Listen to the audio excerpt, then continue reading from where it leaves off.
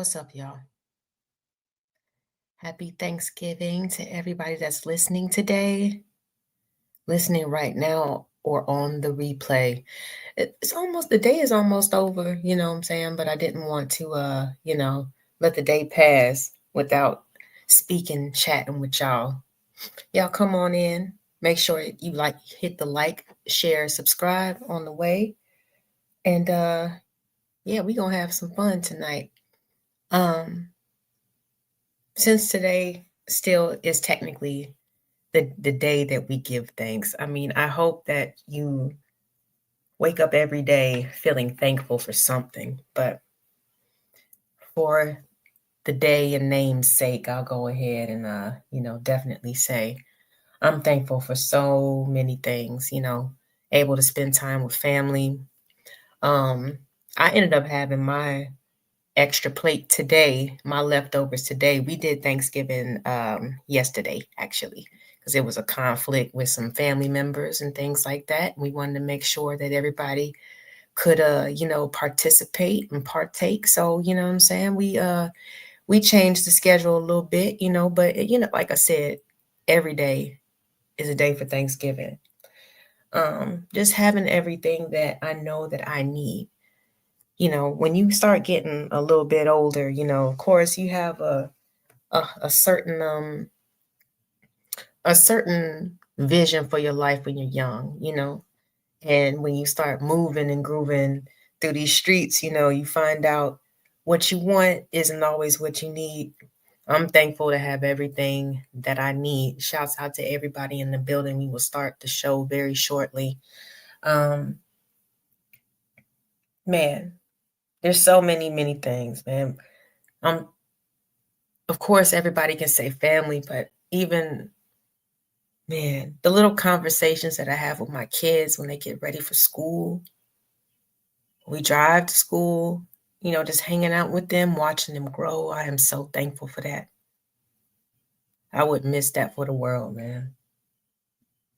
And I'm thankful for everybody that came out to the building, watching the show. We definitely gonna get into this, into some history, okay? I will be opening up the panel later on, but definitely gonna lay out the groundwork like I normally do. So I hope that everybody had a wonderful day, either, with family, and if you weren't with family, I hope that you had some friends or some loved ones, or you found some type of like I said, found a plate or some type of fellowship today. Just find a reason.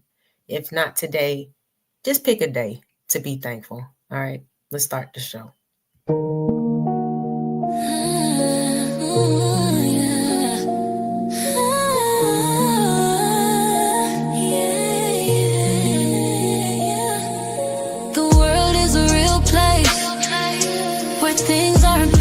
It's all about the journey. And where were you going? Fire in my eyes, I keep on growing.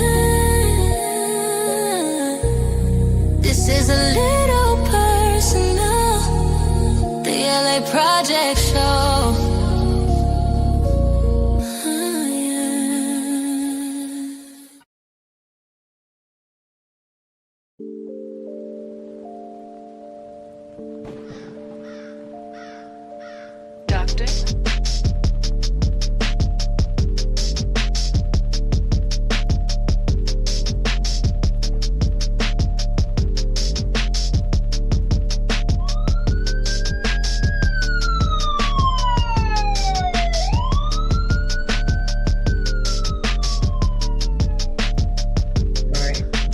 Y'all, what's up, Doctor? We got some people in the building. Happy evening to y'all. Happy Thanksgiving. Hope that y'all got all the food that your little heart desired. Let me turn this down a little bit. Hope y'all have some good stuff. Let me tell y'all, I gotta take my moment to flex, you know what I'm saying? Because what I hear these days is that modern women don't cook no more. Y'all ever hear that? I've heard that before. Doctor? Y'all don't do it like Big Mama. You know what I'm saying? Y'all don't do it like Auntie Shirley. You don't do it like this. You don't do it like that. Well, I will tell you, I made a whole Thanksgiving spread yesterday. It was a complete hit, okay, with everybody in my family. I'm not even talking about, because we can't always get around our parents because of weather and stuff, and that's usually what my circumstance is. My mom lives up a little bit further up north, you know what I'm saying? And, as the winter as the weather changes, it makes traveling a little bit difficult, especially for one day, So shouts out to the broskies, all their significance. We had some homies come through. But yes, I'm talking about Maine. We had Cornish hens, we had lamb chops, homemade mashed potatoes, homemade collard greens, homemade mac and cheese, homemade deviled eggs, all made by moi. So you just got to find the right one who's going to cook for you. All right. What's going on to everybody in the building? Make sure that you hit that like button. Where we at? 13? Yay. All right. Y'all doing your jobs. Y'all own it. Y'all own it. Shouts out to Witch Doctor for the beats. I really like to have some background music. It helps my brain in a certain way to flow with my monologue. And we got a lot of information to go over today. All right, I've been working on this for about a week, and it's like I felt a little bit too much traction. You know what I'm saying? This topic was getting hot in these YouTube streets, and I was not finna waste all of my hard work. So I hope that y'all got some time. Ride with me. You know what I'm saying? Again, I will be opening the panel up. I think I'm going to kind of separate it a little bit, only because of the nature of the information. All right. So we gonna get into it. Y'all tell me what y'all have for Thanksgiving. What was your favorite dish and who was it made by? I want to know. Let me shout y'all out in the building while we do that. It's late. It's late, you know what I'm saying? So I will cam up later on, but right now I'm not really trying to do all of that. So we got some time. Give me 1 second. Let's shout out to some people that's in the building, okay? All right. Let's see here. Where is that one? Oh, why is it way down there? Okay, give me a second, y'all. Hey. All right, who we got in the building? We got A-Dub. I'm going to just start at the bottom. What's going on, A-Dub? We got Raj Will, Chakra Love, Terry Dow. What's going on, homeboy? Appreciate all of the shares that you do on my, on each and every one of my streams. If you know somebody else who might be interested in this subject tonight, because like I said, I got some time. It is the holiday weekend. You know what I'm saying? So let's make something. Let's make something out of something. Let's make something out of this time, right? We got Bridget M in the building. What's going on, my love? Yeah, she said, go ahead and hit that like button as you come in. I suggest you do that. Michelle Thomas, what's going on, sweetheart? We got Royce M in the building, or AKA Mr. Center of the World with the shades on. Ski Mask Citizen, what's going on, homeboy? Y'all making me feel good. And the first booty on duty, we had Genesis. Hey, sugars, what's up going on, love?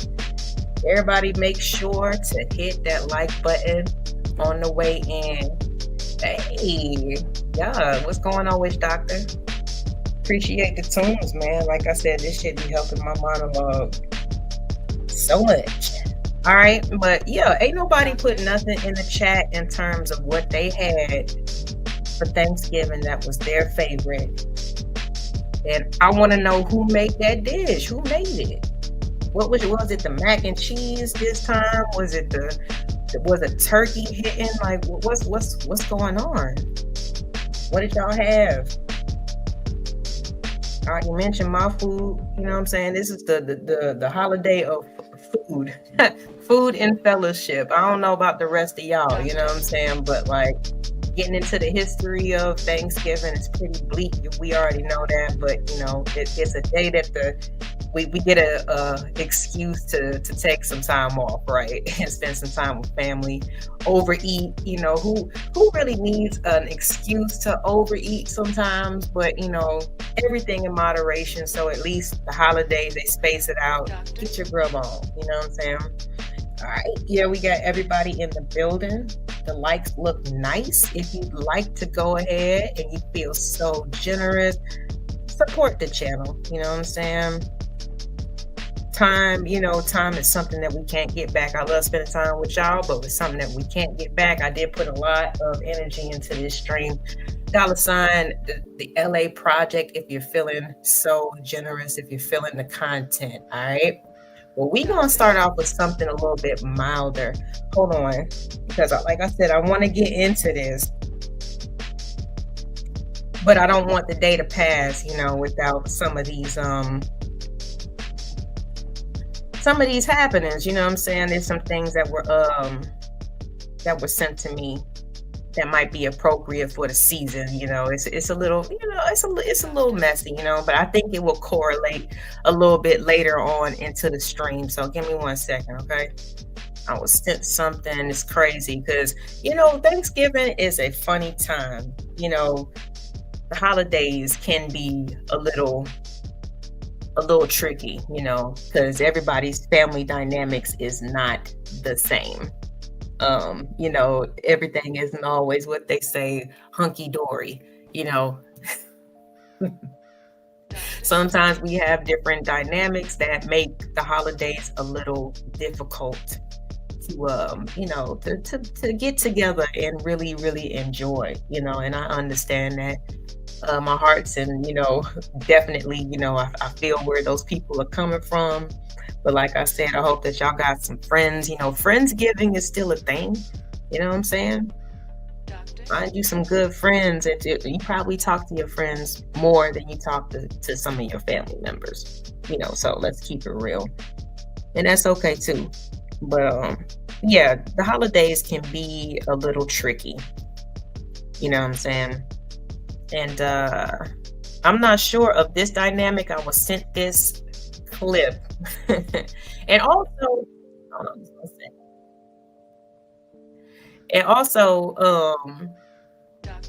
everybody doesn't always have family or somewhere to go, you know what I'm saying, for Thanksgiving.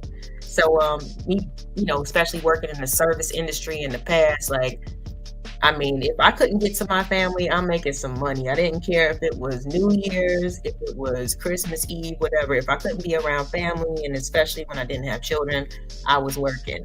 And you'd be very surprised of how many individuals have no one to spend their holidays with, including Thanksgiving. The restaurants be low-key busy, you know what I'm saying, on certain nights like Thanksgiving. So I was sent something. There was an incident that happened. Let me see here. For Friendsgiving, y'all, again. I mean, dang, like I said, I know that you can't control your family. You have a little bit more control with your friends, but apparently something has went awry in Virginia. Okay, this past Friendsgiving, which probably was like yesterday, or I'm not sure exactly when this group of friends chose to celebrate, but it sounds like it looks like it's something recent. But it went left, y'all. It went terribly left. Ooh. See, that's the type of stuff I'm talking about. I love smothered turkey wings. Macaroni salad, I'm not into the cold pasta. I don't know what it is. Maybe I just had a bad batch when I was younger and I just never went back to it. But shouts out to your sister and yourself. You know what I'm saying? If you make that bomb macaroni salad, then that's what's up. Yes, Bridget M is the only one who wants to share her virtual plate. Y'all stingy? Damn. Right. You can't even get a virtual plate, Doc. Well, she did she did share what she had. Hold on. A-Dub, deep fried reindeer hindquarters. Oh my goodness, that's what you had for Thanksgiving today? Okay, wait. So there is such thing as a reindeer. I thought there was just deer. That's crazy. Please, you cannot. Okay, I'm not going to change my thoughts on Christmas. Okay, that they might have correlated that correctly. But shouts out to you, deep fried. That's I heard that's quite a task. I know my brother's girlfriend's dad deep fried a turkey today, and I know it was bomb because homie can throw down. What's going on, Hustler and Musler? Happy Turkey Day. What's going on, Studio Mansion? Happy holidays to you and yours. All right, so we're gonna go ahead and get into this video. Like I said, something went terribly left with this Friendsgiving, recently. So let's take a look real quick. It shouts out, to Wish Doctor for sending me this clip. I don't know, my algorithm be looking different, you know what I'm saying? It might, y'all might be side-eyeing me, you know what I'm saying, if you saw my algorithm, because I be into different stuff, you know what I'm saying? And it's not always current events. Let's just say that, but shouts out to those who definitely want to see certain things reviewed. This is going to be different. This is off the cuff. All right, I've never seen this, so we are going to get into this situation that happened in Virginia recently. And this is crazy because, okay, this is the crazy twist. There was a fight, yes indeed, that happened in the restaurant, right? But because of a separate fight, apparently a whole separate group of people got kicked out the restaurant who wasn't even involved in a damn fight. So let's go ahead and get into this shit, man. Hold on, let me get my format up here, right? Looks like, okay, let me go ahead and give a thumbs up to Pink Book Lessons. Shouts out to them. Let me make sure I get my fair use banner up before we get this joint started. Again, I've never seen this before, so this is gonna be a live reaction for show. All right, and then we will get into the main topic, because I know what y'all really here to see. I know what y'all here to see, and it's cool. It's cool. All right, let me see here. All right, y'all. I'm just trying to make sure it looks right before I pull it up. Let me see here. And let me turn this music down a second. All right, let's get this pulled up. All right, there we go. And let me turn the music down just a little bit so we can hear the video. Again, this is fair use. Shouts out to the Pink Book Lessons for this coverage. We're gonna cover this video really quick of this fight, this brawl. They called it a brawl that happened, in a restaurant for Friendsgiving. And because of this separate incident, there's one incident, there was a whole nother group of friends who got kicked out of the restaurant because of it. Let's find out why. Let's check it out. House in Chesapeake, Virginia, because two unrelated black people that they didn't even know got into a physical altercation with each other, and the restaurant has... All right, so it says 9 black people kicked out for something that they didn't do. Don't tell me that they just, they going back to those days, where we just labeling people off site. Because if that's the case, the people that you're visibly seeing fighting should be the only individuals that's in question. But apparently 9 other bystanders kind of got roped into this situation. So let's continue. Done nothing about it. You telling me we got to go? You saying we got to go? Hold on, y'all. The girl went out. They went out for their Friendsgiving or whatever, right, y'all? Everybody's doing Friendsgiving. It's almost Thanksgiving. You go do gifts. Do some little cute little stuff. So this girl, her little secret, her little circle of friends or whatever, they go to this restaurant. So they get to the restaurant or whatever. They just really get into the restaurant because they just now getting their drink. So they chilling or whatever. I'm sorry, but it's like she ain't took a breath yet. But shouts out to Shouty for the synopsis for the situation. Let's go. Little gifts or something, they just chilling. They got some gift bags on the table, whatever. They ready to have a good time. So while they sitting there, a fight breaks out between 2 other African American girls they a little bit over to the right, they fight. I'm talking about them girls. I don't know what they was fighting about. It must have been a man, but when I tell you, they was just, I mean, it was stuff flying. I mean, it was a lot going on. Looked like the girl was bent over. It's showing everything. I mean, I'm just saying, okay, but hold on. Oh, y'all, the managers come, the workers come. And see, I'm sorry, ladies. Like, this is one reason I'm just like, bro, she said there was stuff flying. There probably was, all types of stuff that was being exposed in the restaurant that was only supposed to be seen in the strip club. Especially if you dress nice. I don't know. De-escalation might be the best thing, you know what I'm saying? Because all outfits are not functional for fighting. You know what I'm saying? All shoes are not fit for fighting. And you're gonna be looking crazy. You know what I'm saying? But hey, I don't know what the fight was about. I'm not gonna try to get into the middle of that. You know what I'm saying? However, yeah, I don't know. Like I said, if you can't handle my mouth, you know what I'm saying, and you want to put hands on me, then I already know I won. But I know how to gauge people's crazy because there's too many crazy people that's walking around here. So yeah, fighting is, I mean, if your life is in danger, yeah, go for what you know. But all this other stuff, I don't know, man. Shit, it's just, I don't know. You have folks looking crazy, but let's continue. Everybody comes, they break the fight up. They done broke the fight up, then they get the girls gone, all this or whatever. So, little friends over there having their Friendsgiving, they thinking they about to, order, chill, have a good night. Y'all, the manager came up to them and was like, y'all gotta go. So they like, wait, what? Why do we gotta go? He talking about y'all like to fight. I guess he wasn't doing it last night. He wasn't doing that night. Y'all not gonna. Whoa, wait a minute. Let me run that back. I got distracted by the chat. Not in a bad way. Shouts out to y'all. Make sure you hit that like button, share button. If you haven't already subscribed to the channel, go ahead and do that. And hit the Cash App, hit the Venmo, hit the PayPal. Let me see what she said real quick, because like I said, if I'm sitting there eating my meal and I just happen to witness a fight, there should be no reason why you're approaching me for anything. But let's continue. Doing it last night. He wasn't doing that night. Y'all not gonna be up. How you gon'? Gotta head over to Chesapeake, where a group of 9 Black women got together to celebrate Friendsgiving at a local restaurant. The restaurant is called Cork and Bull. It's supposed to be a nice establishment. They didn't.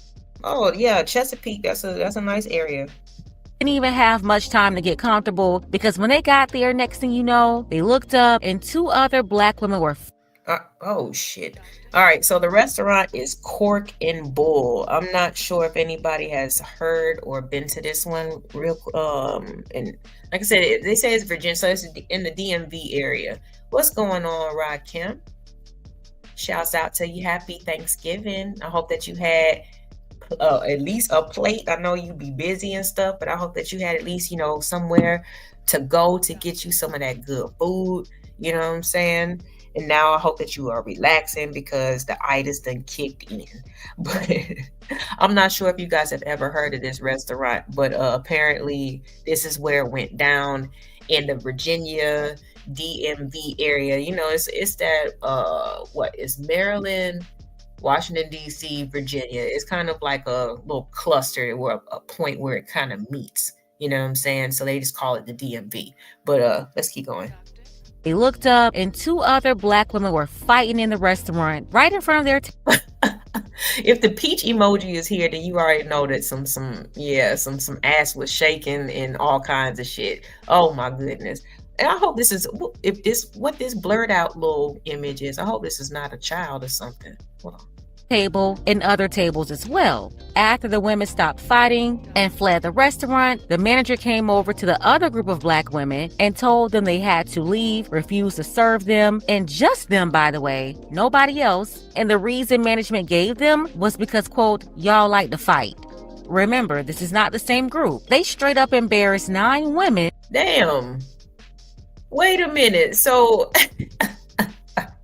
and this is what I be talking about. I'm not saying put your life in danger, but like, damn, like how you gonna let 2 people wreck your establishment, knocking over multiple tables as the video just said, and then allow them to flee, but then the people who were sitting there just chilling, that's who you want to approach and reprimand and tell that the 8 friends or 9 friends that came in there, they money ain't no good.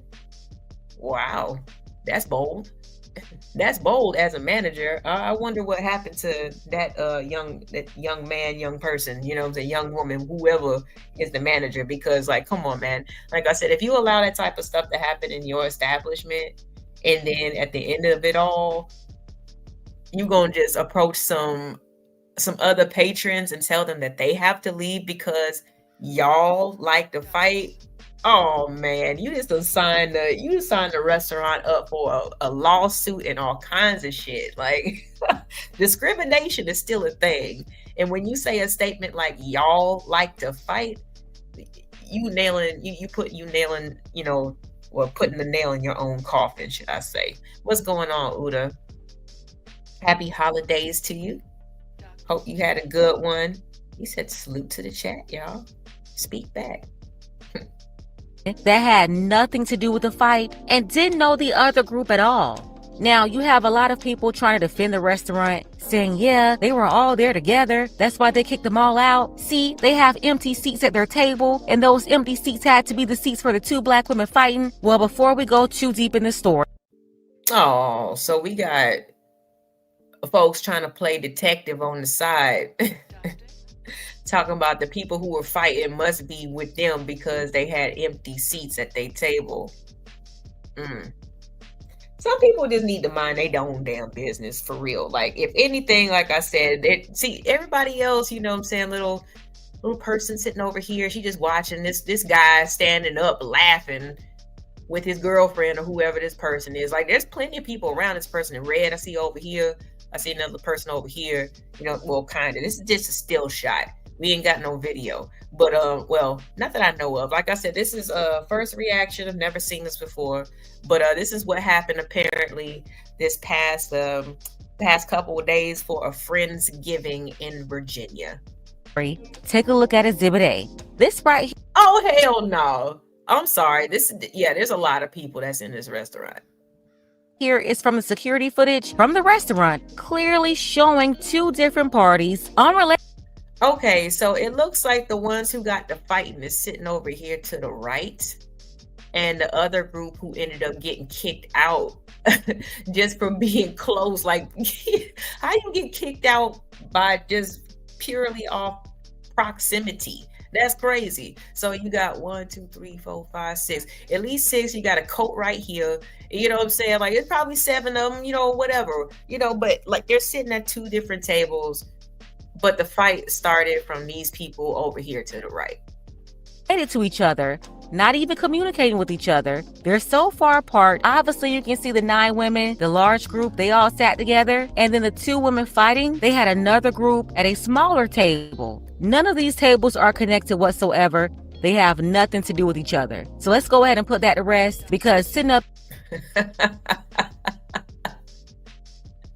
I know that's right. Shit, did they still have to be right? You kicking me out of something? I'm assuming that this is on the house, because hell no, I ain't do anything to you, bruh. Like, you know what I'm saying? Like, you have traumatized me. You have labeled me. I am hurt. I'm sorry. My neck and my back. Here making up lies just to manufacture a narrative, that's not necessary. Yeah, so now that we got that out of the way, let's go ahead and move on with the story. But first, take a second to make sure you subscribe to the channel and click the notification bell for all updates. Shout out to everybody watching from Hampton Roads, Chesapeake, Norfolk, Virginia Beach, Newport News, Hampton, all the surrounding areas. If you're watching from VA, drop Virginia below in the comments. Won't waste any time, let's go ahead and get into it. Now, a place in Chesapeake known for fine dining was the backdrop for some rude Oh snap, they might got some video, y'all. Behavior that got physical. These images of 2 women fighting from earlier this month are making the rounds on social media. But the story is a group of 9 other women who say they... Is this a nice place? Is it known for ratchet behavior? I mean, I'm pretty sure ratchet behavior can pop up anywhere, like for real, because people in general are getting money, you know, and if you can afford to go somewhere, 9 times out of 10, if you heard of it, and like I said, you can afford to go, you gonna go. You know what I'm saying? But I'm not sure if this one is known for fights and things like that. There was definitely places, here in Atlanta that's just like, okay, yeah, especially at a certain time of the day. If it was a late night spot or one of them 24-hour diners, yeah, you're gonna see a fight pop out. Like, you're gonna see that shit for sure, for sure. But I'm not sure if this is one of those places. Let me see here. That most of the ratchets stay around Baltimore and Southeast DC. Damn. Again, yeah. But again, when people, like I said, they feel like they got their money, ain't nothing exempt to them. But I think that their behavior, you know what I'm saying, like, it should change a little bit, but we can't make them do, we can't make our people do what they want to do, you know what I'm saying? Especially when they feel entitled. Money, like being able to pay for stuff. My mom always taught me this. She appreciated good service. You know what I'm saying? And if somebody was giving funky service, like, it didn't matter if we just ordered water and sweet tea. She'd be like, okay, well, she'd go ahead and pay for the drinks and she would leave. If the waitress or if the place or the vibe had a certain type of disrespectful, like, attitude, or just, like, I guess, like, feel to it, then she would, she would definitely take her money somewhere else. But these days, like I said, when folks got the money, man, they gonna go wherever they can afford to go. So let's see what happened. Were kicked out of the restaurant in what they call an act of discrimination. Markeisha Jackson has the story you'll see only on 10. That fight happened inside of Cork and Bull Chop House. After things settled down, a group of other women who were not involved in the fight were told they had to leave the establishment, a statement they feel was made based on the color of their skin. What was supposed to be a night of fellowship for this group of women turned into a night of hurt, embarrassment, and pure humiliation. The 9 women had chosen to have a Friendsgiving dinner at Cork and Bull. We only had time to order our drinks, and a fight broke out between 2 African American women that had nothing to do with us. Somebody break it up. Okay, so they just had got their drinks and stuff, and from the looks of even where this fight is happening, you can see how close it is to the table. These seats are empty because, shit, I'm getting up, especially if I'm on that side where the fight, side of the table where the fight is happening, and I see it pop off. I'm getting up out my seat. I'm getting up out the way, because no, I'm not gonna get caught up in y'all's little tornado of chaos that you got going on. So, when people talking about, oh, well, the seats were empty, so the girls who were fighting must have been with the party that was sitting to the side. No, like I said, anybody who sees conflict like that, you know what I'm saying, they gon' usually get the hell out the way. Just like everybody else who allowed the fight to happen and, not say anything, do anything. But let's take a quick pause for the cause. Hold on just a sec. What'd you say? Exactly, man. This restaurant is definitely getting sued. But let's take a quick pause for the cause. I appreciate you, Rock Kim, for your Cash App, babes. Let's go ahead and celebrate real quick and get back to the show.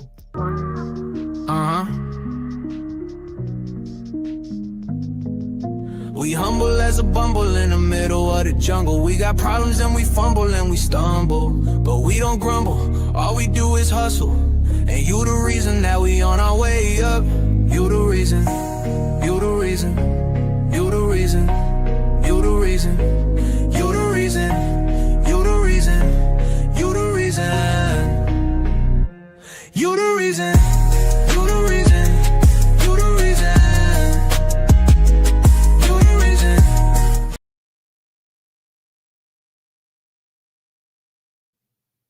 Appreciate you for that Cash App. If you'd like, I said, to contribute to the show, is $ the LA Project. That is on Cash App, PayPal, and Venmo. Let's go ahead and get this music back started, and let's get back to this review. See, okay, so the ladies, you know what I'm saying, who basically were asked to leave the restaurant, they said that they felt definitely embarrassed, hurt. Now, I know a lot of people or some people would say, hey, it's not that big of a deal, right? Honestly, this is woosah, Lauren, woosah. This is a lot, the same type of concept or same type of comment that I hear a lot from men when it comes to certain things that women find important. You know what I mean? Especially when it comes to how they felt in a certain situation. These are, I mean, shoot, Shouty right here with the flannel on. She got a big rock on her hand. So this is a married woman. We don't know who these people are. They're very well put together. We don't know what their background is, or even if they are one of the ratchet ones. But unfortunately, they were asked or basically told that their kind was not appreciated because of the actions of others. So let's just hear what they had to say one more time, and we're gonna keep going. Between two African American women on to order our drinks, and a fight broke out between two African American women that had nothing to do with us. Somebody break it up.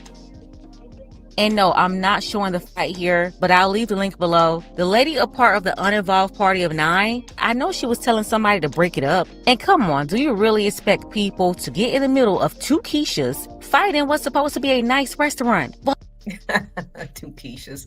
Well, of course, nobody's volunteering to referee a fight match when they're paying their money and put on their nice clothes to have a nice dinner. I see she didn't get her behind. Exactly. Like I said, I'm getting my ass up out the way. Up to break up the fight. And no, I don't blame her, but why are you yelling for somebody else to break it up? I mean, you know exactly why nobody's breaking it up. It's the same reason why you sat there at the table and didn't break it up either. No shade, I'm just being honest. That's my observation. Nobody was about to get up to stop that fight, just like you didn't get up. I think she's insinuating that we as human beings, so, you know, we as long as these types of things don't affect us, we don't mind watching them. You know what I mean? But if this was to be us and we want somebody to help out, that should be fun to me. But let's keep going. From the table to stop it either. This is video of the altercation. The 9 women say it happened between guests at a table that was across the room. The 2 women seen throwing blows ultimately left before authorities arrived. But somehow, restaurant staff thought these 9 women who were still inside were somehow involved and told them to leave too. Yeah, come on, man. Look at this table of friends who this is the party in question. Look very conservative. Very conservative. You know, again, we don't know what happens when the liquor's in the system. However, we do know what these ladies did not participate in that evening. And it definitely isn't what they are presenting. You know what I'm saying? They probably don't even act like that if they wasn't at a little interview. You know what I'm saying? They probably was sitting there still dressed kind of, you know, nicely, but still conservatively, like, shoot, damn. So it doesn't really matter, huh, about the clothes or anything, because these group of ladies were still asked to leave after just ordering drinks and not even being involved in the altercation. That's crazy. These 9 women who were still inside were somehow involved and told them to leave too. And that's a lie, news reporter lady. They didn't somehow think they were involved. The restaurant staff was fully aware they were not involved. They came in as 2 different parties under 2 different names, 2 different groups, and they were seated at 2 different tables. Once again, here's the security footage from that restaurant. They didn't somehow think they were involved. They knew they weren't related at all. And that right there is why the restaurant about to get their britches sewed off. So I asked why. Exactly. And he responded saying, because you all like to fight. And they made us leave and get up in front of all the other patrons in the restaurant. We were really in like a negative spotlight at that moment, and it was all Damn, shouted dabbing eyes. Like, what did she say? Why they cut her stuff out? I want to know why she crying. I don't know if I'd be crying, but again, I'm not sure of since I wasn't there.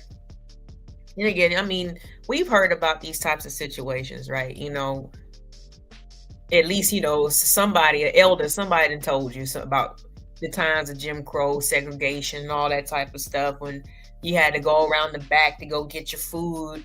You know what I'm saying? Like, they wouldn't serve you. Everybody be looking at you crazy if you try to sit down, and, you know, all kinds of stuff. So I can't really say if I would be crying or not, but at the same time, this is how, I guess, how this has affected these ladies. You know what I'm saying? It must not have been something light. You know, it must have been a little aggressive, or a little bit more aggressive than they're describing it.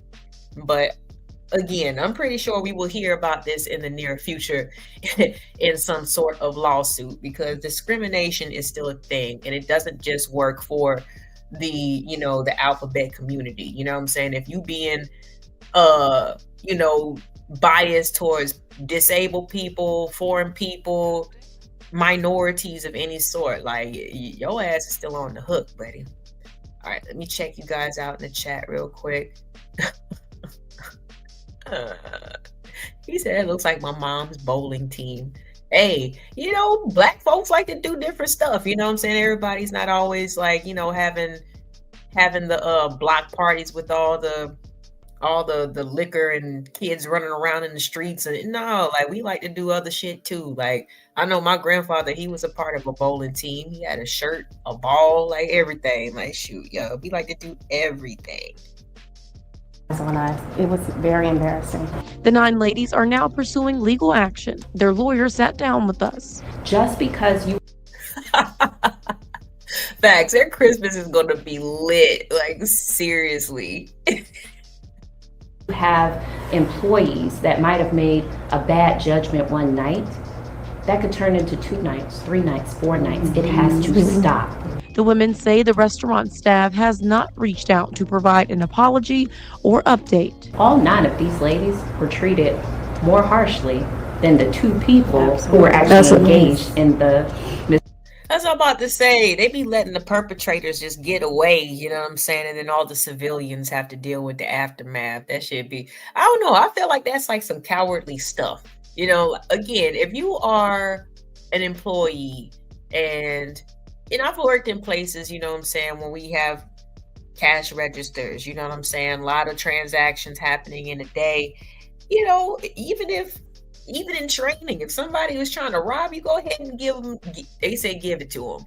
Don't try to be no hero. Don't try to, do anything like that. And I wouldn't expect anybody else to try to be no hero. So I'm not saying for a wait staff to break up the fight or whatever, but I definitely, shoot, there's a simple lock on the door while they sitting there scrapping. You could have been calling the police. You could have been doing something, like, instead of just letting them ride, you know what I'm saying, letting them get away with it when they're the main, when they're the perpetrators, you know what I'm saying. It kind of reminds me of school, you know what I'm saying, like, teachers and administration, they always know who the bully is, and they always know who the asshole kids are, but they don't really want to deal with the asshole kids' parents.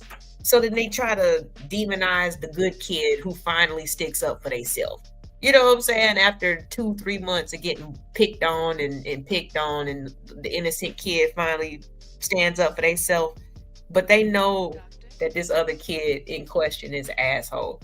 That be the stuff that kills me. Like, people they really be scared. You know what I'm saying? They really be scared when it comes to who to put the blame on. And I think that kind of, that just hit me, because like I said, I'm just watching this off the fly, but that correlates with what we get ready to get into after this. So let's keep going, finish the review, and then we will get into the main topic. Misdemeanor action. The attorney called it a misdemeanor action instead of what it really was, a fight.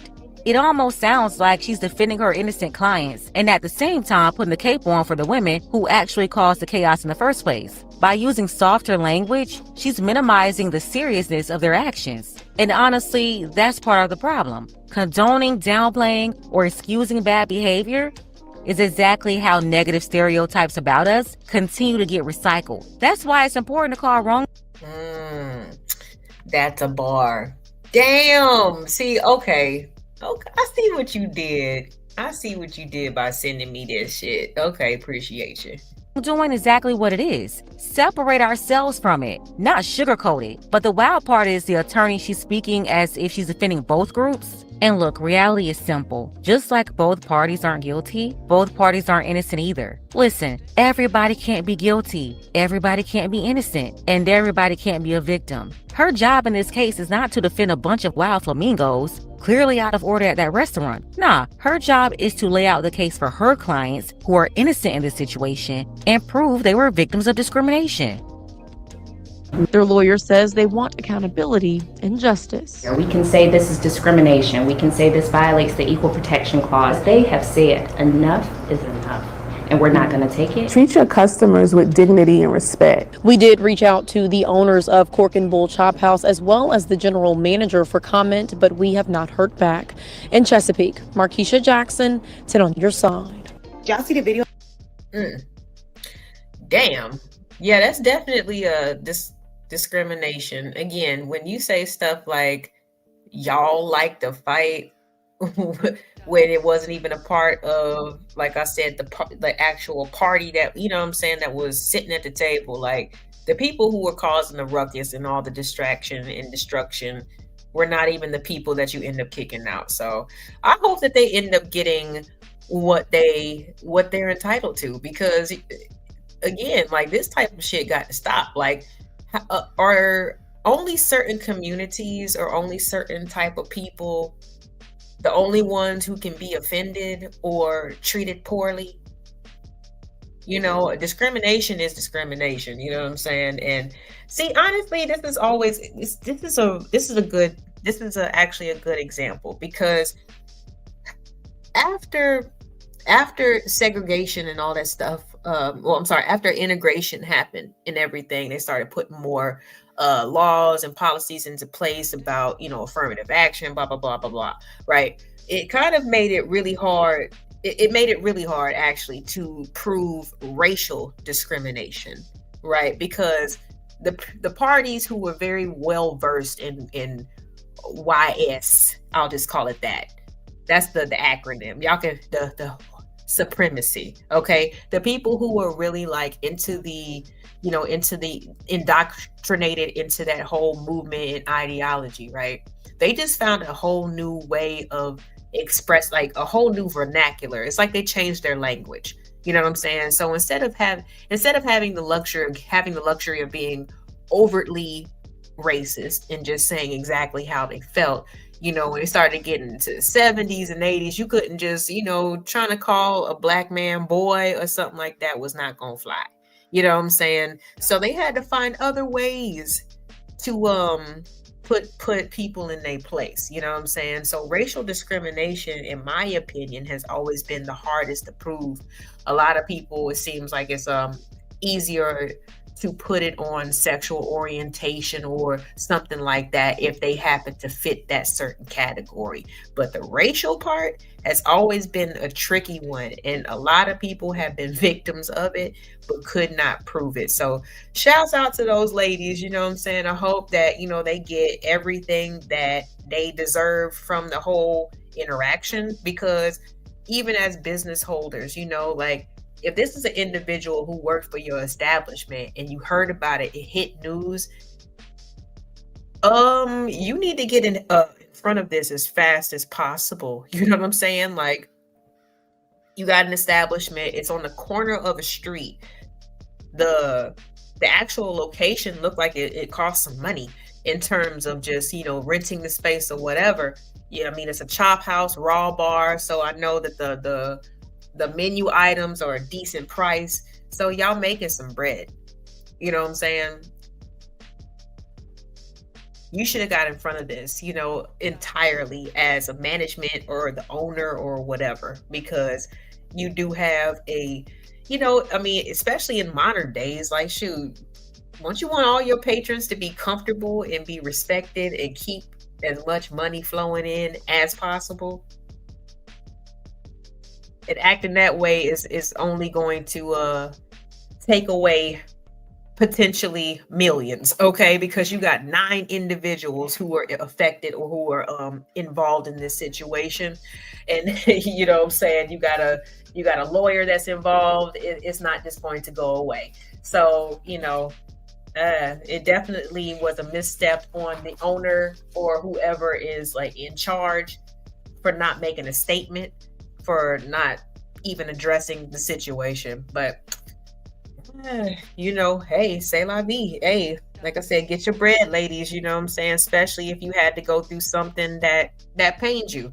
And who are we to say as individuals, like, oh, that's not that big of a deal? It might have been big of a deal. Some people go the majority of their lives not really experiencing the ugly sides or the negative sides of the world.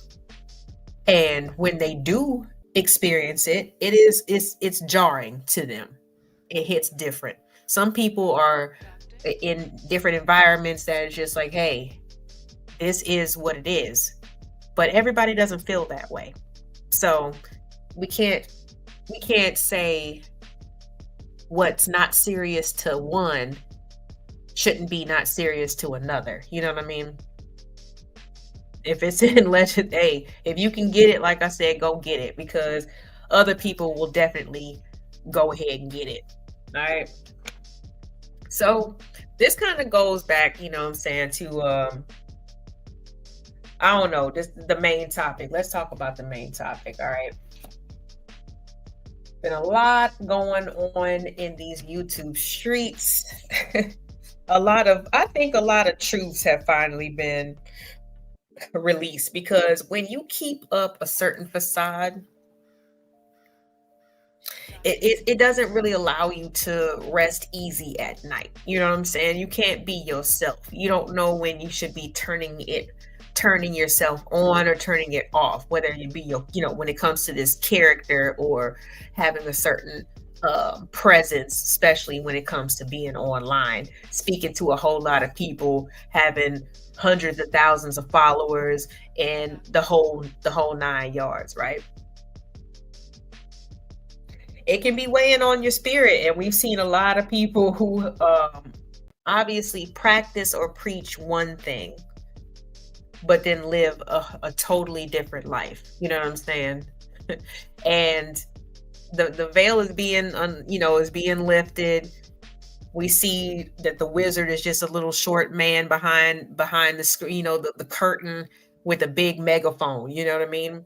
And it's interesting to me how, I don't know, what has it been the past couple of weeks? We've had the whole incident with, or fallout with the Manosphere and Pearly things, and now we've had Obsidian come, and I've never even seen any, like, I've seen Pearly things. I've never seen Obsidian before. A lot of these names, I don't even know who they are.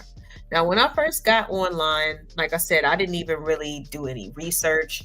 I just liked more of the panel and the presence and the conversation that I was hearing. But I was told pretty much from the jump that this is a Manosphere adjacent space. I didn't really know what that meant.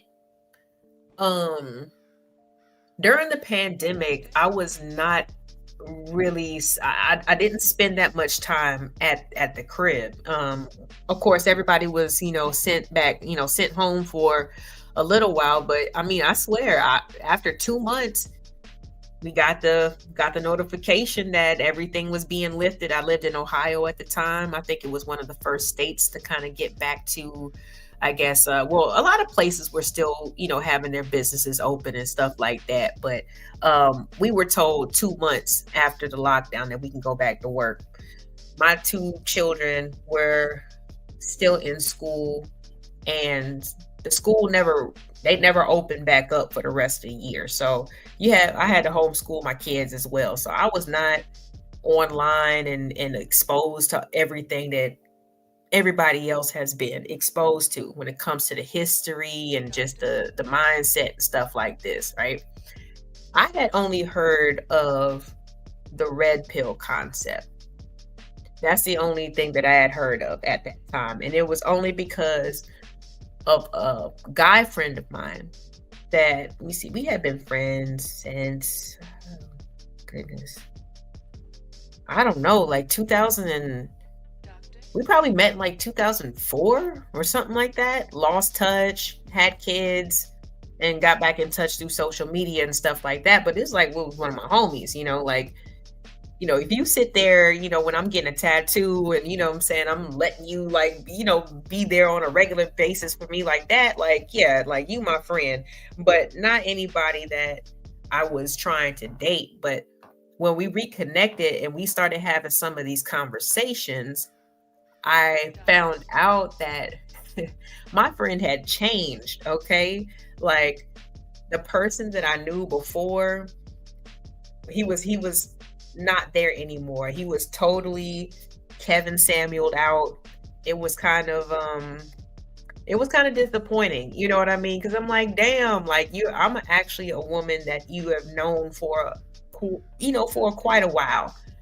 And I wouldn't think that it would still the thought process, or sometimes like it's like when things would get contentious, because y'all know me, you know what I'm saying? I don't be meaning no harm, but if I got questions, I got questions. If you stand on what you stand on in terms of your thoughts, in terms of your opinions, then it should be no problem to explain to me instead of getting upset with me. When men get upset with me for asking a question, it kind of raises a flag, because I'm not sure where we are, like in terms of like a people, in terms of like how people are like when it comes to expectations. But growing up, most young men and women, we grow up side by side. We have to deal with each other and all the microaggressions and macroaggressions that come from both parties. You know what I'm saying? So it's not like we don't know how to deal with each other. I'm pretty sure we all have brothers or sisters, or like the cousins of the opposite sex. So it's just, I don't know what it is. You know what I'm saying? But in today's times, it's just, I get told more about myself from complete strangers, off of like a short interaction than a little bit. And I had a thought, because I get it, for certain men, the manosphere was something that they needed, right? And I get it, even though the Matrix, that concept, came from a Black woman. But they still, believe in this whole taking the truth serum, popping their red pills. But I think a lot of these people have overdosed severely. And I had a thought, because ever since I've been coming online, putting my opinions and my face, because that's another big thing. It's cool for people to pop their shit, right? It's cool for people to tell, to say how they feel and stuff like that. But most of them will not put a face on anything.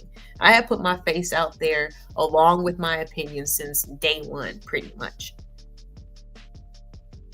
And in terms of how I feel about like the relations of men and women, is kind of crazy. I kept hearing that Black women were tricked into the feminine movement, the feminist movement by white women, and that Black women really didn't get anything out the deal, right?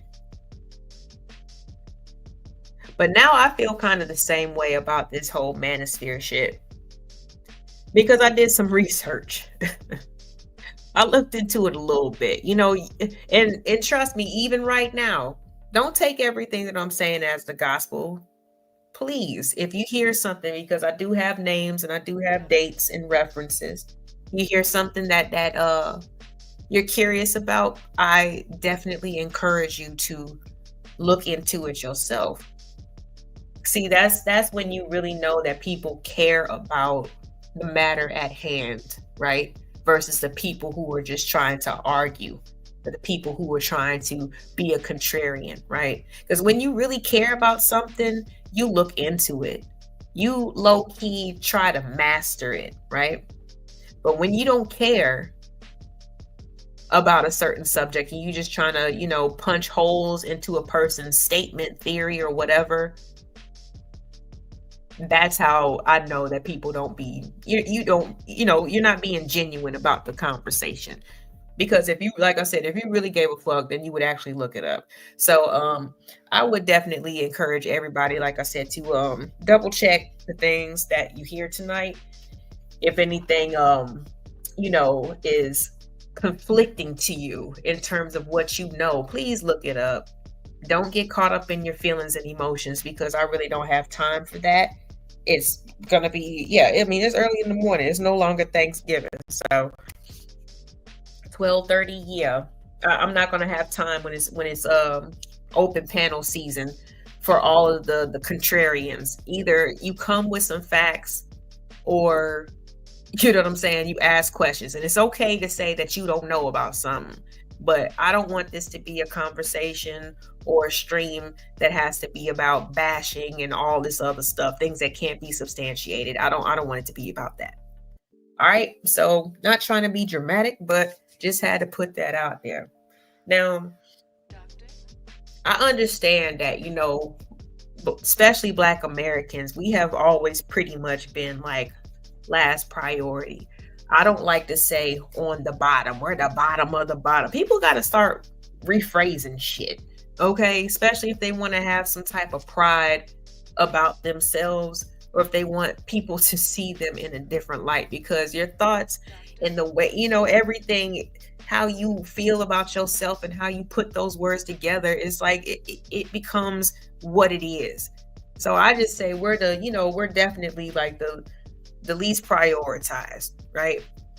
But we try our best to make changes in the environment that we're in. It's been like this ever since we've been brought here, you know what I'm saying? Or ever since people came here, ever since they wanted to change everything, okay, in the Americas, or in the, or beyond, you know what I'm saying? I'm not sure where people come from, if they're coming from Africa, if they're coming from South America, I'm not sure. But if you are an oppressed people, if you have melanin in your skin, if you don't fit a certain aesthetic, then it's been hard for us since as long as we can remember.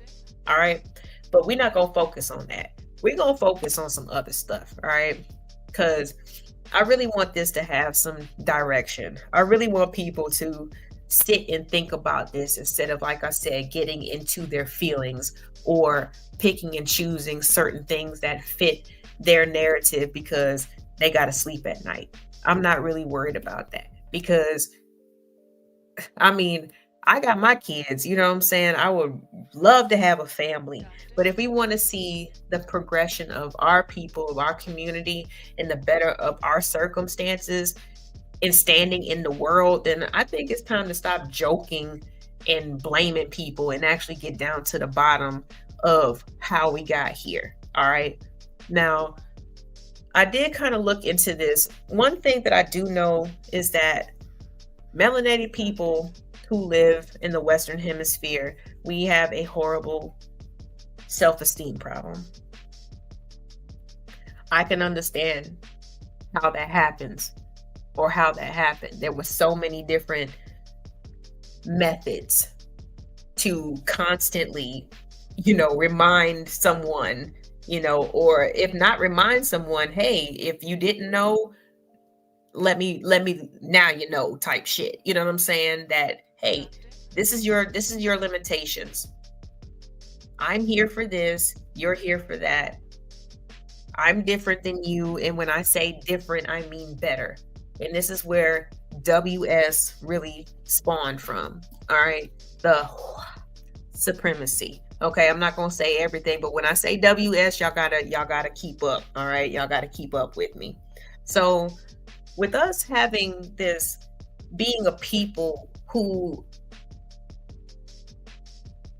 kind of had our self-esteem. I mean, we did have our self-esteem. They call it buck breaking. They call it, all kinds of stuff. I mean, the transatlantic slave trade, or the legend of it, was horrible, in terms of just desperation and just having that disconnection from your homeland, right? So with our self-esteem, it's tied kind of into that, right? And we want to be recognized. Everybody wants to be recognized. Everybody wants to be treated with a certain amount of at least decency, right? But at some point in time, were we just, similar to the labor that we provided, were we used in order to progress the nation or the country in certain ways? I had to ask that. I had to ask myself that, because I wasn't born in the times of real suffering. No, none of us are, or none of us were. You know what I'm saying? We've heard the stories, you know what I'm saying? So we are kind of like dealing with the aftermath of what the foremothers and forefathers have put in the past, right? We're dealing with this right now. But however, even though we know that, you know what I'm saying, we have these conversations and we talk to each other as if we are the direct perpetrators of such systems, of such circumstances, whether it be the welfare system or the court systems or any of these things when it comes to man and woman differences. We were all born into them. So it's not really productive to sit there and blame each other and say, okay, well, if y'all wouldn't have went along with, feminism, then, we wouldn't, the breakdown of the Black family wouldn't even be here. Who is y'all? Who is y'all? I was born in the 80s. I don't know about the rest of y'all, but this movement, in terms of just protecting and seeing a discrepancy and a huge difference in the way that women and men are treated, has been going on for centuries. All right. So let's just talk about us really quick, right? Because if we came from a different land and we were indoctrinated and colonized and all this stuff, right? Then who is to say that the way that Black men and women are conducting their relationships is actually the true blueprint of what we was doing indigenously? See, that's question number one. Whose plan and whose system did we adopt, right? Because if we were colonized, we were stripped of religion, we were stripped of language, we were stripped of our ways of medicine and everything else, right? Then we had to have been stripped of the way that our families were constructed, our dynamics between our Black man and our Black woman. It had to be. That can't be the only thing that they let us have. Not when you bring up breeding farms, not when we know for a fact that, if you were a slave on somebody, or you were property to somebody else, you could have a baby and that baby could be sold away from you and you would never see that baby again. We know that during those times, if a slave master wanted to come in and you had a wife or daughter or whatever, they can do whatever. So how are we going to say that everything else that we were doing before in terms of our religion, language, culture, that was all taken away? But for some reason, the way that we're supposed to handle each other is the same. That's a part that's been intact. No, everything that we're doing right now has been taught to us. And it's not working. Have y'all noticed that? Have y'all noticed that this shit is not working? And in my opinion, it's because there's a lot of assimilation going on. Again, because it's tied with that whole self-esteem aspect. You want to be somebody, you want to be seen as somebody. So if you want to be respected, then you dress like this. Real men or women dress like this. Real men or women wear their hair like this. You got to assimilate. You got to change a little bit, right? But with that assimilation, did we really get hijacked, bruh, into fighting yet another person's battle? helping to progress another person's agenda and being left in the dust in return? Did we inherit somebody else's agenda? Because let's keep it real. Like I said, ever since conception, we've had pretty much the same. When I say same, we, Black men, Black women, we have had the same types of responsibilities since we got here. They didn't give a damn if a I'm gonna just go, okay, I'm sorry. If a slave master went down and bought some slaves, right? They didn't give a damn. They're buying them for specific reasons, okay? And please believe, if they can't find a reason, they will find a reason. And a lot of those reasons was labor. So the men and the women pretty much had the same expectations. If you guys have ever watched 12 Years a Slave, you remember Lupita Nyong'o's character. They broke down that it didn't matter. 500 pounds of cotton, man, woman, you feel me? Like, it didn't matter, or you getting lashed. So women had to still put in the same amount of work and effort as men in those days. Now, like I said, if she's a woman, there's other quote unquote uses for her. But don't try to glamorize it and make it seem like the life was easier. A slave was a slave, okay? They lived a life that they didn't have no control over. None. No rights to. They were just workers and producers of whatever, you know what I'm saying, was required of them at the time.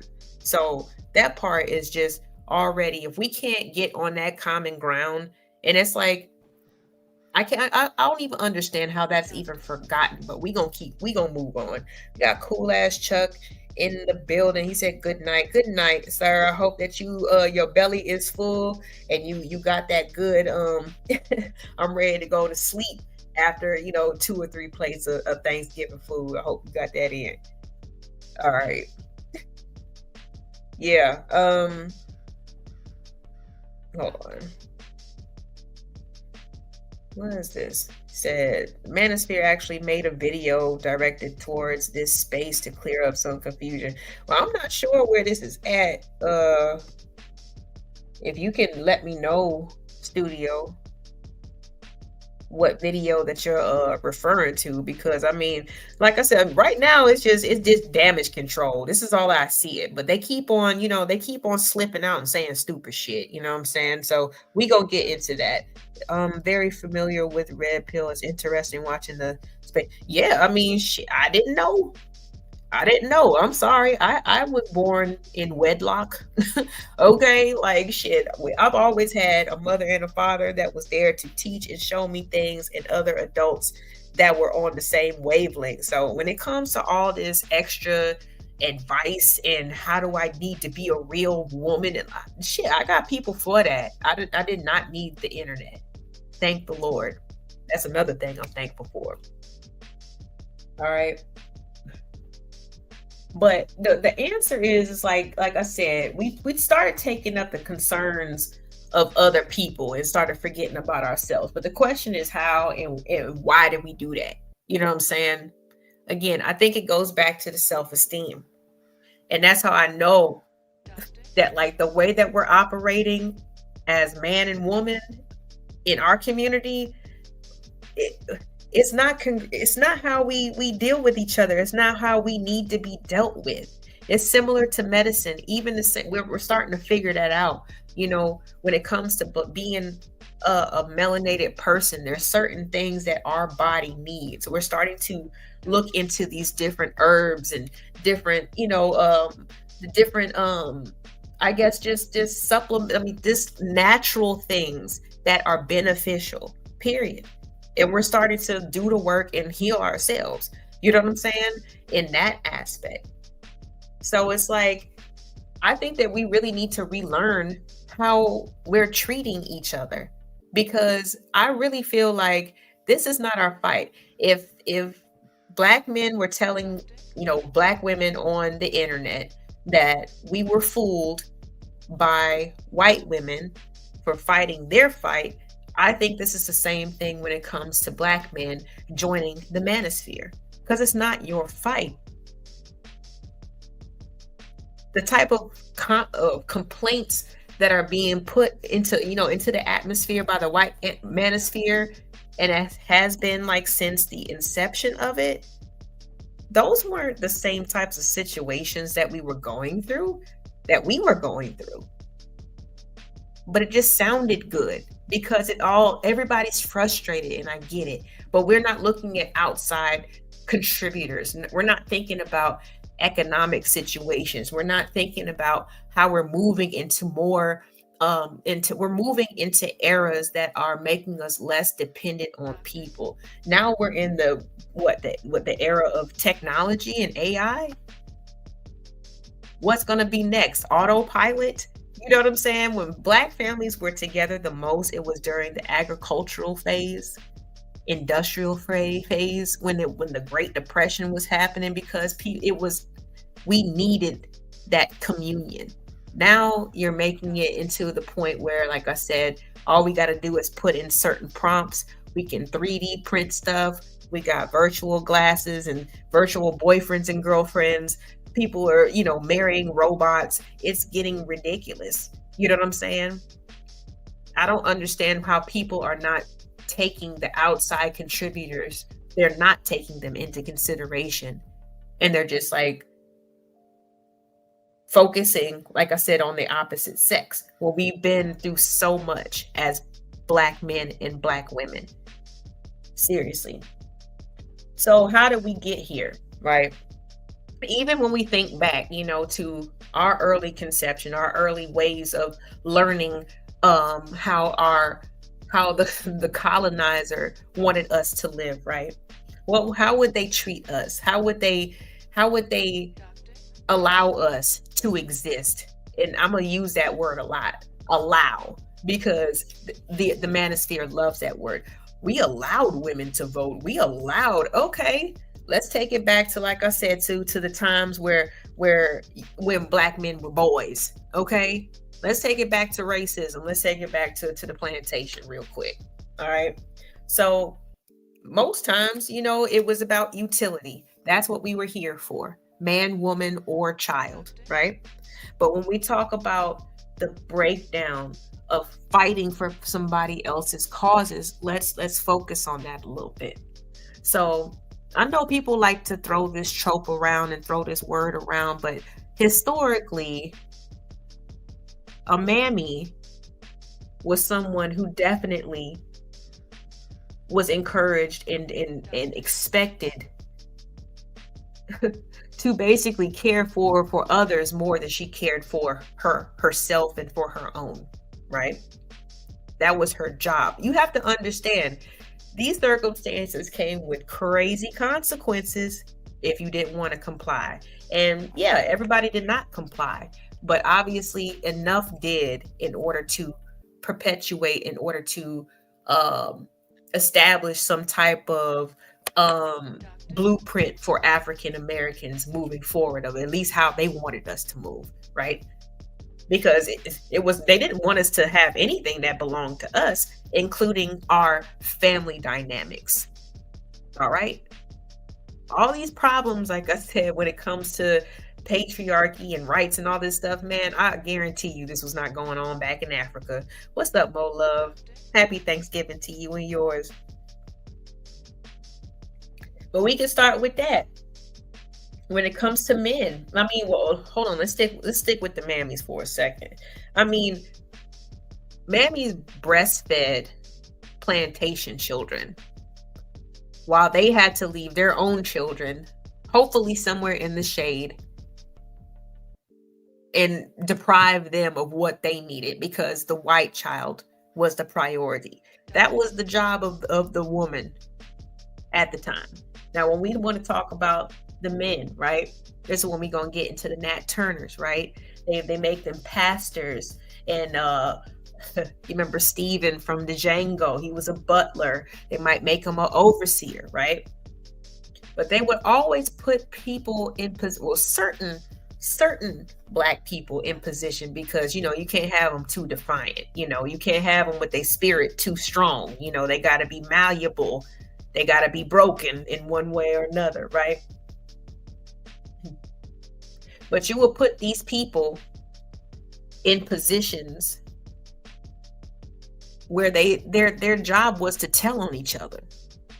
Like I said, let's go back to some of these archetypes. The pastor, right? The pastor was never a black woman on the plantation. It was always a black man. All right. And I get it.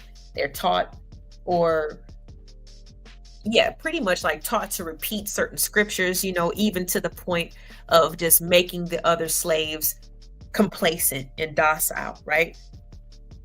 Because slave masters were terrified of revolts at that time. They needed a buffer. They needed somebody to help calm those Negroes down.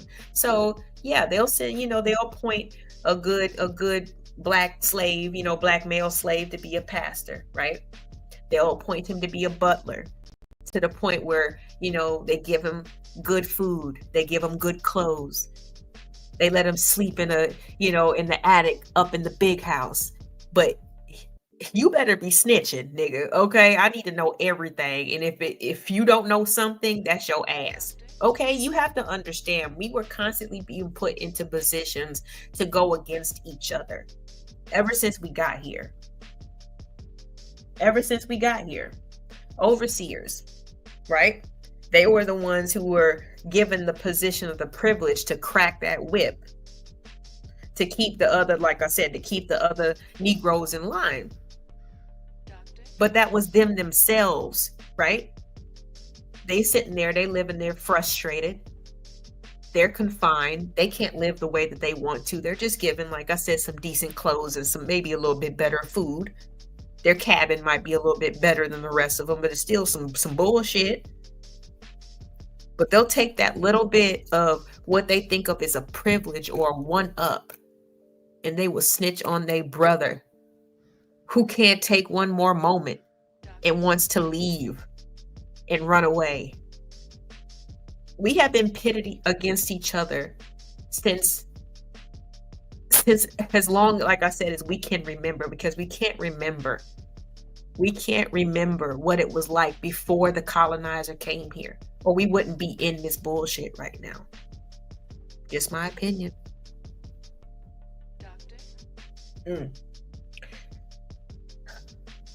During those times, like I said, where you got these individuals who would these black folks who would compromise themselves, whether it be man or woman, right, for better treatment or whatever. You got to understand, like I said, the cruel treatment, that was actually the law of the land. You know what I mean? There was not even police forces and things like that. But when a slave ran away, that's when folks would band together, ride around on their horses drunk in the middle of the night, looking for stray Negroes. It was a hard time, but that was the law of the land. What you doing out here? Now I understand the percentage of free African Americans was higher than a lot of people might have thought it was. There was free people who lived here as well, but I'm talking in terms of the conditions of the individuals, you know what I mean, who are taking on other people's fights in their psychology, how they got here. I'm not talking about the free men and women, because that's a different lifestyle. I'm talking about the individuals who didn't know anything. They were stripped literally, from their land, brought here and broken to the point where they didn't want to speak their own language, praise their own God, you know what I mean, dress the way they want to. I'm not talking about the free men and women. I'm talking about the enslaved ones, because the mentality is still there. And I don't understand why Black men and women are not keeping or prioritizing Black. It's okay to do that. Everybody else does it. Everybody else does it. I don't know why we find a problem with specifically saying what we want and what we need as Black men and women, and instead we blame each other. I've heard before that the Black woman is the most detrimental, basically is the Black man's enemy, and that was just mind-blowing to me. So yeah, we gotta look into this, family, because that thought and that notion, that statement sounds so ass backwards. It's not even funny. How can your mother be your enemy if the Black woman is the most dangerous thing? Is the Black man's in? How? So let's keep on going. Yeah, the self-hate was crazy, man. The self-hate was crazy. And then, like I said, a part of this whole process was the breeding part, right?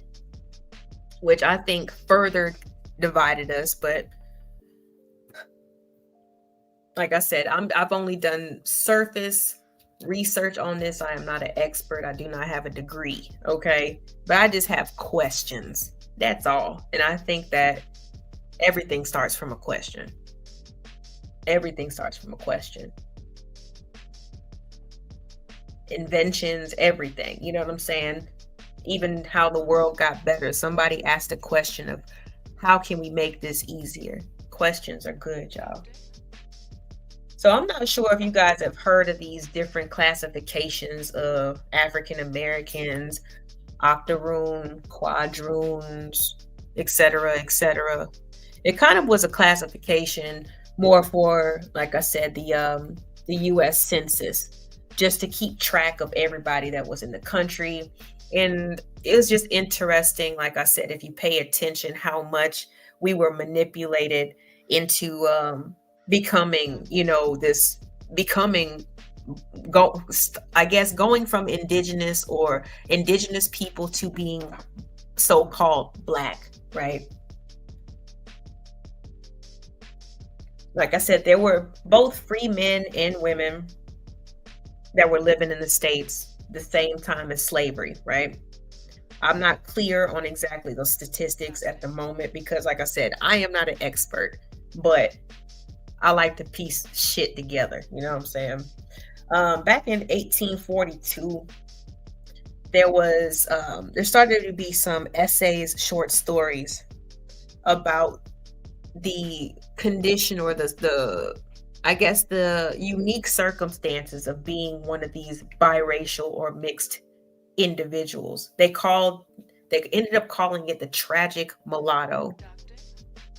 And this was someone who was usually half and half, like where their father was white and their mother was probably something else, right? But the way that the child grows up, I guess, is why they call it tragic. Well, this is the Tragic Mulatto is a story.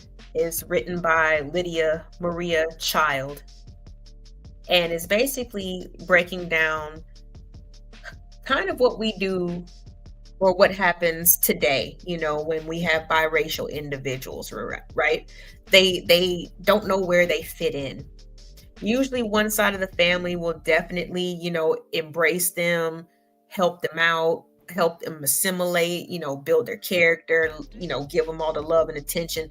The other side, they identify with because they share the features, but they don't identify because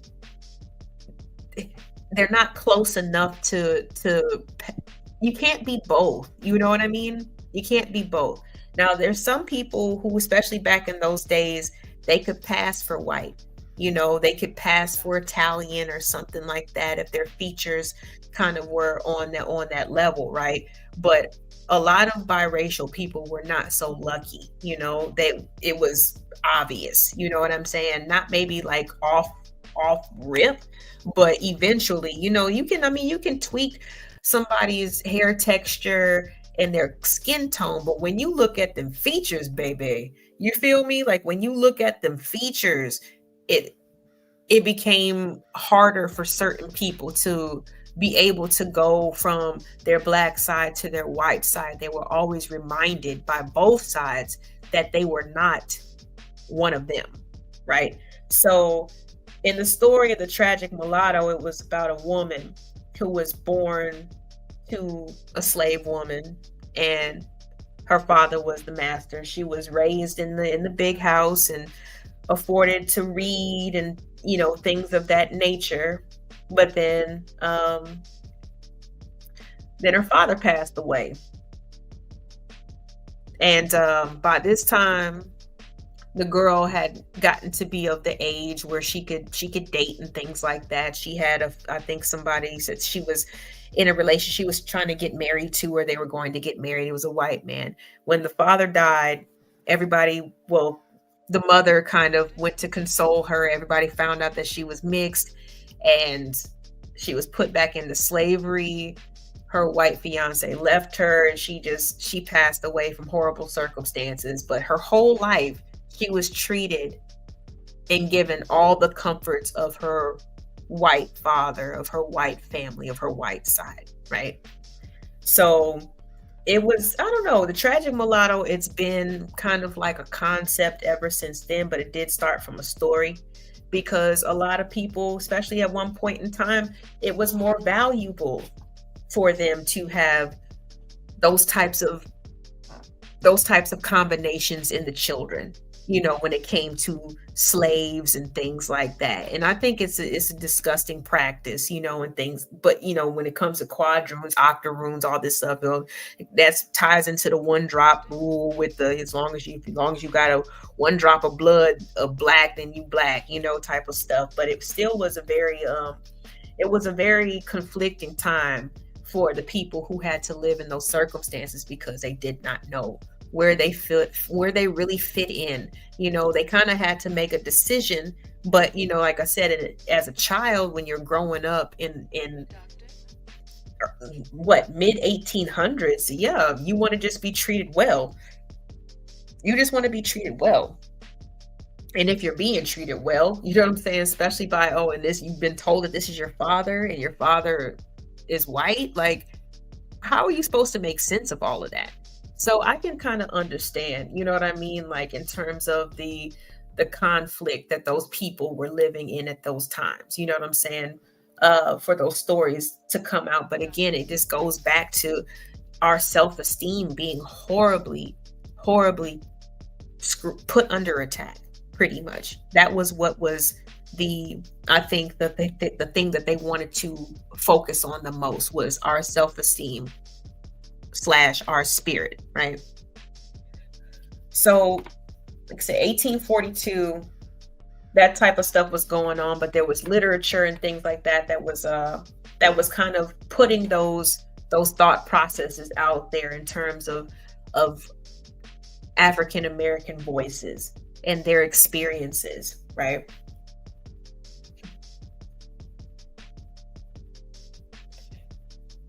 All right. Now, again, I guess, I don't know. And I love books, don't get me wrong. I love to learn. I love knowledge and all that stuff. But some of these mugs, some of these people be absolutely insane. All right. So we got to go to Charles Darwin, right? Pretty much was the person who came up with the theory of evolutions and also the origins of the species. You've seen the diagrams or the pictures or sketches of the different skulls in terms of rank and importance in the world, right? Those types of things, when he was I'm not even sure where Charles Darwin is from. He's from Europe somewhere, but it was just just having that type of extra reinforcement where you have literature and the people who want to be on top, the people who have taken, away people's language, histories, family members, all kinds of stuff, have totally disconnected them. They're the ones who are just, they were being prompted up in terms of telling us who we are. Charles Darwin being one of those people, right? So, of course, for a long time, the world thought that African Americans or people who were of a melanated, complexion or from different parts of the world, it attributed to their intelligence and things like that. But we know that that's far from the truth, right? But this just goes back to, like I said, just laying the groundwork of how we kind of keep getting put into these positions where we're not prioritizing ourselves, and it's almost like we're scared to say it. It's almost like we're scared to say, no, I need this for Black people, not minorities, not the disadvantaged. I need this for Black people. We're afraid to say that. But for some reason, when it comes to other people's causes and other people's thought processes, we be right there with our votes and, our opinions, and we doing shows and doing all this other stuff. I just think that we need to put the focus back on each other, put it back on ourselves, right? So if we're put into this institution or into this system of devaluation, and I don't even know if that's a word, but basically slavery, right? Where we weren't valued. We were told that basically, hey, this is your lot, this is your purpose in the world. They use the Bible for that. They use religion for that, to keep us, so they wouldn't have to keep us in chains. We were walking around, we were walking around the plantation, and we came our ass right back home. You know what I'm saying? And nobody had to do anything, because they were already, like, there were so many other different methods in place, including the religion, you know what I'm saying, that kept us, you know what I'm saying, where we were at.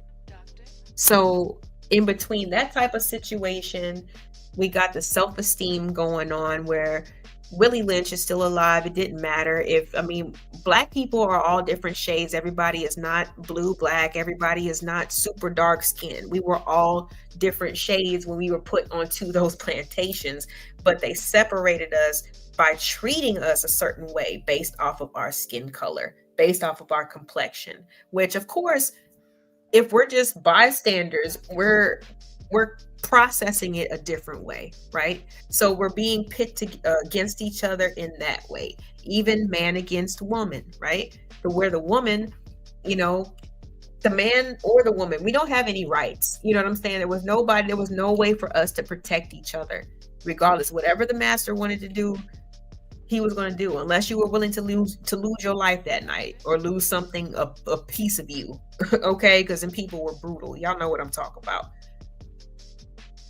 What could we do? You know what I'm saying? So women were forced to take care of other people's children and neglect her own. There were a lot of things that were put into place on that plantation. All right. So then we move forward. We move forward, or we try to, because times change, right? And the country has different needs, and they will tailor it and make it, make things the way they want to, in order to make sense to the masses, in order to keep all the participants and all the people playing the game, right? So eventually, emancipation comes about. Y'all know about that. But after emancipation, it's like, both Black men, Black women, we didn't have anywhere to go. There was no 40 acres in the mule, for the most part. The war was over, find somewhere to go. Some people did stay at the plantations that they'd always lived in or lived at, because they were born there, and they didn't know anything else about the world in terms of travel, navigation, what their next move would be. Of course, a lot of people definitely left and made prosperous, made some good things of their lives. I'm not saying they did prosper, but I'm pretty sure that they did in their own way, compared to the slavery thing. All right, so let's go ahead and just cut to the chase, because feminism is something that has been going on or been happening for quite a while. All right. So we were emancipated in 1863, technically. Y'all know about Juneteenth. We didn't hear about until a couple years after that in 1865. I get it. Now, roughly about 15 years before that happened, before they emancipated us in 1848, they invited all of the Italian, Irish, German immigrants. That was the immigration wave. Lady Liberty, right? Bring me you're tired, you're poor, you're hungry. That was in 1848. So now we got an influx of people who are coming into the country who are also non-melanated people, right? So then we get, but at the same time, all of those Europeans were not seen the same. You know what I mean? There was definite discrimination between the people, I guess, who were part of the original colonies and the people who were considered immigrants, whether it be Italian. Like I said, I'm always gonna bring up the Irish. Y'all know about that, right? So they were still kind of had to carve out their own part of the country when they got here. You know what I'm saying? They was white in complexion, but compared to other white people, they was definitely still different. Okay. So if y'all look at the gangs of New York, you can see how the different clans, tribes, and all that type of stuff, when it came to white people, duked it out. All right, to carve their little niches and gain their little bit of, their respect as much as they could, right? But we was trying to get the same thing, as freely emancipated people. And I mean, even when I was doing some research, Harriet Tubman was she was good friends, well, as good of friends as you could think of, but she trusted these two white ladies. They were part of the Underground Railroad, because we did have some white allies, and some of those people actually were in positions of power. But the women, since they were the ones who just stayed at home, their husbands, had the more, like I said, they might be a politician or something like that. And in the evening, they're hiding runaway slaves in their cellar. Now, I'm not saying all of them did this, but some of them did. So there was a loose conglomerate that was happening, I guess, with the black and the white women, because that's when the whole female suffrage movement was going on, right? And Sojourner Truth, she put out her famous speech, "Ain't I a Woman?" Not sure if you guys remember that, but again, it was kind of just bringing up, and that's what women like Harriet Tubman, Sojourner Truth, Ida B. Wells, they helped to just kind of cross-reference and let especially with the white women who are having their own separate issues with their men, right? Hey, I get it, hon. You know what I'm saying? We're all women, but this is what black women are going through. It introduces intersectionality, all right, of not just gender, but race. That's a double whammy. And then you got to think about class. So if you think about Sojourner Truth, she was a poor black woman. That's the lowest tier on each of those categories, right? Now, most men have to deal with class, which is a money thing. You can always pull yourself out of that. Now, the race thing, I understand that can be difficult and that can be tricky. But if you're a man, you're a man. If you're a woman, it's a different story, because women were not taken seriously at all, similar to how black people in general weren't taken serious at all. So this whole situation just be blowing my mind sometimes, but we gonna keep it moving. All right, so we got the teaming up of the black and the white women, right? This is first wave feminism. First wave. Also, like I said, with the suffrage movement and everything like that. Now, black women weren't necessarily tricked into the whole feminism thing, but I will admit, we were not the priority. right? And this is what I was saying earlier. Black people need to stop being so afraid to say, no, I need this specifically for Black people. They don't want to do that. They want to say minorities. They want to, well, it's not that big of a deal, or downplay it. No, man.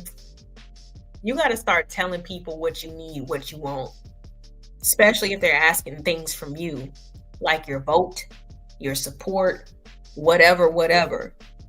If they asking something from you, then you need to be asking something specifically from them. And we need to stop being afraid to ask for what we want.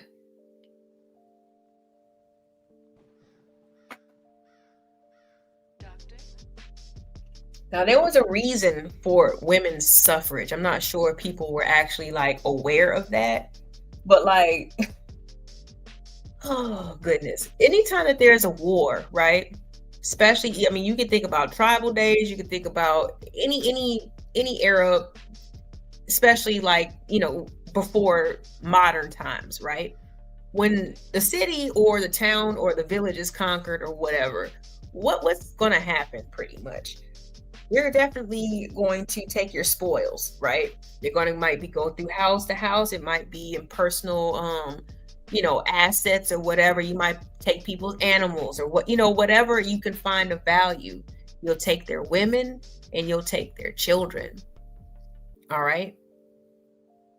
I hate to say this, but rape was a huge tactic in war. Once they got, I guess, like I said, to the point where they beat you, oh yeah, your tribe is done. You feel me? And it was quite, women were always the target when it came to those types of situations, right?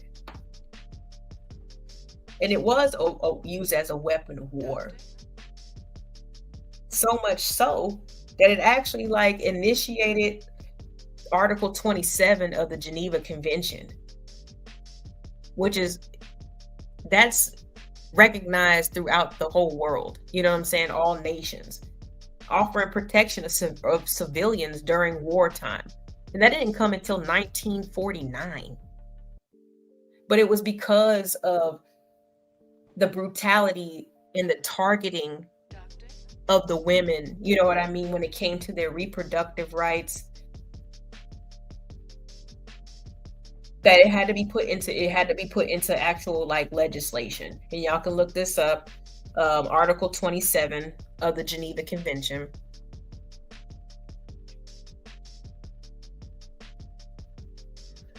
Yeah, but we weren't the priority, but we needed things, you know what I'm saying? At a certain point in time, Black women, we didn't have any say so. There was nothing that we knew that was going to happen. If something bad happened to us, they knew there was probably nothing that was going to happen in response to it. Nothing. There was actual situations of Black women being sterilized without their consent, permission. Of course, there was economic situations that were going on. We were married, we wanted to be together. Black men and women, we were, especially in those hard times, economically in the country, it makes it easier to be together than to be apart, right? But we needed education. We needed something better than just being somebody's maid. We couldn't get nowhere doing that. You can't make no money doing that. We needed education. We needed access to certain things. That was what feminism was for Black women, first wave. While they said we get tricked into it, we needed this. The family needed this. In order to bring the whole Black family, we needed 2 incomes. There was too much that we had to go against as a couple, just for being Black in America. There was too much. Both Black men and Black women needed as much opportunities as possible if we wanted to be prosperous, if we wanted to make the next generation better. reproductive rights, education, and we wanted access to that damn vote. Okay? Because votes changed policies, it changed legislation. We understood that. That's what feminism was for us. So, hey, it was better than nothing. We ended up getting at least a little something because of it, right? Now, I can't speak to the third and fourth waves of feminism. I'm not going to go all into that. I'm just talking about more of the whole introduction for Black women getting, I guess, buying into this whole movement. But it's just, to me, it's kind of like hypocritical because, like, similar, like I said, to civil rights or anything else, when we were Black and we were seeing the disparities, we were told that we were inferior, incapable, and all of these things, we adamantly disagreed. We adamantly tried to prove ourselves and show something different. But now the same group of people is saying that about a different just because they're a different gender. Y'all don't understand, like, the connection between two. If at one point in time we were told that it was ordained by God for Black people to be servants and slaves,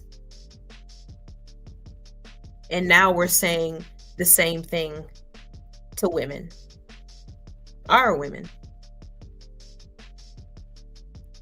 There's a correlation here, all right? And I don't understand. I don't understand how y'all got really pulled into this crap, man. Like I said, I'm going into, I know the obsession with women's bodies. All right. So the suffrage movement is ooh, Lord have mercy.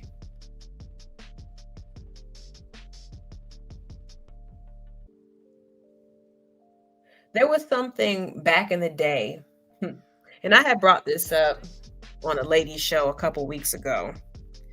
But when this goes back over 2,000 years, right? But apparently, whenever a woman would act in a way that a man didn't understand, whether it be,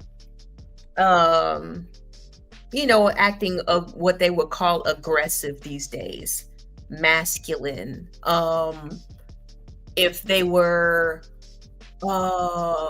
super detail oriented, if they had a low sex drive, if they had a high sex drive, if they had an increased appetite, anything that was changed in a woman's behavior that a man didn't understand, she would be labeled with, or she would be diagnosed with hysteria.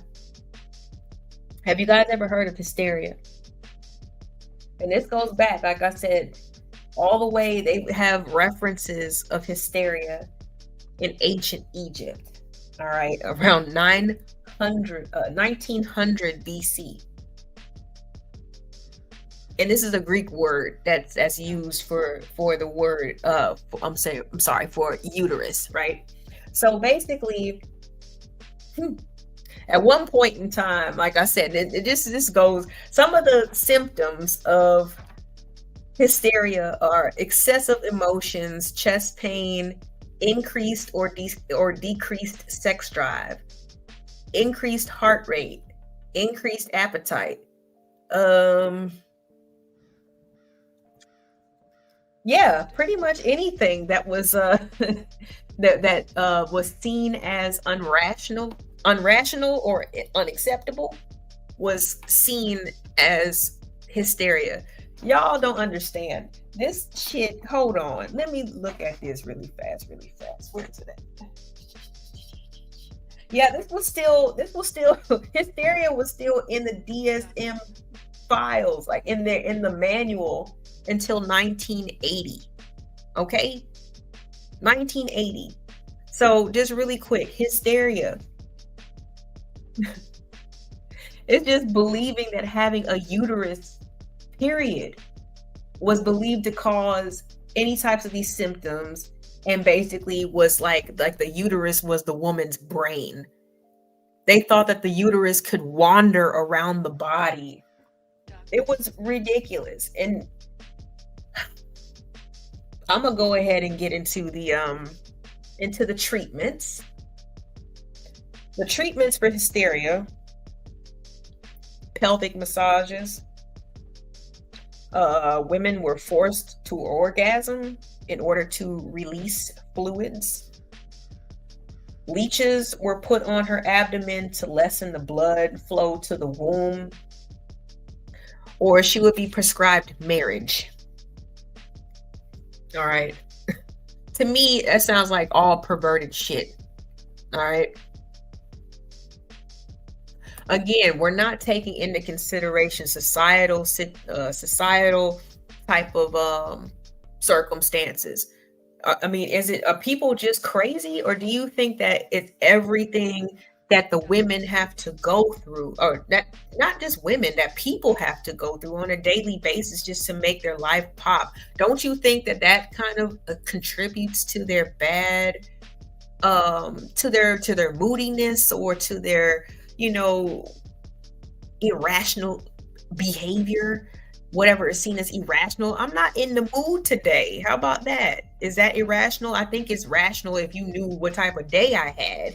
You feel me? But I don't think that these people were just acting crazy. Yeah, I mean, I've heard of people being institutionalized, women being institutionalized, shock therapy, all kinds of shit, just to keep her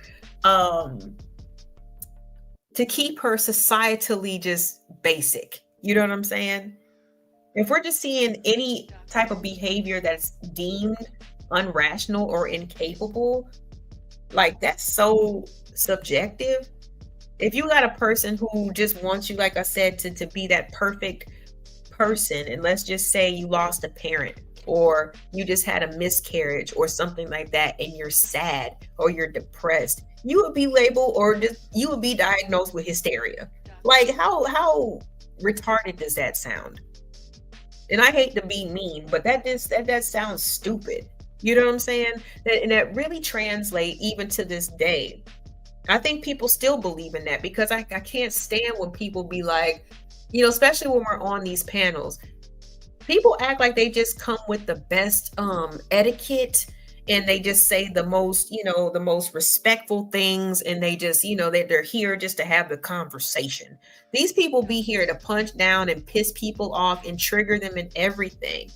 And when women usually respond on panels, what is the the stupid ass comment that's usually said? Oh, she probably just needs some dick. Y'all sound like some people who believe in hysteria then, because dick does not solve everything. It really doesn't solve anything. Make you feel good, you know what I'm saying? But at the same time, if you already got other stuff going on in your regular life, it's not really going to help anything. But again, back in the day, they thought hysteria, oh, she just needs some dick. Let me give her a pelvic massage. What the fuck? Hey, you need to get married. But if the symptoms are increased or decreased sex drive, like, it could be anything. It was another example of the obsession with regulating women's bodies. Goes into why the feminist movement needed to even happen. Let's go even a little deeper. Pause. But when it comes to hysteria, that also was a big component to the Salem witch trials. When men just didn't understand how women lived their life, how they appreciated things, how when you just pause, I mean, indigenous people know this, but when you just pause and you show appreciation for life, there's so many different things that nature in the world will show you that is so beautiful when you pay attention. But somebody who believes and appreciates nature will be called a witch. somebody who, who might be dealing with some mental instability is being, they were burning bitches at the stake. You feel me? That was a part of the hysteria. That was a part of it. They were literally, they said it was, I quoted them as being mystified or just confused as hell when it came to women's health.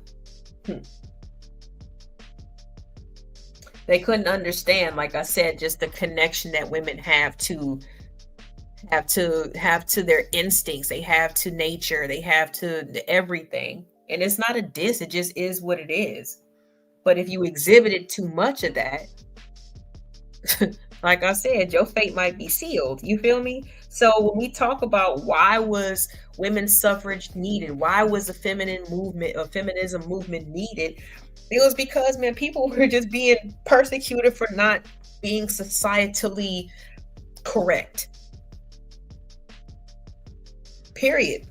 Which I don't think anybody wants to be limited to that way. Because if that's the case, well, that is the case. A lot of men right now don't like to be told what it means to be a man. Don't that feel bad, fellas? When you've been a man since or you've been male since you've been born, you went through your own personal struggles in life, and then you get to a point of processing and understanding as an adult, and then you got another random dude coming up to you talking about you ain't no real man. Everybody just wants to be appreciated and does not want to be put into a box or something that that society wants to deem for them. I think that's fair. Don't nobody want that. Exactly. I don't know. You gotta tell me. But again, similar to back then when it was basically any little small thing that a woman did meant that she was hysterical, because according to society, she wasn't acting feminine. She wasn't acting ladylike. So again, the same way that we didn't appreciate that, I'm sure it doesn't feel good for a man's manhood to be questioned. I don't really like to get all into the definitions of what it means. I'm not a man. But I know what type of man I will submit to. Anyway. Yeah, so there was a reason, you know what I'm saying, for this movement. It wasn't just women whining and complaining. Like it was brutality, you know what I'm saying? It was anytime that the men weren't able to protect them, then like I said, the conqueror can literally conquer them, and there was nothing that they could do about it. Once, like I said, when Black people got here and we were set, basically free from plantations, or even when we was on plantation, there was nothing that we could do about we didn't have any autonomy. Black men and Black women did not have autonomy. We were used completely in every single way. And I'm not diminishing what Black men or Black women have been through. But again, if we know this for a fact, why are we acting like we don't know where we come from and what we come from? And only one side means, it means more than the other, when it doesn't. Pain is pain. Struggle is struggle.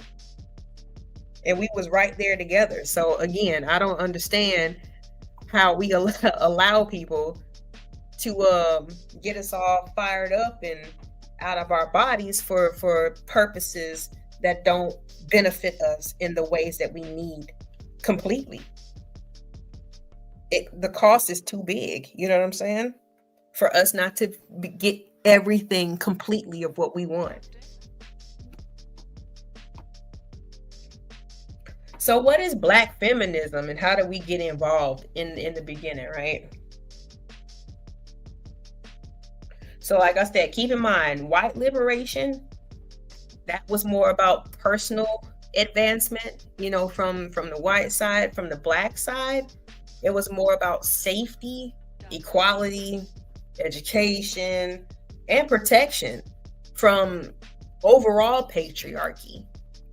And I'm not saying, I mean, well, whatever. I'm tired of giving disclaimers. People gonna get sensitive anyway. Oh, you talking about my team? Anyway, but patriarchy, yes, because again, Black women have always had to work. So in order to keep the food on the table and all that stuff, we would have to get our asses up in the morning and go work for somebody else. Patriarchy still existed outside of the household. We needed protection from that as well. We're not talking about inside the household. We talking about outside. Because we were dealing with racism and sexism and classism again. Okay. So we were targets. And a lot of people a lot of Black women didn't even mention the things that they went through in terms of harassment, abuse, assault, anything like that, because they knew that they men couldn't do nothing about it. Why tell them? Why mess up a good night? Why mess up the family, right? Because apparently women just have that much control when we just want to be protected, right? We just want to be protected. So Black feminism, it focuses on that intersectionality of the racism, sexism, classism, because that's a lot to deal with at one time. It was different from just trying to, advance ourselves on a personal level. It wasn't individual with us, but we needed something. And we weren't in a position to get it going by ourselves. All right. So that's what it was. For white feminism, it gave them the education and it gave them that vote as well, right? But for us, we needed so much more because we weren't even safe traveling to and from place to place. And half the time it was either to school or work, right? But I feel like movements are, in general, they're a response to a social condition. You know what I'm saying? When we have these people who react, whether it be, now we have the 4B movement. We did a show a few weeks ago about Boy Sober. People who are kind of like recentering their thoughts and their priorities because of not only the things that they, that, took us to get here, in terms of a people, whether it be women, African, minorities, whatever, men, whatever. It's a response to what they're currently dealing with, and especially with the social, when it comes to social expectations and things like that, right? So, like I said, if we got all of these, when I laid out all of this stuff when it came to, the feminism movement, right? When they have such thing as a suffrage movement, we had forced sterilizations going on. We had, like I said, the notion of hysteria. We had globally grape being used as a war tactic, so much so that an article had to be put internationally just to protect women.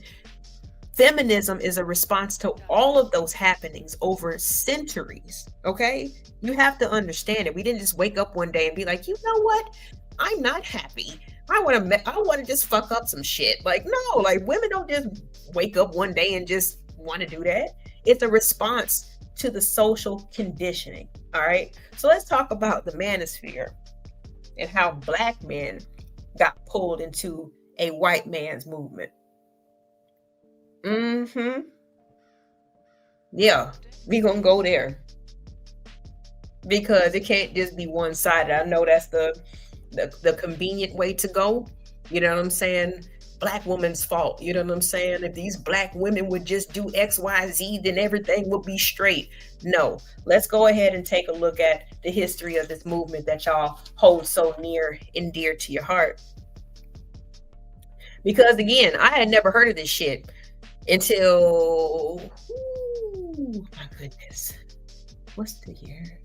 I didn't hear about red pill, whatever this stuff is, until about like literally 3 or 4 years ago. 3 or 4 years ago. Before then, I never had an issue with coexisting with guys who I chose to be in a relationship with. I never had a problem. Not with the dynamics. Okay, we just were ourselves. I've been with guys who like to cook. I've been with guys who don't like to cook. I've been with guys who like to hike. I've been with guys who don't, you know what I'm saying? Like, I've been with guys who like to build shit, you know, or are super knowledgeable. I've been with guys who are not so much. Like, I've never had a problem with coexisting with anyone that I've been in a relationship with. Until I meet someone and they introduce me to it, and it just sounds totally opposite of how I saw my father love on my mother. Totally different of how I see my brother love on his girl. It's totally different from my uncle, how I see my uncles love on my aunties. Like, I've never heard of this type of attitude until about 3-4 years ago. But we gonna take a look into it, because this came in actually the men's liberation movement was aligned in step with second wave feminism. Roughly about in the 1960s, you know, that's when 1960s, 1970s, this movement started with men, because they were critiquing gender roles in general. You know what I'm saying? The Vietnam War was going on. Of course, a lot of people, especially young men, were being a part of the draft. Now, I did want to pull something up really quick, because I think it's, like I said, I don't know a lot about the Manosphere, so I had to do some research on it. But I did find a video. Give me 1 second. Where did I put that? No. There it is. All right, give me 1 second.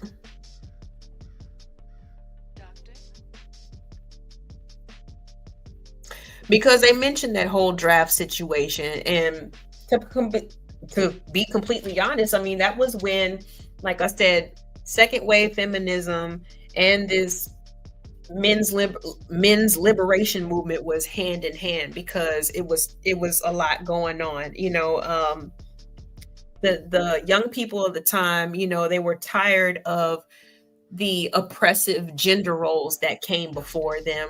They didn't see the fairness in, you know, having, you know, like I said, the draft of the war. A lot of people didn't even believe in the Vietnam War to begin with. That was also the same time that women were finally able to have bank accounts and have, like, you know, those types of securities on their own. So it was a lot going on with both the men and the women when it came to their how society was trying to tell them how to be. That's why I'm like, I know y'all don't like that shit. You know what I'm saying? But at the same time, people love to tell women how they need to be. And there's like, okay, well, if that's the case, then again, we need to be thinking about how the men need to be. Because every man is not a leader, every man is not capable, and every man is not comfortable with the assigned gender roles that society has tried to put on them. Let me see here. Let me pull this up. Yeah, I had to get a little history on the red pill. So I think I found a pretty decent video. Give me 1 second.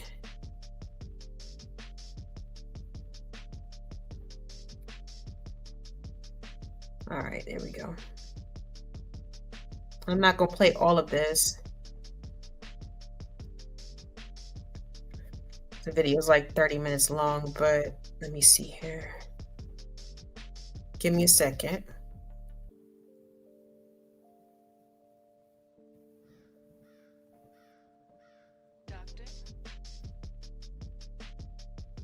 Whew. I'm sorry, let me pull this back. Dang, I didn't even realize this. Okay. Let me go ahead and get this pulled up. Give me a second, y'all.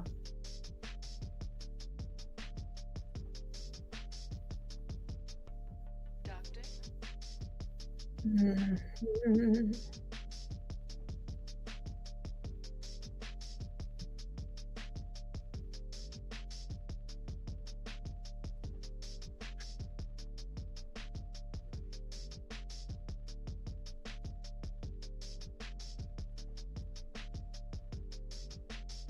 You ask for the blue pill, you're gonna get something very different. In the movie, they say that one of the defining characteristics of men's role in society is the concept of male disposability. Every society that survived based on its ability to train its sons to be disposable.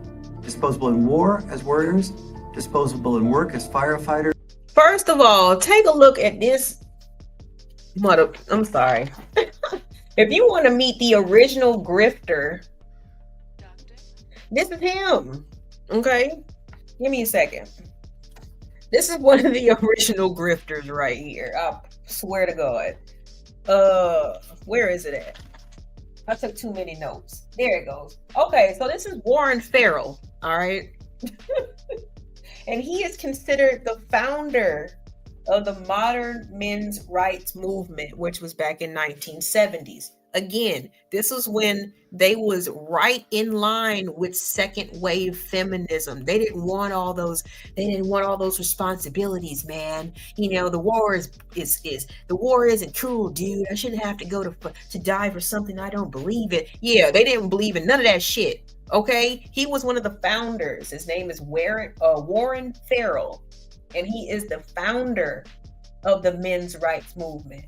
But then later on, flipped the script and wrote The Liberated Man, and then turned his back on feminists, and you know what I'm saying, when he wrote this book. And now he on this red pill bullshit. But he was the founder of the men's liberated movement that was in line and in step with second wave feminists.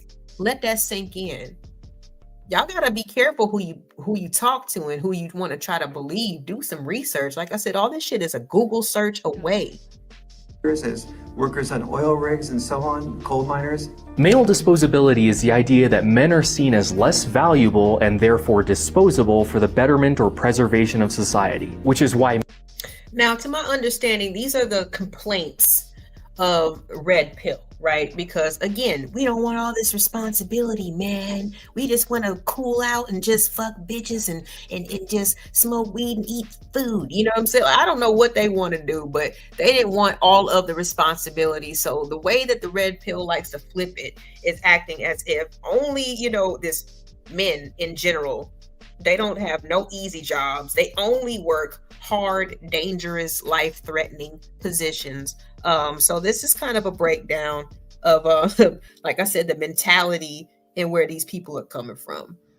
Men account for most deaths in the workplace. The film makes it a point to mention how many people died on the job and what percentage of those deaths were men. In 2017, it actually increased to 5,147 workplace fatalities, 92.5% of which were men. Just to put that into perspective, that's more casualties than the entire Iraq War, all 7 years put together every year. So this is a genuine problem worth talking about. The most dangerous profession when it comes to how many deaths there are per worker is fishermen. If you've ever watched The Deadliest Catch, you'd know that. But the most shouts out to A-Dub. Dangerous profession when it comes to absolute numbers is truck driver, with almost 1,000 deaths in 2017, more than the next 10 professions combined. Why aren't these the jobs we talk about when discussing male disposability? The red pill mentioned coal miners, oil drillers, and firefighters. Even the watch commercial responding to Gillette uses firefighters when quoting the same statistic. Only 35 firefighters died on the job in 2017. Don't get me wrong, I wish it was 0, but these aren't the guys dying by the hundreds. These are. Why aren't truck drivers the face of male disposability? Because they aren't heroic, even when discussing. Ooh, boom. Damn. See, and that's crazy. We know, okay, so again, this goes along with how society and perception and all this stuff is. They talking about, the red pill, they like to mention super dangerous jobs of working on coal mining and oil rigs and this, that, and the third. This gentleman is saying that one of the most dangerous jobs is truck driving. But the Manosphere likes to advertise, I guess, these other jobs because they look more heroic. Again, the marketing. You guys got to look into what they really are, what they're really selling to you. Because I mean, I can understand. Give me a second. Because like I said, me as a woman, I don't want to be told, okay, well, because you were born with certain parts, like I'm gonna need you to just stay in the house all the time. Don't really want you to have any outside interests outside of your husband and your children. And yeah, just live for them. That's it. Like, I don't want to be told that. So I don't want to be the one to be like, yo, guys, like, you know what I'm saying? Hey, if you're a type of guy that's not cut out for certain shit, then don't do that. It doesn't make you less of a man to me. You know what I'm saying? But you got to know who you are.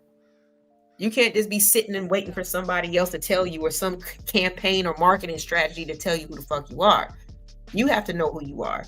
That's one of the sexiest things that a man can offer, I swear to God, is just confidence, knowing who you are, and everything with all your strengths and your deficiencies. You know what you can do and what you can't do. So you definitely are not going to do anything or try to do something that you can't do and embarrass the whole goddamn family or put us in jeopardy. Okay, like that's all we be asking for. Can you just do what you said you was going to do?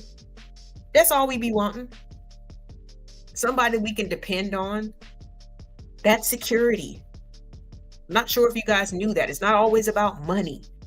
You got a skill? Bet. We can monetize that.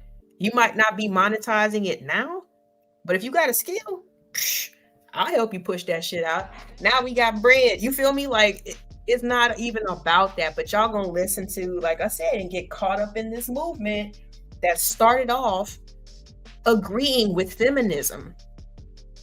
And really, a lot of this whole, like I said, this whole men's rights movement was more white men being frustrated with the advancements that their women was having. And while the men's rights movement was doing their thing in the 1960s and 70s, they weren't inviting y'all to the party, bruh.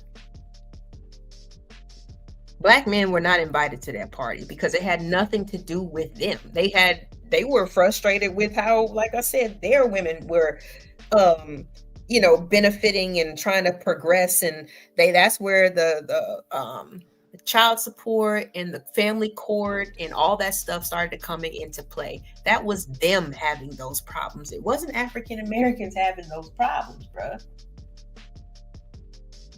And if you don't believe that, then ask yourself, why did the Black Panther Party have it coexisted at the same time as the men's rights movement, but they had to do the Black Panther Party and a lot of pro-Black things because the white men would not let them into their organization.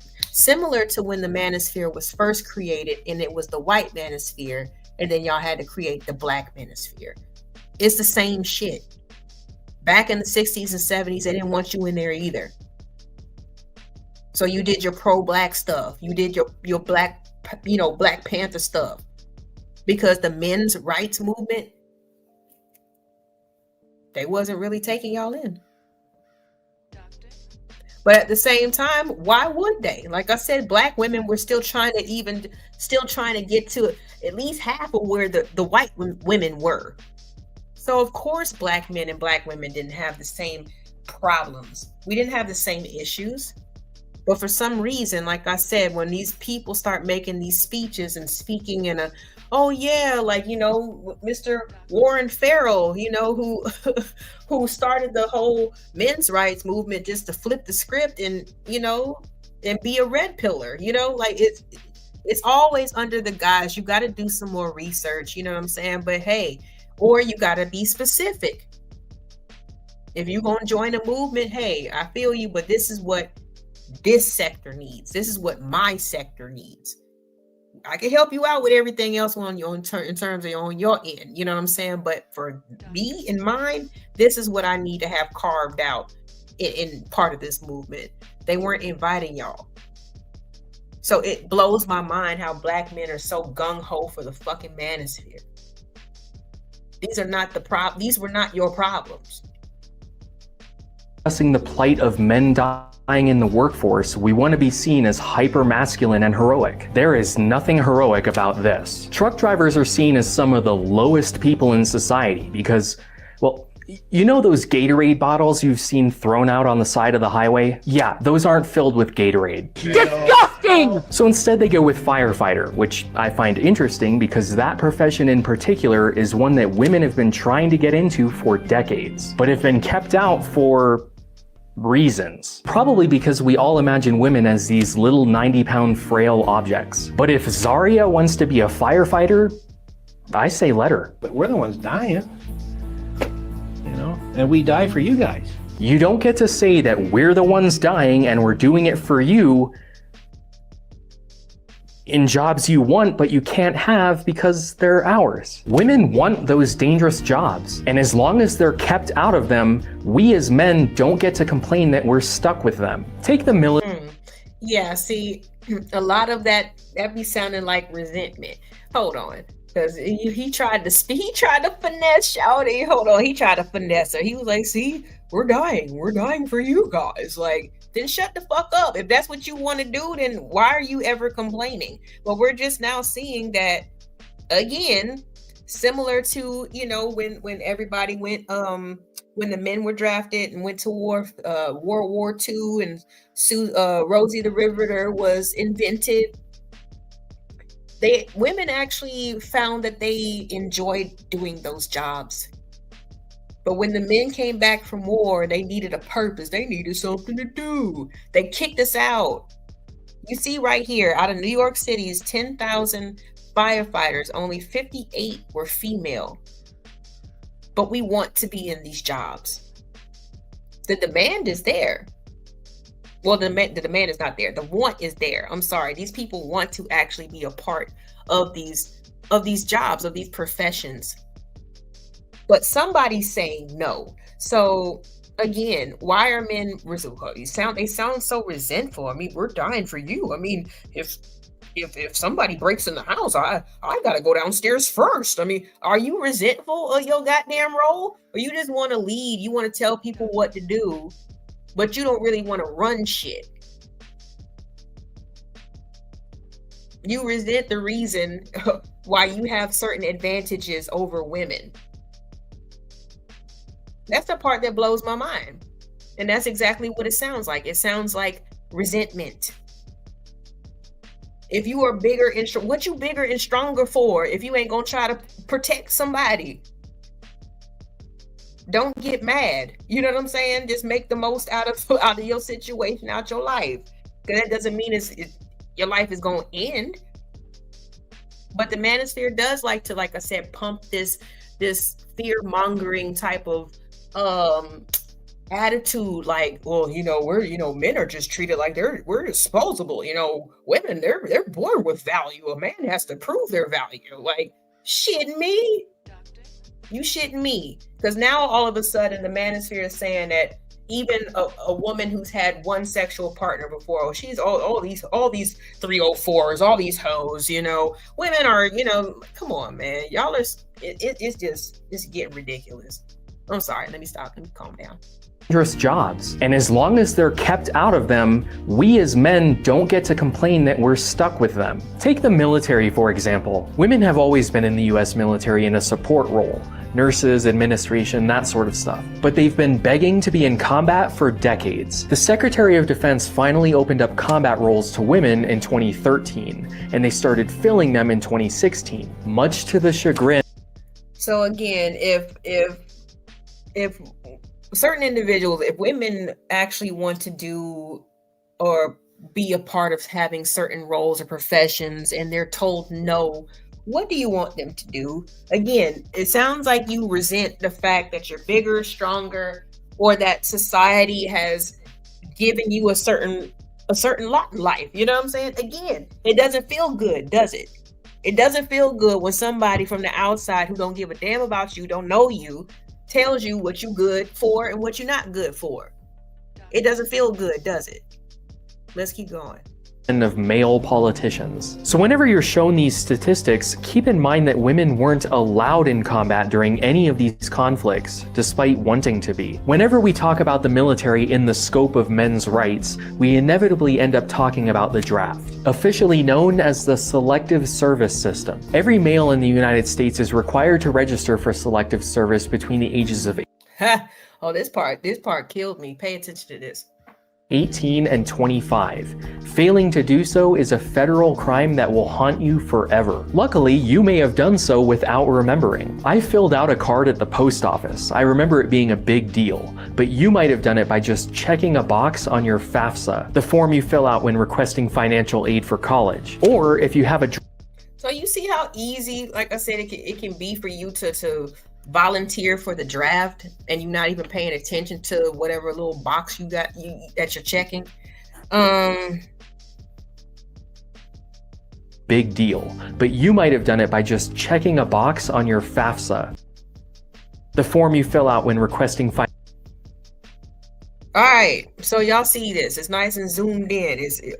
If y'all have applied for financial aid, FAFSA, whatever. It's something as simple as this. This is question number 22. Did you check this box? If you check the box, guess what? You're a part of the draft. Okay? It's really that simple.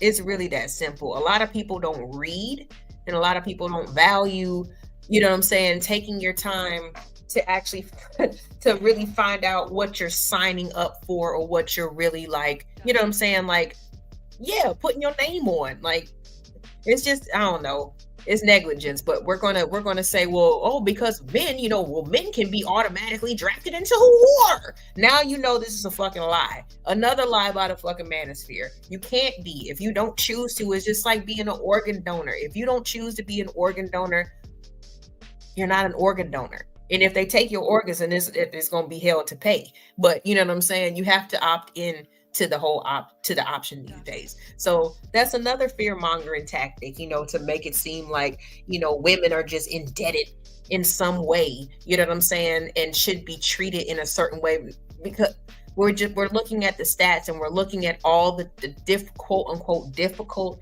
and unglamorous jobs that women actually want to be a part of, but they're being told no.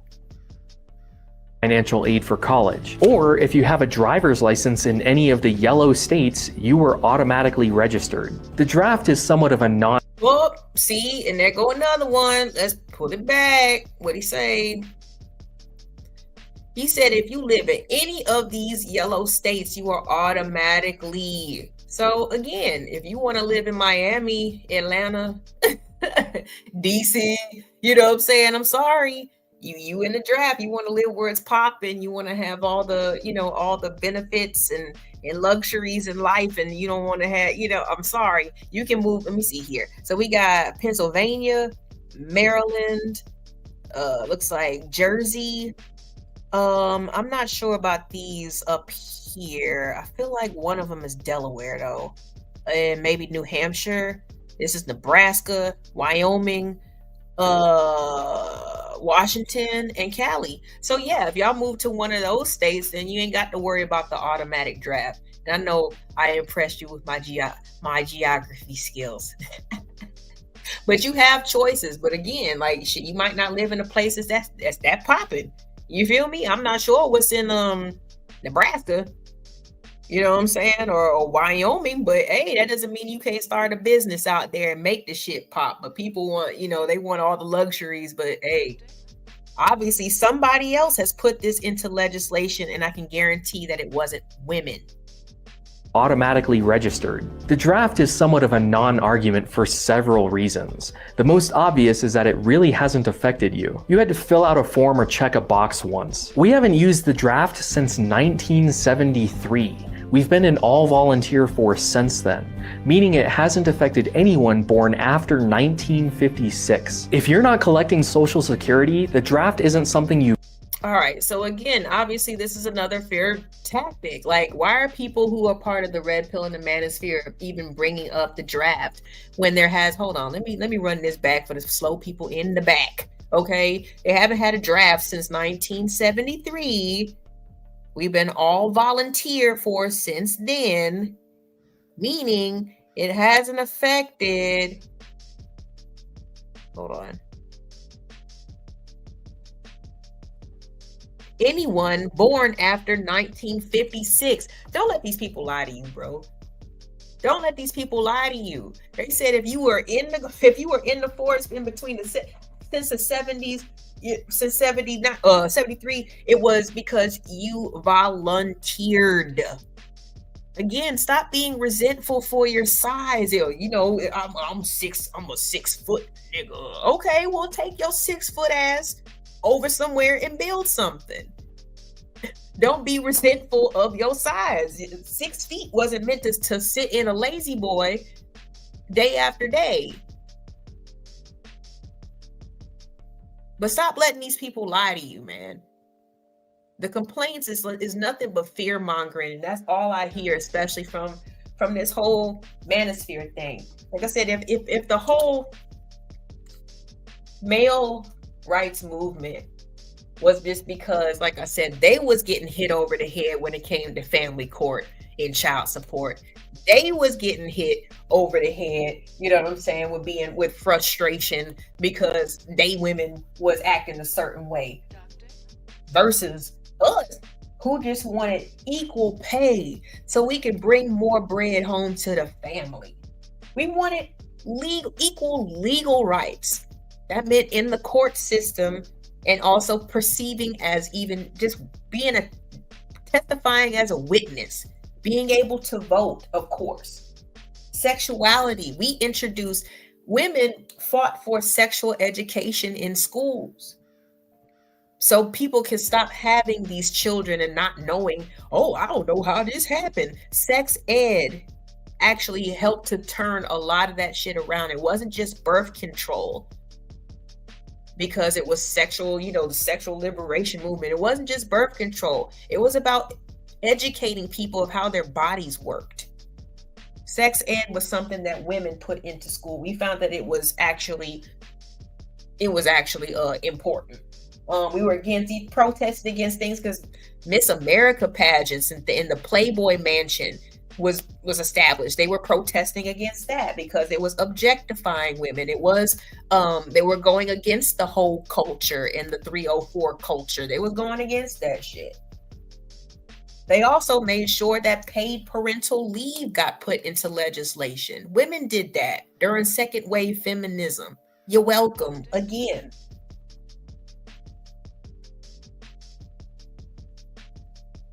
And they emphasize workplace discrimination.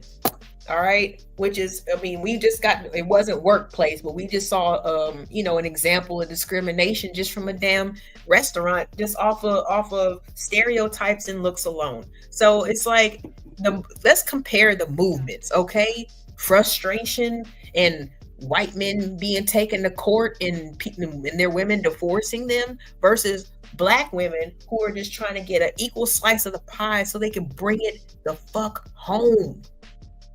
Y'all tripping. 1956. If you're not collecting Social Security, the draft isn't something you've ever had to worry about. And the draft is so historically unpopular that it would take something like Red Dawn happening for us to ever use it again. And I have a feeling that if that were to happen, we'd suddenly be okay with the draft. But it still might. Someday. Men feel that this is unfair since they have to sign up for the draft and women don't. But actually, that's about to change. One of the main arguments against women being part of the draft was that they weren't allowed in combat. Since that changed in 2016, Congress set up a commission to reevaluate the selective service system, whether that means including women or abolishing it entirely. There was also a recent court case that ruled an all-male draft was unconstitutional on the basis of that 2016 combat role change. But since Congress already set up a commission, you see, the Manosphere and Red Pill ain't gonna tell you this shit. So this is like I said, it's a 30-minute video and it's titled "Taking on the Red Pill." check out the full version. And that decision didn't really carry much weight. But there are a number of other ways that men are disadvantaged that men's rights activists often cite, some more legitimate than others. Men are dropping out of higher education at very alarming rates. We're down to 38% now of college students are men, and it's dropping rapidly. It was actually 43.3% in 2017 and isn't dropping rapidly. In fact, it's been increasing since 2005 and is projected to stay the same for the next 10 years. Women first became the majority of college students in 1979. But he is right that there's a difference in college graduation rates. Among women who start a bachelor's degree program, 62.1% of them actually finish, while only 56.1% of men do. It's not that big of a difference, but still a difference. You'll also hear that boys drop out of high school 30 or 40% more than girls, which is true, but that's relative to girls. In 2016, the nationwide high school dropout rate was 7.1% for boys and 5.1% for girls, which is actually near historic lows. In 1979, it was 15% and 14.2%, so trending down. But a 2% difference doesn't really sound much like a crisis, so 7 is 140% of 5, which gives us a 40% relative difference. You see this relative risk trick all over the place.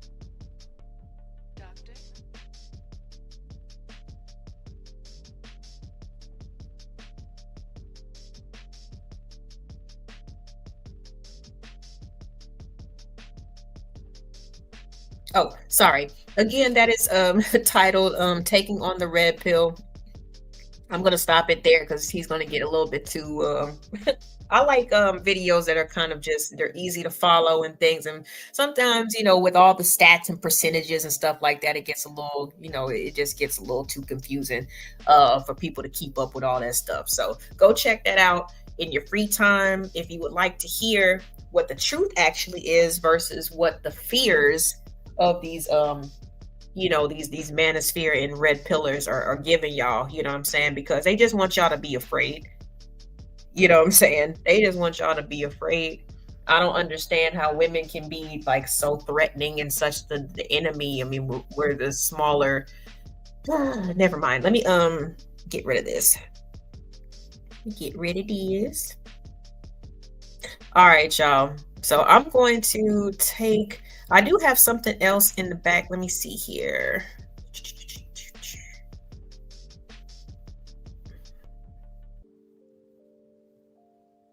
Give me a second. Let me see what this is because I was sent something, but I haven't watched it yet. Let me see what it's about.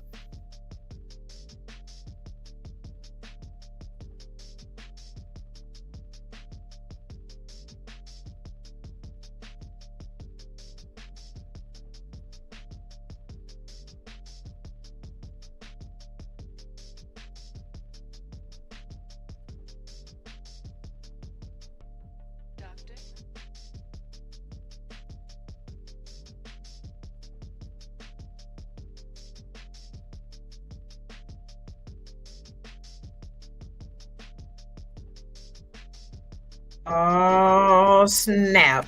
Okay, yeah, we're gonna have to do it. We're gonna have to do it. I just had to take a look at it really quick to see exactly what the. I still like. This is gonna be a lot of first reactions for me. You know what I'm saying? I don't get a chance to watch everything in its entirety, but oh my god, let me excuse me.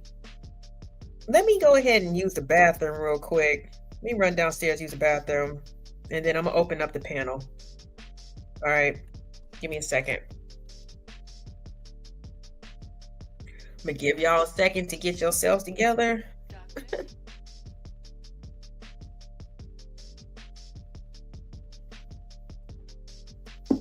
All right, give me a second, y'all.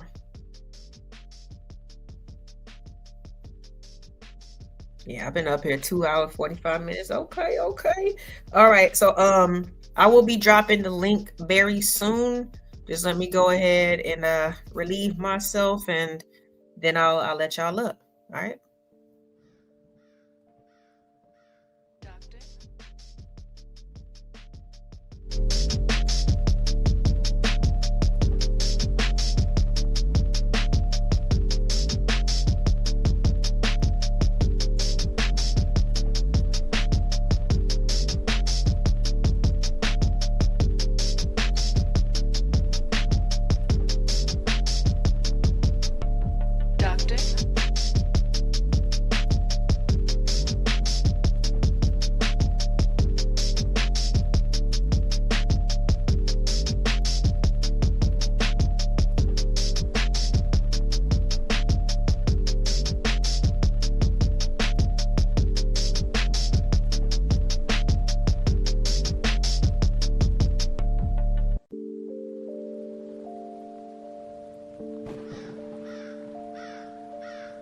Doctor?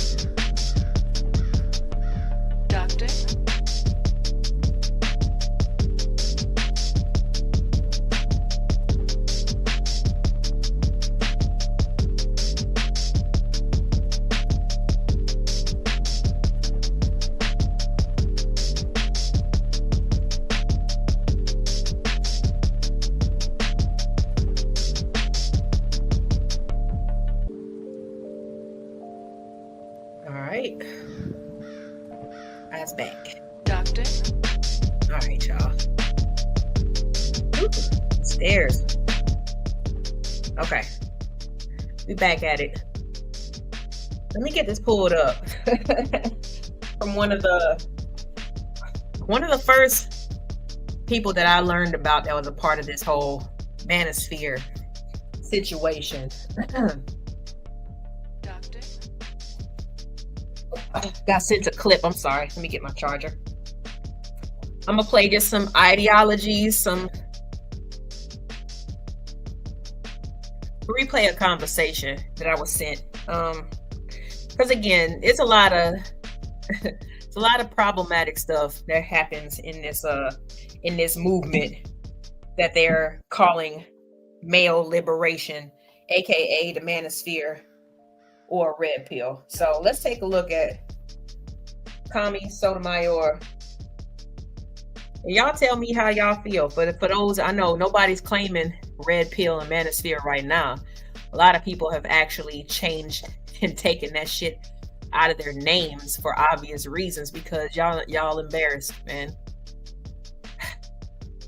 And I get it, it's okay. We're gonna get through it together. Let me pull this up. Give me a second. Because this is another disturbing, repetitive theme when it comes to the Manosphere. You know, the type of woman that they want. They want them, what's the F's? Fit, fun, and feminine, or whatever, right? But they also like them. They like some young, okay? They like some young. So, and I hate to say this, but we're gonna get into it, because I can't stand this repeated concept of age of consent bullshit. So let's get through this together, because I guarantee you there was nothing like this of this magnitude being discussed in the feminism movement. So my question is, how is this improving men? All right. Shouts out to my source. I don't even know where this came from. I think it's on Tommy's page. Okay, let's get this going. They wasn't up to 9, 10 years old. Yeah, when you hear the word have little knockers girl, in their hair and a Barbie doll in their hand. That's what we're talking about. you hear the word little girl, they in crop tops with their boobs out and their ass out. A 17-year-old. If you're thinking, if you're referring to a 17-year-old and a little girl at the same time, that is not the same. There's a reason why there's a difference between the word hebephile and pedophile. Mm-hmm. Lord, so now we gonna break down the distinctions of all of these files. Oh my God, we gonna open the files? Goodness, what did you send me? Let me see. Different words for a reason. Yeah, pedophile is the attraction to prepubescent, and hebephile is I get you. Hey, you guys ever heard of the other one? I'm not sure of the pronunciation. I think it's teleophilia or teleophilia or something like that. That is when the teen is attracted to the adult. Look it up, ladies and gentlemen. Those are technicalities y'all talking about. A 13-year-old girl is still a little girl. 14. Okay, 16. but a 13 and 14-year-old girl lying about her age. I can't stand. I'm sorry, Miss Ma'am, whoever you are up in the corner, like, what does that have to do with the price of tea in China? Like, we all know that everybody is not given the right guidance. A lot of people are missing things. They want attention, but like the attitude of shaming people for other people's lack of self-control is disgusting to me. But let's continue. Maybe I'm jumping the gun. I don't know. What is that? Yeah, a 13-year-old girl is still a 13-year-old girl, but if she looks 18, you being attracted to her is not you being a pedophile. What? This is where oh my God. This is where they're going with this shit. Oh my God. Okay, so let me get this straight. So Black men have a problem with all of the, Black women supporting and championing all the LGBTQ and all these different, orientations. Listen to how many different orientations they just introduced into the atmosphere. Hold on, let me take this back. Hold on. Let me do something. Okay, let's put on the closed caption as well. Because again, it's too many files being mentioned. Like, what are we talking about at this point? young girls. Lord have mercy. He was probably, yeah, I get you. Hey, you guys ever heard of the other one? I'm not sure of the pronunciation. I think it's teleophilia or teleophilia or something like that. That is when the teen is attracted to the adult. Look it up, ladies and gentlemen. Those are technicalities y'all talking about. A 13-year-old girl is still a little girl. 14. Okay, 16. but a 13 and 14-year-old girl lying about her age. What is that? Yeah, a 13-year-old girl is still a 13-year-old girl, but if she looks 18, you being attracted to her is not you being a pedophile. Yeah, I think that's what's messed up. We focused on the vessel and not the contents. I'm pretty sure I don't give a damn if she's overdeveloped or whatever. Talk to her. You gonna find out real quick. Oh shit, this person. Well, let me guess. You gonna take her slow. And even if you did that, you still wrong, because why are you talking to her? You there to take advantage of something? But again, even if it is a 13-year-old who looks like a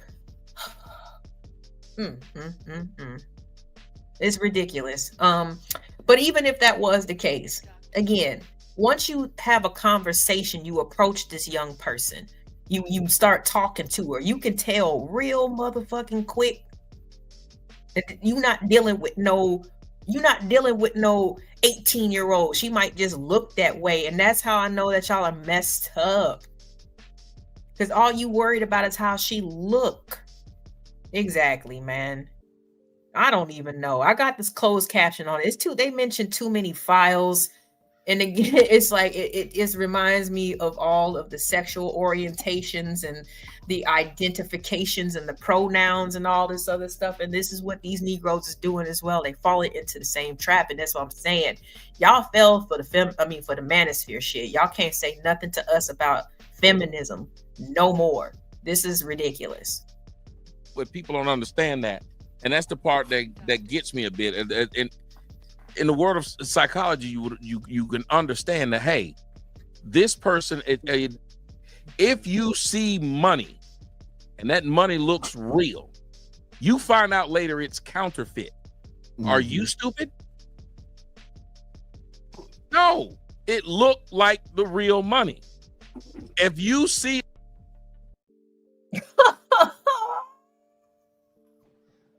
oh my God. This goes back to the same bullshit of equating women or individual people to cars and jobs and all this. It's a false equivalency. Oh my God, he just equated it to counterfeit money. Looks real, it feels real. Again, you're talking about a person that you can talk to and interact with, and you can't tell that this is a child. Let's see how many more excuses and false equivalencies we can come up with to say, hey, again, manosphere, hey, man, you can do whatever you want. And these women, they're just supposed to just what? Submit? And y'all talk about 13-year-olds? God damn. A person, and these people have done it, and it happened several times. When you went to the extreme of saying 13, but you didn't hear when I said 17. I went up to 16. I didn't stop at 13. I went up to 16. I didn't stop at 13. Okay, I'm just that's where I'm at though, because R. Kelly who was R. Kelly sleeping with? Those girls that they got him for? Them motherfuckers was grown. The one he peed on was, how old was the one he peed on? 14. That girl said that didn't happen to her, and I'm gonna go with her. I'm gonna go with her word. Bruh, it was a whole video. We're not gonna go there. So the one in the video. And unfortunately, if she was to say, yeah, that was me, watch how y'all men will come out the woodwork and just chastise and criticize that 13-year-old girl. Granted, I mean, Boondocks went in on that girl. You can't blame a victim for not saying what the fuck happened to them when this is the response. It's always, when it comes to a woman or a young woman, obviously it don't even matter. 13, My oldest is 13 right now. And when I tell you she don't know shit from shit, I mean that. So it is impossible for anybody to get me to believe that a 13-year-old can look like a 16 or 15. Come on, man. Even her little friends who are, a little bit more, they're taller and what I'm saying, whatever. They look like kids. They look like kids. They act like kids. They still like to go to the park and shit. This is, oh my God. All right. I'm sorry, y'all. That's what I'm saying. I'm gonna go out. What video you talking about? Why does it matter how old she was? She wasn't even. Why does her age matter when she wasn't acting her age? Right. Who these women? Who are these women? It doesn't matter her age if she's not acting her age. What? You be quiet. Okay. Because you're a deceiver. Deceiver, liar, cheater, all that stuff. Like, I can't stand when women be talking like this. It makes no sense. They act like they have not been, I don't know. Maybe they were shamed or blamed for something that happened in their past and somehow they lost their sensitivity chip. I don't understand. Like I said, that's why I had to break down all this damn research before when it comes to just the controlling and obsession with women's wombs. I didn't even get into everything because it was like literally even after a certain point where they were talking about all the hysteria and all this stuff, they actually pushed women out of being midwives and gynecologists so the men can do that. Y'all are y'all women who think like this, man, y'all, like I said, something is wrong with y'all, like for real. Or like I said, y'all need to go talk to somebody or something, because you should be a little bit more well-versed on the things that we go through. You know what I'm saying? And to no consequence of ourselves just because we are born and we're developing and growing at a certain rate. This shit is sad, Shawty. Why are we doing that? Why are we deeming him bad when she was somewhere not acting her age? She had no business there anyway. Where was her parents? So you're blaming only her? Yes, and her parents. Y'all are some horrible motherfuckers. I blame both. Thank you.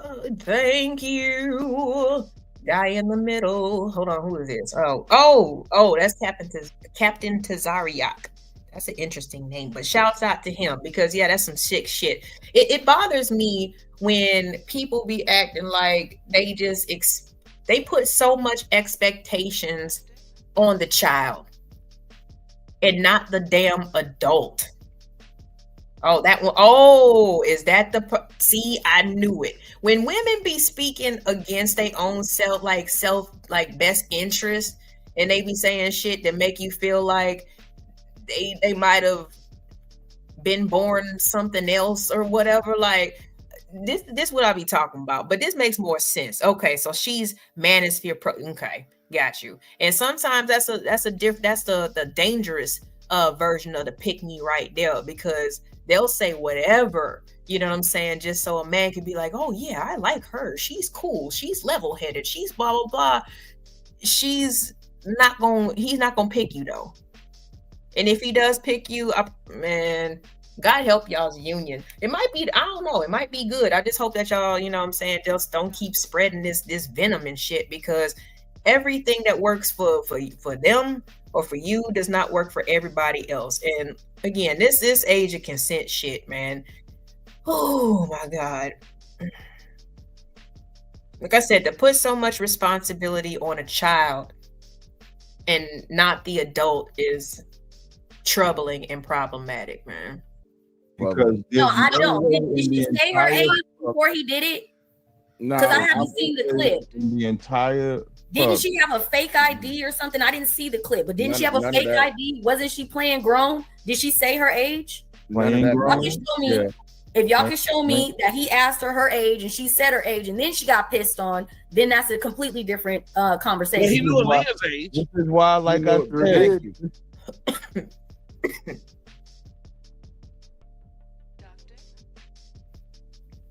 First of all, in my humble opinion, if you got to ask somebody for their ID, then you already suspect something.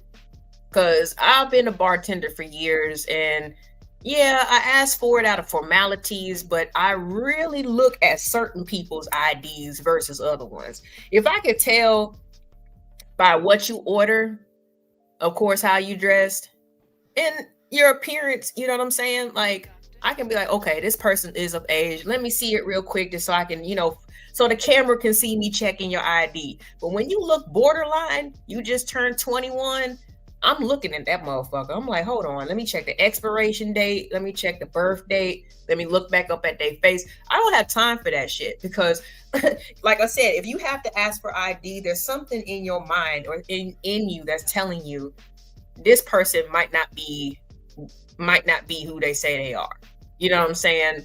You might have questions to me, and then he gonna bring up R. Kelly. Lord have mercy. That's the wrong reference, but let's keep going. That's my point, because he knew Aaliyah's age. Hold on, let me. And then she got pissed on. Then that's a completely different conversation. He knew Aaliyah's age. This is why, like I said, this is why I said that's my point, because he knew Aaliyah's age. You can assault kids. You can assault teenagers. You can assault sexually children, teenagers in the black community, and nobody gives a fuck. Y'all are proving my point. Hey, well, isn't assault when you do something against somebody's will? Hold on. Why are you saying y'all? God. Because children, teenagers in the black community can assault. If y'all can show me that he asked her age and she said her age and then she got pissed on, then that's a completely different conversation. He knew Aaliyah's age. This is why, like I said, this is why I said that's my point, because he knew Aaliyah's age. You can assault kids. You can Aaliyah was 15. So now all of a sudden R. Kelly knew her age, but they still finagled the marriage, and he was 27. And y'all think that that's okay? Or any type of excuse. Assault teenagers. You can assault sexually children, teenagers in the black community, and nobody gives a fuck. Y'all are proving. See, and I don't even know what clip he's talking about, but I totally understand. And this is like, it be pissing me off, man. It's more I be hearing from the black men when I see something, especially when I see something that's problematic, or I hear about something, it's not that big of a deal. Why do you care? Like, oh, I'm not worried about it. It's not that serious. Why is everything so downplayed? And I do agree with what the captain just said. You know what I'm saying? It lets people know that this is what you can do to ours. All right? Because we know they bad. We know they be lying. We know they fast. We know they devious. This is what y'all are saying. Just by indicting people. I mean, assault is assault. Kids don't know shit. I don't care if they try to pretend to be their older cousin or what the fuck ever. We got to do better, man, because like I said, it's just in the same thing with the Manosphere, when they sit here on these platforms with mixed race people, a mixed panel of mixed races, should I say, and they sit there and they slam and just denigrate black women. That's what you're giving everybody else permission, the green light to go in on your women and on your community. That's what y'all don't understand. Where is the stand-upness? Where is the protection? Because everybody that you looking at in your community or in your area, everybody that you've dealt with in your life has been somebody's sister, auntie, daughter. Like, what the fuck are we talking about? How do we want people to care about yours and you don't care about nobody else's shit? This is sad. I feel bro in the middle. My point. Isn't assault when you do something against somebody's will? Why are you saying y'all? Because last I checked, when we ask a man, when did you have sex? And he says, I had my first sex when I was 17. We say he must have been lame. We need him to say he was fucking when he was 13. Well, men might say that because men pressure each other. They don't respect each other. They make fun of each other. They don't show each other compassion. They don't encourage chastity. They don't do none of that shit. So if they hear that from men, then that sounds about accurate. We go out our way to brag about how we were fucking young. Or am I lying about that, Cap? You're not lying about that. That's the problem. So who are they? No, wait. Take the adults out. Who are they fucking? Who would we be fucking when you were bragging about the first person you fucked? But you're spinning though, because you're spinning off of the subject. So if you talk about teenagers fucking teenagers, yes, they do. That's not what we're talking about now. No, I was trying to ask though. I was going to build off that part. If a teenager goes and robs a bank with an adult, who gets arrested? This looks like it's on Tommy's channel, Bard. What's up, Coffee? I think both of them, but I think the if adult. a teenager robs a bank with a teenager, who gets arrested? Both of them. So why do we believe that the teenager is smart enough to know not to rob a bank, but not smart enough to suck a dick? Yep. Because we do know that adults seduce children, seduce The adult would have seduced a child into robbing the bank. Yes, they can. But they can. Listen, man. And when I grew up, DC Sniper, John Lee Malvo, and John Muhammad. And I grew. Yeah, that's what I was about to say. The DC Sniper, you know what I'm saying, was a young man who met a male mentor. And yeah, that male mentor groomed and seduced that boy, you know what I'm saying, to commit all his little, all them little crimes on his behalf. So yes, it just depends. Like I said, you got to think about the individual as well. If you got a child, you know what I'm saying, or a young person who doesn't have the best home life, who might be neglected in certain ways or certain areas, you know what I'm saying? Their parents ain't talking to them, or they treating them like, like they are, like they are somebody who always know what they doing. You knew what you were doing with your little fast ass. Like, shit, ain't nobody pumping no information into this young boy, young girl. You just sending them outside, telling them to go outside and play, get out my face, and don't keep coming in inside my house, because you letting all my AC out. You feel me? If you got one of those kids, yes, they are. It's easy to groom, to convince, to persuade, to coerce. You got a kid whose parents are involved in their life, it's gonna be really hard. You know what I'm saying? But I don't think that any of those things are being taken into consideration. They're just saying, hey, this is a woman, or this is a young woman, so this must be in their nature. They're not taking into the consideration the income bracket of where this young person is coming from, the type of parents or household that they have, the type of supervision, the type of, if they have past abuse in their life. You know what I'm saying? Like, y'all don't take it into any of this into consideration. They're just like, oh, this is how women are. This shit's stupid. Like I said, nobody likes to be labeled. Okay. Just like when we was back in the day, we was black people, we was incapable, we was stupid, we was inferior, we were put on the earth to be slaves. That's what we were told, right? And it didn't feel good. Stop doing this shit. Grew up because I was poor. He's still in jail. When I grew up, because I was poor and I ain't had no money, and the drug dealer came and said, "Hey man, if you take this up the street, I'm gonna give you $30." I ain't never seen $30. I'm a kid. I'm poor in a black neighborhood. So for that $30, I delivered that. I don't know what the fuck. Well, I'll repeat it. I did say it in the beginning and been laying out in terms of the whole show, but in terms of, the title of the show is The Trick Bag. Like I said, black men can't make the claim that black women got tricked into feminism when we knew, when we got into it, it was for a specific reason, which I did state was for protection, education, sexual rights, and economic equality in order to bring back to the household. Black men have got sucked into white men's war, which is the Manosphere. Okay, they were frustrated with the progression of their women and how their women were taking them to family court and child support back in the 60s and 70s, and how you guys have adopted all of the white man's complaints as your own, when black couples and white couples have never had the same types of problems in terms of dynamics. The black women can't be the only one who falls for feminism. Y'all fell for Manosphere as well. Fuck it was that was delivered. That's That's how not being a kid. That was just you being poor, because you can get I know That's this my in the game. point. I Now can get a black imagine kid, offering, same thing, same amount. little boys and little girls the same thing. I've told Like, this story. I am devastated by this panel tonight. I've told. And again, you know, on this panel is just saying that, hey, yeah, the girl might be 13, but is she acting like she grown? Well, shoot, it's her fault too. Like, what are we doing? What type of responsibility do the men have in this situation? Again, they don't talk to these young people and understand that this is a girl that you're talking to. I don't care how she developed or whatever. Can you have self-control as a damn adult, as a leader of the community? Or are we just gonna keep preying on the unsuspecting and be like, well, shit, she knew what she was doing.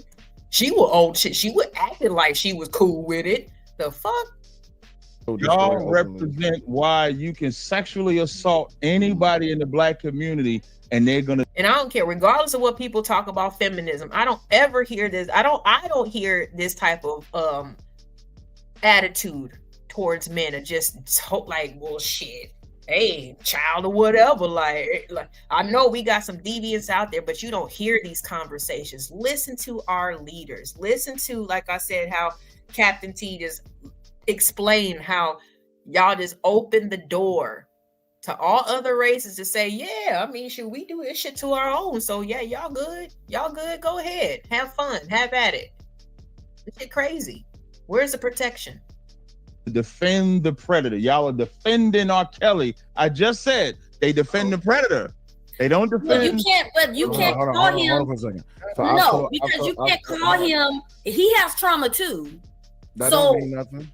no, but it does. But y'all, that was the whole point of this conversation. How does it not mean? You don't blame him. All right. Well, Coffee, I know that you got here late. But when second wave feminism was in place, that's when y'all's beloved grifter Warren Farrell actually started the men's rights movement, and he was very much in perfect alignment with second wave feminists. Okay? And just to be clear again, the different things that second wave feminism was fighting for was equal pay. Since niggas want folks to go 50-50, let's get the equal pay, equal legal rights, rights to sexuality. Like I said, we introduced sexual education. We helped get people paid parental leave. That was a part of second feminism.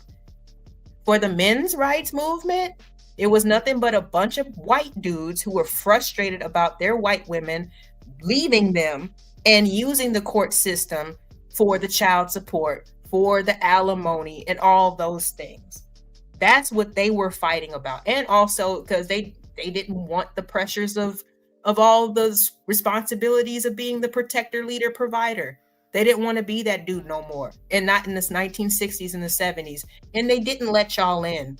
That's why the Black Panther movement and other organizations and the pro-Black movement was put together, because the white men wouldn't let you in. So now it's just so funny, y'all put the cape on, acting like they actually speak for you. You know what I'm saying? When you saw how pasty things just did y'all ass, they do us the same way. So again, we can't just say, oh, we got used. Y'all got used, and you still getting used. Most of y'all are not in relationships.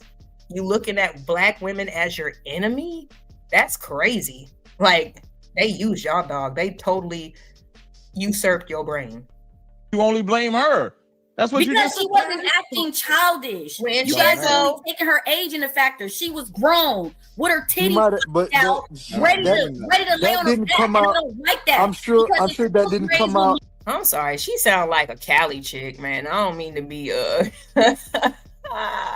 stereotypical, but like I said, man, she just so negative about women. Like, she was in the closet when everything went down. Oh yeah, she did this and she was fine with it. Was you in the closet or was you under the bed, bitch? Like, I need to know where you was hiding to have all this intel, or were you one of those thoughts back in the day, and that's why you can say all this stuff. See, it's another thing that I always notice. When people who are super cynical about the world, they always see the worst in people, is because they know what they capable of. Like people who steal, people who are thieves, right? They don't trust nobody around them because they know they be stealing. So they think everybody else is like them. So she must have been a hoe back in the day. You know what I'm saying? Because she act like she got women pegged. Girl, 13-year-old girls that she don't even fucking know. She got them pegged, shawty. So she must have lived that life. Okay? Seriously. Yeah, I thought it was Tyranny for a second too, but I was like, nah, because she got tattoos and stuff like that on her upper chest, and I know Tyranny don't have stuff like that, but her voice does. You know, it's funny. I've heard my voice clone before. I had to keep looking at the stream like, what the fuck? Like, it was the craziest thing. She sounded just like me. Him, you only blame her. That's what because you just she wasn't acting childish. You guys are only taking her age into factor. She was grown with her titties out, ready to lay on her back. Come out, I don't like that. I'm sure that didn't come out in a vacuum either.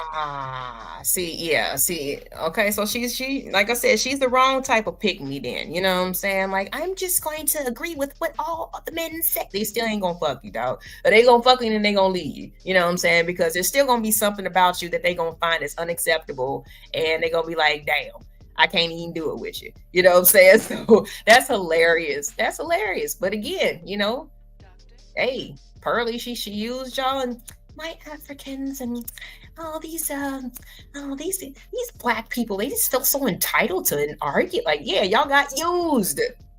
It does correlate. It correlates perfectly. I don't know who Dee is. Like I said, my algorithm be looking different. People be having to send, like, I got this sent to me. I don't be watching stuff like this. I watch certain people, you know, of course, who's, you know, part of the YouTube family, so to speak. But, you know what I'm saying? I don't be watching everybody because they be on some bullshit and they be trying to make my blood pressure raise up. And I like to be happy during the day. She probably had trauma. That's why she wasn't acting her age. She wouldn't have been there in the first place. That was her first experience. She probably was something happened to her before. You never know. Y'all always trying to hold a man more accountable than a female. This is the same. Oh yeah, oh my God. Sometimes it's just like, damn, like, I hope that y'all can see, like, with this young lady in the upper left or whatever, how obviously, like, she's lying. You know what I'm saying? Like, she's definitely lying.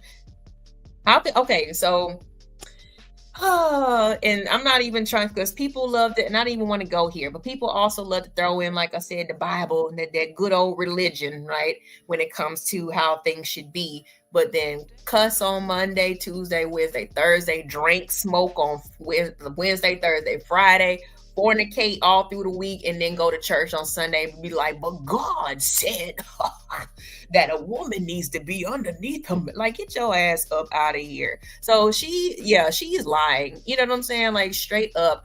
How are we going to put more responsibility on them? Is he the leader? Again, why are people resenting their roles in life and in society? If you want to take charge and have all this, you know, whatever you think is going to be the advantage, there's a pro and con to everything. I don't know why people think that, oh my goodness, like marriage, you know what I'm saying? I'm supposed to just be happy all the time. Things happen, and you're not always going to be happy all the time. Because again, we gotta keep up with societal norms. We have to keep up with societal expectations. We got to keep up with the Henry Ford 9-to-5 bullshit. Okay, we do have to keep up with that, and it takes a toll on us individually. So when we come together collectively, you know what I'm saying? Yeah, sometimes we both need some time to decompress and be left the hell alone, not to be bombarded with expectations and this, that, and the third. If that's what you want, then you need to make sure that I stay at home, so I don't have nothing else to worry about or think about but you. What was up with her mother? What was she doing there? Where the fuck was her mother? Hold on. Time out. The thing is this. As a grown man, you should know where.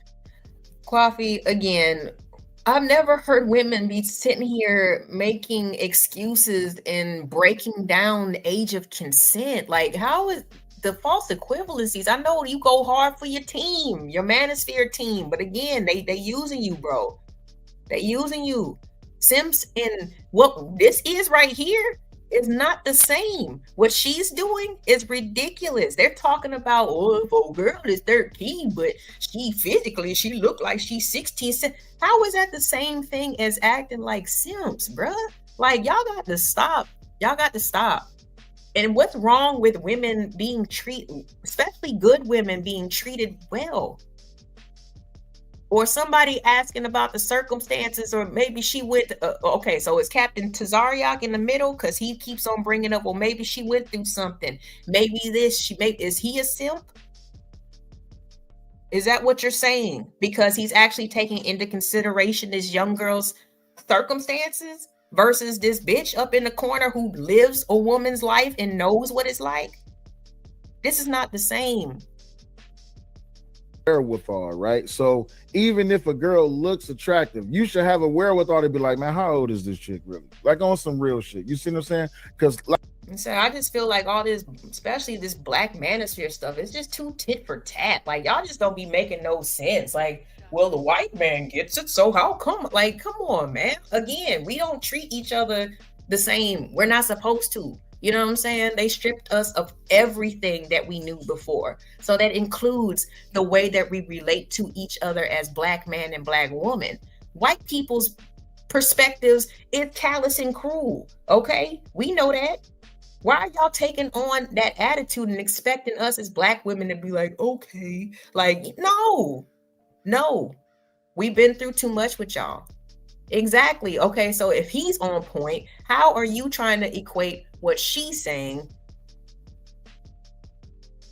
and simps? Y'all got to stop. Again, I know you go hard for your team, but a part of critical thinking is being presented with different thoughts and ideas and examples, and being able to have your mind change if it makes sense. But you acting like nothing makes sense. Your example makes no sense at all. No sense at all. They're talking about age of consent. How many simps would be like, oh no, well, that woman who had sex with her young student, she didn't do anything wrong. I've never heard a man cape for a female predator. You have to stop, Kwafi. Seriously. Like I said, I've told this openly. I was 12. She was 28. You see what I'm saying? So when it comes down to it, is it her fault that I got some pussy, or is it my fault that I got some pussy? Well, hold on. Listen to what you called it. Even to how you described it. I got some pussy because as a man, it's supposed to be impressive that you, as a young man, a little boy, then got some pussy.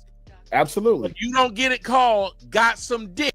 Yeah, that's societal bullshit. I believe that young men and young women should not have the pressure of, you ain't getting none yet, or you need to be doing this, you need to be clapping cheeks. Like, no, like, let that person make the decision on their own terms, whether it be a boy or a girl. You know what I'm saying? Young person, let them decide on their own. That's some more of that man shit. Y'all got some work to do. Y'all shame each other. You know what I'm saying? You see a boy, carrying the girl's books, to the bus or something. She get on the bus and he turn around and walk home. See, oh, I see you picking. Y'all always gonna say something. Y'all won't let each other be who y'all are. And there's different types of men. Every man don't have to be, super macho, because that's not comfortable to every man. But y'all shame each other out of this bullshit. Y'all shame each other. We just look, at the male arena and see what's gonna happen. But y'all do this shit to each other. When the girl was older than you, And the man was younger than the woman who gave you some pussy. But that's a problem that we need to change. When it comes down to it, as a grown man, I don't give a damn how the fuck people look at it. Whether you knew she was 18 then or 18 now. When it comes down to it, if she was 16 saying that she was 18, but you said it though. You said it though. One woman. Ain't nobody in jail for one underage you girl. said it. But your mind structured it how it was worded out of your mouth. You gave the biasness to it, not us. You did. I was just pointing to you how he said it. That's what I was saying. I was just pointing to you how you worded it. It's still like a beat my chest because I'm a young man doing this. Yeah. But I can't beat my chest because I'm a young girl. And that's how men, young boys, get over sexualized. You gave an analogy of 28 and 12. Kelly, not an analogy. That's just real life. Oh, I didn't know it was real life. My bad. No, that was me. I was 25 and 10. Kelly was by his aunts. So this wasn't about bashing no black women, the black men, like Melanin said. Yo. Oh, okay. Dropped off. It's about to get a mic check, but never mind. Talking about sexual abuse, period. Nobody should be sexually abused. But in the black community, you can do it, and we defend the predators every time.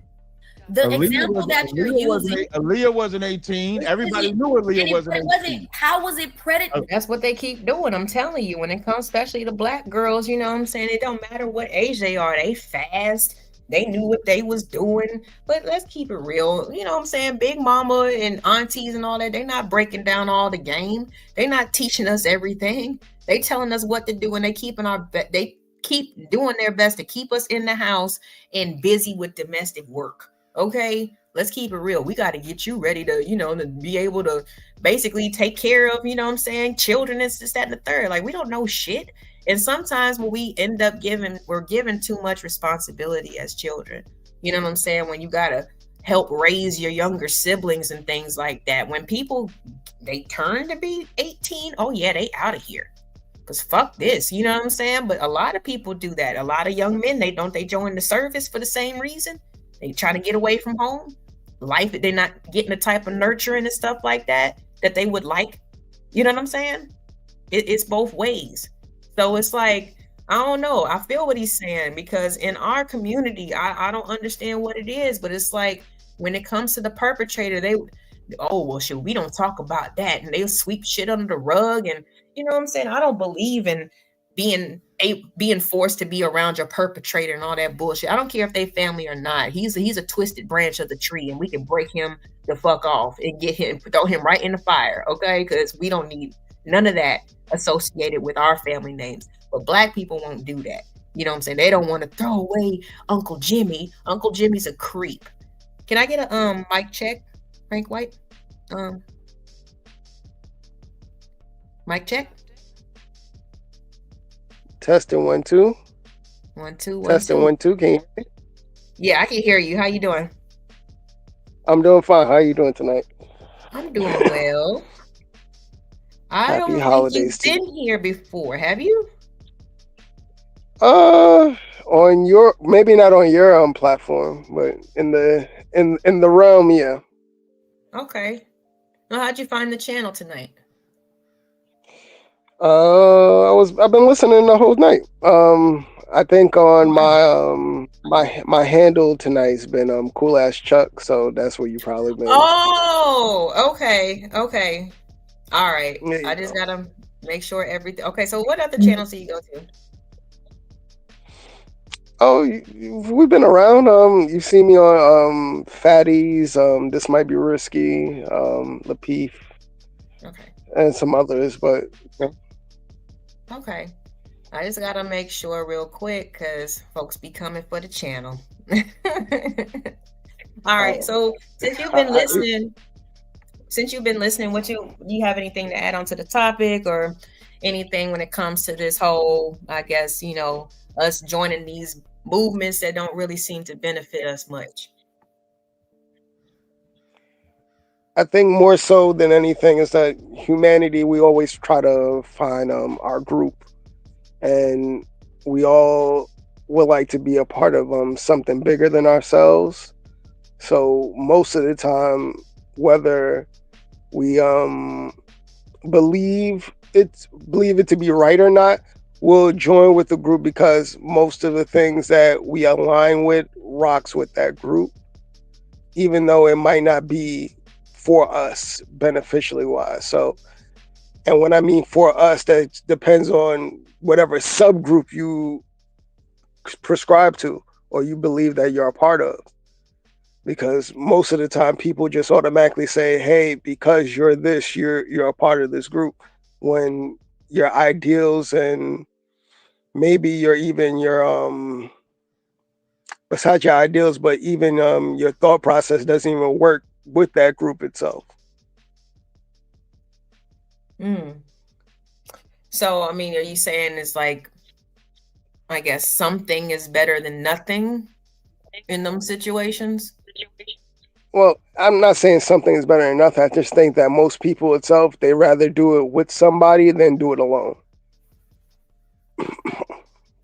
So for majority of conversations or group think itself, hey, if you had an idea that came to your head, and then you find, for let's just use the internet as an example, you go on the internet, you had an idea in your head, you come to the internet and you hear somebody else having that same type of thought process, you say, oh, I'm not alone with this type of thinking.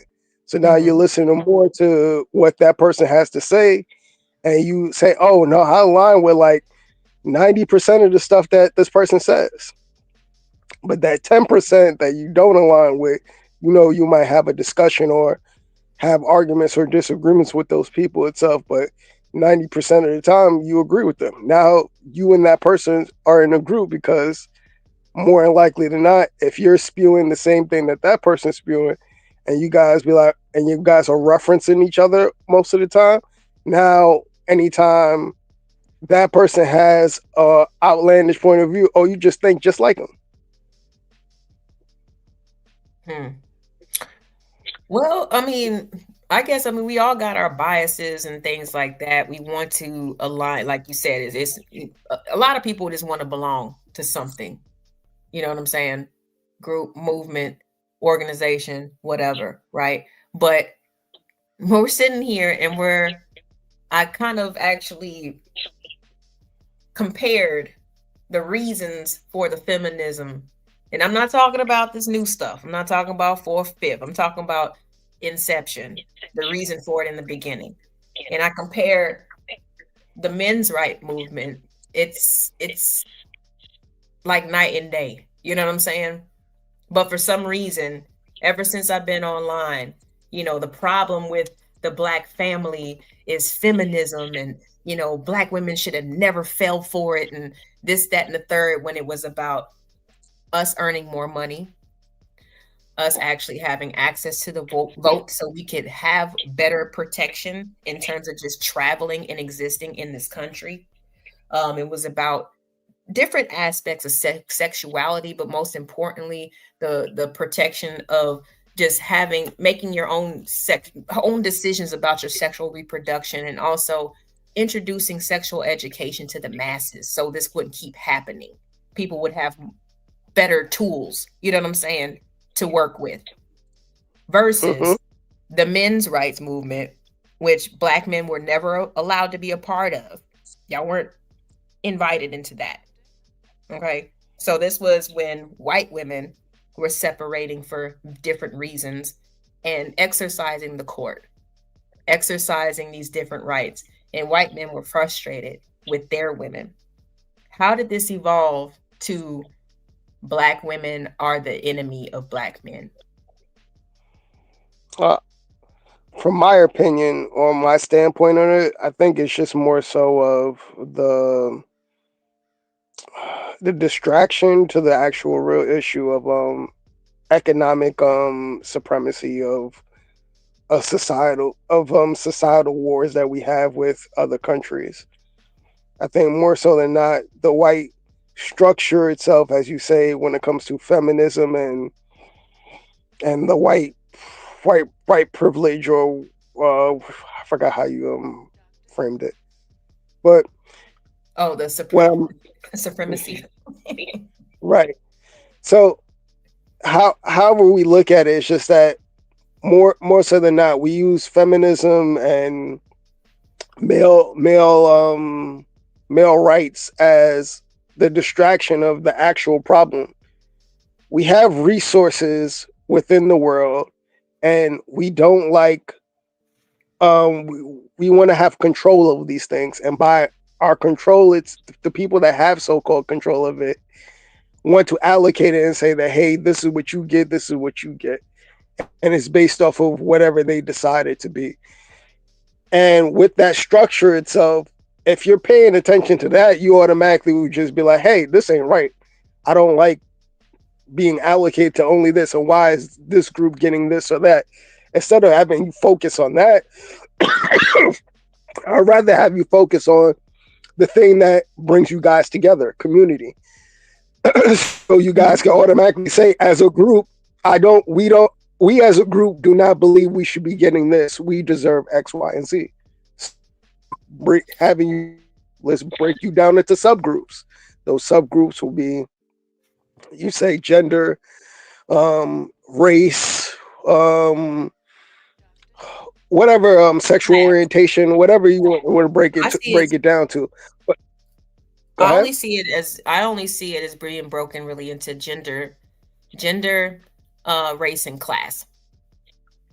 Okay, so if you just want to even break it down to just gender, race, and class, if I separate you in that aspect, you're not focused on the actual main thing, which is the resources. And with the people, like when it comes to your question of saying, how do we get from where we started with just trying to get people rights to, hey, the person that you gave these rights to your enemy, it's basically, hey, these people got prioritized. By them being prioritized, the pool of resources diminished, and I'm complaining that when it comes down to it, you're not a real man or you're not a real woman because you follow these certain ideologies just because I don't have the things that I want. Or when it comes down to the men's talking point is, the things that you want is delusional, because when it comes down to it, you're not guaranteed these things. Those things are luxuries.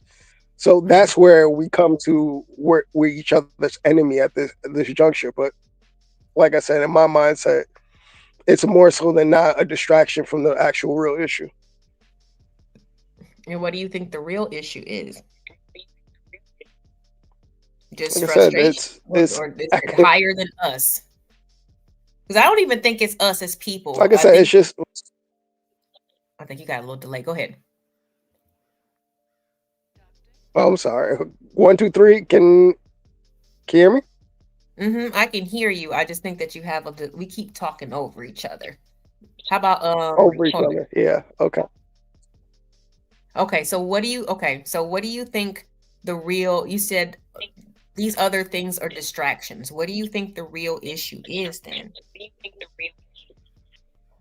Oh, that's what I opened up with economic growth. So we're using economic growth as our problem. We have ruling countries around the world, and we're trying to be the leader of economic growth, because the person that has the economic growth usually makes the global decision of how the money runs in the world. So us as the U.S., we don't want to give up our stature of that. Okay, but and I can understand that, but again, when we talk about, the whole, I guess the whole feminism movement, it was for, two incomes were better than one, right? Especially as the world was progressing and we were going from era to era and things were changing in the country, but it seems like, especially in modern talks, that even the 19th Amendment is, they think that's a horrible idea. It's like the options that women have been able to obtain, and one of them being economic, is being seen as the issue, or one of the issues. What do you think about that? Okay, so we went from a country that any job you wanted to do itself, all you had to do before was find somebody that did the job and become their apprentice, and then you can be able to be certified within the field to do a thing. Nowadays, everything is specialized, and the specialization is being given through institutions that don't even justify their specialization. So when people hit the market of, hey, I'm ready to be doing whatever field work that they studied itself, they're more likely inadequate or don't even, the things that they study are being dismissed by the people that are actually running the industries. So based off of that information, anybody that comes in, so let's say the influx of women into the market itself, basically just devalues the job job itself. Not that the women are devalued because they're coming in doing the thing that we've done as society. Hey, I get educated, I have the education, that certification. Now I go into the world and I go ahead and build on that career that I wanted to embark in. That's how we had the idea of that's how things are supposed to work. Instead, we used it as an economic driving field for people to get themselves into college, which they didn't have the money to go into college initially for the majority of people, unless you're part of a rich class. And from that itself, now you're paying into these loans to pay for this degree that now, when it comes to the market, is devalued. Okay.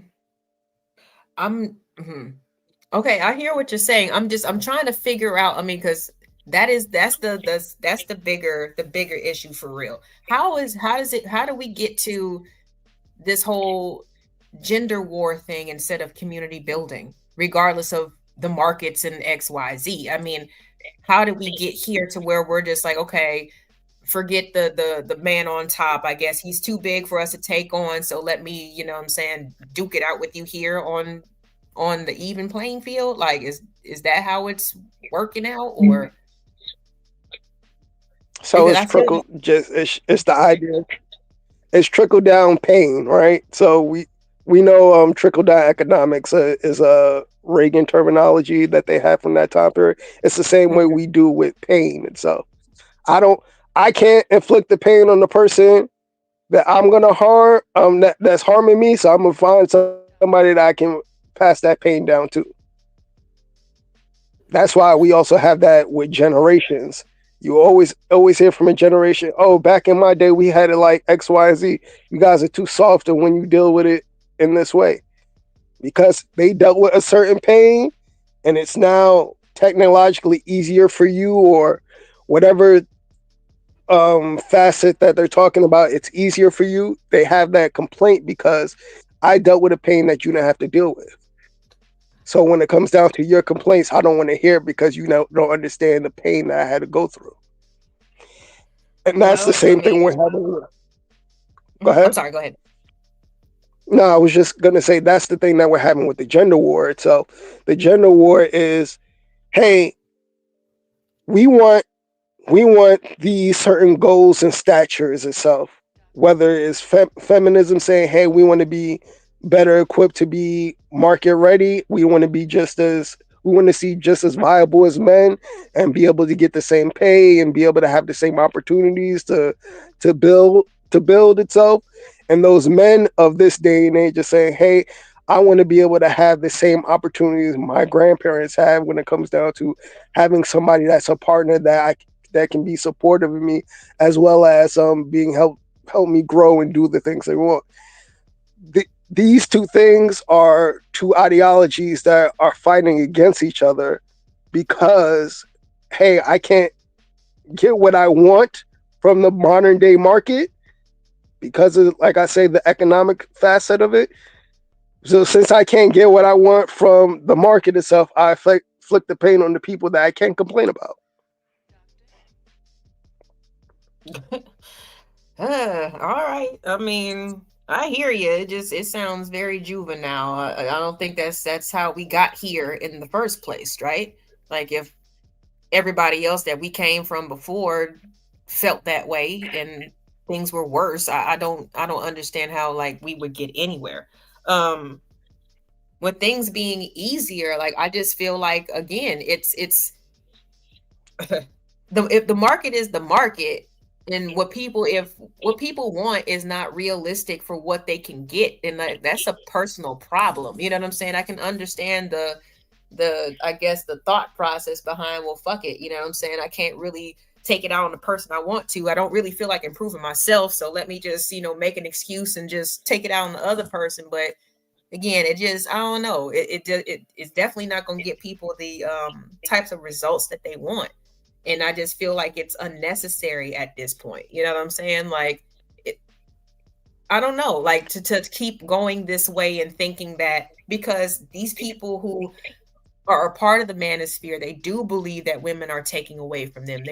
I've heard that they feel like women want to take over and like, I don't understand the extremism when it comes to just equal opportunity and being able to be a viable person in the society. You're not always going to, even a woman. I mean, just because we're a woman and we might be seen in a certain way in society, there is no special sector where, or part of the city where women live in camps with fences and they're totally secure their whole life. They don't get discounted rent. They don't get, you know what I'm saying? They got to live life just like everybody else. You know what I'm saying? And it's not always easy. So it's like, I don't know if unless men want to take care of women and children for the rest of their lives, like I don't understand what is the problem with women having options of being able to take care of themselves and actually taking pride in saying, I can take care of myself, or I can help add to what you got going on. Well, just that right there, LA is why the issue they have they're great. Well, most of the manosphere has their great because if you can do it by your, and this is not about anything that's principle. It's all about the preference of how you want to live life. And if your preference is, hey, I want my peace to myself, then that's where I think I wrote a comment earlier, and I was saying this is where individualism is over community. So anytime that people talk about community, it's not the overall community, it's about the little section of community that you represent. Now, like I said, I just feel like it got lost for a second. I said if, because there's not always going to be a Prince Charming. There's not always going to be somebody, from a woman's perspective that comes in, saves the day, who is that guy. Everybody, it's a survival of the fittest type of thing. And everybody does not deserve a mate just because, you know what I'm saying, you think you deserve one. So if you are a woman who just happens to be on the short end of the marriage stick or whatever, like, shouldn't she have the ability to take care of herself, or should she just be indebted to be like, you know what, I can't survive unless I'm with a man? Hold on, let me let Auntie to the stage real quick. What's going on, Aunt? Happy Black Friday, everybody. What's going on? See what you get me. I need a TV. Yeah, me too. No, I don't. Well, no, actually, no, I don't. I got a bunch of TVs here, but it's good. Yeah, good morning. Good morning. Yeah. Morning. Yeah, but I mean, I'm just saying, like, if that is a situation where a man or a woman, they can't, for whatever reason, they can't find somebody to be with, having that option to be, like I said, in order to be able to take care of themselves, like, what is wrong with that? It's not a rub in the face. It's not the way that I'm saying it and I'm putting it is not an individualistic thing, because again, this is even my perspective, my mom's perspective, all her siblings' perspectives. They stayed together and they actually made it to the middle class by being married. Okay. So both people were putting into the pot, but they needed those opportunities. They didn't want to just be maids or work at Woolworths forever. You feel what I'm saying? Selling clothes and shit. Like, they wanted to actually, you talk about apprenticeship and stuff like that. A lot of those things weren't offered to women.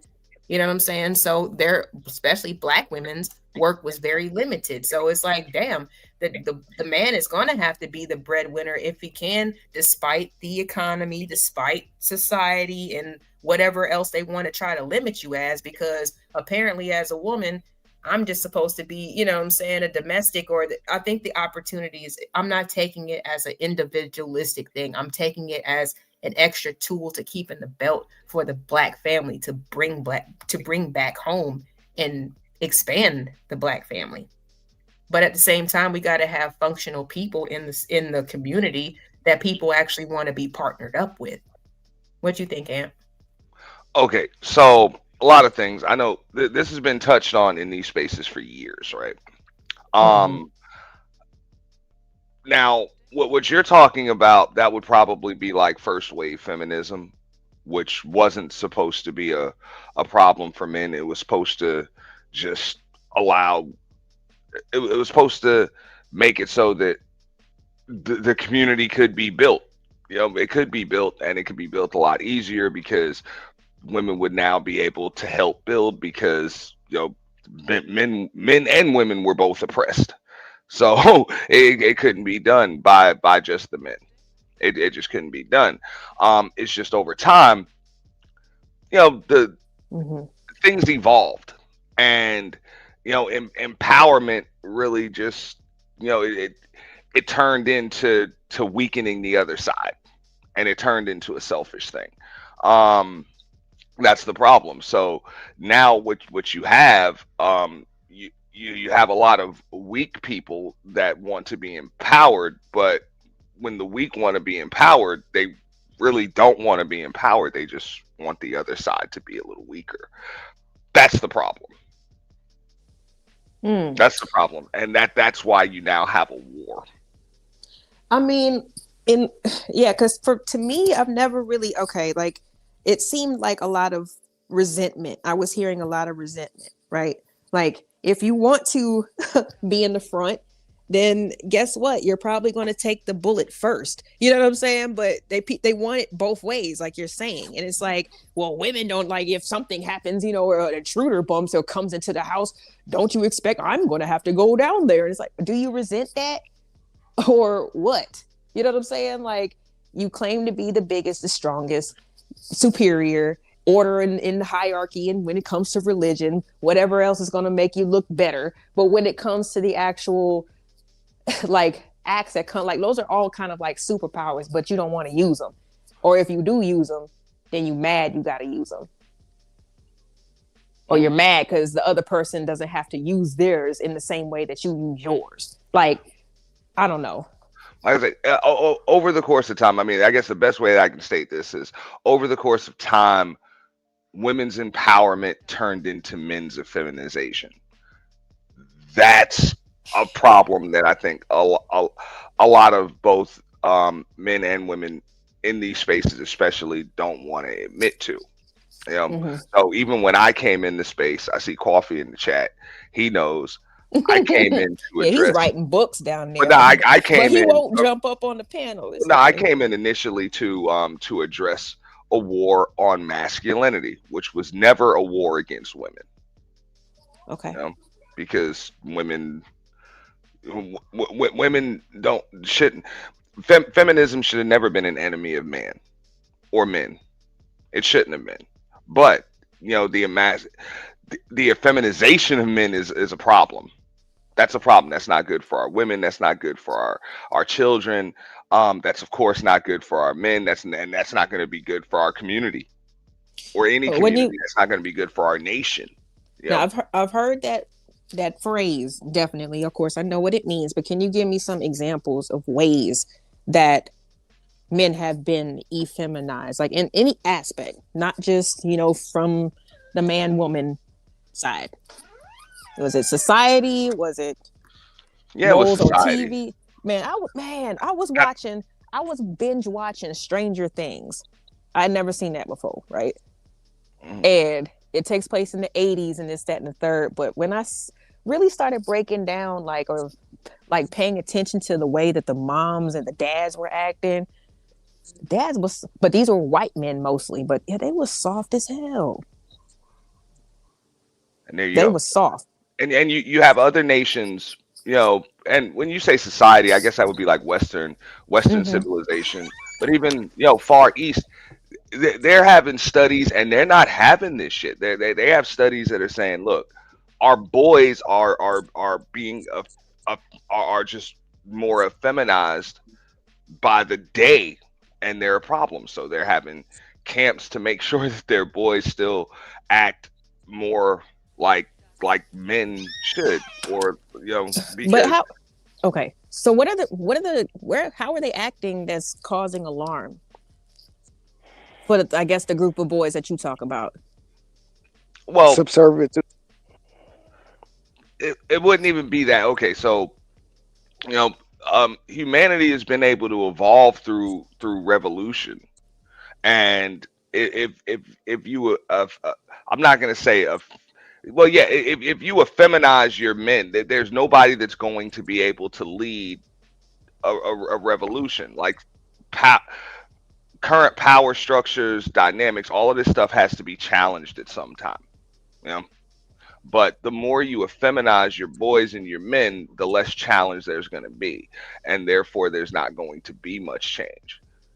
So it's really going to leave every Okay. society susceptible to just being controlled through propaganda, being controlled through politics, communism, socialism. I mean, you name it. I mean, is it they're being encouraged to like express their emotions? Like, what is happening Oh, they're being specifically? encouraged to go along to get along. Okay, Like just go along to get along. so let me I ask have an the. example if you want. Go ahead, Frank. So, as a young boy, when you're in school and you're sitting in a classroom setting is supposed to be so people can sit there and learn. The way that most of our, let's say, our 90s structures or 90s to 80s structures, most of the majority of the teachers are women. So when it comes to giving out the message itself, most little girls can relate to how the message is being conveyed. When boys are hearing the message itself, most of the time they either tune out. So when it comes to the correction of those little boys, they tell them, hey, sit straight, pay attention. What was this being said? And by them following that structure of the servitude of, hey, I need to be able to follow it this way itself, that's the mind meld. That's the mind starting of, hey, you need to be able to follow this structure instead of questioning what's going on. All right, so And let me. yeah, I can even touch on that before you go, LA, if Mhm. that's okay. Even the participation trophies. The fact that when they come up with terms like toxic masculinity, things like that, like competition is was always healthy, amongst men, and it's never going to go away. But society is kind of wiring everyone now to believe that competition is bad. We're all equal. There don't need to be any losers. Does everybody can be a winner? No, everybody can't be a winner. There's going to be losers. That's just the way it is. Everybody can't get what it is that they want. Everybody will not be happy. Some people are going to be unhappy. There are always going to be people on top. There are going to be people in the middle. There are going to be people at the bottom. The strongest 10-15% of people are always going to have to fight for the weaker 85%. That's just how the world has always been, and it's not going to change. So this is why so many people are uncomfortable with all of these changes, and it's not just men, it's women that are uncomfortable as well. So there's just a lot of issues, and like I said, people believe that everybody should be empowered, and the fact is everybody's not prepared for power. So when you try to empower everybody, now you're trying to make other people weaker. You're trying to make the strong weak in order to put everybody on level playing On field. level playing. Okay. The And that's not participation cool. The participation trophies, I can understand that, but I did have a question when it came to uh when it came to, I guess, accepting authority from women.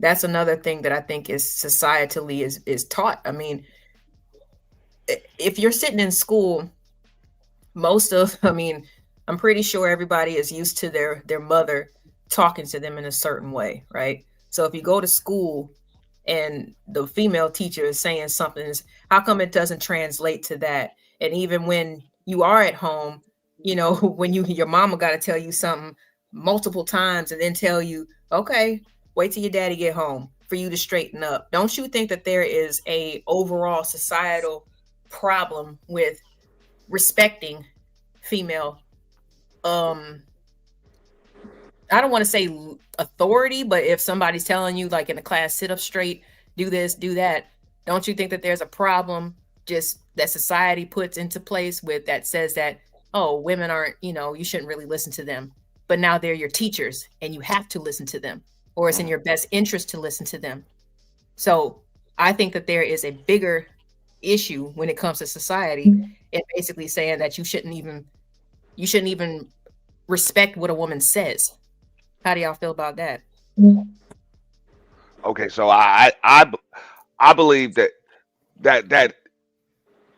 it is a problem because people are just given these positions. Now, it's not a problem just because you've always had women in authority. That's not new. But respect is earned. It's earned. You know. So, I grew up in a time when your But teachers if a had to male teacher was there, you would give the male teacher respect. you I can give the bet you male that. teacher respect if he deserves respect. I don't If he know. if he deserves respect, if he's earned respect, like respect is not a title you're just given. You don't earn that in a classroom. You don't like you don't get a degree or anything like that. You earn the respect of those that follow you. You don't just get the position given to you, and I think that's a problem. Let me get a mic check real quick. Yes, ma'am. It is. Yes, ma'am. It is he. It is he. Kwafi Okay. Nino. All right, appreciate you. Yeah. Welcome to the show. Yeah, I couldn't Yeah. read all that. It throws me off. I know you got thoughts. I'll let Ant finish up, and then you got it. But now I believe that's a problem. And it's not just a problem amongst women, but that's kind of who you see on the forefront, leading the charge, saying, "Look, I've got these degrees, I've got this title. Now everybody should just listen to me." And it's like, yo, who the hell are you? You don't know what the hell you're talking about. And the same rules apply with men these days too. They're just given titles, and the respect is not earned. And then when they don't get it, they have issues with that. So you got a lot of pushback both ways. So you think that a teacher should have to earn the the respect of, like, just holding decorum or just holding the classroom? Absolutely. Absolutely. So okay, so when these YNs start talking back to the teachers and all, then they're well within their rights, then, right? I wouldn't say they're well within their rights. That starts in the home. That starts in the home. But at the same time, I mean, I think we can all remember, the first day of school, you don't know your teacher from a can of paint. But toward the end of the year, you have a certain level of respect for your teachers because they've used creativity, to teach you to get through. They've been able to earn it day by day. It's a process. It's not just a title that they were given. It's things that they did to earn, their students' respect. You don't, like I say, you don't just get those things. Yeah, I Doesn't don't mean that know. you should be disrespected, but Mhm. so that you can do your job a certain way. Mhm. You actually have to be like qualified for that position. Like leadership is not a position you can just be given or handed. Right, but when I'm listening to, like, I was asking for an example of effeminization, and Frank brought up school, And just like, I get it, honestly, for a lot of kids, it's like shit. Like I said, I grew up with a brother. We ripping and running outside and stuff like that. But if me personally, I was just afraid to get in trouble at the crib. You know what I'm saying? So for me, it was like, it wasn't, it was boring. I would look out the window and I'd draw my, doodle, on my notes or whatever. But like, it wasn't like, I don't know, it wasn't that difficult. You know what I'm saying? For me, it's not that I respected them and I was just so soaking in their every word, but it's just like, this is what I'm here to do. I'm at school. I'm gonna try to learn as much as I can and wait for recess and do it again. You feel me? But it's like, I don't understand how this a boy being in school and being like, expected to have, to pay attention. You know what I'm saying? And when they try to keep him on topic or try to keep his attention up, then that's feminizing him. I don't understand that. Okay, so my point of view of trying to explain that, LA, is that the learning process itself. So what you just explained is that, hey, during my for what I heard from your experience was, hey, even when I wasn't paying attention or giving that person respect, I just sat there and I did something else. Where the boys itself will usually say, hey, this doesn't make any sense. Let me either challenge this idea that you have, or can you better explain it in a different way? And the whole thing about a boy doing that is automatically looked as something that needs to be disciplined. Okay, Kwafi, you got something on it? Okay. Uh-oh, you were breaking up a little bit. We heard you for a second. Okay, can you hear me now? Can you hear me now? Yes. Yeah. Okay. Now, I just got to say this, LA. You have taken this topic. You have taken this topic from first to third wave feminism to the manosphere, and now we're talking about school and authority. I don't think men have a problem. I asked for an example of effeminization, and that was an example that was given, but you can go ahead. Okay. Well, let's just say this. I don't think a man have a problem with a woman being his boss, a woman being an authority of any kind, or even her taking a job that is supposed to be male driven, being a police officer, being a construction worker, or any of that. But I think when she gets in there to upstage, to say, nah, look where I'm at. Look what I got going on. I'm your boss now. That is a problem at times, because we know that sometimes even a black woman on a job, she could be a problem for you sometimes.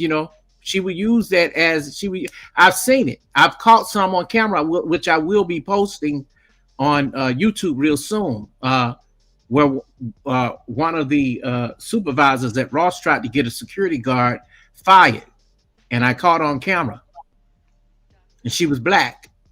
Mm-hmm. And that man wasn't doing nothing but doing a job. But what she was doing was trying to entrap him, because she didn't want him there in the first place. So what she would do was tell him to do things that are out of his duty so that he could leave his post. Because, most security guards, when they work at a place like, Ross, that's a little part-time job for the man. He's not to leave that post up front. He's not supposed to be going around picking up carts and all that kind of thing. That's not his job. And I know that for a fact, because I used to work in retail, and I understand that that's not his job. I used to work in loss prevention. Mm-hmm. But anyway, I got that on camera. I never put it out there, but I think I'm going to use that as an example since we're talking about authority. Has that happened? I'm pretty sure that's happened multiple times with white male bosses, though, as well, right? Yeah. We're not just going. We're not going to sit there, but since we are speaking particularly on black men and black women, I'm just giving you an example of that. Mm-hmm. It doesn't matter what color she is.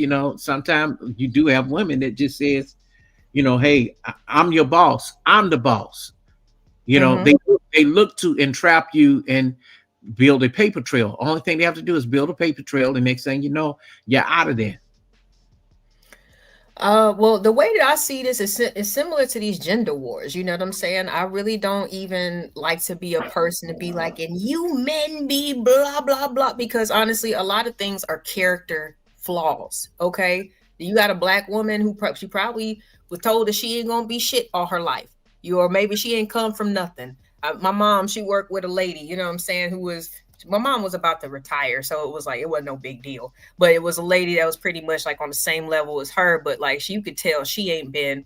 This is the first taste of money or anything that she had. You know what I'm saying? She's one of them black people that pronounce. She thinks that she's ordering something fancy, but she's pronouncing it all wrong and shit.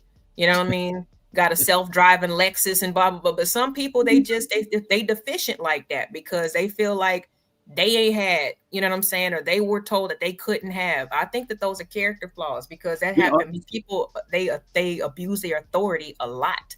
You know what I'm saying? Like, just like people with money. Like if you've had money, you ain't got to say it. It's just like some people don't go around, reciting their degrees and this, that, and the third because they know what they got. You know what I'm saying? It's a more secure person. Yeah, that's but all. the thing is with that too is that be people who are not used to anything, and some people who never had a voice to the point to where it's like, I'm gonna upstage this person with what I got. I'm gonna use that as a weapon. Even a child can be used as a weapon today. You know what I'm saying? So, yeah. But when it comes to these dynamics, I mean, just the fact of somebody being a man, that's being kind of used as a one-up. Yeah, but that's for dudes that probably never been able to prove their manhood. And like we said, a lot of men will say online, they'll say, now that men have a voice, they can speak out. But I don't think it's a crime if a man has been silent all his life and then he finally get his voice heard in black male media, which is not to be mistaken for the black manosphere. He should be able to, and the thing is, sometimes we have to just sit back and listen, not listen to when a man tell you something, it doesn't mean that all the time that he's trying to correct you, scold you, dog you out, he hate women. You could say it in a very nice way. And then next thing you know, it's like, I feel like you're trying to, no, ma'am, we're not trying to do that. We're just, we're trying to, get a clear understanding here. And then there's a deflection. And when you talked about earlier about the boys becoming feminine, that's what that comes in at. And then they grow up to be simps. And that's the problem, because everything mama told them, she didn't tell them the truth. Same thing with mothers with their daughters. I don't think that there's fathers that teach their sons how to treat women nicely as well, right? Like, again, it seems like everything is just women. Like, we were just watching the clip, you know what I'm saying? They were talking about a 13-year-old and she was acting like this. She knows what she's doing. And it sends a dangerous message, man. Like, it's almost like saying that our children and us as a people, we are inherently a certain way. And I know that's not true. I can't speak on the girls. I just want to speak on the boys. If you got sisters and stuff, yes, you can. Yeah, I can. But what I'm saying is, since we were speaking specifically about boys being bad in school and taking on the authority of a female teacher, even her, in her skills and becoming a teacher, she got to know how to deal with a child genderless. You get what I'm saying? Even that boy, because that's the job that she took on. Now, when you say that a woman want those kind of jobs, they want to be able to be a leader. Why do we have coaches? Why do we have those male principals that have to come into the classroom when the boy is disobeying? Now, I do believe that we need to bring that back. I mean, it's the same reason why most managers of Hooters are men. They just, you apply for the job. You know what I'm saying? Like, come on, man. Like, your ass is crazy. I'm serious. That's the thing about it, though. People apply for a job and they think a title makes them a leader. and it doesn't. It doesn't. Yeah, I remember There that, are certain qualities one about undercover you. boss that dude had them girls eating baked beans with no hands and shit. Like, man, watch out. Well, there are qualities about you that make you a leader. Let me tell you something, Auntie. So I had a dude. Let me just say this real quick, Frank White. I had a dude that told me, "You think you something because you have a degree. Now you have a bigger degree than me." This is a white boy now.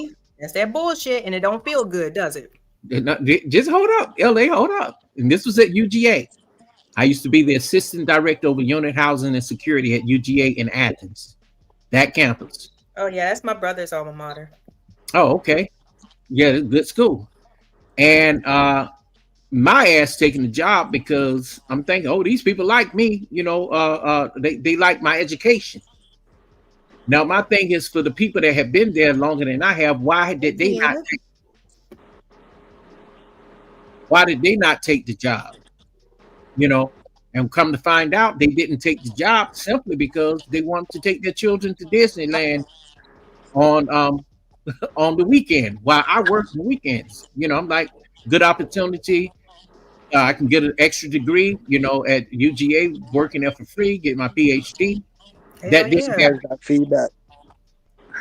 And somebody got their mic open, and I can't hear myself. I think you might have to. You can't hear yourself, Coffee? Well, I can hear myself, but I hear an echo because somebody's not muted. All right, everybody. Okay, that was my mistake. Let me just say this really quickly, and then I'm gonna let everybody else have it. I'm gonna get down. That man told me, "Hey, man, I don't have to respect you. You may be my boss, but I don't have to respect you. You think you something because you have the degree." And I was the only black person in on that whole team. And that was a slap in my face right there. So even it doesn't matter if you're a man or woman. Some people just have a problem with, accepting authority, especially the white women on there. A black man, they boss. They wanted to police me over the radio on how to speak and communicate codes, and everything. And they didn't like the way I spoke. So, here they are. I'm their boss and they telling me what to do. So I started to make their asses get up and go walk. I made all the women get up off the post and go walk. See, because they were used to sitting down. Yeah, I come from a military background and a law enforcement background. I'll punish you that way. See, I don't know. Maybe I'm just raised a little bit different. You know what I mean? Like, if I'm there to do a job and I have like a supervisor or something, I'm there to listen to him, or her or whoever, not give them problems. You know what I'm saying? Now, if there's something that's questionable, we can follow that up later. But like, I don't know. I understand what you're saying though. My parents, they worked with they dealt with a lot of that, especially in the 90s, working for the IRS, man, just trying to, elevate through there and them having friends. I remember one of their bosses was a black guy. He was from Louisiana. We went to church with us, and he was like, lad was like 6'3", 6'4", had one of those accents or whatever. He constantly always had to remind people like, hey, you know what I'm saying? Like, regardless of what you think of me, like, I am your boss type shit. But it was a tough time. Let me just say this. I quit. And because every time I said something, the people that had been there longer than me being their boss, they would call my boss, and my boss would baby them because they've been there that long. We arrested a white boy that was in law school. He was breaking into cars. One of them said, "Hey man, we don't want to arrest him. His uncle is the governor. We don't want to mess up his career." But I'd look up, and then the black boys on the football teams being arrested for accused of rape at UGA.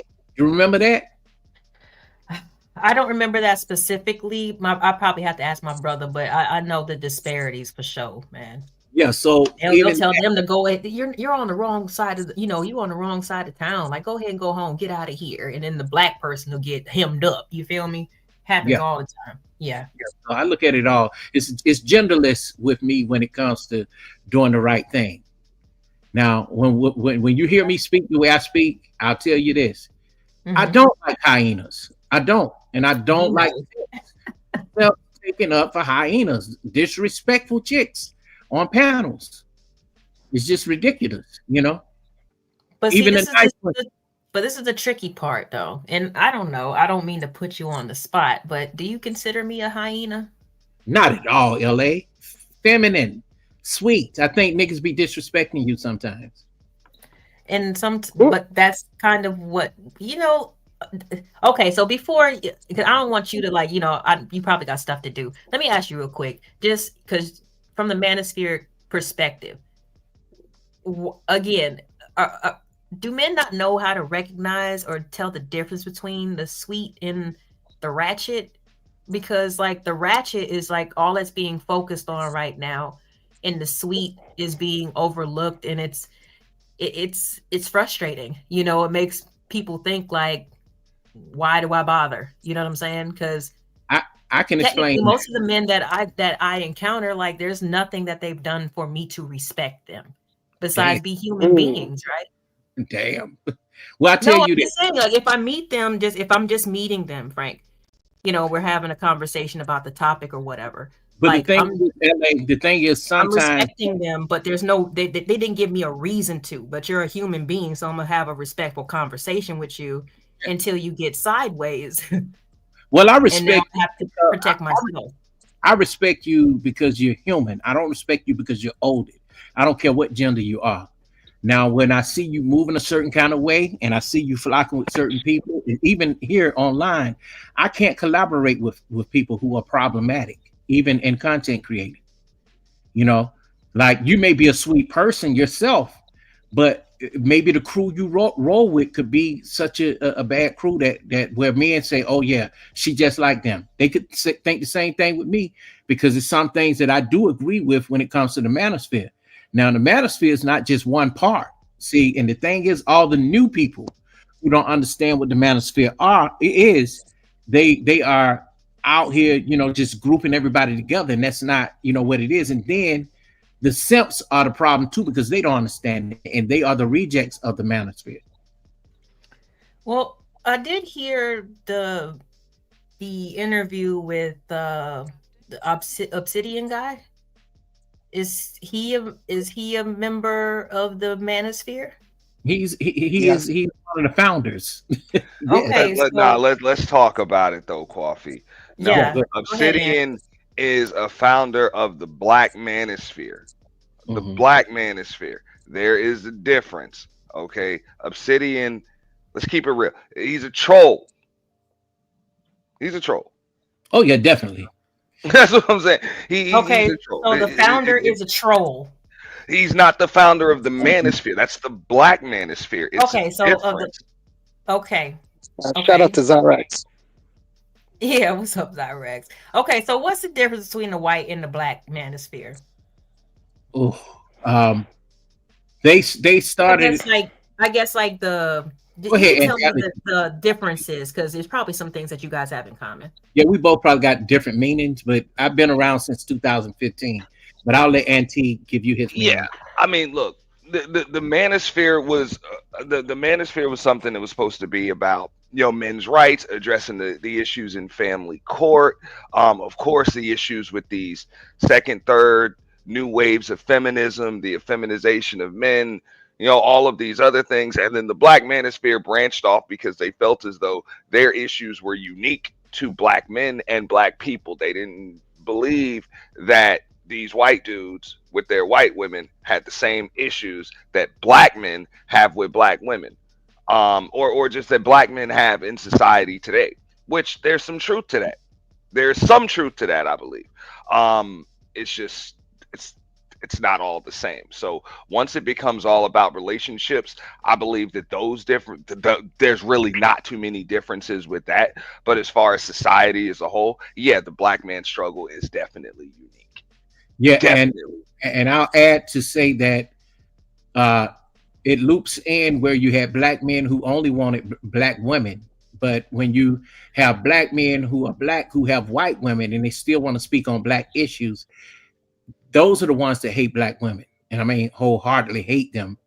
and then they say, go get the white woman, and you know, she'll be submissive, she'll be subservient, she'll be fit, feminine, what's the other one, and friendly, you know. And most of these dudes, they go around and you'll see them with really bad looking white women, you know, and they still mad because when a white woman gets you, she gets you even worse.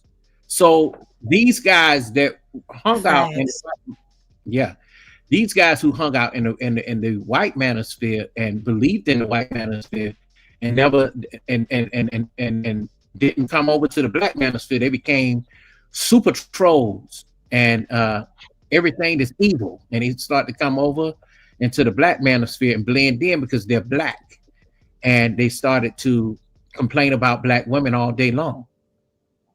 And that's what they do, you know, and those are the ones who don't even like black women.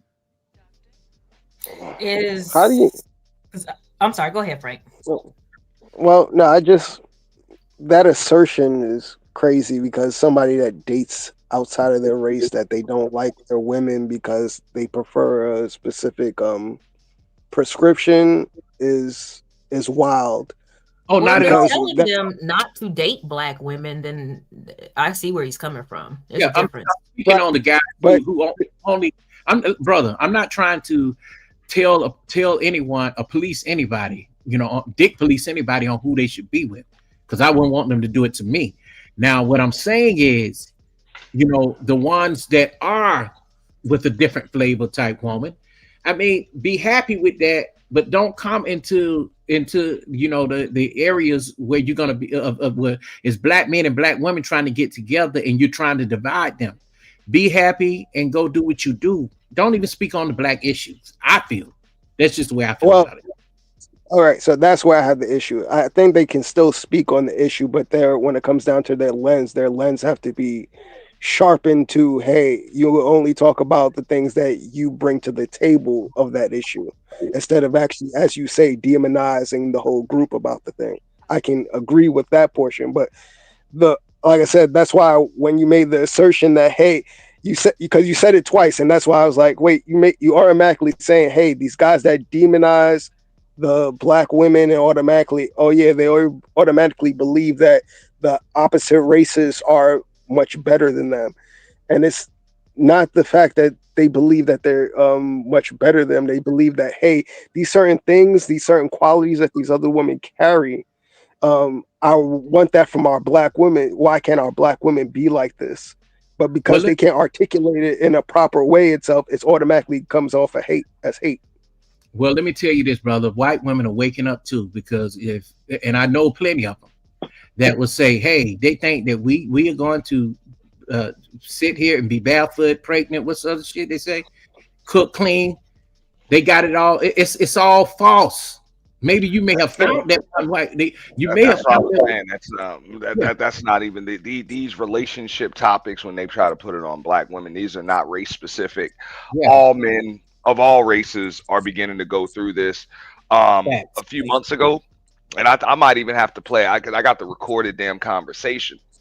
I had a client, Asian couple, woman. She owned a hair salon, whatever, and her husband was on the line. She literally told her husband, "Shut the fuck up. Shut the fuck up." Hell no. They barely spoke English, man. Right, like shoot. Barely spoke English, but that came out clear as day. Shut the fuck up. Wait, is that clip that you be playing?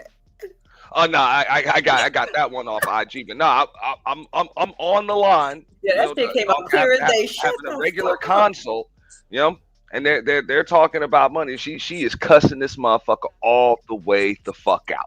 Hit you with a goddamn scandal upside your head, all kinds of stuff. That's all I'm like. No, I'm just saying this is not unique. They're like, oh, you black women have such a bad attitude. A lot of women just got a bad attitude with dudes. Either number one, because they don't respect dudes, or because a lot of these dudes are moving like bitches. Let's keep it real. I just hate when the dudes go around telling folk. I mean, I didn't marry a black woman, and I'm okay to say that. My ex-wife, Latina. And Puerto, you know, she's Puerto Rican and Mexican. You know what I'm saying? Now, I know I'm black, but I don't get online just complain about black women. The only time I will complain is if I'm on a panel, respectfully being respectful to a chick, and she decides that she's gonna come up and start to treat her like she a nigga, and that's just it. And that's why I don't get on panels, because I don't want to be on panels where I have to argue with women. And I don't like arguing with stupid ass niggas either. I have a problem with both of them. It's three people that are problems in this space. These stupid ass niggas, these hyenas, and these goddamn coons. Those are the three people that cause problems in this space. Well, that's why I like to be up here by myself for a while, so I can see who really about the conversation, Coffee, because I ain't about that shit neither. Well, that's and one more thing. Echo. Sorry. Let me just get this quickly in. It said LA. That's why I was telling you earlier about the echo chambers and how people always try to find their specific group. So just as you and Kwafi was just having that conversation, you guys are aligned on a certain thing. Now, you might not be aligned on everything when it comes down to the rhetoric that you guys speak, but automatically a group of people watching an audience will automatically say that, hey, LA and Kwafi, they on point with this. Now, when it comes down to how those things are seen in the world, that's how people get broken down. And that's why everything becomes selfish, or when it comes down to it, to my subset, instead of the actual community itself. No, I understand. I mean, I feel the same way, like I said, about the whole feminism thing, in order to, like I said, for it to give women more options, more tools to enhance the Black family. But everything else, I'm like, yo, like I'm an 80s baby, you know what I'm saying? Like, I'm not down with all this shit, but the fundamental part of it, yes, I can understand that. It's just me personally, I don't like to I don't hear the type of content that talks about getting rid of men altogether, and you know what I mean? Like, I don't like that extreme stuff. What you know what I'm saying? 'Cause those sound like hurt people. Wait, you said all together? How about not getting rid of men at all?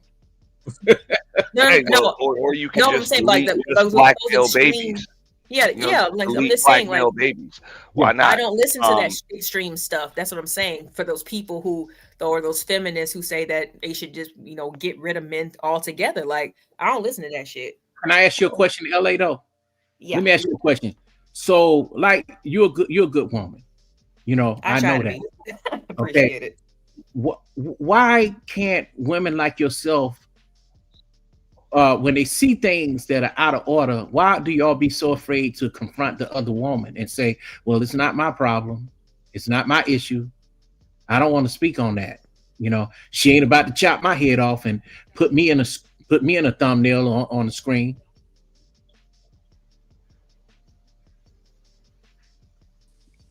There we go. Hello? Can y'all hear me? Yes. Okay. Okay, sorry. I was getting on my phone at the same time. My bad. I'm walking around the house. Why don't I get on again? I don't listen. Like, you keep asking me in the chat. Like, our audio go out? Can y'all hear me? She just switched devices. We can hear you. Okay. No, I said, you've asked me, Kwafi, like, if I heard of certain content creators and this, that, and I said, no, I don't, because I don't listen to extreme type of rhetoric. You know what I'm saying? I just need some more examples, but I don't have a problem, you know what I'm saying, with it. But at the same time, we got a bunch of men that every time something happens, you know what I'm saying, with one of the youths, like we were just listening to the Captain Tazariak and Tommy, exchange, and hold up, you backpedaled. I said, why don't some women? Because it seems like nobody else takes it serious. Well, let's keep it real, man. Nobody else takes it serious, and y'all all want these us chicks to got a stomp little down on sisterhood in them, dog. That is what it is. They got a little bit of sisterhood in them. Y'all can call it what you want, even though they know some of these chicks be do y'all speak FOS. on every degenerate action that men do, or you be like, hey, that's not my friend. But the thing is that's a problem that I have with a lot of dudes. It's like, so now we're gonna complain or even question women for not defending us. I don't need no damn woman to defend me. If a chick is being that disrespectful to me, I'll cuss her ass out. There you go. And I try my best. I don't need no chick to cuss no chick out for me. But you don't luckily like, for but me, you I've don't been like fortunate enough to have women but on Coffee these don't cases like having cuss chicks arguments, out but for me, so that he's way I like, didn't have to. I'm just being real, like that's what it is. But I don't have a problem doing it. You know, but I'll cuss a dude out that's disrespectful. I don't care because I'm like, look, you're a popping bubble in a circle, just like I am on this panel. So all of that. Oh, but I'm a woman. Nah, you get like I cussed the said, hell out. I've covered some stuff. Like I said, when it comes to women doing, when it comes to paternity stuff, you know what I'm saying? But let me ask something. Do you ever see? Because I don't believe in that shit. You don't Do keep you see the women that we do give hearts to in the chats, and the women that are really nice that the men like in these spaces. What do you think about those women when you see us, really nice to them? I mean, it's awesome. I mean, usually the women that I see y'all being nice to, I'm cool with them too. So I understand why you being nice to them, because they're nice women. But haven't I been nice to you too? Yeah. Okay. All right. Yeah. Go ahead. Be giving me the third degree, girl. I didn't say that you were being mean. I know, but you be getting on my ass too. Hey, I'm like, what did I do? You ain't do nothing. You ain't do nothing. Just sometimes it's just more of like, we have a certain point or a certain, message that we trying to, get across or whatever. And sometimes it's like, think it gets lost in translation. So I'll be like, you gotta stop doing that. Like, I'm very expressive. So when I ask you something, I can tell when I got on your nerves in the chat because you won't answer that. I don't. Damn. Yeah. You think that maybe I walk away, or what I'm saying, I don't see it, or I'm just like, okay, I hear you, Coffee. That's what they all tell everything me. don't need to be addressed though. Sometimes I'll just be like, okay, I hear you. Now just leave it alone. But what I'm saying is, like, I don't know. When it comes to, like I said, with these age of consent conversations, I know you probably, Coffee, would rather not be involved, correct? I would rather not be involved, but I will goddamn hold them accountable, because I don't think that a grown ass man should be talking about a young ass woman. But there's been too many conversations about that, and it's just like people just be like, "Oh, damn!" Like, but that's a problem, though. Palm to the face. But again, yeah. So that's what I'm saying. Too many people, they don't care. You know what I'm saying? Like when it comes to anything, it becomes synonymous with Manosphere rhetoric, and I'm like, yo, if this is what y'all gonna talk about is screwing around with little girls, nah, bro, I'm not gonna co-sign that. And that's what becomes confusing to the people who are listening. Cool. Yeah, that's what becomes confusing to the people who are listening, because if this is a movement, you know what I'm saying? Like we've talked about the 4B, we've talked about, the other movement that's supposedly here in the States or whatever. I've talked about marriage. I've talked about my interracial relationship. I talked about a lot of shit. And I still, when people ask me every day, do you want to get married? I say, absolutely. You feel me? Like, because we have problems, we have issues in terms of people. But I don't see men as extreme as I hear, you know what I'm saying, when I go on panels, or just when I listen to some of my favorite content creators, or pay attention to the chat. I mean, it's everywhere. It's everywhere.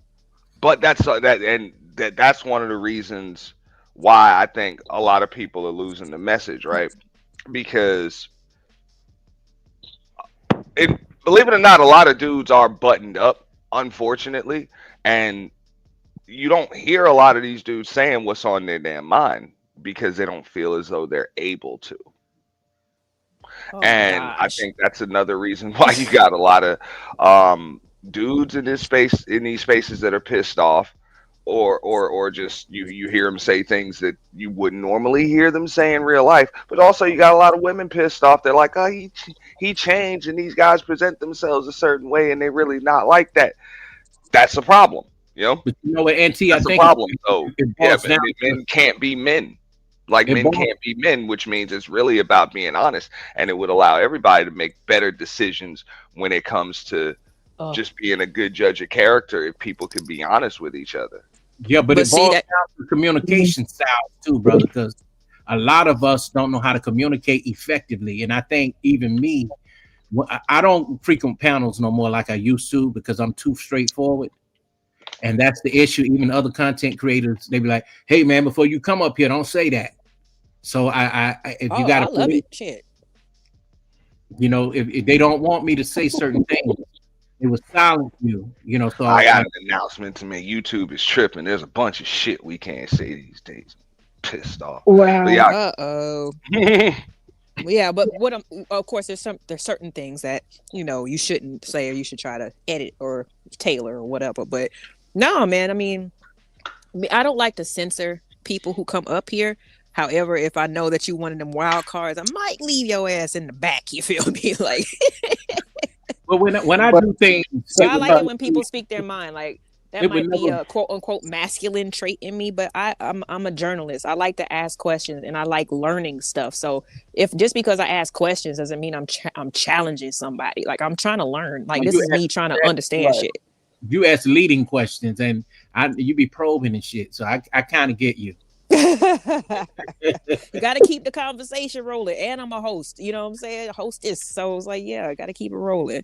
But Frank and Riaz and Michelle, y'all quiet. Y'all got anything? I don't want to take over. Well, no. As I usually let people talk because majority, if you want to hear something, you want to learn something about people's perspectives, and you actually want to get down to it, let them talk. Or if you do want to actually get to something specific, you ask the question that you need to ask. I think majority, something that somebody said earlier, that people, men are capable of speaking itself. I think they're capable of speaking because everybody can get on a microphone and talk nowadays. I think when it comes down to conveying a message clearly, everybody can't do that. And besides them not able to saying a message clearly, they rather have somebody champion that for them. So if automatically you have somebody that can speak something into fruition for you and they're already saying it, you rather repeat what that person says so you don't have to take the accountability of the words because you can always fall back on, well, this person said it instead of it came from me. Frank, that's a good point, bro. That is really good. That was good what you just said there. That was really good. Hey, Riaz, you got something on how you feel about the gender war? Or because I know, like I said, we talk about movements that more happened in the States, but you got something on the gender war? How you feel about it? I feel about it pretty much. I see balance to it though, and I just feel like this does. To be honest, though, some of those NFL guys, though, I don't take them serious though for a reason though. Cause look, some of them just are not willing to look within and take an accountability on their inside themselves, and they're just willing to basically, put that on someone else though. And instead of like looking within, or you got some people who are not willing to actually call out certain type of behaviors though. Them type of people, I'll never take them seriously. Cause how can you go your whole life like that doing that? And you yourself and actually wonder why they have no progress, and they're actually complaining about why they have the results why they have it, because actually they are manifesting that energy to them though, because you know what it is though, the results is the same no matter who they choose. It's just basically they're attracting that energy to them, because it's not just a conscious thing, it's a subconscious thing too though, because subconsciously they actually think and feel that, and they consciously bring it to their brain, and basically they say it, through their mouth or their tongue, basically, and they manifest it like that. Because whatever you say may come true at some point. So when they keep saying this, that, when they keep saying these talking points, though, they're actually making that their reality someday. So that's why I am not for that. Riaz, let me ask you a question real quick. I know Sure. Mulatto has just come up. Yeah, welcome, Pam. Okay, sure. Peace, family. Yeah. Hey, Okay. I want to just ask you a question, Riaz. See, now sometimes you got to watch the language. When you say violence, you just said something about you added the word violence and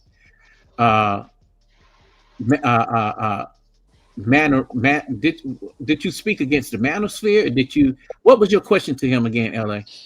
Just how he felt about gender wars in general. Oh, gender war. Oh, in general. What I'm saying is, do you feel that speech is violent? Can be though, depending on which context you use it though. Because it's not always violence is not always sometimes though, in a physical sense. Yes, like basically you physically do it, but then something has to trigger it, right? And not like the violence type thing. And the stuff they say, right? When they keep saying this, that, at some point, right, it's going to trigger some people's reaction. And some people's reaction is not always going to be in a physical way. They're gonna verbally say it. So it's like you're basically draining out your energy like that, and you're triggering other people to do that. And I'm saying that in a general sense, not against you though. You know what I'm saying, bro? Yeah, I get you. I get you. Because I'm just also saying though, bro, is also though, you know what you say is you're also manifesting that energy outside, because that's the power of your tongue as well. Because your tongue and your mouth has power. It does. I heard somebody, it was funny, when people, I guess, are complaining about the quality of what they're finding, they told them stop dumpster diving. Stop looking Yeah. through the trash, man. Like, stop expecting the worst from people, because that's usually the next person that you get ain't gonna be heaven sent. You know what I'm saying? If your outlook on life in people or relationships or whatever is already screwed, like, how do you plan on being able to recognize or see something that's good? You know what I'm saying? Of I do course. believe in that. Of course, I agree with you. Straight I'm just alley like, cat should be dumpster diving. That's what it does. And please And let they me should get stop that right quick. complaining. What's up, man? Peace, peace. And very briefly, I do want to give the ADOS FBA movement credit for this. One solution, in my estimation, to the black on black gender war that we're seeing is for black Americans to team up and address the external threats that we are facing. That's why I support the Call ICE movement. I support how ADOS and FBAs are, supporting candidates that are anti-immigration and advocating for reparations together. Because, and I'll say this in closing, within the ADOS FBA movement, I noticed there were some people that came from the black feminists and the red pill backgrounds, and they have completely, abandoned those ideologies because they are toxic at the end of the day. They abandon those ideologies and they are able to efficiently work with the opposite gender within their own ethnicity as black Americans. So I think that's the solution for us to figure out our common interests as black Americans, or mulatto Americans at least, and work together on that accord instead of figuring out reasons to point fingers at each other for things that we don't like about each other. Brother, I got to give you a I clap on agree. that one. No, I got to I give you a totally clap on agree. that one. That was That's good. Yeah, That he always was good. practices it all the time. He has the same conversation on every panel he gets on, But but regardless of but what but the but, topic but is. I've Um, been wanting to tell him that though, Auntie, for a while because I can't get up on the panel when he's up there like over at Izzy's. But I just got to say this: the problem is with black men and black women born in America, they let too many outside sources come in, and that's another confusion, something that causes confusion between us, and that is the problem. Everybody that's Yeah. melanated that looks like you are not you. Right. That's why I kind of had, like, even when I started off, when it started, I think when it was really going after our self-esteem. You know what I mean? In so many ways, to the point where we felt like we had to assimilate, you know what I mean, to the whoever was at the top. You know what I'm saying? And even when it comes to ideas, attitudes, et cetera, it's not just dress. You know what I'm saying? Like the invisible man, that type of shit. Like, I think that it started with our self-esteem back in slavery. You know what I'm saying? To make us feel like we are not good enough. You know what I'm saying? And that we have to look outside and somebody else has to save us all the time. And I be saying this shit like, while everybody else is fighting at the bottom, the people on top is eating fat. You know what I'm saying? Living comfortable. And that's the people that need to be attacked, and not the ones at the bottom who are just living within these circumstances. So what when it comes to I'm sorry, go ahead, Frank. No, just to add on to that, that's why I gave up the school example, and that's why I told you before itself. When people automatically are forced into an ideology of, hey, you got to be able to. You have to break you got to break a system that you've been taught so long just for you to actually get out of those things. And then instead of people breaking out of the system, they rather point the finger at, aha, the little boy got in trouble, da da da. Now he's attacking the little girl instead of attacking the ideology of the teacher that's being teaching to him. Right. No, I understand. My brother and I, we were talking about, like, we wish that more men would get into education, into teaching. I think I only had like 2 male teachers, like including high school. You know what I'm saying? And it was about the same for my brother, but like those are teachers I'll never forget. You know what I'm saying? At the same time, I wish that more men were encouraged into being teachers. Well, I let's think do that it. could help. Let's I talk, feel let's you. talk about it, man. Sorry. No, Rhea, stay out. One second. Let's talk about it, right? Now, most women, because I'm not gonna mention the creator's name, kind of does a little divest their content. I was in the clouds just listening. You had women in tears over the Tyler Perry comment saying that why do you all need men that make more money than you? Like why is a good man just not enough? And a lot of these women said, hey, I mean, I shouldn't have to date down. I deserve what's on my level. And keep in mind, most of these women are single. They have no fucking man. So whatever. Most women want a dude that makes more money than them or can at least support a family, right? Okay. Yeah. Most people cannot support a family on a teacher's salary. It depends on where you at. Primary breadwinner. That's why you don't have in teaching. It depends on where you at, though, Auntie, because I don't know what teachers make out in Florida, but the teachers out here make pretty good in California. Hey, I'm saying this is why you don't have more men in teaching, though. But I bet you that the men that are in teaching are probably married. If you look at the average salary of a teacher, somewhere around the between $30,000 and $40,000 a year mark. I don't know. Your average public school teacher within their first 5 to 10 years of teaching. Yeah, but you don't have to just teach at a public school either. You get what I'm saying? I understand what you're saying. If you just look at your average teacher, that's just not. It's just not a common. It's not really conducive to me taking care of my woman and children. But and if there are male teachers, they're usually substitute or they're like assistants to the woman in the classroom. Now, Dr. Jawanza Kanjufu, is his name? Is it Jawanza Kanjufu? Jawanza Kanjufu. Anyway, y'all know who I'm talking about. And about a woman-led classroom. At some point, we do need men in the classroom for the boys, because some of these boys are hotheads.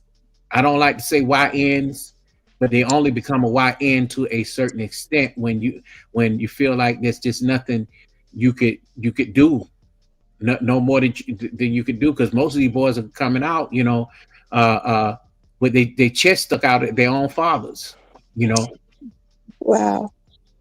I have a point for you, That's a fact. All I'm saying is, it's usually not conducive, to supporting and raising a family. And I'm not saying there aren't a lot of male teachers and male professors that get paid and get paid well. I know there are. I'm not even gonna say I'm sure there are. I know for a fact there are. It's just very few, so it's not a very sought after profession. But they have to be a coach and a teacher though to get paid like that, and a security. Or just be extremely qualified. There's a difference between having just the associates, the bachelors, the masters. And you're going to see certain teachers that are a little more qualified than others. So they make a little bit more. Same rules apply for women, but that's the difference. Women out here get real in society. Not in society, and this is one of the reasons why you do hear. I mean, a lot of these messages have been lost over the years because they don't bring in the views. The relationship topics and the to hell with black women, that brings in the views. But let's just keep it real. For the most part, the women, hey, you want to be a teacher? Go ahead and be a teacher, and then you can have all of these kids. And worst case scenario, if you can't pay your bills, just get a man to pick up the slack. You'll be I all think right. when a lady Go right. Didn't Kevin Samuels make a whole damn persona and image on here about, hey, just get you a high value man. You do whatever the hell you want as long as you're fit, feminine, friendly. You just go get you a high value man. As men, we can't just do that. We can't just do what you want and get a woman to pick up the slack. You're good. We can't do that. Let me just go back to the teacher thing. The women out here, they get paid hella good for being a teacher. They are principals. They are in medical field. Women get paid really good, and in tech. Now, black men are very far and few in tech out here. It's the black woman, and then That's the surprising. and the Indian man, the Asian man, and then the white man. I said I'm surprised at that one. I I'm thought just saying, more men would be this is in why I tech. just believe a lot of these conversations There really are more should men in tech. be co-ed. Like a lot of these quote unquote manosphere conversations were never even supposed to be co-ed. They only became co-ed because motherfuckers want to talk about women all goddamn day. Yeah. Somebody said those So figures are not true. what's with the avoidance of like self-development then? Well, When who it comes wants to to talk people, about self-development when we can talk about relationship dynamics all day? That's way Well, more. but wasn't it And that what it was treat women initially? better and they'll like you more. Yeah. But wasn't it initially supposed to be about self-improvement, right? That's what it was supposed to be about. It's supposed to be about self-improvement. Okay, so why? Societal, Okay, so it's just because other it's just harder to look in the mirror. Well, no, that doesn't bring in the no, views. That doesn't bring in the shock value. it's Well, not If that y'all were either. listening to Obsidian, the other night, I mean, he pretty much says this every time. That don't get a shock value. let's say this: The the era era, of black female The fuckery. That's what brings in the What's up, shock Bond? value. the era of the black argument that usually is brought manosphere. up. You Go said Let ahead. me what? let me just right quick. It said the argument that's usually brought up about why it's always talking about the women instead of self development because the person can self develop all they want. The person doesn't follow them the way that they want to be followed, then it's all moot. I could be the best person in the world if I have a bad follower. That's the argument that's usually presented all the time. Everybody Well, lead. And that's what a lot of these motherfuckers don't want to admit. A lot of them want to. Well, I'm the man. I should be able to lead. No, the hell, most of you shouldn't. but you know what Yeah. though, fellas, And Lead. that's the argument though. But then when it's said, then it's like, wait a minute, you shouldn't say like, wait a minute. But if it's true, Well, what's the problem with reason why saying that? most people lead is because if we've listened to the conversation that we've had for like the last 30 minutes, even about how we explain our things, everything is based off of preference. It's not based off of anything that's principled. It's always it's based off of these certain parameters that I specifically want. And it's not based off of, hey, these are the virtues that we need to be following as human society that we need to continue to put to the forefront so we can get things done the way we want. Since we're all leading with preferences, it's automatically going to be as chaotic as well as individualized to each relationship. The but thing you is, know what people, though, brother, we have to take it understand. personally. We, 1 second, coffee. People take it personally when you say things like everybody's not fit to lead. If everybody were leaders, there would be no teams. There would be no teams. Yeah, Everybody but would just be working alone. Yeah, that's true. Somebody's got to but work. That's what I'm but saying. even the Everybody, word just leadership like they does say, not. oh, hey, you should be the owner. No, everybody can't be the owner. Then I there think are no employees. I think the people have to be okay with where they are, and other people. If you're going to work as a group, you have to be okay with other people saying, "Hey, I don't want to be a leader." Let me tell you something. Being a content creator is a hard thing, and me doing what I do in this space, I've been snubbed for 10 interviews. with people that I talk to every day. And that's been the hardest thing. So my thing is, it's nothing in it for me. It's more of, okay, well, I do value what you have to say. I ain't never seen you in no mess. Let me help you out. Let's get your channel up. Let me, have you get into, some things that I'm doing as well that'll boost you. So my thing is, even in that, it's preference. And some people they are not looking to be a leader. They're not looking. When it's stage time, they're not. They're afraid to really, get on stage. Yeah, because they're looking for the rewards of leadership and not the actual thing, the actual things that leadership brings. Leadership is a thankless job.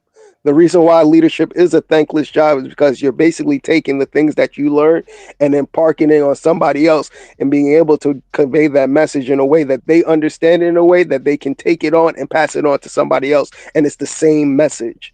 It's that linking of one place to the other. That's the thankless part of it. People only see the rewards of, hey, people are giving this person respect, adulation, and actually give this person time to listen to, because he has this stature and I want that status.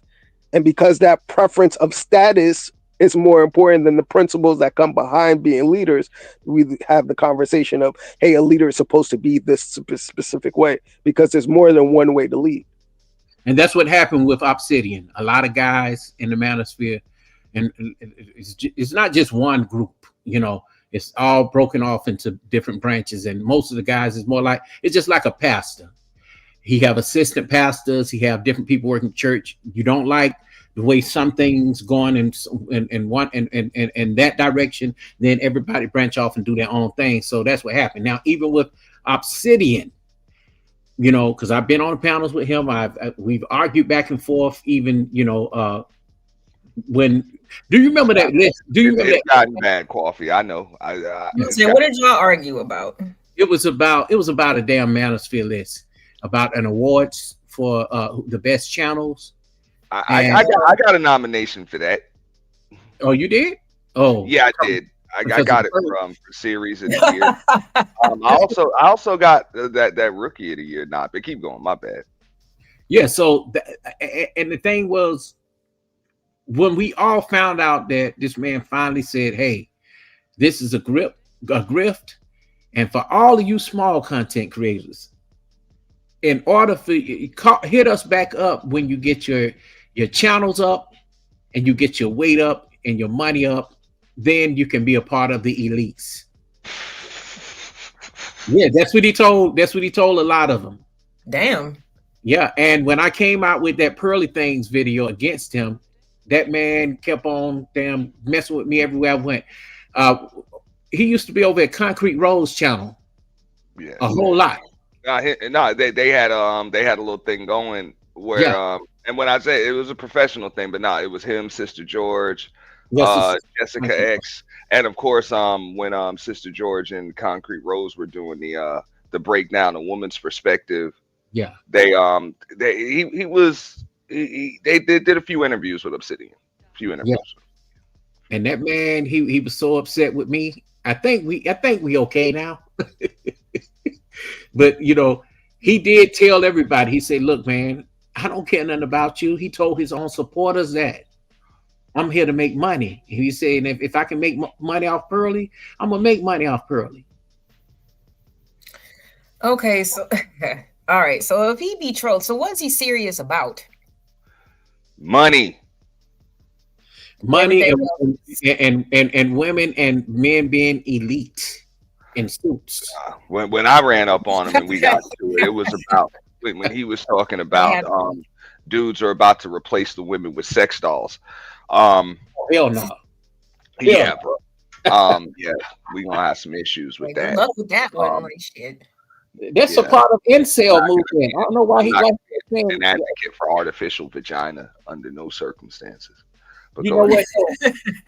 You know what tripped me out about that though, Auntie? Because he kept saying, even in that show, that men, the black men who are behind avatars and the dark are in the dark corners of the Black Manosphere, and they're reject. But I think Yeah, with the dog type shit, that's a reject too. It's so Wow. you can get pussy when you can't get nothing to eat. Excuse me. Maybe you can, but a lot of them can't, and that's when a lot of these these topics just, bro. This is just it's just bad, though. A lot of people just aren't even fit to be part of these conversations. Now, if I would have came up on that damn panel, but I don't go over there. But if I would have came up there on that goddamn panel and I would have said something to him about that $30,000 that he got from Theo Wolf and tricked him out of it, he didn't address that. $30,000. I didn't know about him tricking him out of the 30K. Oh yeah, that's tricking when you are a person. And he told me he didn't have to pay it back. And they be worried about giving women money. Oh my god! Theo got his money though, but that's what I'm saying. Like, okay, so even when you talking about the list, the meetup, all of that, look, I called that out when I heard it. I was like, this is a ballroom seminar hustle.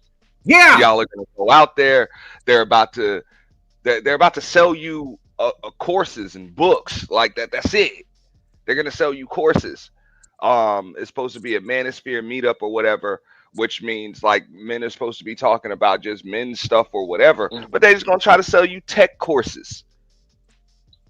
Everybody go into IT, start coding, and sign up in the back for $19.99 for our weekend retreat, and that'll be part one, and then you can sign up for the next one. Like, come on, man. And man, they also sitting around looking at each other all crazy and shit. Just crazy. Buy my book titled "How to Get People to Sing." I'm gonna make sure that we set that shit off all the way. They ain't even have nobody there to have a. Hey, LA. Yeah. All right. Well, LA, it was a pleasure coming up. I hope I answered your overall question about the gender war thing and why, as you see, we always talk about money, and it always comes back to that type of financial and how we run the Western economic system. I hope that was clear. But also, I just want to say everything. I thank everybody for their opinions or whatnot for the night. Y'all take it easy. Y'all have a happy holiday, and y'all be safe out there. And thank you, brother, Frank. I appreciate your input. Come back anytime. All right. Take it easy. Good night. All right. You too. All right, y'all. Well, I mean, at the end of the day, I mean, we kind of figured it out, but like all of this is just a distraction. You know what I'm saying? From people getting together, you know, coming into like and unifying and really being strong forces, I think, in the community. But like, you know, so somebody is winning, you know what I'm saying, from all of this. We hear about the grifters, you know, these independent people. Now they selling these fake ass courses and selling fear, basically, you know. So yeah, I definitely think that we should try to find something that we can be. I mean, if we straight, meaning heterosexual, we should want to be in relationships. So I think that that's one thing that we both want. But how do you guys think we should go about actually like clearing up some of the issues that Black men and women have? Being able to have conversations with people who you can really talk to, who are your equals. You can't talk to somebody when you already know their character. They're going to come up on the panel. They're going to derail. They're going to be a feminist. And then you got the incel. You got the femcel. If we get rid of all of them, I told you, the hyenas, these stupid niggas, and these coons, you get all three of them out of the way, we won't have these problems on these panels. But I think also, I mean, I think it's an issue with like just accepting things. Like everything is, it appears that like every time like a man says something in terms of statistics or whatever, then like no sources have to be pulled up. It's just like, this is what it is. It's just the truth. Hey, I guess you just can't handle the truth. If some of those statistics are outdated, don't listen to them. Right, but if men were presented with facts from a woman, do you think that they would be able to accept it, even if it was something negative about men? No. Those are those relationship love connection panels. I don't fuck with them. Excuse my expression. I don't. Wait a minute. I would say people need to get the hell off the internet. Go outside. No, wait, did y'all hear me? Say what? No, I said if if men and women were having a conversation on a panel, let's just say they were level-headed, all that good stuff, and on a perfect panel, right? Oh. If a woman presented facts, presented facts about men, that's an issue. Do you think that the men would be able to accept it? I can listen to it, LA, but I would also dig deeper into that woman to figure out where was the question coming from? Why is she feeling this way? It would never be to the point to attack you, but I would like to know where it came from. Because not all men are the same, not all women are the same. Because we can a lot of us could take even the good book, the Bible. We could take a page out of the good book and tailor it to our feel good. You get what I'm saying? Mm-hmm. So some of these people, they come up with an agenda to get I understand that, but I said in this situation, this is the perfect panel, handpicked by you yourself. Okay. With some, let's say 3 or 4 topics, and men and women have to present their issues, what side they're coming from, in order to try to meet some common ground. Would you be able to accept the facts that a woman presented to you? Yes. In that scenario? Yes. But if it doesn't relate to me, I would put myself in that situation to say what I would do, because there are some things that I must say I have not had to go through like most of the men. I ain't never had no problem getting no woman or no sex if I want that all the time. You get what I'm saying? That's what I've been trying to say. I'm like, I done had more problems getting rid of a damn woman other than getting one.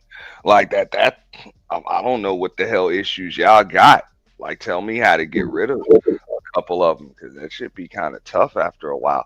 But I think that would be a microcosm. So, all right, to answer your question, LA, me, Coffee, a lot of dudes, yeah. If you present facts backed by stats and you make a decent argument, yeah, we can accept it. But there are some people that ain't going to accept what the hell you say. That's life. It doesn't matter. You tell them the sky is blue, and they will argue with you. It could be pouring down rain. You could tell them that. They're like, no, it's not. It's pink. They're going to argue, and they're not going to accept the damn thing that you say. So I think that's just a microcosm for life, and I think a lot of people just need to understand that some people are never going to accept what the hell you say. Some people are always just going to demean the messenger because they don't, or they're going to demean the message because they don't like the messenger. Yeah, I can feel that. Okay, well, I appreciate the honesty. Let me tell you what I want to do from here on out. If I'm on panels, I only came up here because you summoned me. Otherwise, I would have came. Don't let me find out I got power. Yeah, but this is the thing with me. I'm not going to argue with nobody back and forth, especially when I know the person has a record of not knowing what the hell they're talking about. Because some people, I viewed these panels, I'm like, God, did they say that? And they don't come up. And I don't care about stats. I need to know where you get these sources from. Cite your sources. See, stats are the easiest thing to go to, and sometimes to be outdated. And they say, well, it was true because it was a stat. Right. So I don't get into them stat niggas type conversations. Yeah, them just be annoying. I can't even lie. But I'm just like, man, it just seemed like the people who come more from that side of, the gender war or whatever, it's like whatever they say be law, and everything else somebody else say be bullshit. I'll be like, man, well, I guess we just gonna have to, Let me ask you a question, though. What do you think about the pick-me women in the space that really agree with the men that are just not even leadership bound, but they disrespect They disrespect the other women. I'm talking about the pick me women. I mean, I think it's pathetic, but hey, to each their own. If that's how they got to cope or get the job done, shit, they life, not mine. But that's what I was saying about the clip that I was playing earlier. There was somebody up in the upper right corner that she was just like, oh, that girl knew what she was doing, and blah blah blah. It was just like, man, it's just sometimes it's kind of difficult to hear such insensitivity from somebody who is definitely, living the same experience. You know what I'm saying? Should have a little, like at least. And you know what? And this is the way we feel And too. I can understand how men do that with each other. So Yeah, I'm not. yeah, yeah. So that's what I wanted to tell you too. That's why I came up too, because there But have some been shit you gotta be like, nah, we ain't going for that. yeah, but there are some men who come here in this space and they say, like I talked with a man who had 3 heart attacks. Good man, military man, provided for his wife, sent her through school to get a PhD. That chick went and got that PhD, left him. When he came home, nothing was there. She took everything and left the son in the house, and him and the son been together ever since. What? And guess what? She went off and married a millionaire. Oh my God. Yeah, good. And now he's walking with a crooked face. He's crippled on one side and walking with a cane because the man damn near died from a broken heart. But my thing is, even in that, you can't alpha your way through. It was more like that song that Jasmine Sullivan sang, "I'm in love with someone else," and he couldn't accept it. Mm-hmm. Yeah.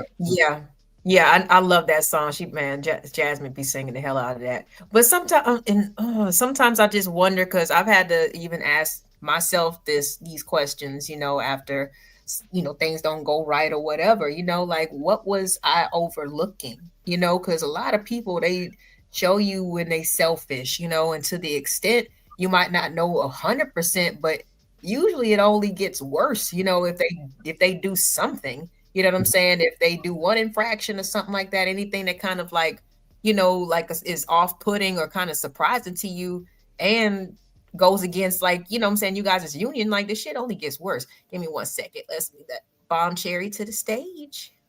I was about to answer her question. Huh? Oh, okay. Well, good. I'm glad you saw the question. What's up, Bomb?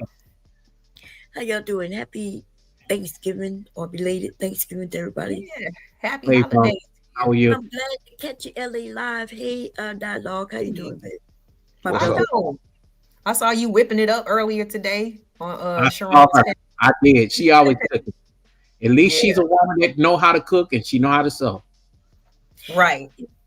Yeah, I made gumbo earlier that morning, and then I was making the dressing when you over there by Sharon. That was the cornbread for the cornbread dressing. Mm-hmm. Oh yes, that'd be the best when they got the homemade cornbread in there. I want to ask you a question, Bomb. I sense that he was a good guy because of the conversation and the things he's done in his community. But you're right. It doesn't mean that he was a good guy. As far as I don't know what could have just went on within the home, but she's a good person. He's a good person. It's just that, he very well could have been a good guy, but she didn't want him. And that's some things that some men have to get over. So whether he was good or not, but I figured he was a good dude. Yeah, because, he could have been a good dude and she a good person, but something could have been going on in the marriage. So even though he was there helping her go through school, they wasn't having a good marriage. So because women don't marry men just to then turn away from them. Something usually happens within that marriage, even with the men, right? The thing about the men, though, like with my husband, he didn't realize, he didn't take things serious until I was ready to walk away. That's and the only reason I didn't walk away because I really loved him. You know what I mean? I wasn't walking away to go to anybody else, so therefore I was holding on. But then I was ready to go. How did you let him know that it was like that serious for you, so it could like click for him? You know what I'm saying? I had been telling them for years, right? Like, hey, like I'm here. You know, the men think that long as they go to work and pay the bills and come home and he would get drunk, you know, drink his beer and everything, look at football, all that thing that men think that's what they do. But then there's me and the children, right? I'm still a woman. I still want to do things. But yeah, I did something that was terrible. And when I did that, that's when he was like, yeah, Oh he shit, was huh?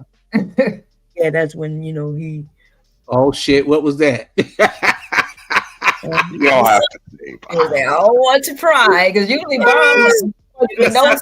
She don't say that shit. to let him It's know all that I'm really gone, like I'm really out. You know what I mean? But you know, I think it scares us when you know you got something good and you and something crazy or drastic has to happen in order for y'all to really see that. You know what I'm saying? That y'all really love each other and care about each other to where you like, oh no, nothing is better on the outside than what we already have. But see, I always kind of like, cause I'm like I said, I've never been married, but even like I've been in, you know, 5-year relationships, stuff like that. And that's how I be feeling too. Like I definitely have voiced what I feel needs, you know, like, hey, like, you know what I'm saying? Like, can we work on this, that, and the third? And folks just be, when they come online, they just act like women just wake up one day and just decide, I'm not happy anymore. I want a divorce. And it's like, no, we be trying to tell y'all, we would rather be together than But be there's a apart. reason behind it though, LA. It's a reason behind everything. I don't know, man. Not paying attention to what somebody's, the person that you in a relationship says they need from you. What I mean, what could be missing from that? Yeah, because for years I was like, let's go to marriage counseling, right? See, they don't want to do Men, that. what I find is, yeah, the men are kind of, they think they can fix everything themselves, you know, they don't need no help.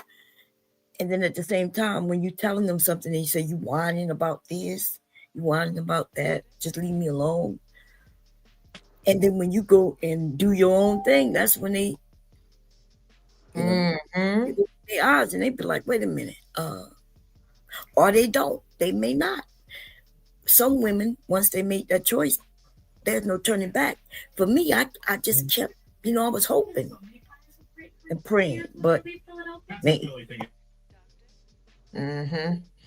No, hey, at least he woke up, you know what I'm saying? But yeah, like just the waking up one day and just like acting like it was just, you know, like people are just that unstable with their emotions just to break, you know, just to break up a marriage. Like that's not what happens. Usually it's something that always happens.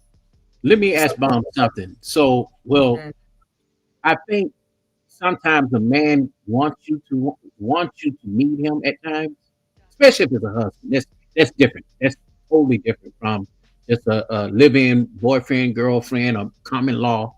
But a husband, and I think sometimes it's hard for a man to let down off that, even though she says, "Hey, baby, I know, I understand that you can't get it. Let's just hire somebody else to cut the grass."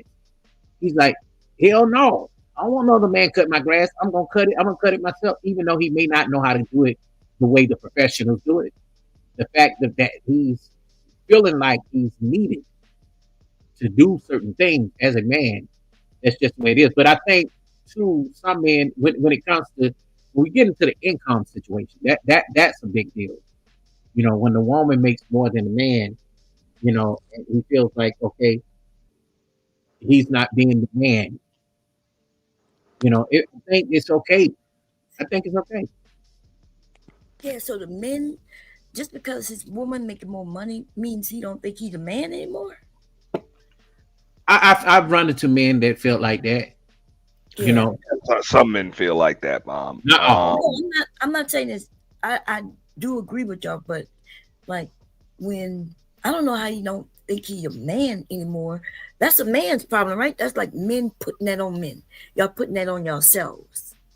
Yeah, Yeah, I mean, I would say that's yeah, that's an insecurity issue. That's a serious insecurity issue. So yeah, I'll be okay. making that money. Shit, make I it. mean, like, yeah, I would. Okay, so I would always say maybe a little healthy competition in the house. Whatever, you making all this money, I want to make as much, if not more, than you. But I don't want you to just make less than me. I want you to make as much as you possibly can. So even if you're not, even if you, if I am making less than you, it's all good because it's all coming to the same place. That's It's right. all Right. good. You know. Exactly. So if Competition, anything, I mean, right? I'll use that as motivation to make a little more. But under no circumstances would I feel better if you made less. Yeah, I think the men, y'all, because my husband, there's times where, I was making maybe a little more up until he got, into his career set in it. And, but he ain't never know. It never was thrown in his face.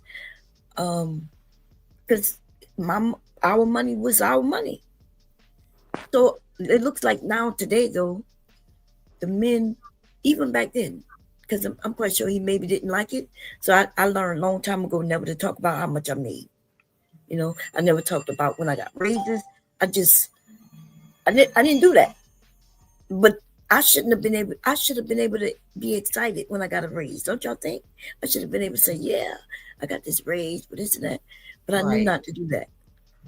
And that's what the women are saying. The women are saying, "Hey, like we with y'all because we love you, but we can't even be happy for my success because the man may be he may feel some sort of way."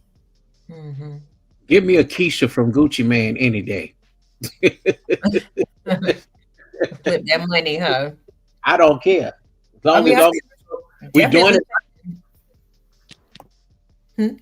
I know That's it. Gucci Man, but I don't know Keisha. Who that? Oh, Yes. that's Gucci Man's wife, Oh, okay. Would she make Dior. more, less, or none? No, he went to jail for a while. He gave her what, like 1 million or something, and she turned it into like 10. She started like a cosmetic line. She flipped the money. So when Oh, he came out, they was like 10 million up. oh, that's good. That's good. That's what he talk about. He needs one of those. It sounds like a whole lot of bullshit, though. It sounds like a whole lot of bullshit. How long was he in jail? Because he wasn't in jail that long, was he? No, not that I know of. Yeah, so I don't know, He child. took 1 million, turned it into 10, and people believe us. That they was laundering that goddamn money. Okay, he was there trying to hide it. Okay, I'm gonna buy his book so I can read it. That's a whole lot of lipstick. yeah. You said what? That I sure said, I'll is. buy his book so I can read it, and I think I'm gonna do a bonus exclusive on it. Oh, Plus, she probably used his name to do it. Plus, like, how long was he in jail? I don't think it was that long like that. He kept going in and out. He kept going in and out. Oh, okay. And she Yeah, still stayed. that was laundering his money. He was hiding it with her, and then they had to come up with that story. But child, but that's what all the men would be like. Oh yeah, she's a down chick. They be praising her. Yeah, No, but she is a brand on her own though, y'all. I think, but a lot of men were like, man, why did you get her? Because she Instagram model, But then when she flipped that money, that was a whole different thing. She didn't leave him. But that's another problem that I even see with the dudes in these space. Okay, so even like when you came up, Coffee, and I rock with you regardless. You're the homie for a long time. But at the same time, you're like, okay, dudes grow up to be simps and all of that, and I get it. But I'm like, yo, you deal with women how you deal with them. I deal with them how I deal with them. So I'm like, if we're gonna have a space where we Right. respect each other as men, like that, like those are some of the things we just respect as other men. Look, you deal with women how you deal with them. I deal with them how I deal with them. We all got issues with women, Right. and we all have, we all like everything to go good, but whatever, you know. Yeah, So I that. think those are terms that just get used too much. So even when these dudes be like, "Oh well, she was an Instagram model or whatever," yeah, but you don't know her like I do. Like we don't know her like he does. That's why she's his woman. Right. Exactly. Oh, That's Lord. more of that man shaming. They be calling each other simps So and shit. yeah, those are issues that I got with a lot of them dudes in this space. Like even somebody like Tommy, you talking about all this black female effery and the hair and all of that. This dude was praising a corn star on his IG yesterday. Damn. Praising Tiana Trump. Talking, I'd marry her. Oh my God. He was saying that before years ago. About the one that like OD'd or whatever, another corn star that OD. I would marry her and I'd play her videos at my wedding. I'm like, yo, come on, bro. Wait a minute, Yeah. Tiana Yeah. Trump. Let me look her up. Just look at Tommy's IG. It's a corn star, regardless. Like I don't care what she look like. His girlfriend, he used to praise all the time. Wasn't his girlfriend? That was somebody he paid to be at his house. You know, one of the rental women. Lord have mercy. Well, you know what? This actually makes me feel I'm better. just saying that's these dudes. I Though. don't know anything about these people's backstories, but now I just they big huge jokes. Got you. Now I'm finna laugh Yeah, every time they talk. You want? I'll share the post with you, but I'm like, come on, bro. Like, come on. You over here talking about how bad black women are and their hair and they overweight, but you're talking about you'd marry a ghetto gagger and come on, bro. And we supposed to be listening to you? Right. Right. Remember when Obsidian was telling men to stay away from women, but he was claiming he had no women. Then it found out that he had a woman for all those years, and then she was a big woman. Which I knew he liked big women because he followed me. One day, he was on my panel, and he showed me he's like, you ain't no woman like this. He sent me a picture of the woman. It was a big woman. And I just telling people that Was she cute? Was she cute? No, cute. Listen, I think it was the woman he dealt with. Okay, Lord have mercy. The one who we found out was his girl. So that's y'all don't. Some of y'all don't remember that, but that happened no more about 10 years ago. And I kept telling people he liked big women. He liked big women, and everybody was like, "Nah." I was like, "No, he liked big women." Ain't no wrong with big women. No, it's wrong not. with it. He was hitting me up. That's what I'm saying. Okay, he was hitting me up. He was like, I love BBWs on the one side, but then he admitted to me that it was all a money grab. And I started telling people that. And then he finally told people, but he admitted that's why the men didn't like me, because those men would come by me and they would just admit everything.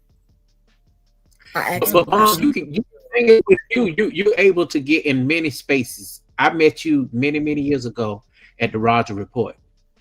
Remember, it was doing it because I designed too, and that's something we had in common, and we have been cool ever since. But I tell you, from the Roger Report. Yeah, and the thing is, I don't know how you she get. Don't tell no more, Bomb. Uh-oh. Damn. Me wondering how I get those faces up. She the news lady. She know it though. She got archives too. Man, not the archives. Yeah. Shit. They invite me over, and then we have discussions. They tell me everything. They think that you're not gonna say nothing, or I don't know. I don't think that's it. I want people they'll let a pretty woman get away with anything as long as even if she got bad behavior. They don't care. I ain't saying you do, but yeah, no, I know. That's not what I see. They be trying to yell and cuss out everybody. I be like, wait a minute, goddamn it! Like, okay, that's what we on. Let me roll up my sleeves real quick. Like, but you gotta know how to maneuver the spaces. See, Bomb. Yeah, like I said, this is making me feel better. I'm getting the education. She can go into some of the hardcore Manosphere places and get on the panels, and they don't curse her out. They don't. Yeah, they don't cuss me out. And I give them the pushback, There's be some fake Manosphere people over here. Cussing everybody out. Right? Well, what I found is that men love women, even the ones who claim they don't like the women, they don't like black women. They really, really do. Damn. But yeah, the way they talk, I wouldn't be able to tell. Right. Like, for real. Right. She's right. I called them out a while ago. And the You women, can't hate what you're the women talking love about women. all day. You can't. Yeah. And the women do too. And see, the women who, you know, there used to be a whole group over here, those divestors and but they was always in this space. And I kept telling the men that the women love them too. There's no way they will be in your face every day. If All they thing did, you have to do is just talk real soft, and they Not even that. You just got to do what. See, Bomb knew. That's what Bomb doing. I guess it's early enough in the morning. We can keep it real. You know, Bomb was one of the few people that was doing the Zoom thing. So Bomb would have them panels, and them staunch crazy ass damn divestors would be DMing right in Bomb's back Zoom chat, be DMing hardcore Manosphere dudes, and then you find out they cupcaking. Yeah, they cupcake. Heavy. Bomb was facilitating love connections and shit. A lot of them too. A lot of them. What was his name? Chuck Woolery? No, I mean, it's really too many names to run off right now. No. A lot of that was going on, and when people found out, they'd be shocked. But a lot of people never found out about. You know, I may have known, but yeah. Remember when they found out David Carroll was cupcaking with Crystalline Karazin? Oh man, they couldn't believe it. And then the women couldn't believe her in neither. Crystalline Karazin, she got caught with a couple of cupcaking with a few men. Bomb, what do you think about the pick me women that have big channels? Do you think they cupcaking with some of the men that they get money from? I don't think they have to. So when you openly be the pick me, right? Then they don't have any battles with the men. The men support them and things like that, and they don't have to. It's yeah, I'm not against the pick me unless she's actively trying to harm black, women, especially black women. If she says something that's actively, they got a couple of these women on here, they channels doing well, and they are pick-me's. But when we found out they wasn't real pick-me's, when we found out, remember when that dirty foot hole came over here, Pearly things. Oh, okay, Pearly, yeah. Yeah, if you ever seen her feet, you'll know. I've heard about them though. I was like, it must have been epic, dog. Like she was in the studio with no shoes on. I believe it. Yes, many times. She or the flip flops, and then you know how they flap, and you can see how black. She one of them tall women, so she probably walk around, with no shoes on. But that would look like the bottom of it. Damn. Anyway, yeah, they Auntie. That was funny. Y'all remember when she went? Shout out. You know what she remind me of though? She remind me of Eileen Wuornos, that damn lady serial killer. She act like that lady got evil in her eyes, man. Yeah, she's I don't know, man. She don't even look like a real person to me. Like, I don't know, like her hair, like her little greasy ass hair. Let me stop being mean. I'm sorry. The thing is, it's her eyes. Like, she got them dead ass eyes. See, the right woman ain't got a hold to her. The right black woman. See, we need somebody like Bomb. She was scaring me. Yeah. Oh my God. She kept running. I kept she would drop from the panel. She could be like, I don't have to take this, guys. I mean, I thought we were going to have a mature conversation. Get your ass. But she got these manosphere men, even like lead attorney, Kevin said they was on her side. Lead attorney still kind of on her side. Lead attorney got her ass together this weekend. Nah, he only when she was ready to stop that conversation, he stopped it, and then he got real nice with her. She got mad about that and went and did another stream she ain't want to talk about it. Yeah, did a subliminal message, and she went harder at Ali after she went over there at lead attorney. You know, see how the hell you think you're gonna go and trick an attorney? He caught you right in your. That's crazy. How she, because he got all them people. She didn't want to talk about it. She wanted to talk about the debate she had with Andrew Wilson, and people in her chat wasn't letting her get off of that. Hold up, what she was trying to say. She said half of black women have herpes. She said, you know, black women primarily deal with felons and criminals. 1 in 3 black men have felonies. Like, she was just spitting out a bunch of stuff regarding black folks. But this is why people like Obsidian, Tommy, you know, some other folks deserve a little smoke for giving that chick life, because when she got exposed for this before, here they were defending this chick for what? I don't know. That's right. Like, fool, I was like, nah, man. That's why them pick-me's ended up finding out who they were for real.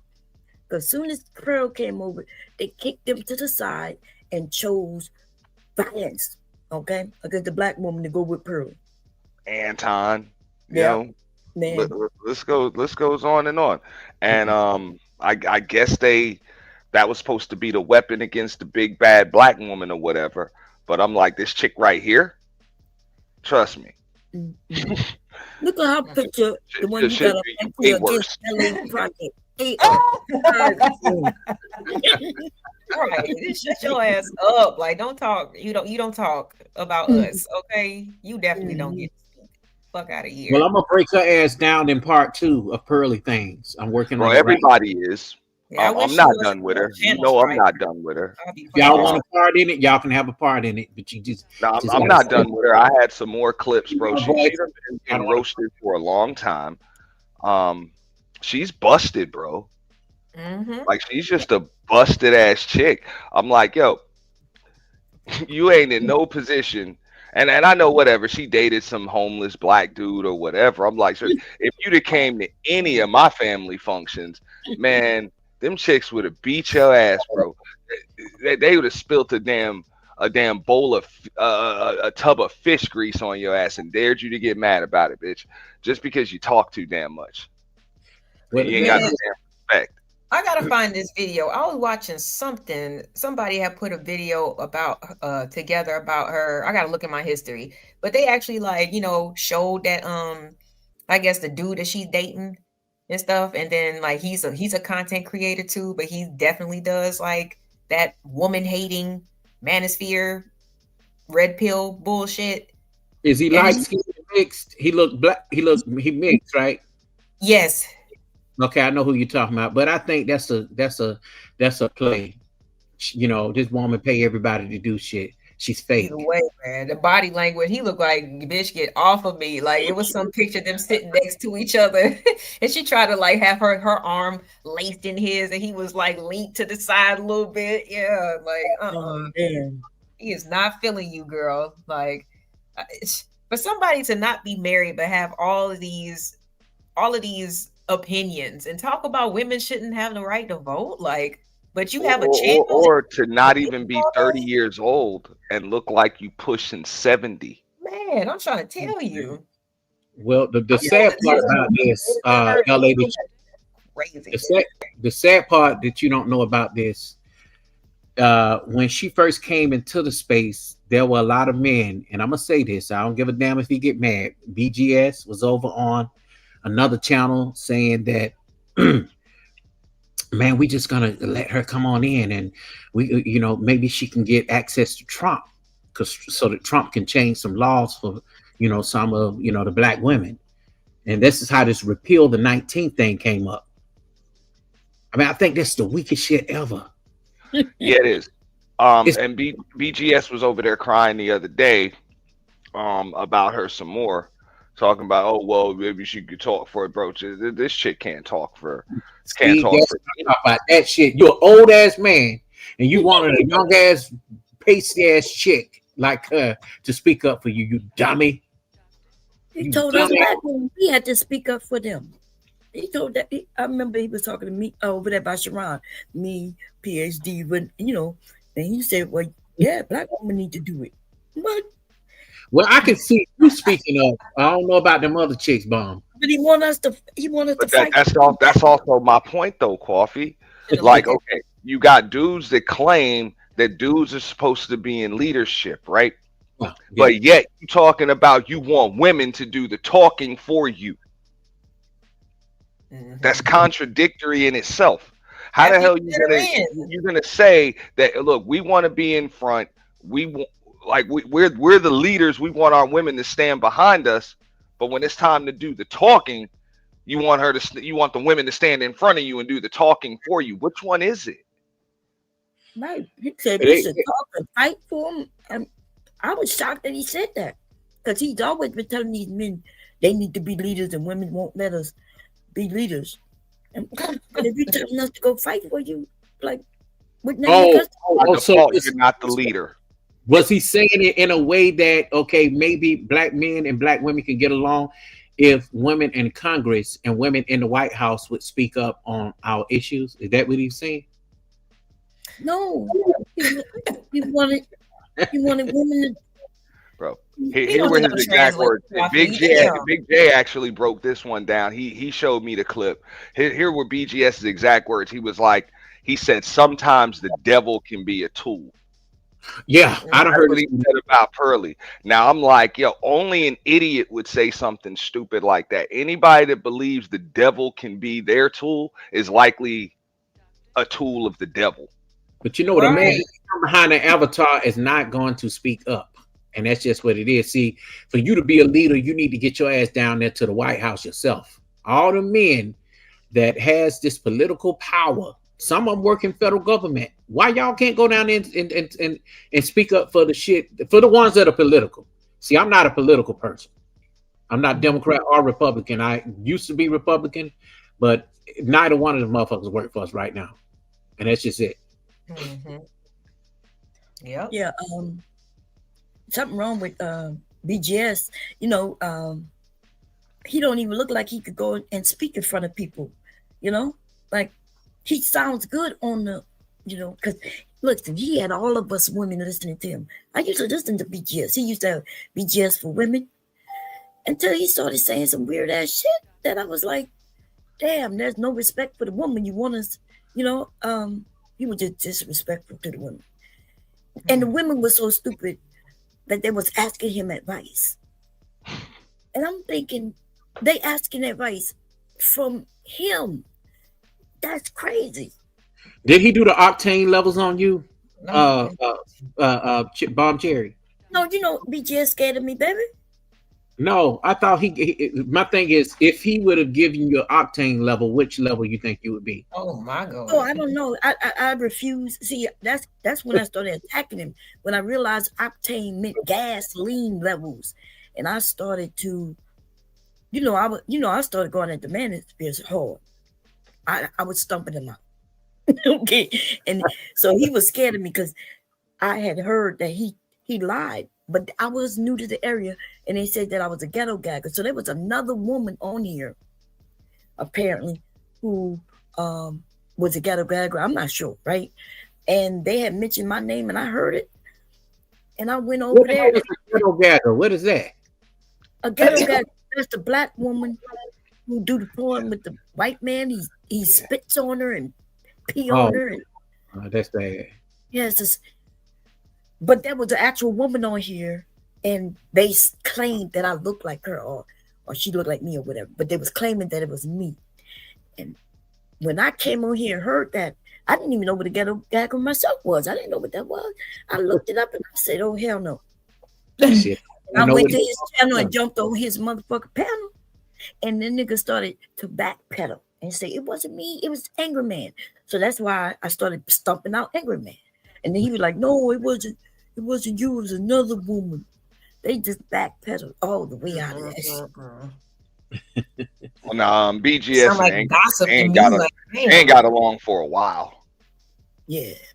They haven't got along for a while. And yeah, that's all that's how long ago this was, though. They was together. Remember, Angry Man was under BGS. In fact, Angry Man wouldn't have been nothing without BGS. No, yeah, it was all four of them that kicked that off, which was Obsidian, Angry Man, BGS, and Nah, O'Shea. they Um, wasn't all together What like do you that. think about Crimson? well, I said it first, like they pretty much kicked off the Black Manosphere. No, that's not true. They the second wave of the Black Manosphere. They got a whole nother group of men who was before them. Yeah. Well, let Yeah, me they ask the you, second wave. People what, confused. They think they the first wave, but they the second wave. And then the ones who think they the second wave are really the third wave. let me ask you a question, Bomb. So, what do you think about Crimson? Yeah, Crimson Kill. Yeah, Yeah. Kendra D. Kendra Yeah. D. D, yeah. Yeah, she the pick me of the mall. Okay. Yeah, and that's around the time when all that stuff went down when I started battling them because she started it. Them women when they pick me, they messy as hell. Oh man. I just See, I want to hear used to, your opinion on that because I'm working on one called Panda Queens, and oh I'm yeah, gonna she let the women come up and give their opinions. Well, thank you, because yeah. I would give my opinion on that too. I got some pushback from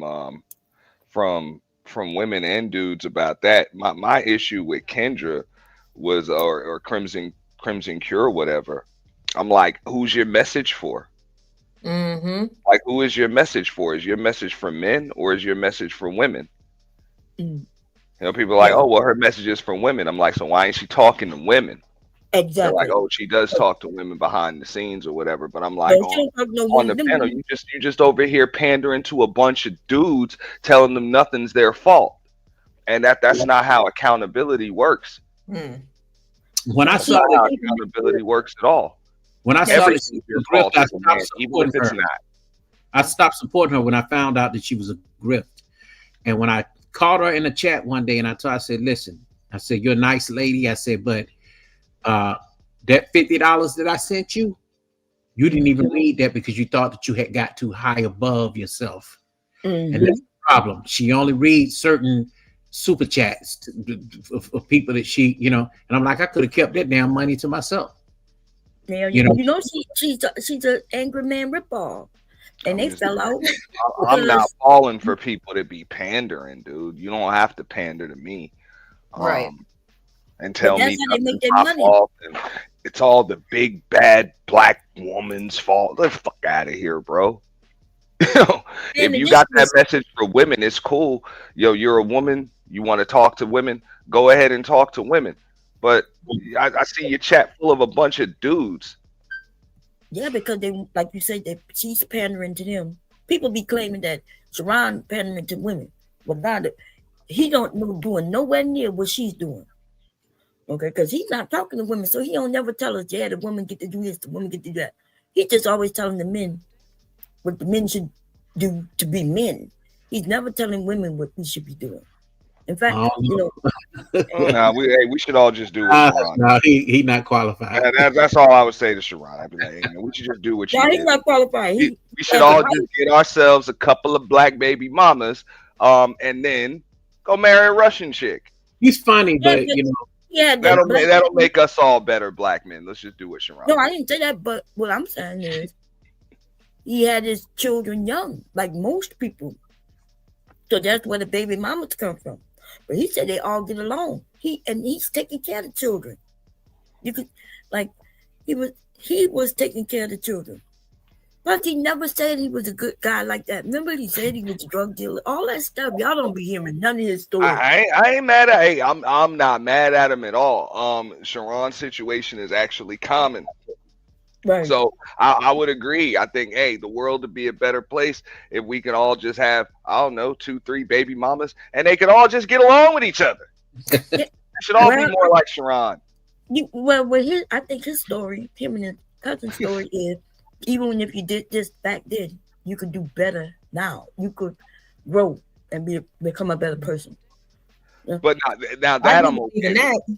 That I'm okay with. I said that even to a lot of the dudes in the space. I'm okay with that. If you can just show or just tell, look, I went through some stuff, didn't make the best decisions, but I got through it. And that's really part of life. That's part of being a man. Yeah, shit's going to happen, but hey, it's about how you deal with it.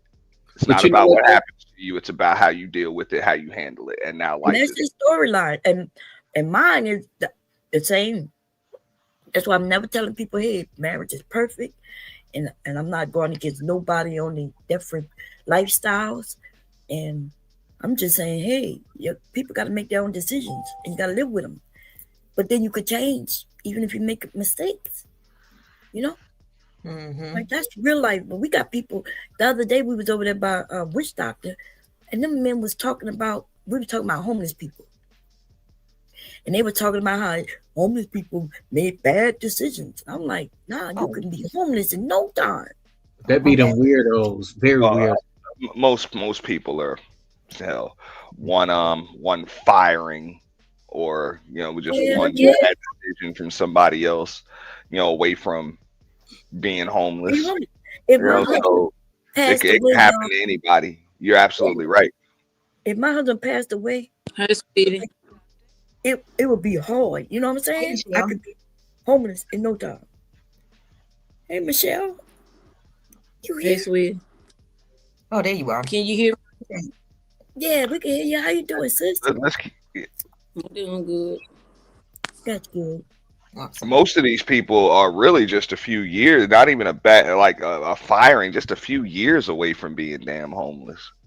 Because most people ain't got no damn retirement set up. Yeah. Don't have any plan B. Okay, A so lot of them how can't can you even. have a retirement? Then what if we had a job that don't have that? Then come on, some jobs don't. Man, most of these folks don't even have damn life insurance. And that's what they need to be They're, speaking they're, on more than that, I other can't than say fighting each other and shit all day long. it's a lot yeah, of stuff I their headstones couldn't be paid yeah. for. They could Look, barely afford to be it's a lot of cremated. shit. It's a lot of shit. Look, I don't have, but I can't say I got life insurance. I got that more compensation to get that now. Yeah. What killed me I about a don't lot of know. niggas. Yeah, every time somebody died, I always got to do a GoFundMe or sell plates. See, But that's the yeah, cause. that's something like me and Coffee was trying to say. That's the cause. I tried to say it in the space a It's few years ago, right priority around the for time when Kevin died, and then I think I forgot if David Carroll passed first or whatever. But you're talking about Kevin, David Carroll, ARC. These all three black men. Of course, they had different views as far as women and all of that other stuff, but all three of them died either at age 60 or before age 60. Yeah, before. And here we are, y'all over here talking about damn relationships. We should be talking about how to get men an extra 20 years out of their lives. I can honestly say each of my grandmothers got to meet their great grandchildren. None of my grandfathers did. Yeah. Right. No, Neither see of my here. grandfathers did. My grandfathers didn't even live to see me walk across the stage, graduate high school, let alone meet their great grandchildren. My grandmothers did though. So y'all want to talk about these women? Hey, they winning for the simple fact that they outliving you by 15, 20 years, sometimes more. But you know what though, Auntie? I think Damn even all the other stuff. What we can had we guys do like to get an Alonzo extra Hall. 20 years out of our lives as black men? Huh? But you know, we also had guys like Alonzo Hall that mainly spoke about, life insurance. We had a couple of people that spoke about health. Now, even when I get on the panel and I start telling these niggas, do y'all know y'all HIV status? Have y'all went and got checked? They get quiet. Go get checked for cancer. All that shit. All of that, and you even when you got the champion Kevin Samuels talking points and this and that. I'm like the number one killer of black. Oh, I'm sorry, the leader of black men is what got Kevin, and that's a bad heart. Damn. And I thought he could. Bad heart. I thought he was fit. Well, I mean, he was also a cancer survivor, but dude died of a heart attack. Yeah. I think the cancer surviving stuff is a lie. It was something made up. But he died of heart attack. That's crazy. But you know what I think about? But that's the number one killer. It's not the violence.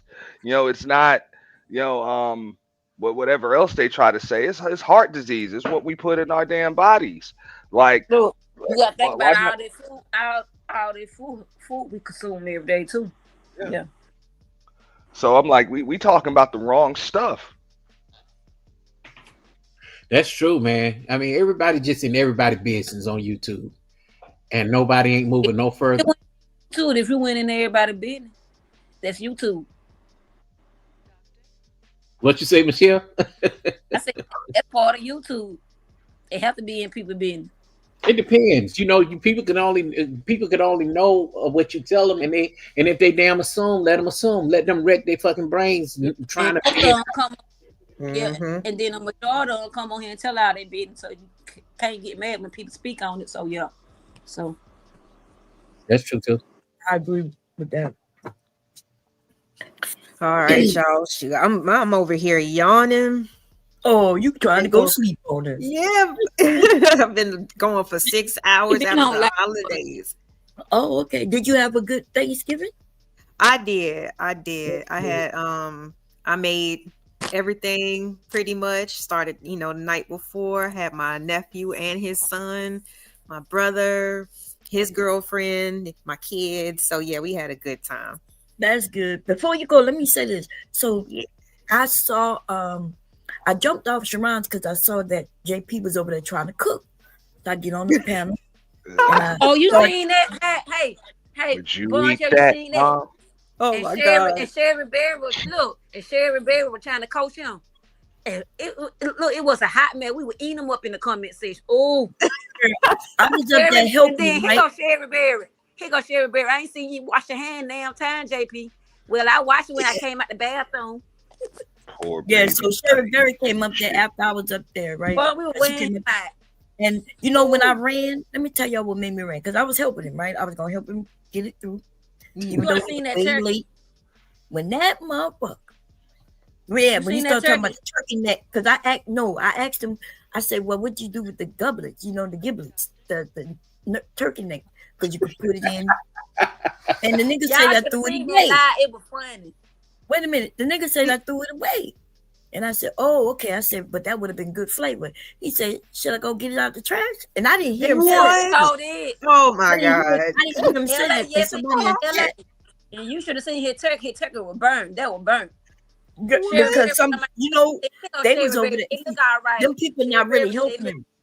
Hello? They're not really helping him because whoever told him to put that turkey in and roast it, they told him to broil it first. No, that was in there. Oh my God. They told him to boil it first and then bake it. That's why I went up there. I was like, that turkey looked dry, LA. I'm like, why would you tell him to do that? I'm like, first of all, it needs to bake. And if it needs some browning after, you do it after. That turkey looked right. You based y'all go look at that shit when she told me no, you can do it differently. There's no excuse for I that. said, that is not right. Girl, wait a minute. There's no excuse for that. Michelle, hold on a second. We trying to get what she got to say. Hold on, Michelle. Yeah, because I'm trying to get to this one. He said, he said he gonna take it out the trash. And I said, nah, don't do that. He said, no, I'll take it out the trash and wash it with dish detergent. Oh my God. And that's when I ran the fuck off dude. that shit. This dude is talking about selling food for a living. My husband told me not to go up there, y'all. I swear to God he did. Hubby said, you're not gonna be able to help. I said, no, babe, I'm gonna try. Hubby said, don't do it. I got up that when he said he's gonna take that shit out the trash and wash it with dish soap. Y'all. Those poor babies. I jumped off. He said, I can't help. First, I should have cleaned that kitchen. Too. Oh my God. And see, that's one of them times when I was like, damn, my husband was right. LA, you should have been over there. Yeah. But no, yeah, I heard that stream when you did. Yeah. And, man. I really think he needs help, y'all. He needs somebody to help. This dude talking about selling food for a living. But we were roasting him in the chat. He ain't selling no food for a living. I'm like, who you gonna pay for? You wouldn't even eat that, let alone pay to eat it. Hey, Bon Cherry, you seen when he had Kendra and get the chicken out the mountain? Sherry Berry say, you acting like a prince. You got your daughter here doing all the work. But we were laughing. He told his older daughter come in and do the work for him. Their daughter probably know how to cook better than he do. Right. They the ones really doing the work, Yeah, but it should be like that though. Ain't nothing wrong with the kids helping a little bit. But there's certain things that you had the kids do. But he should know what to do. He don't know what to do. But JP said the chicken was too hot for him to touch. That's why he called. I know when I was younger, My mother, she sometimes, because she was a nurse, so sometimes she would have to work, the night before Thanksgiving or even the day of Thanksgiving and stuff, and she would have everything prepped, and she would be calling me throughout the course of the day, telling me what to put in the oven, what to, just little things to do, just little I things. tried that with him, but I then couldn't- somebody else was involved.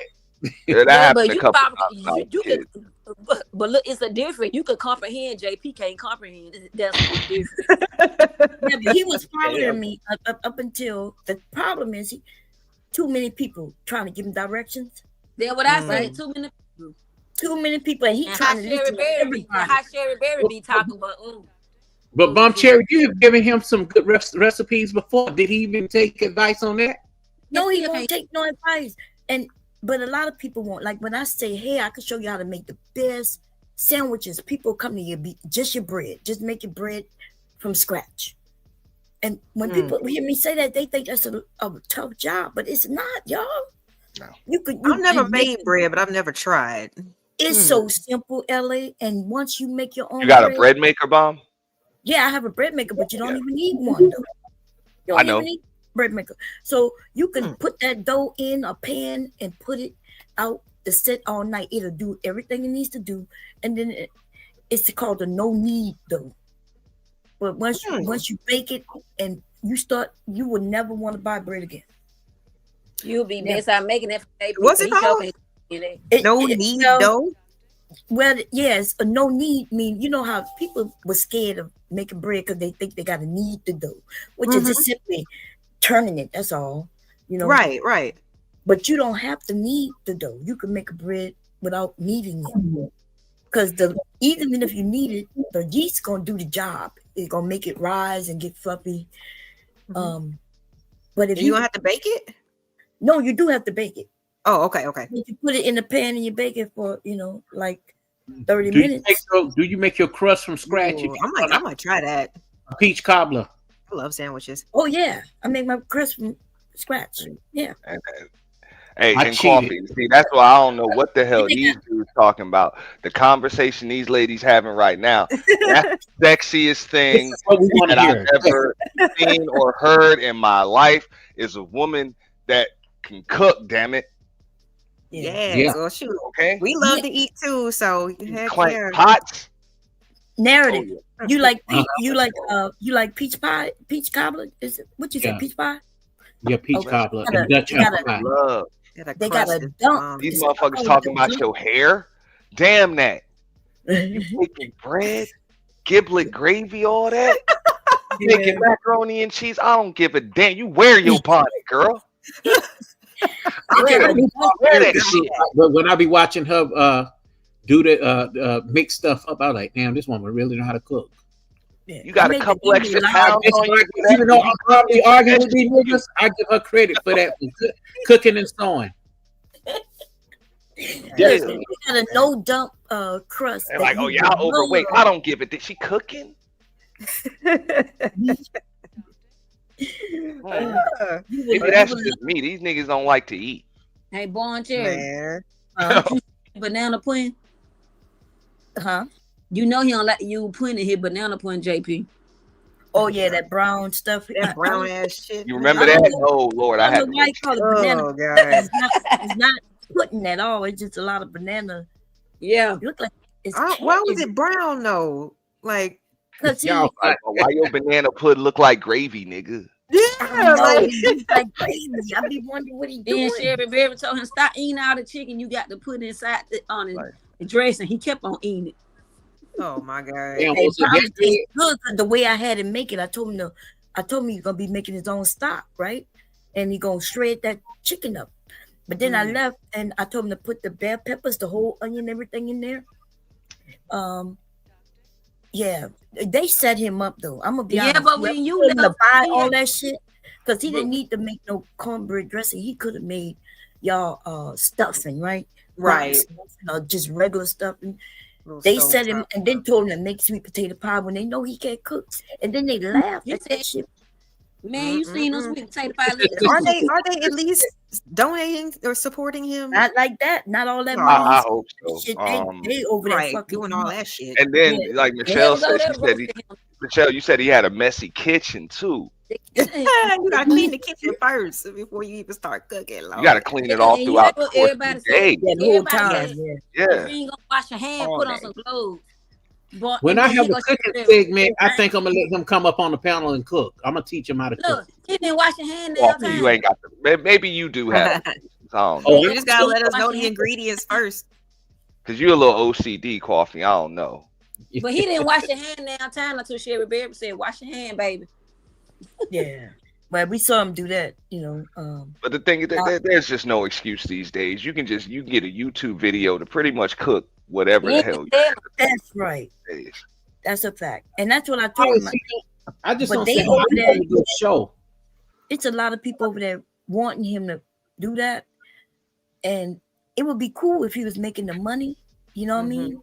If they was Right. donating so they could see him waste food like that. But But that's his sanitary I'm is over there not watching clean. him tell him to do the weirdest shit. His Somebody sanitary really is not told him to clean. roast, to boil that turkey first. A turkey is not cheap, y'all. No. They having But them look, ruin that shit. when he opened the oven, the turkey looked to burn. That turkey looked to burn.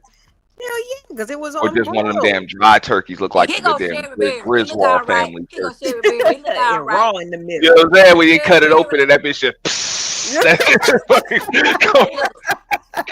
Here goes Sherry My Berry. thing The is, turkey look- And Sherry Berry talking about the turkey look all right. The turkey look all right. The turkey look to burn. Oh shit. my thing is, I just think that if these people know that this is a Thanksgiving dinner for 3 girls and him, that he should have just listened to one person that knew how to cook, and that was Bomb. Look, he would listen to Yeah, everybody. had her come up and help. Like He would on, listen like to- not on camera, but let her be up there so he can hear in real time what he needs to do. Not You got to reading do from the exactly back. it. No, Look, you know how that is. Thanksgiving dinner, you got to have one person on that panel that of course you trust, and you got to do exactly as you told. Like you got to follow them instructions to the letter. Exactly. She was telling him step by step, but that didn't look right. Yeah, But when you have too many but it was different too many of us, right? That's Yeah, why I left. right. Because first it was what a name, and then, but I didn't know she was up there helping. So when I got up there, I saw him putting the sweet potato. He had like 9 big ass sweet potatoes to make 2 potato pies, and I was like, how many pies you making? And I said, first thing I told him, he need to cut those things in half, like. And then somebody said, Mom, when I boil them whole, it's okay. I said, if you cut them in half, you'll boil them quicker. Why would you put a whole, when you make mashed potatoes? Exactly. You cut them up. Yes, girl, they had him put that shit in there whole, girl. That's another my thing. He ain't got no, God. he ain't 2 got no hours food later. in the house neither. How do you get the roots out of that, or the strings out of In the chat, the posted his egg. Oh, that was you who put, oh yeah, narrative. Wasn't that you who put that video of the woman washing the greens in the tub and you said it looked like me? Was that you? No, Anyway, it was a funny video. I thought that was you, but that woman, it does look like me from the side. She light skinned and she washing the greens in the tub. Now, people laugh at that and say, "Ew, how nasty," but that is how people clean their motherfucking greens back in the day in a tub, but it was a round tub, but it was the same tub that you washed in. Now, this is the thing. You can't wash, it depends on how much greens you cooking. You cannot wash them all in the sink together. It's a lot of greens. When you cook them, it ends up being a little bit of greens. So I know, I was so disappointed. The first time I made them, I'm talking about deveined them and all kinds of shit and cooked it. I was like, this it? I was like, this is not gonna be enough for everybody. Yeah, it'd be nothing, girl. You end up with it cooked down. I was like, damn. And when you cook it down, there's nothing, and that's why our grandparents used to cook them in this big ass thing. Wash them in this big ass thing, because you do have to let them. You got to put a little salt on them. Them things have worms on them, right? It comes out the garden. They don't do nothing special to them when they pull them out. They rinse them, but you gotta You sit them in there with a little salt and let the worms run off and kill whatever, and that's how you wash them. You know, I for saw that somebody reason, washing them with dish detergent in a video, subs and That everything. sounds I like was something. thinking, my 83-year-old aunt, she take and use a little bit of dish liquid and scrub her potatoes. Just a well, little bit. you mean the outside of potato? Yeah, the outside of it. Well, yeah, I don't dish detergent. That's I crazy. mean, I but guess you I see can. I they mean, I do don't see. vinegar or Rinse and I something. know rub. you use a little vinegar. Yeah, dish detergent. Dish detergent Dish is not. detergent, like That shit can be Oh, harmful that's what depending on what detergent. kind too. like I before I would clean anything with that, I would use maybe a little bit of bleach, if anything, Now, I other know that than for dish detergent. No, the vinegar water mix. That's But good for like vinegar fruit makes and more stuff. sense. Yeah, Yeah. vinegar. What? Yeah. But they also Soak got the berries and stuff in fruit and there. vegetable wash now too that you can buy from Trader Joe's. What is it called? Yep. Fruit and vegetable wash. Yeah, and you know what it is? Vinegar and water. No, that's all it is. I That's why I just say look, you That's clean it. things with vinegar. I mean, but maybe I that's just something. realized that I I bought remember my grandmother used to tell me that. She's like, look, you can't, like, when you go buy meat and stuff, that has to be cleaned like as soon as it comes in the house. But you know, a As soon as lot of it folks don't comes in clean the their house, meat. ain't none of that. Put it in the In the freezer fridge. and then clean it before you cook it. Ain't none of that. No, you But clean it. you know, a Oh. lot of Then people then you fries. freeze A lot it. of people Whatever. don't. Huh. I clean, I A lot of people season, don't. prep, and then freeze. Yeah, I didn't. But a lot Yeah, of people. yeah. Just like coffee said. Yeah, you clean it, you season it, then you freeze it. Yeah. But you know, a Yeah, lot I of people but don't. I understand. didn't Then know if it you was take it out. You can superstition or just put whatever, it but that's on just the way whatever. we did shit. I learned how to cook through one of my aunts from New Orleans. She's very, very. She's a Creole type lady. You know, my mom is a light skinned woman, and that's where that all come from. And all of them are light skinned, and they can cook. I bet, man. Sexy. Whatever. He said, Go, cooking is girl. sexy. Real. I know that's Yeah. What these I niggas be love to talking see about. a woman that has a kitchen that know how to keep house, has all them things, you know, like the different gadgets and all that. That was a cooking Man. show basically what Bomb could have done today from what I saw. I was like, damn, I didn't cook today at all. By the way, I didn't do nothing. And y'all talking making me want to go cook. I think I'm going to make me some strawberry steak from scratch with mushrooms and some onions and some cream mashed potatoes and some asparagus. Wow. I never had That's asparagus before. That's what's I up. have a video up where I show people how to make, because Salisbury steak, that's what they call it, but you know, we called it something else. I'm making the gravy from What scratch. we used to call it, not Salisbury steak, but Like cube steak. cube steak, hamburger steak, cube steak, something like that. Hamburger steak. What my dad used to call it. Something Man, else. if that out, look, I look out there. Yeah, could we make the Ain't country fried steak made out of cube steak? Mm-hmm. Okay. Yeah, and we Bread from it. What is cube Fry steak? it. Is that, what meat is that? What's cube steak? Babe? It's like beef. It's good. It's a steak, grounded steak, where Brown, yeah. it's made out of square, and they beat it. Mm-hmm. Yeah, and you Oh, make okay. homemade gravy. What? Talking about good? Yeah, that stuff is good. Not store-bought gravy.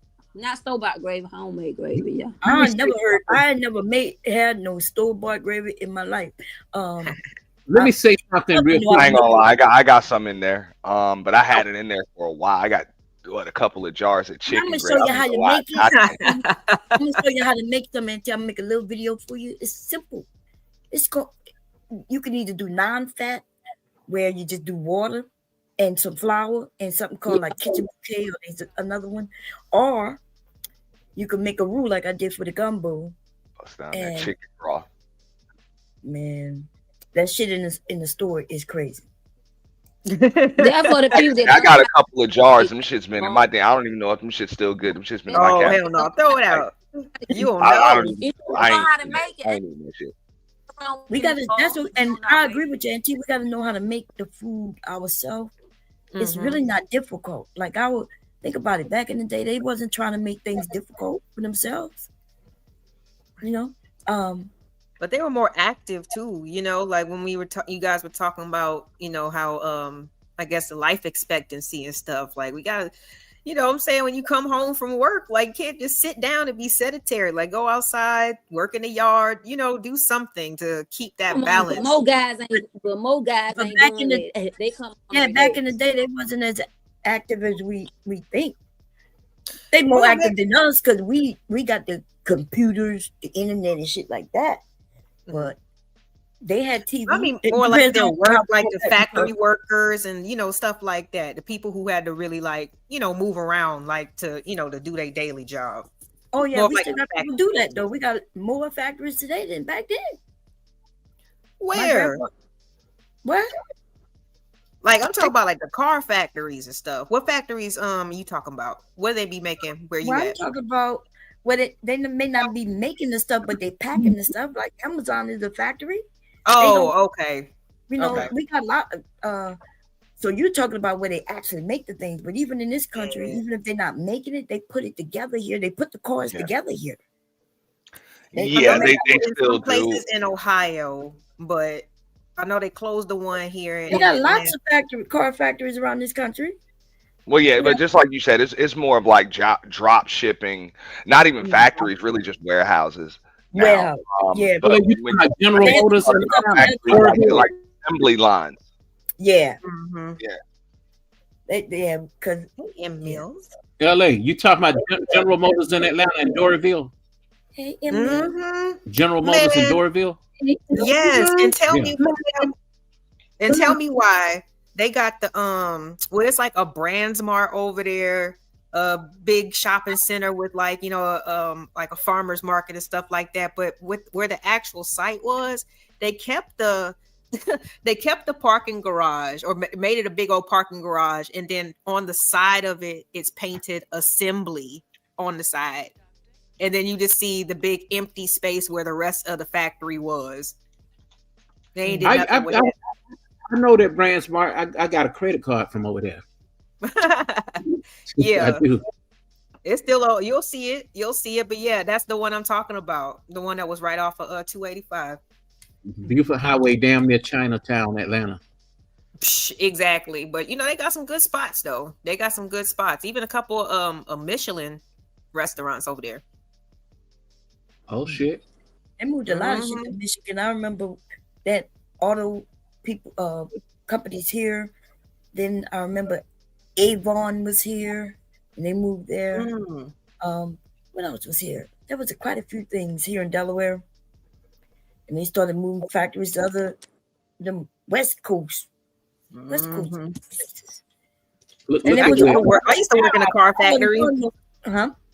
I said I used to work in a car factory for a little while. Yeah, I never worked at a car factory, but I know they paid good money when it was easy. Yeah. I used to work at Atlanta Journal. And the line that they put me at, it was easy. And I did like second shift, so I got that extra little pay. I had just had my baby and wanted to go back to work, but honestly, I did not want to talk to nobody. And having all that protective gear, having my earplugs in, like hell yeah, it was good, huh? Yeah. Get off early in the morning, go to sleep, wake up, do it all over again. You just saving money. I loved it. Hey, look at what Algorithm said. He said Bomb Cherry need to start a cooking channel. I ain't gonna say the rest of it. You can call it Freaky Chef. Freaky Chef. Hey, Algorithm. You can get. I bet you can get some people to actually participate with you online. That should be kind of dope. Yeah, but I don't like to cook.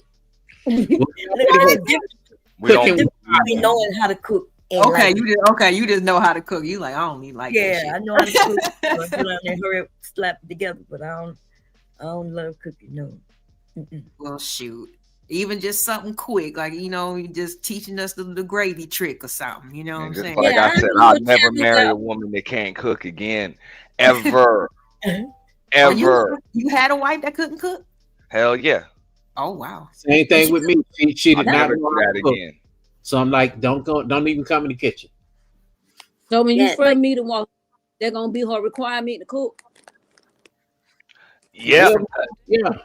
it's not even a requirement; it's a prerequisite.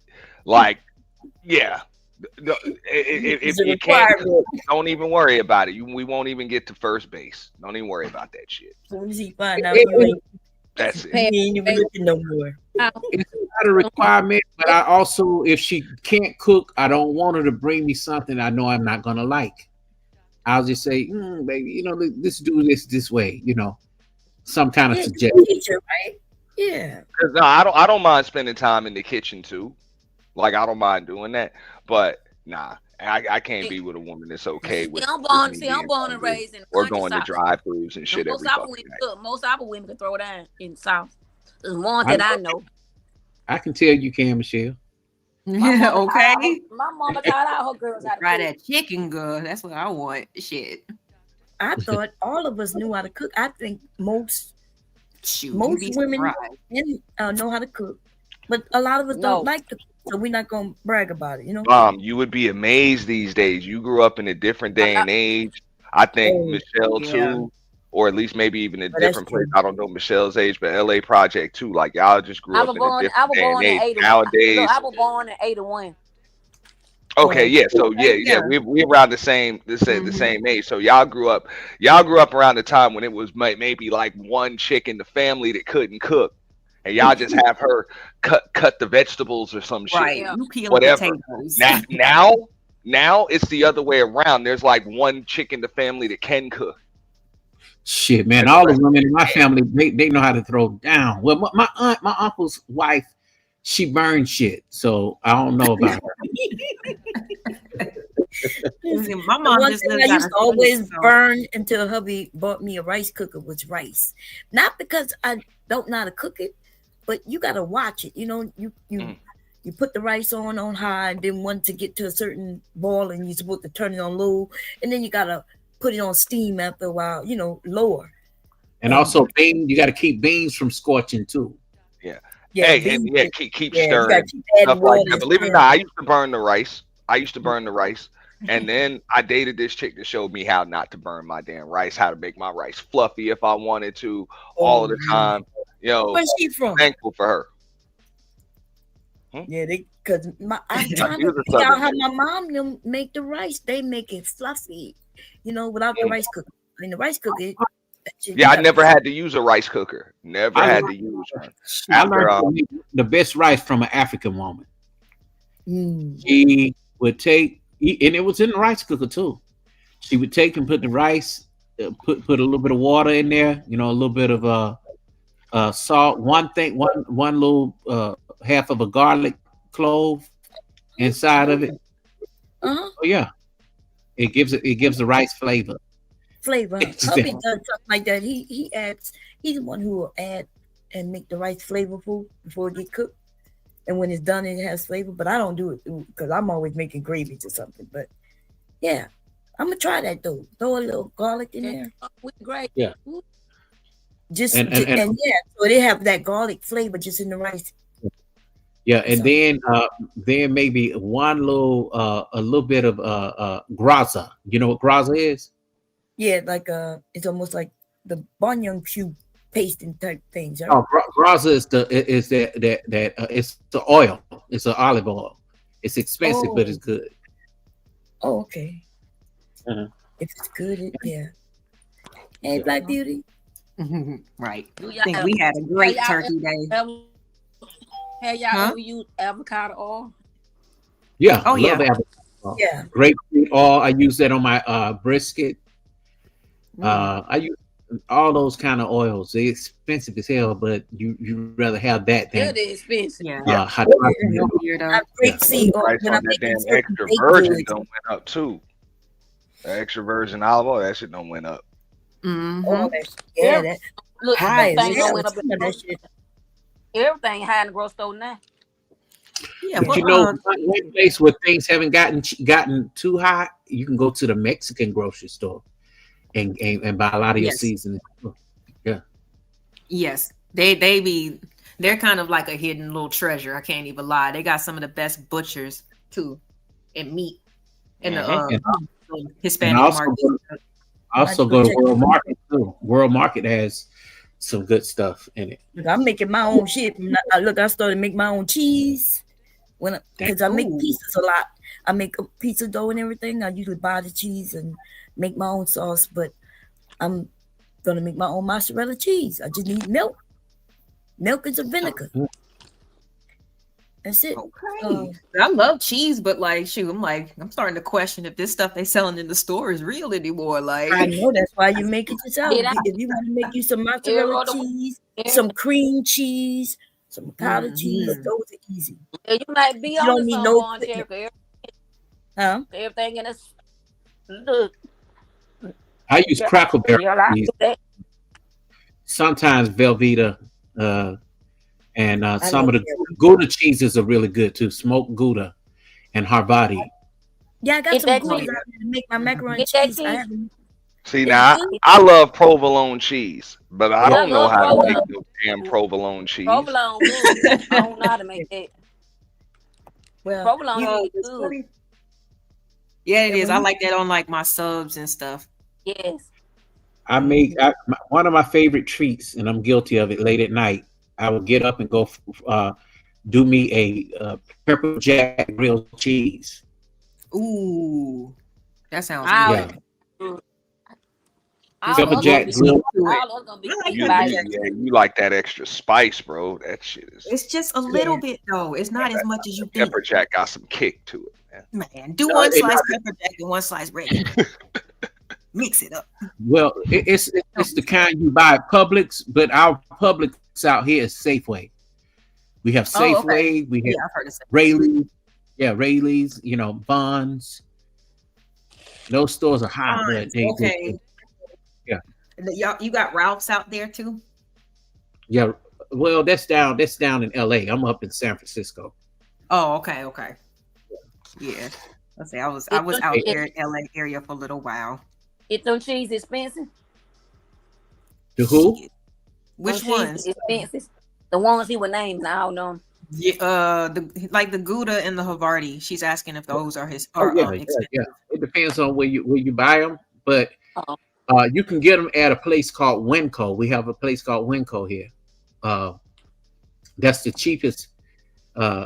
So I guess it depends on the neighborhood you in. We have a Foods Co, which is like a Kroger. I'm in Georgia. I'm in the hood, so man, got all them stores. You have to drive. If you can cook by like Bon Cherry, you can cook with anything. Yep. It sounds like she's concerned with the quality though. You know what I'm saying? Man, that's what's up. That's why I don't want to hear nothing these niggas talking about black women ain't shit, whatever, man. Y'all sitting up here talking about cooking. Look, I'm like, I love to cook for my man. I just ain't find them yet. But when I well, that's why them niggas mad, because they ain't got but no when I woman. do, They ain't got no woman. They ain't got no woman that wants to cook for them. But when I do, he'll be well fed. He won't be starving. The women they deal with are okay with them being hungry ass niggas. But Michelle, if they deal with women at all. Look, a lot of them women like. What gave you a change of heart, Michelle? I just Lot looked of up to women see like how to to do make that. provolone cheese, and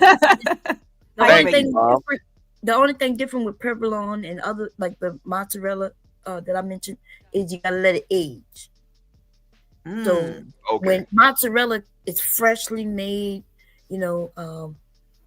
provolone is when you let it sit for a while and it gets older and older and older. Do it turn to mold? It can get moldy, yeah, but that doesn't mean it's bad, right? You cut the mold off. Yeah. Okay.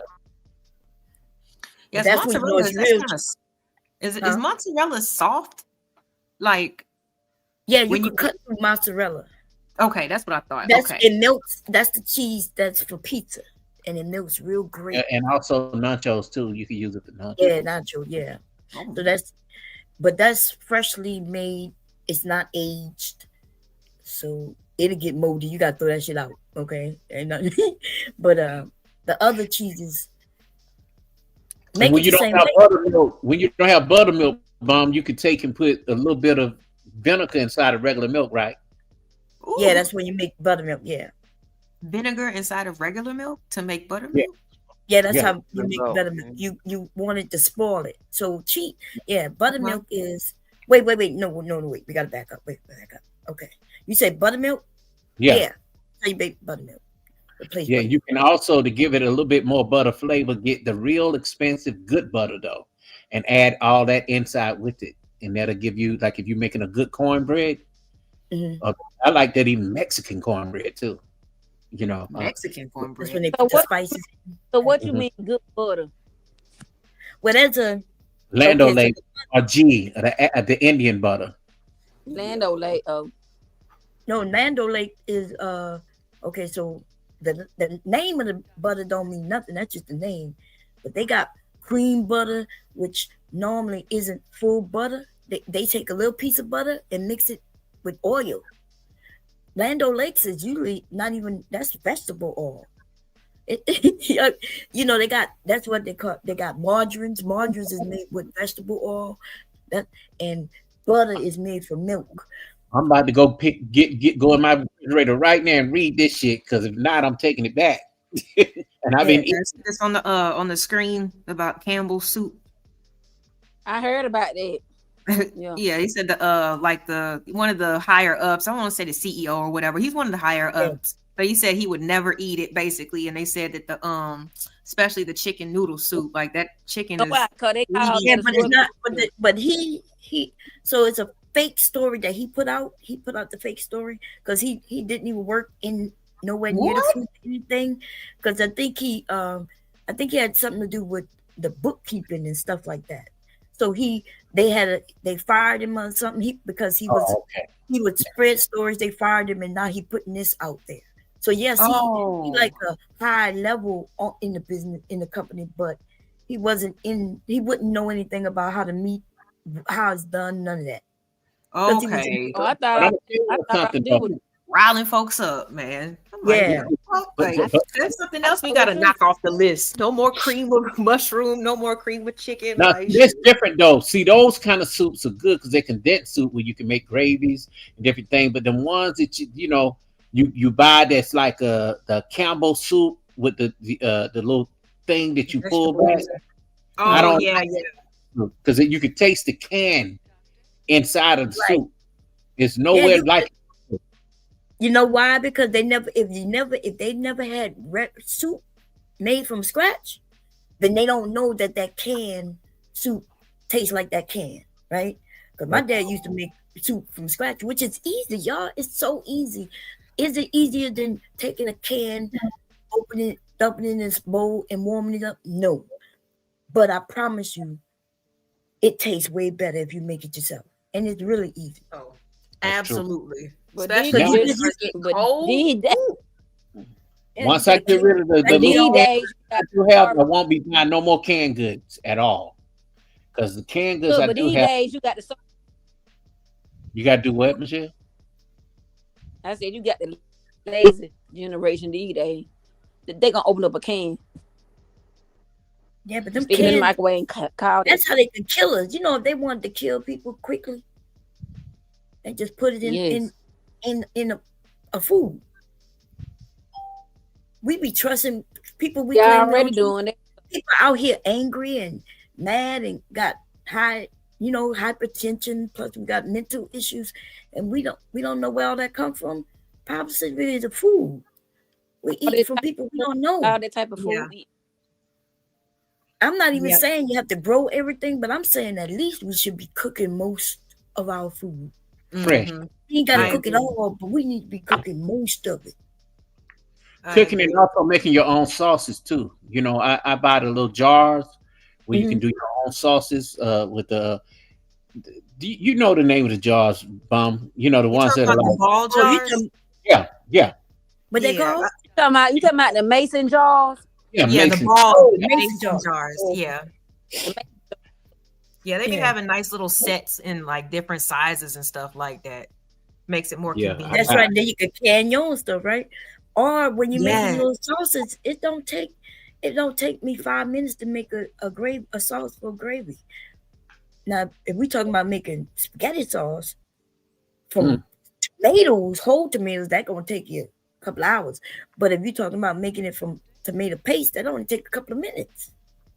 Yeah, I like tomato sauce made from scratch, but I like it Italian style. But Italian style, what does that mean? Because that don't mean nothing. Like the chunks of tomato kind of in there is what you talking about? No, more like, you know, all the spices like what you would get from a true Italian restaurant. Oh. Yeah, but that's what you got in your kitchen already. So there's no Italian style, right? You take the tomatoes. If you're making it from tomatoes, you take whole tomatoes. You put your peppercorn and your salt, your Italian spices and things in it. Look, you fancy. Look, peppercorn. That's how you make. That's how you. Oh, peppercorn is just a pepper, but instead of grinding it, put a couple of peppercorns. He said she fancy. He said, Yeah, we don't do that's no like me taking salt I'm instead of thinking about the one that you grind up that she talking about. Yeah, but that's what pepper is. Pepper comes from peppercorn. But you grind it up and then now but it don't stay fresh long. It stay fresh longer if it's still the corn, the peppercorn. Mm-hmm. And you could put like one peppercorn in your thing for the pot, might be enough. Yeah, so once we learn those type of things, because I had to learn it too. Like I learned about peppercorn from my husband.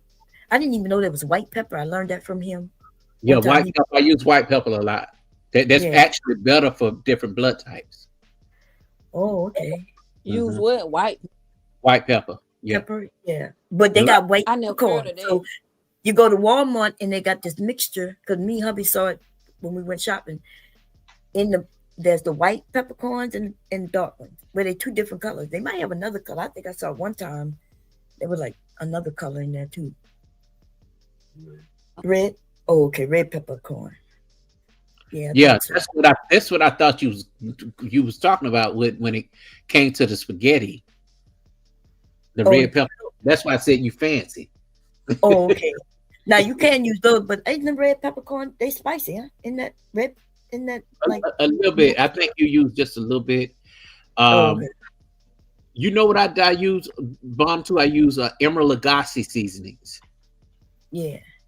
Well, you know, the name of the season don't mean nothing, because I can tell you exactly what's in those seasonings. You know, paprika, you got the pepper, the salt, you got the garlic, and you know what I mean? So when people tell me the name, that don't mean nothing. Because Slap Your Mama and him and then the others, they all the same. I like that one now. I don't think we have that here. Slap Your Mom should be everywhere by now. That's a good one. Yeah. But the name brand is just the name brand. It's like buying some jeans and you got the Levi's or the Lees or whatever. I don't even know what jeans they got out anymore. I don't even know those things. It's just, but that's what those spices are. Hubby makes a great what it was you were making back? There's one season he used to sell, people loved it. And it was especially for your spaghetti. Because he's a diabetic, so he wouldn't use salt, right there. So it was less salt, but he made it real flavorful. We were selling it for a while. We stopped making it only when we moved, right there. See, Bomb Cherry, that's what you need to be doing. I tried to tell him to do that. I had made him a label. This was a long time ago. I made him a little label and everything with a heart and something else. I forgot how it was. Huh? We probably got a copy of it somewhere. Hubby was making those things. He went to like a restaurant store and bought all these, different things. He made his own. Believe it or not, a woman's it seems like y'all can get y'all stuff inside of the stores before we can. There's a lot of women selling their pot pies in the stores. It's one lady in Walmart that got her pot pies, but they ain't all that great to me. It was too salty. A barefoot Contessa. I was thinking about doing it. I was thinking about making something that I know nobody would compete with me, like making candies, pecan candy or pralines, depending on which people call it different things. It's made of pecans, and on my pies, right? Make those little fold over pies. Y'all ever seen those people? If you're in the South, you've seen people may sell them where almost like the old. I know what you're talking about. you know that old what it was McDonald's who had that pie that it used to be fried. Who had Like that a fried? turnover kind of. Yeah, but it was a Popeye still make theirs, but they don't fry it anymore. They used to make a fried pie, y'all. When they started getting healthier, they took that was the best thing. Wasn't that McDonald's? McDonald's used to have a apple pie. It may have been a lemon pie too. They used to fry it. Some of Yeah. y'all too young. That shit was the best. But then they start getting healthier, so do they that start too. making. Huh? Churches do that too. Yeah, now churches still, but we don't have a church. A church has left the north so long ago. Churches make Huh? What? I Hold love on, you broke up, Michelle. We can't hear you. I love Uh-oh, you got some reception problems. And what I hate they took away too from Kentucky Fried Chicken was the lemon parfaits. Remember those? I never eat no KFC. Man, listen, that's Lemon some parfait. Bubba used to go to KFC, and I used to be like, the only thing KFC had that I would ever eat was their macaroni and cheese. I like their Popeyes. We got Popeyes, so you know KFC is ain't shit. And then church is even better than KFC. So you had Man. and now you got all kinds of shit down south. I know, to be honest. You know what's taking over? It's something called or something. Korean. No, but they got these Korean fried chicken places. Jollibee. Jollibee. No, they haven't gotten that one yet, but they're more like independent spots. You can like walk in, you know, order it ahead of time. It's not drive through yet. But like when you talk about chicken, yeah, there's definitely way more options than KFC and Popeyes. My favorite they one I always make me drive to the hood to get to churches though. I'll be mad. Like, what are you trying to Yeah, I say? ain't seen the churches up here, and I remember it used to be one in Jersey. I had to go all the way to Jersey to get it, but I haven't heard. Right. It may be still there. I don't go. But let me tell you about them Asian fried chicken. That if you get the right one, that shit is good. And they used to be cheap as hell. You go there, they give you 4 pieces for $1 in this little bag. The first time I ever seen that when I came to Delaware, and we've been eating their fried chicken ever since. But now that shit high now. It's not cheap like it used to be. You know what? They got one called banchan. That's really good. It's Korean fried chicken. I did a short on it. It's really good. But you know what they put in it? Like they're using soy sauce, and they soak their chicken, brine it, or what is it called when you do that, babe? It's called soy garlic wings. Soy garlic wings. What they do overnight when they like marinate, huh? Marinate. Yeah. Now let me tell you about the one that my kids love. What's the name of that? Where they sell chicken patties, chicken sandwiches? Chick-fil-A. Chick-fil-A secret, y'all. It's pickle juice. They marinate it in pickle juice. It tastes like pickle juice. That's what they marinate is. Wow. Okay. And what you do for the breading of it? Right. You just That's bread it like regular. Yeah, you bread it like regular. But what stands out, what you think is that tastes good, is really that marinade on that chicken. Just the pickle juice. Damn. Yeah. You know what? I did read that somewhere. I could taste it. I could taste everything that no more anything. I could taste what they using for spices and seasons and things. I don't think I soaked it long enough or something because I was like, this still just tastes like a chicken sandwich. I mean, it was good. How long you had it soaked for? I honestly, I don't know, maybe a few hours, maybe. Oh yeah, you should Probably do not it long. overnight. I know, that's what I was thinking. Like, damn, but you know, the second time is always better. Yeah. You know what? There's another. You know, y'all familiar with 907 Eats? Mm-hmm. Yes, she really. She's a chef. Oh, she be on Freezy's panels and stuff sometimes. Yeah, she's really good. Okay. How you know you ate it? Bomb stop. No, on some real. I thought you went. It was a restaurant, but you know when people. So let me tell you, there's this lady on here, and she's the nicest lady based on what we see online, right? And she over there cooking, and people like, oh, it looks so good, right? And I'm looking at her cook, And I'm thinking, I know that shit ain't done.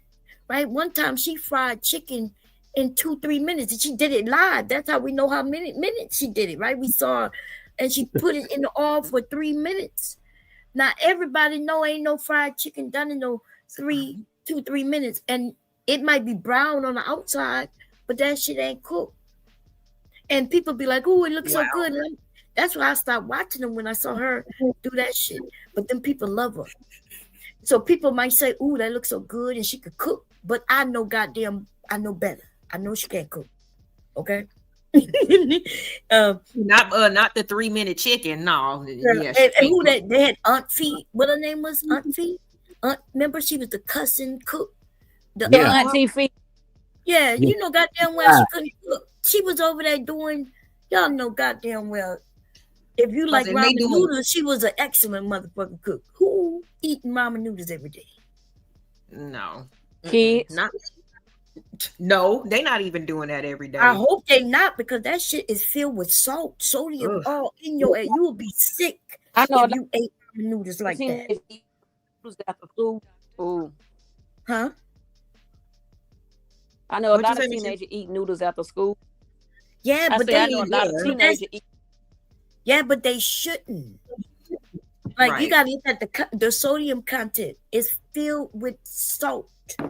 I'm talking about a lot. Man, I used to be all in the leftovers when I got home from school. Like I wouldn't of course, eat too much of the main stuff. But if we had some extra potato salad, baked beans and shit, man, I'm eating leftovers. You feel what I'm saying?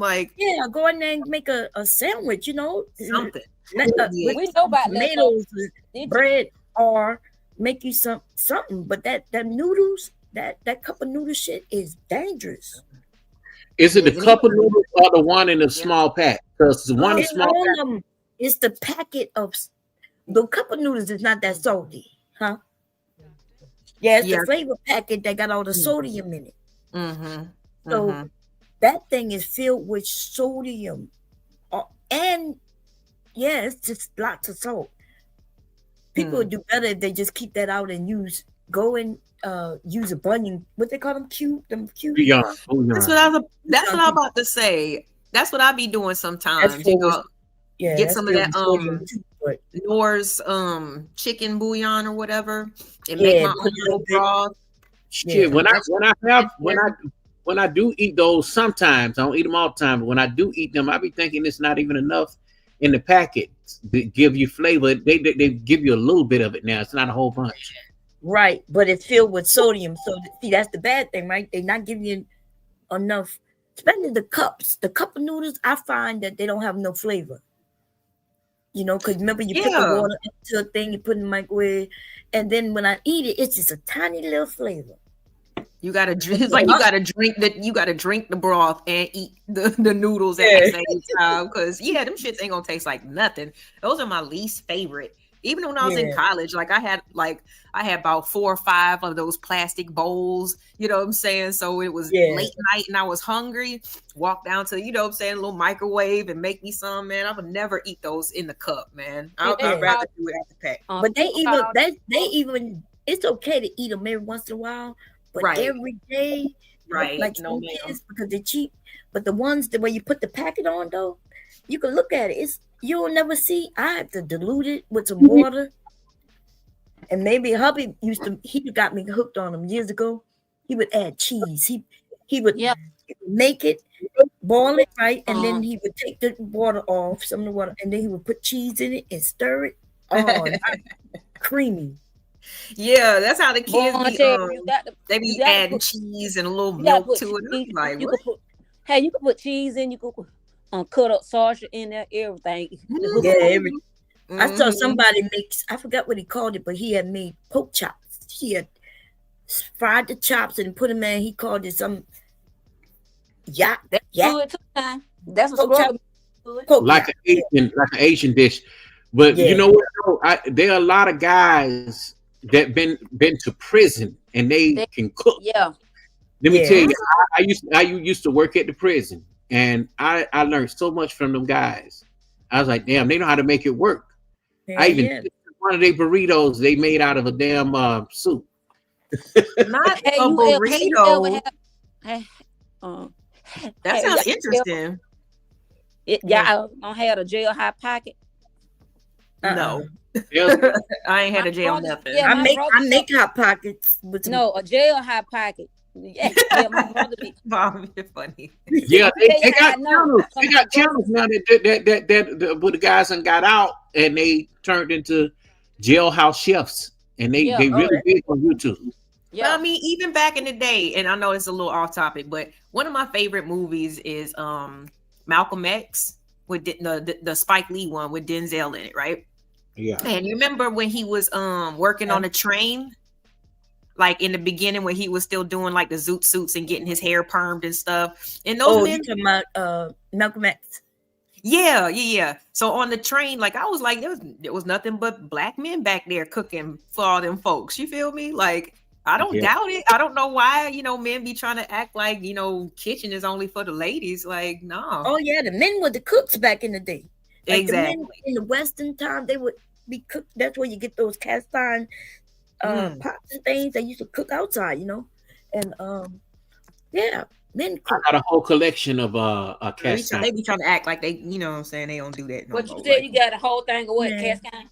Yeah, I got a whole thing of cast iron, too. I love cooking cast iron. But I got to be fast. I got me the Pioneer one. Oh, you got that Pioneer woman shit? My mama. Cast iron skillet out the chain. What? Yeah, the cast iron set. But I thought her stuff was porcelain. No, she has porcelain ones too, but I'm not sure. I've never seen her cast iron. It come with a pot set. Wait, that's not cast iron. Narrative. Wait, before narrative leave, because he's about to go. Narrative. Do you know how to clean your cast iron though? Please don't tell me. Yeah, my 80-year-old aunt taught me how to do it. Yes, it's seasoned it. Yeah, you don't put no water on it though, right? Nah.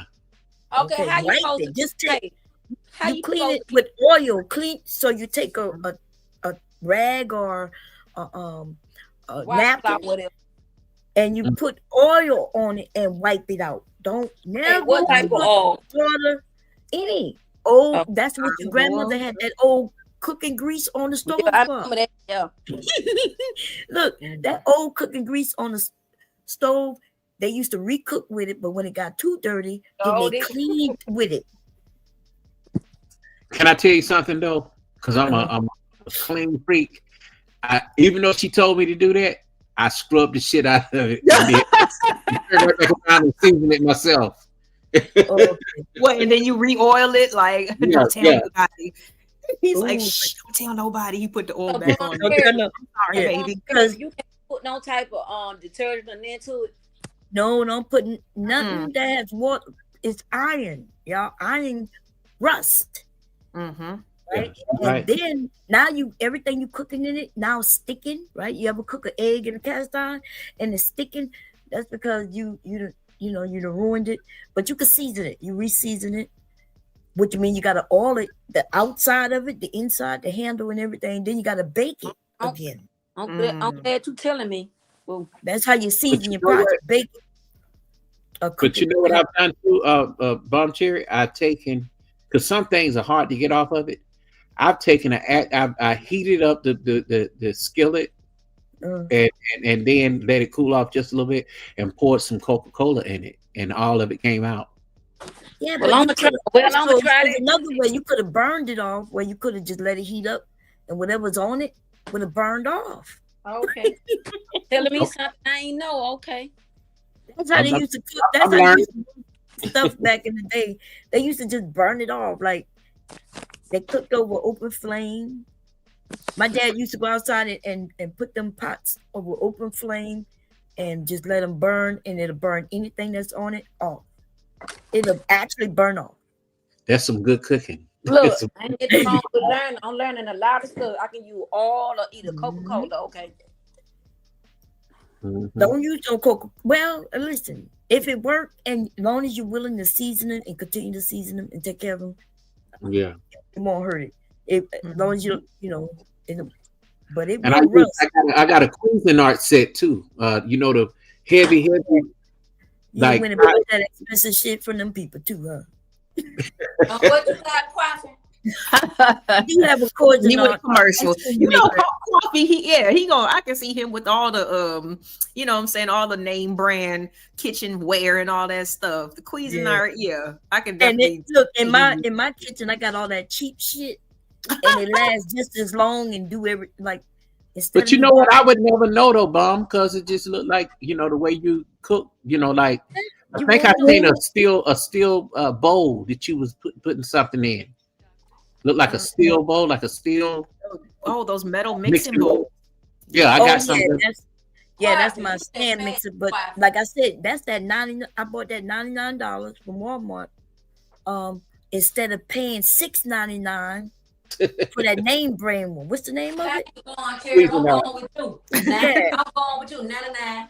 Yeah. Girl, I got it, and actually I got it on sale around Black Friday. $89 about 10 years ago now, and it still worked fine. And it came with the top and all three of the whips things. I didn't have to buy no extras for it. But let me give you all the name brand stuff in the kitchen, our appliance. let me give you a jewel though, Bomb Cherry. Mm-hmm. Another jewel is that you can go to the rich white people Goodwill, and they be giving away shit that's just really. Oh my God. Now that's true. If you go there and find it, and my husband and I, but him mostly, he'll go and get all them good pans. And see, I like cooking with the cast iron, but he'll buy them. What they call? It's like a steel, huh, Bear? What's it called? Hubby say clad. I don't know what that means. But anyway, that's be those heavy pans and pots, y'all, that are very expensive. And if you find it at the Goodwill, Salvation Army, whatever, buy it. It might cost you $3, $3.50. $3 out there, the shit they be like $8 out here. But shit, even $8 would be a good price. That's still good, yeah. They heavy, y'all. You got to look at the bottom, and it's heavy. It's not scratched up. I used to buy sets from like Walmart and Kmart, thinking I'm doing good for $50 for a whole set. And then all of a sudden the shit at the bottom starts scraping off and beating your food. I didn't know that.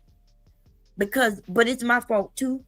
Because hubby would tell me I need to use those silicone spoons. Mm-hmm. But I'm like, I don't know how to use this shit to keep bending on me. So I would use the regular spoons that I grew up with. But I grew up with them using cast iron. So I used to scrape that stuff off the bottom. That's why they say we all poison. Did y'all know that? What's the name of the company that started making that stuff at the bottom there? Shit. DuPont poisoned the world. Yeah. Y'all know?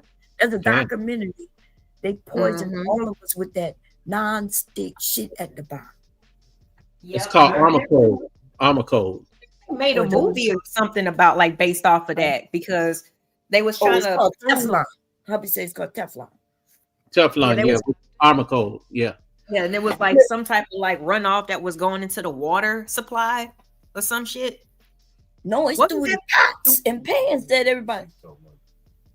Okay, from cooking. You know what? And I even heard something about air fryers kind of being like kind of questionable too because of the same thing. I tried to make a vegetarian patty in the damn in the air fryer. Yeah, and it was mushy. So why you put it in there? The air fryer should. Okay, so air fryer is just an oven. It's just a small oven. That's it. It doesn't really fry anything. Mm-hmm. But I guess with the non-stick, like the insert pan that you put in there, they're kind of saying, I guess that it's like it might be made out of that same type of material. Cancer, so it don't stick. But an air fryer is not a fryer, and so people get confused. Right. It's an oven. It's small, and in order to fry things, I think we had this discussion over there about which come. In order to fry stuff, you have to put oil on it for it to crisp up. Mm-hmm. And you know what? This is really good information, Bomb. This is what I want to see more of you girls do. Well, ladies, I ain't gonna say girls. Thank you. I was about to say, Poppy, I love you. It's all love, man. I would love to see this because I would definitely do a stream with y'all on cooking and some like a consumer report show. That'll be good instead of all the gender war bullshit. Yeah, I that's could all I definitely do on my go channel. out to one of these stores and kind of just show what I find. Yeah, that'd be good. Yeah. So yeah, that's what I want to talk about. I try not to get it into the other stuff, you know, but I get linked into it sometimes. Then I go back to my corner, as Obsidian say, us niggas that's in the corner. Dark corner. Banish you to the first corner. I guess that's not me because I do show my face. Yeah, no, you good, man. Yeah, it's just I don't know. I subscribe to you, so if you do something over there, just let me know. I'll come over. But I've been subscribed to you too. Yeah. Well, when's the last time you did a video? What was that? You I just subscribed to, or somebody else? I don't know, but I am narratives and dialogues. I'm quiet. Yeah, you've been subscribed to me years ago. I've been subscribed to you too. Yeah, I love channels. So yeah. Oh, you did? Yeah. Remember, I came up. You know, I was cool with Mimi. Me and Mimi, we still cool. Oh yeah. Oh, that's right. How many you showed I gave her permission to show my video. Yeah, that sure is right. Yeah, the Pookies and the Ray Rays is their place for us. Oh yeah, I remember that. Okay. I thought I recognized you from somewhere. But you knew me from Roger Report. Yeah, well, you know, I ain't really pay attention to the men over there by the Roger Report. You know, I was in the enemy territory. You know. Okay. I had to keep the head on the swivel, like shit. Yeah. So I was just, you know, and then a few of them ended up coming on my channel, like Auntie L Nixon, and a few, and then they Cyber and all them from RBR. Sure did, yeah. But I had been with RBR for many years, so since I've been on here, RBR was crazy as hell. I'm missing. Yeah, RBR when he got mad at me, he said, "You dumb nigga." I'm like, sometimes them crash out moments be hilarious, dog. Like, I don't encourage them all the time, but if it has to be done, go ahead and get it out your system, man. I don't know, like when we older people do it and people know that we're not really being mean, it's funny, you know. When I tell them when they pussy, they know I probably can't even kick that high, you know what I'm saying? You know what? Our funniest moment with Bomb Cherry when we was in the Buildosphere. Me, Pastor, and Man Media Network. She did a whole damn series on Man Media Network. The man, remember the man? He like a paralegal. You remember the man? Oh, the man, yes. Okay. Yeah. Remember I made that song about the man, thumb in the butt. I called it. What? We was over there by Auntie for the purge, and the man had to come up with a list of saying that a woman is ghetto if she got nails and weave, and remember that list that year? Was that the list in response to a woman's list? Because I remember the ladies putting out a list. He came up with the list first. Yeah. Okay. Hold on, I gotta take this call. I'll be back. Okay. Which I think I talked to him still. I'm gonna take that list and review it, but I don't want to make nobody goddamn mad because I ain't got time. Y'all gonna make these women mad. So if you review it, you're gonna bring it back to life, and then the battle gonna continue. But let me tell you this: the women response is always to the men. So there will never be a time where you're gonna find that the women were doing something first, because the Manosphere been here since like 07, 08. And the attack on Black women started when the Black Manosphere popped up around 2010, 11. It got, you're right. Later. I've been around since 2009, but I had a music channel, and then I switched over into the Manosphere in 2015. So but I 2015, and but I was on Facebook a lot, and then Google Hangouts. Oh, okay. Yeah, so they was all over. Like I was on what is it called? Radio talk, something talk radio. Blog Talk Radio. Yeah. So these people been all over the place. So when they started attacking the women, Black women over here decided, because they was going to black women's channels and attacking them for nothing, no reason, telling them they this, they that, and then the women band up, and then it was a war. But I ain't saying you, but a lot of women got a lot of men channels taken down. Yes, because the men put a list out of the women's channel to take down, and then the women said, "Oh, okay," and then they start taking the men's channel down. Then the men want to call a truce. Wait a minute. That was an actual war on this bitch for real. But were they acting like? I mean, because I've heard this before. You know, like this is a man's space, and okay, if it's your individual channel that it's hosted by a man or whatever, but are they acting like no women were supposed to be on YouTube at all? They came over to my channel and told me this was a few men. They got up there and they said, "We taking over, we taking over your channel," and that's when I said, "Oh, okay," and went straight to war with them. Okay. That's before Kevin Samuels. And then, I had a dream, and the Lord himself, if those who believe in the Lord, told me to go after Kevin, told me that it was going to be a bad thing for our whole community. His message. I lied, and so I was on it every day. Every day. Kevin was scared of me. He got on a panel with me and begged everybody to ask me to stop calling me gay. And he did look, Bonjour. He did look the sus man. I'm sorry. Man was gay. I told him, hey, I had said if it looked like a, I said if it looked like a duck and quack like a duck, it's a gay duck. He didn't like that at all. Well, I'm not saying this, fellas. I didn't say that. The women are talking about you know that man was gay, Narrative. Come on. I can't say that. I honestly can't say that. Y'all knew that man was gay before he they say, oh, he went to a Diddy party. They say shit about me. I don't give a fuck what nobody think about me.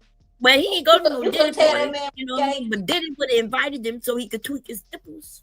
Come on, Quiet. You can look at the man, tell the man was gay. Come on, sis. Everybody knew the man was gay. And all the black guys were following him. They called themselves crazy. They wasn't following him at first. He was a woman's fashion consultant at first, and then he started doing it for the men. And the men didn't want to listen to him. So he wasn't no woman's fashion consultant. He was a man's fashion consultant.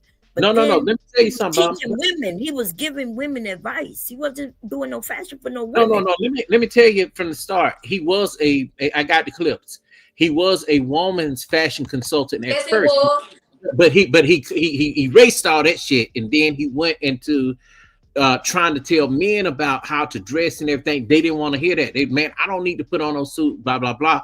Then he didn't want to hear that, and then he went to coaching women and asking them, to come up on the panel. And when they would come on the panel, they would ask, would come there just to get ready. I've been here longer than you. First of all, I've been on the internet for 30 plus years. Look, he was embarrassed on and he used to do his cologne and shit over there with them white people until they kicked him over there in that area, right? Trying to do fashion, but he was not doing. Yes, he was claiming that he had his own boutique, and it was for men. He even dressed some of these men. Women was not. I ain't gonna fight about it, Bum, but I'm gonna tell you, I know for a fact. Okay. Well, I'm not saying he ain't never tried to give no woman no advice, because the nigga used to dress in women clothes. That goddamn pink ass hot pink jacket, fur jacket. We know damn well that come out the woman's area. He wanted y'all men to dress like him. Yes. No. I love being dressed. I missed most of this shit. Y'all go ahead. Yeah, the part where he was telling these men they should dress a certain way. Yes, he did that. But before he got in this area, I knew him before he got in this area. Right? Like, he was small, but yeah, he was over there talking about cologne for the men and fashion. And the reason I knew about him, because the white men was tearing his ass up over there. They were calling him a cheat and a stealer. He was robbing their content. Really? And he got kicked from over there, y'all, and ended up in the area. And then he found Obsidian them, right? He found the Manosphere. But he was never a part of the Manosphere. But they would let him come up. And then they would, O'Shea would say, hey, if you want him to dress you, they used to give him a little, but none of them men was really working with him like that. I mean, they was acting all hurt, like Kevin didn't put any of us on. But that was They just left us. Like they be out there pretty crying big about thing. that shit. They didn't put me on. What? That was a pretty big thing because that man done been on TV and everything now. Well, That's before right. he died. That's right. Yep. He was, and I'm telling you, like, so I got a dream. They say he was gonna be big. But he wouldn't have been nothing. His talking points came from Obsidian, O'Shea, the Angry Man. I wouldn't say, because Angry Man talking points came from BGS, right? But Sheep Stay Sleep was in with them too. He was in with them too, but they never gave him credit. Yeah, because he never really like Sleep Slay Sheep. Like I liked him because he seemed cool and everything. He wasn't going hard like they were, but yeah, they wouldn't include him because he was a nobody to them. That's how the men was doing it, right? They had a group, and if you wasn't in the in group, in crowd, you was on the out crowd. So y'all telling me Kevin Samuels didn't put nothing on guys on? No, he put nothing. Look, they put him on all his talking points that made him the Kevin Samuels everybody knew before he died is all Manosphere talking points. Everything except how to dress, which he wasn't even telling them how to dress. He decided he gonna be a dating coach while he was living in a house full of men. And how do we know how you claiming you know he was gay? He got caught with a man in his bed. But I think he still could have been one, but he went too far. If he would have just confessed up and said, okay, well, my lifestyle is blah, blah, blah, but I still want to be a life coach to put people together. And you still can do that. Yeah, but what makes him a life coach? He went from being a stylist to a life coach. He wasn't good at being a stylist, and now he's a life coach. And everything he was saying was to tear the community apart. He never shared good things with nobody. With Remember, the men he became famous for the average at best woman. Huh? Remember, he became famous for the average at best woman. Yeah, that's how he got famous. But when after that, he told down everybody. If a woman got up there and say, "Yeah, I'm with a man. I want to make sure I have his back and everything," and what do we do? Well, right, he started a business. He sell T-shirts and things like that. Oh, well, you need to leave him. What you mean? Well, he's not making enough money. So he would tell him to leave that man. And then when a man get up there and say, "Well, yeah, I'm doing this and I got this job. How much you make?"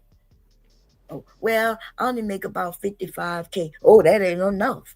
You need date to in your range. Just say date in your range, and do not buy the high price cologne. Don't try to get Bond 9. Start off with Nautica. But what he wasn't really telling nobody none of that shit. But what wrong with dating above your? Come on, what wrong with that? What's wrong with what? But Like the thing you is, making 50,000 and the guy making what wrong with that? He was telling people to date within their means, which makes sense because believe it or not, the average best chick was she made money. She really was average at best, and she even said it herself. No, but see, that's what you men are saying. What that woman said when that woman tried to give her score, he told her she couldn't pick that score. That's what he did with all. That's the setup on the women, right? Because nobody gonna say they're 10 except a bitch like me. I would have been like, I'm a 10, nigga, right? But then most women though they gonna realize, okay, who they're speaking to. Let me put myself at like an 8. You can't choose 7 or you can't choose 8. I forget which one you couldn't choose. You can't choose 6. No, I don't think it was 6. I thought it was. You couldn't say. Yeah, he couldn't choose 7. Yeah, it was one, and then even because we don't want to be average. You might not say 5. You might want to be 6, right? But it was one of them numbers he told you couldn't choose, which is ridiculous, right? Because then it would have made us look too good for a woman to say, "Well, I'm not bad, but I'm not saying I'm that great, so I'm gonna put myself at the 6." And he told them they couldn't choose it. But look, he took off points for without makeup, without natural hair, and points for a dress size. Yeah, but who is he to take points off for any of that shit? The nigga was gay. and was and Say when that. he I can't say that. I can't say that. well, you can't say, but I could say it. In fact, I could show you the pictures of his home before he moved out of there from where he was from. Show you the pictures of the home where he moved to when he got caught with that man in his bed, and then I could tell you who was the renter. That's why they couldn't save his life, because that place wasn't in his name. Okay, that place wasn't in his name when that trans woman said, "It's Kevin motherfucking Samuels" on the phone. LA disclaimer. Right. What's the disclaimer? Yeah, the views. That was a of the trans guests on woman. the That podcast the not apartment was in a trans woman's name too, but that wasn't the same woman.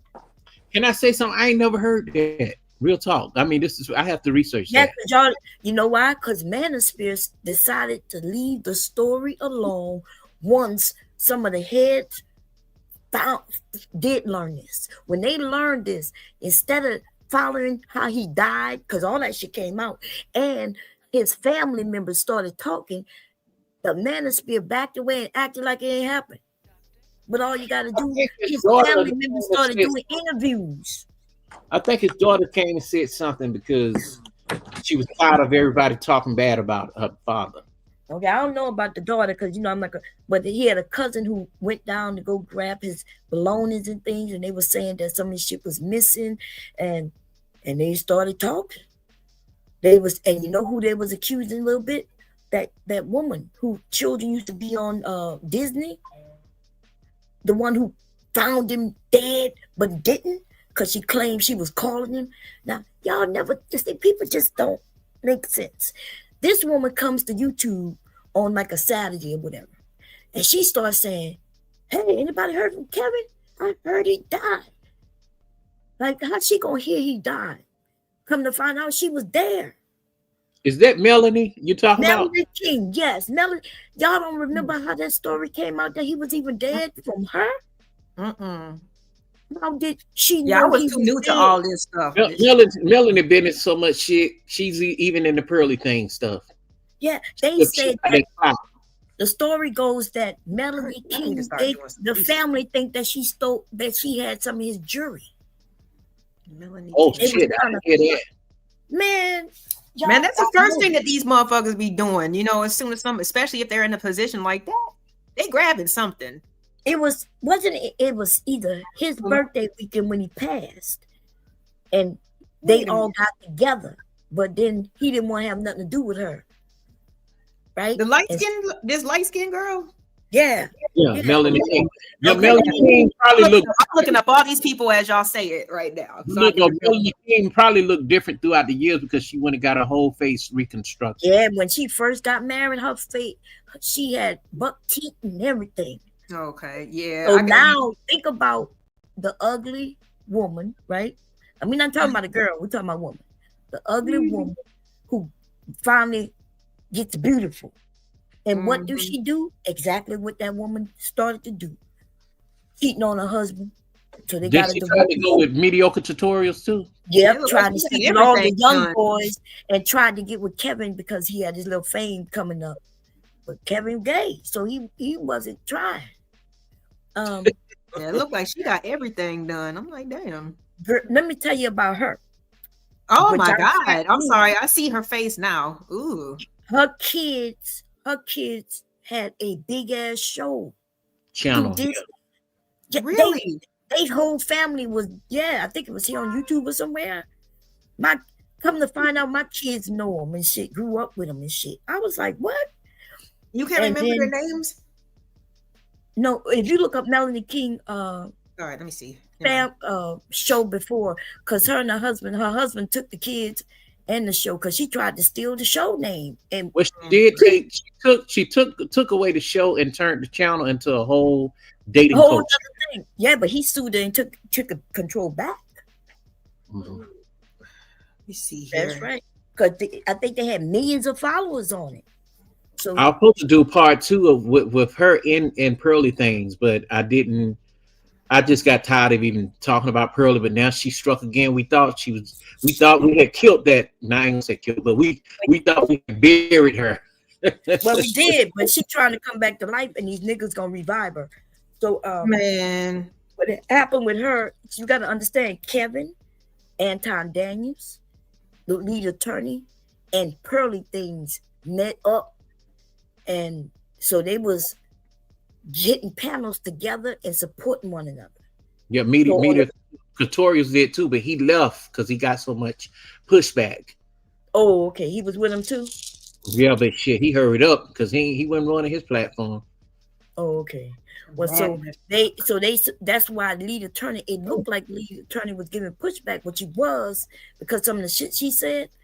But then when she said, "I didn't come up here for you," see how he let her slide, and then he went into a whole nother conversation with her. Looked like he was supporting her. You know. Now I didn't see all of it. Maybe y'all saying something else happened. I'm gonna have to check it out because I want to review it. Nah, it was quick. It was quick. The cool thing is it's a timestamp. You know what I'm saying? Like his shit is stamped, so you can just find that stream and just go right to it. Yeah, I went to the stream because I wanted to see it. It looked like he was talking about her. He was reviewing something else. Yeah, he was reviewing the Andrew Wilson thing, and then she came up there to discuss that. They were discussing that for a little bit, and then somebody in his chat, you know, brought up the Fatty panel. Right. And then no, she was stunned because Fatty was in the chat. That was the issue. Fatty came. I didn't watch the chat, but some of his people brought it up. You know what I'm saying? Then they got on the topic, and he asked her, and she just said something about some random stats, and then he just grilled her real quick about it. Like, well, it's kind of, you know, he just hit her with the basic attorney stuff. Like, okay, so you know one side, but you don't know the other. Right.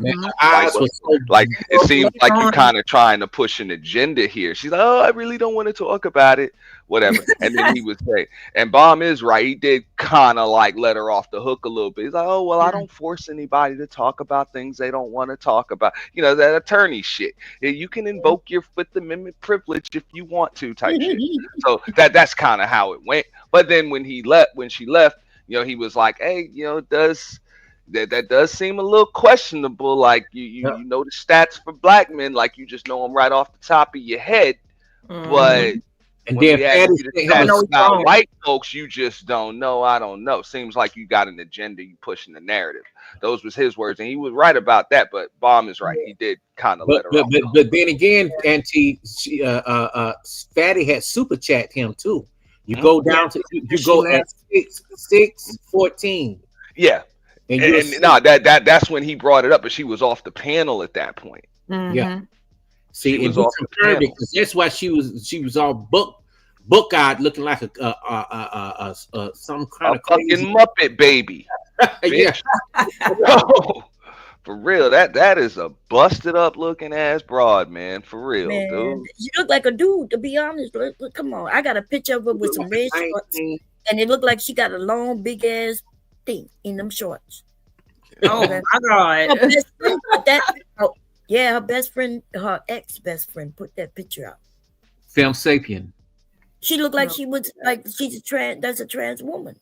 Yeah, and they say if you ever meet her, they say she tall, like 6 feet something. Yeah, she's like 6'1", 6'2", something like it. She a semi-pro volleyball player.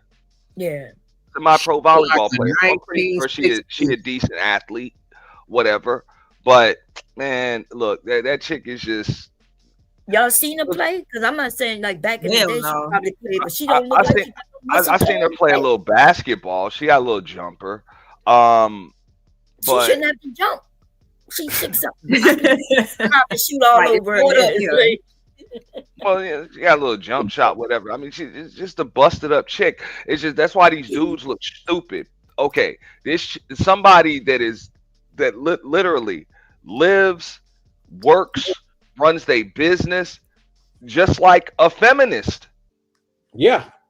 Talking about they're anti-feminist. Now I'm like, I said this on Bomb Channel. She know what's up. I care less about feminism. Women like, oh, I'm a feminist. I'm like, oh, cool. You got a hobby. That's cute.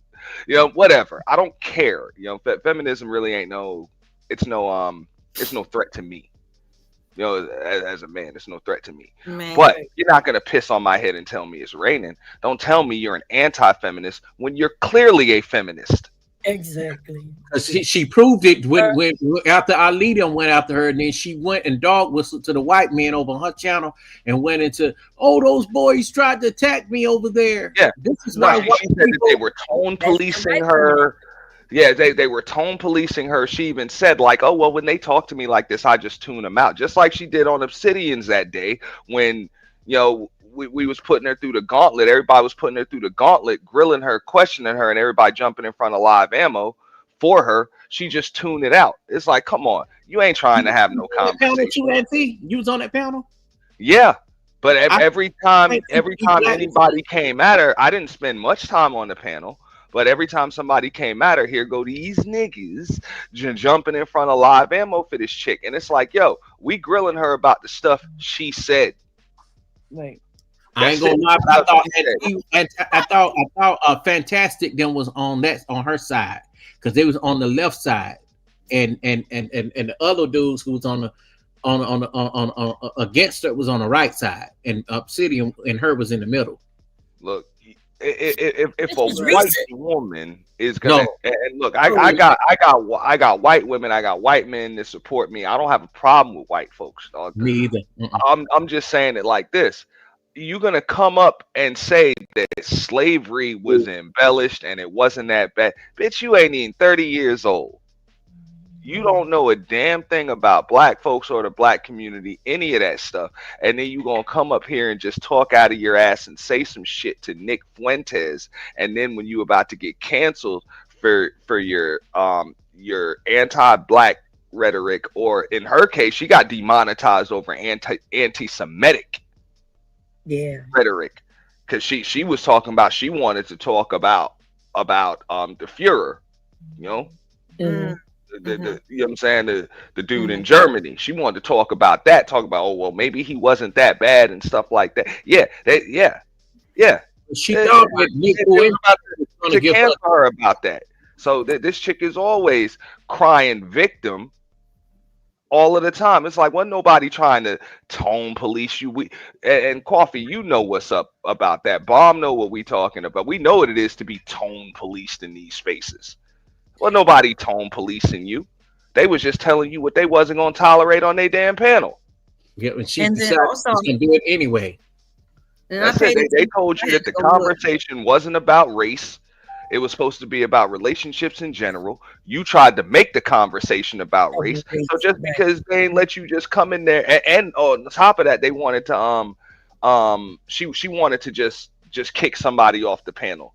The guy, what's his name, Rick or whatever, a guy that was giving her pushback. She wanted him off the panel, and she just pretty much just wanted to go with the women. And Fatty and Ali wasn't having that. And then she's like, oh well, y'all are trying to tone police me. It's like, yo, that ain't tone policing, yo. You over here. She don't like the fact that that the black men up there didn't protect her and allow her to beat up on the black women, which I'm proud to hear, because I'm shocked, because usually that's what the men want.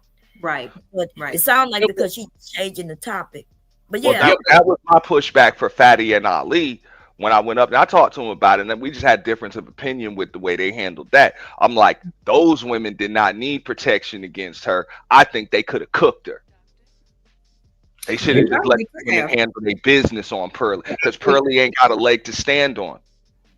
I think he was upset that he felt that, even though I protected y'all fumbled the bag. But they didn't get the chance. Like, okay, so here's what they were saying, and I get it. That's the point, And Jessica came up on my panel, the other day and kind of agreed. She's like, look, what I'm saying, tyranny might have came from like an emotional perspective. Wait, Jessica X? Yeah. She's not doing content, but she came up on my panel a couple times. Yeah, I was over there that day. I was watching too. Yeah. Tell us hello if you see her. Tell her about me. Yeah. But nah, it was like, okay, Pearly's gonna get him triggered, and then Pearly gonna go back to her channel and talk about she was the victim and all of that stuff. I'm like, nah, look, first of all, man, let them chicks do what they do. Like, that's their opportunity to get a viral moment. So even if Tyranny gonna say some off the wall emotional shit, whatever, it might just be funny. You know what I'm saying? It might just be Yeah. funny, and they might be able to grow off that shit. You know what I'm saying? These women don't need protection I'm looking here. against another What woman. she was mad about is she didn't want them to say her nothing. thumbnails and everything. I'm like, damn. Okay, I'm, so I'm, she. I'm just like, I mean, I got where they were coming from, and yeah, maybe, but they wouldn't have lost no debate to Pearly. That's just my opinion on it, and I get where they were coming. They were like, look, we tried to save Shirley you. would have got it. She would have got something out of it. You know, she would have been able to go over there. The men lied every time she get beat up by a black woman or a black man. These other men go over there and say she beat you. You know, that's how the space is. But Right? now I learned this from Bomb though. Bomb, because Bomb remember when the good, and Coffee remember this too, when the good mother chick came over. Mm-hmm. Oh yeah, y'all knew what that chick was gonna do. Yeah, I knew what she was gonna do, but it's like no matter. Hey, we know you about to go back to your channel and cry victim, so we just gonna victimize you. We'll give you something to go back and cry about. Let me kick tell you in the ass. But let me tell you roast this, you heavy. You know what I'm saying? Let me tell you this, Auntie. And the thing is with that, and I'm like, they should have let them chicks do that. And let me tell you something, Auntie. And the thing is with that was I was so into trying to protect the black women at that time too, even though I was Manosphere, because I wasn't on the shit that the other guys were into. Now the problem I had was when I did say, hey y'all, you know, because I didn't know how to deal with this woman, man. You know, she was racist. She was after me. She did a 9-hour damn stream on me. Remember that? Damn. she did it on Bob too. She hated me. She did one on me, but it wasn't nothing compared to the 32 hours we did on her. And we told her ass up. Okay. But that's what I'm saying. Sometimes you gotta lean into it. It's like, yo, okay, so you gonna make me the villain? Cool. I guess I'll just be the villain. Hey, look, me the nigga that situation like shit. Let's go. Yeah. She went telling people that I was saying that she was beautiful. Man, ain't no way I told your ass she was beautiful. Yeah, all that kind of stuff. Then we was over on PPOT channel doing the racist something game or some shit. I don't even know why the fuck I was over there. I shouldn't never have been over there anyway. That's right. And that's everybody why went over there. And a few other black people was over there. Y'all knew that woman was racist, but she was talking about black women, so the men was okay with it. I wasn't. But she went over there. I found her. We was reviewing her as she tore up them black men. She was tearing black men down. Yes. Over there while they were supporting her though. They was what his name is? It has 3 letters. SKC. Yeah. And she went over there telling them what to do, and they was happy. They was like, she gonna help us with the black women. Yeah. And we told her, and she was so easy to chew that her was up, funny, man. LA, we told her is, man, I'm talking about all the women. Honestly, I can't. That's something that I didn't get to mention, but I did notice, and it kind of pissed me off. You know what I'm saying? Because when I first got on you know, some of these panels and just online, it was the girl Luna that was on panels telling all the black women of what our problems were, and it's like, why do black men keep doing that shit? You know what I'm saying? Like, we don't find no Chad or no Brad to come on our panels and tell black men what they need to do. But That's it's just what like they've been doing. Girl, I'm not gonna lie. There have been a woman or two in this space that have been doing that. That have been doing that lately. I had a little pushback for that. Well, but only because the men been doing it. But listen, who was I'm not fond of that though. I agree. Was Luna the one who ended up on OnlyFans? Yes. With the bum ass boyfriend or husband or whatever.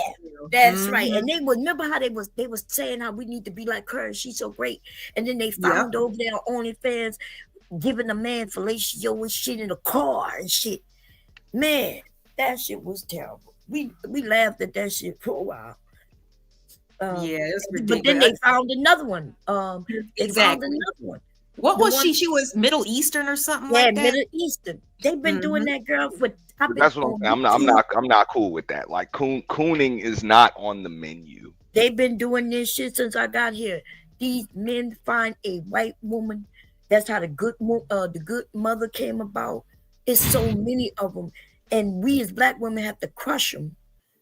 And the men, you know, until we crush them, they support them, right? Pearly Things got crushed, but she cried and crushed herself. We was on her ass, but the black man was protecting her. And then she went somewhere else and started talking about slavery and shit and talking about the black man.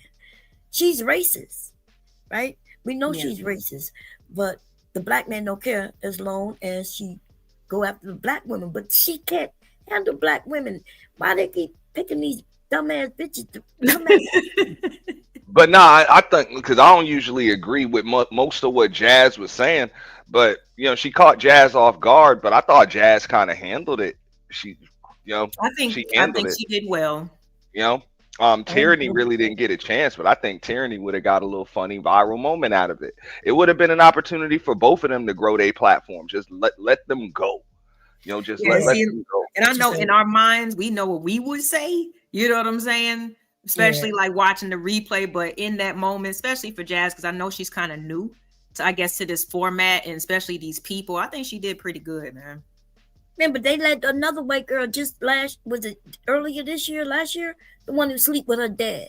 Oh God, Grace. The one who sleep with her fucking dad.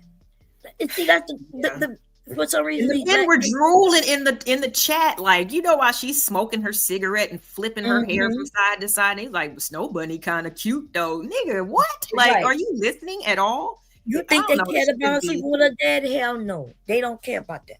And she's a racist. Her dad's a racist. That's the thing that tripped me. Like, they can hear it, but as long as she going at the black woman, they don't give a fuck.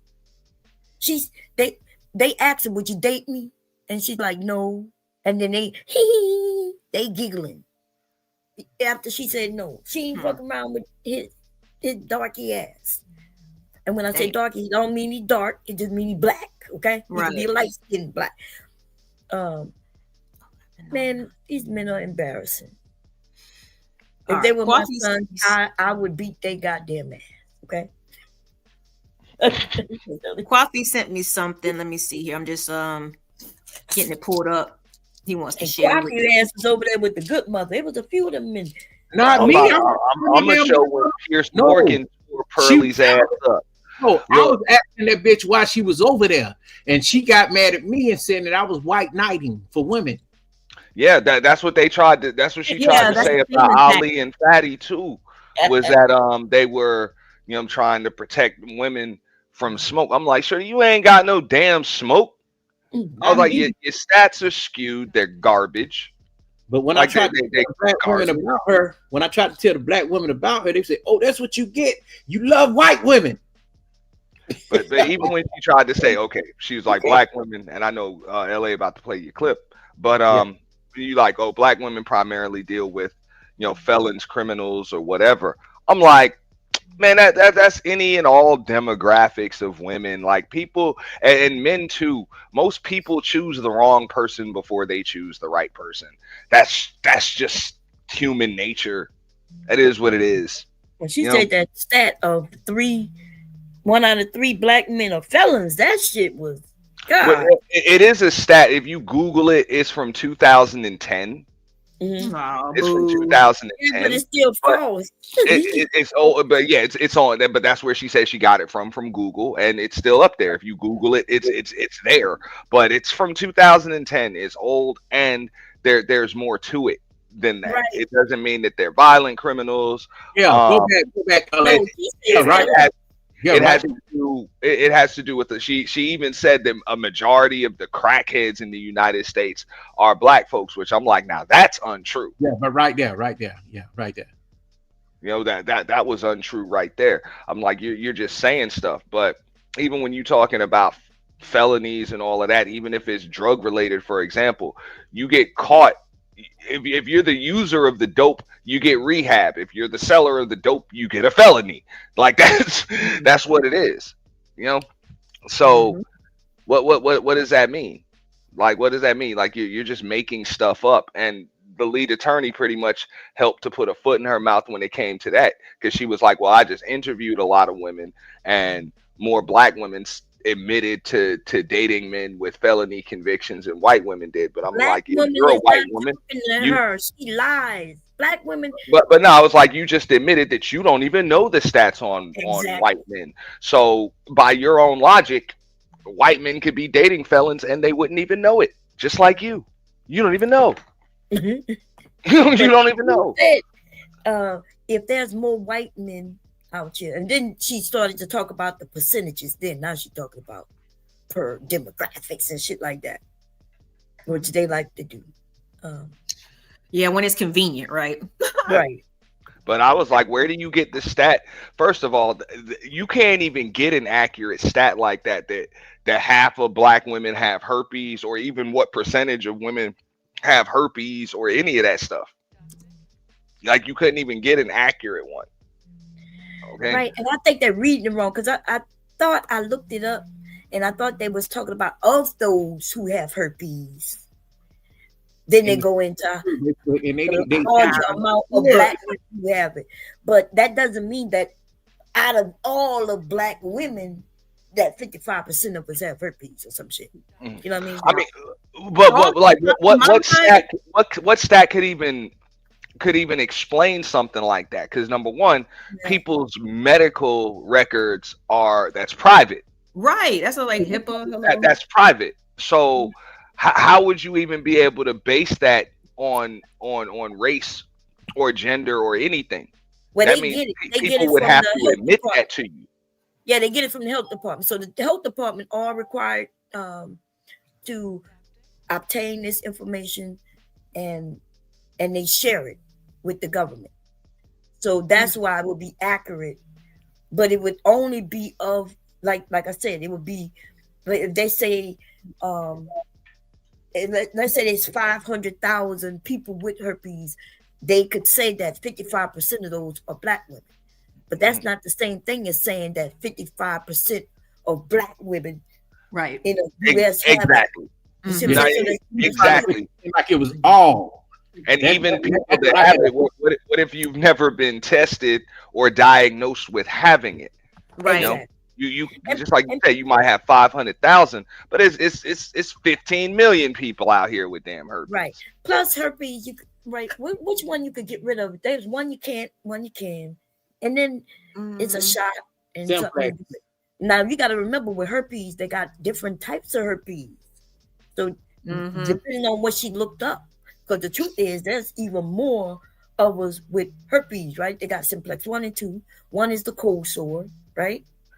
Which even children have, because you could look when she said that bullshit bomb cherry. I swear that's the first thing that came to mind. All them white kids that I went to elementary school with them bumps on the side of their lip. I swear. Yeah. So I was like, why she talk about black people? Like, I know white folks be having them cold sores and shit. You could see it on. They be taking pictures. You could see. I don't know. Like I noticed it, because I ain't never had that shit. That shit on your lip got some shit on it. It be right on, like in the corner of their mouth. I'll be like, what the hell is that? Oh, it's just my cold sore. I'm like, oh, you're used to this, huh? Yeah. I'm like, y'all are the reason why motherfuckers don't pass spliffs no more. Yeah. So that's all why, of that. Right. And you could catch it like that too. Like if they got the exposed sore and they smoke on your joint and you give it to you, then you catch it. Ain't no passing the spliff. I'm gonna get down in a minute. Can y'all let her play this real quick? Yeah, let me go ahead and let's play this. I got you.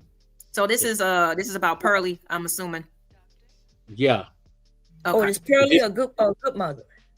Well, she in it too. This is the part about good mother. Coffee ain't shit, bro.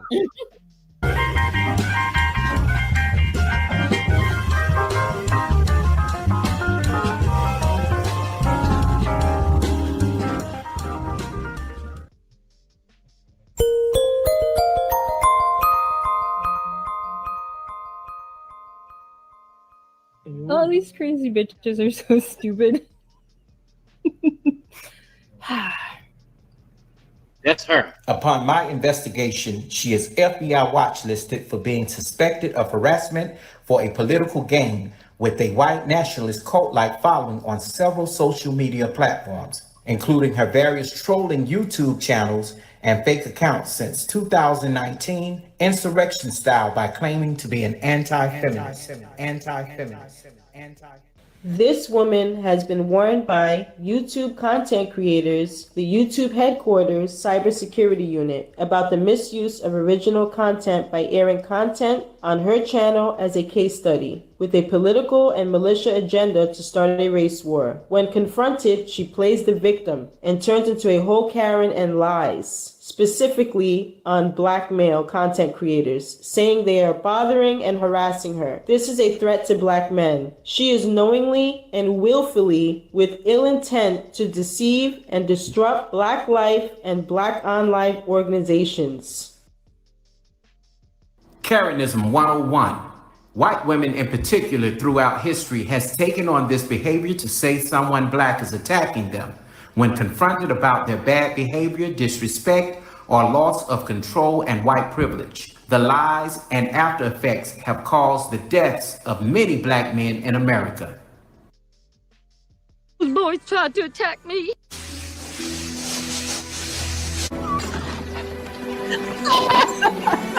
So sorry. I'm sorry. I shouldn't be laughing. I'm sorry. I should not be laughing, but this should. That's how they be. I swear to God. Okay, I'm sorry. No, he ain't shit, man. Just like Pearl, this woman has tried to infiltrate black YouTube spaces and insert herself into the black manosphere. Her actions violate YouTube community guidelines and is used to support her evil agenda by and through her harassment tactics and her cult-like following.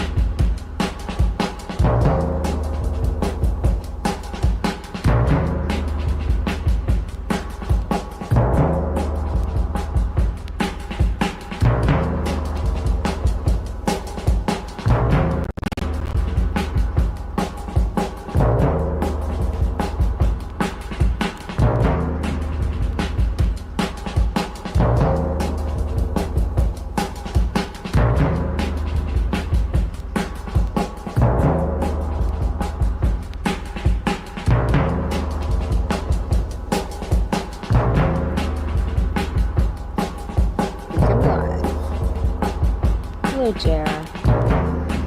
How are you? Same page, dude. In 1923, Frances Fannie Taylor lied about being attacked by a black man to cover up having an affair with another white man who had bruised her. This lie caused a race war, the hunting, the killing of many black people, and burned down their entire town of Roseville, Florida, by the KKK. In 1955, 14-year-old Emmett Till was hunted down and brutally murdered when Carolyn Bryant lied that he whistled at her and did not confess she had lied until her eldest years before dying in 2023.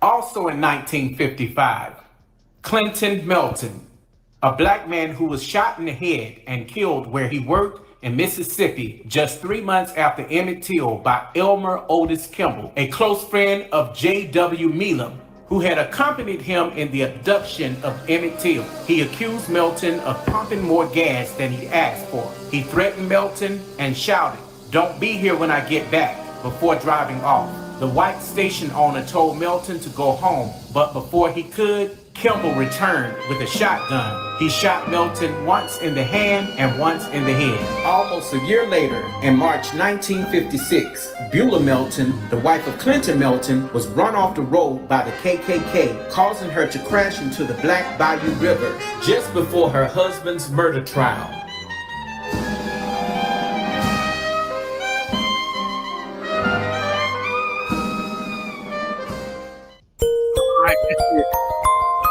In modern day, since 2018 through 2023, racist white men remain the masterminds and organizers behind hate groups, deadly malicious crimes, and sophisticated strategies coercing their white female members to organize these attacks because they are not as noticeable. They are recruiting people outside of America to move to the United States to join in or join online wherever they are. This is why online hate crimes and globally in the real world are being investigated to the fullest extent of the law to catch these terroristic acts in the making, in the making, in the making, in the making. Shout out to Mrs. Queen Sunkissed. She says, we are the true leaders of the community. Oh, this shit. is the reason men hold us to a higher standard than they hold themselves. They will SBE us at our best and worst. It's the price of a leadership.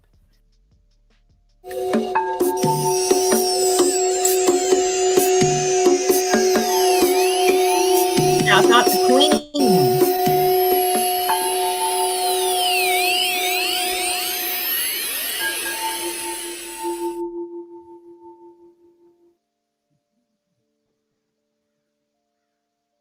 Okay, just wanna tune my energy good, you know what I'm saying? When it comes to this situation with the Black Manosphere and the so-called just pretty things, this is some really interesting stuff. First and foremost, I find it real interesting that the face of the Black Manosphere is currently a white woman.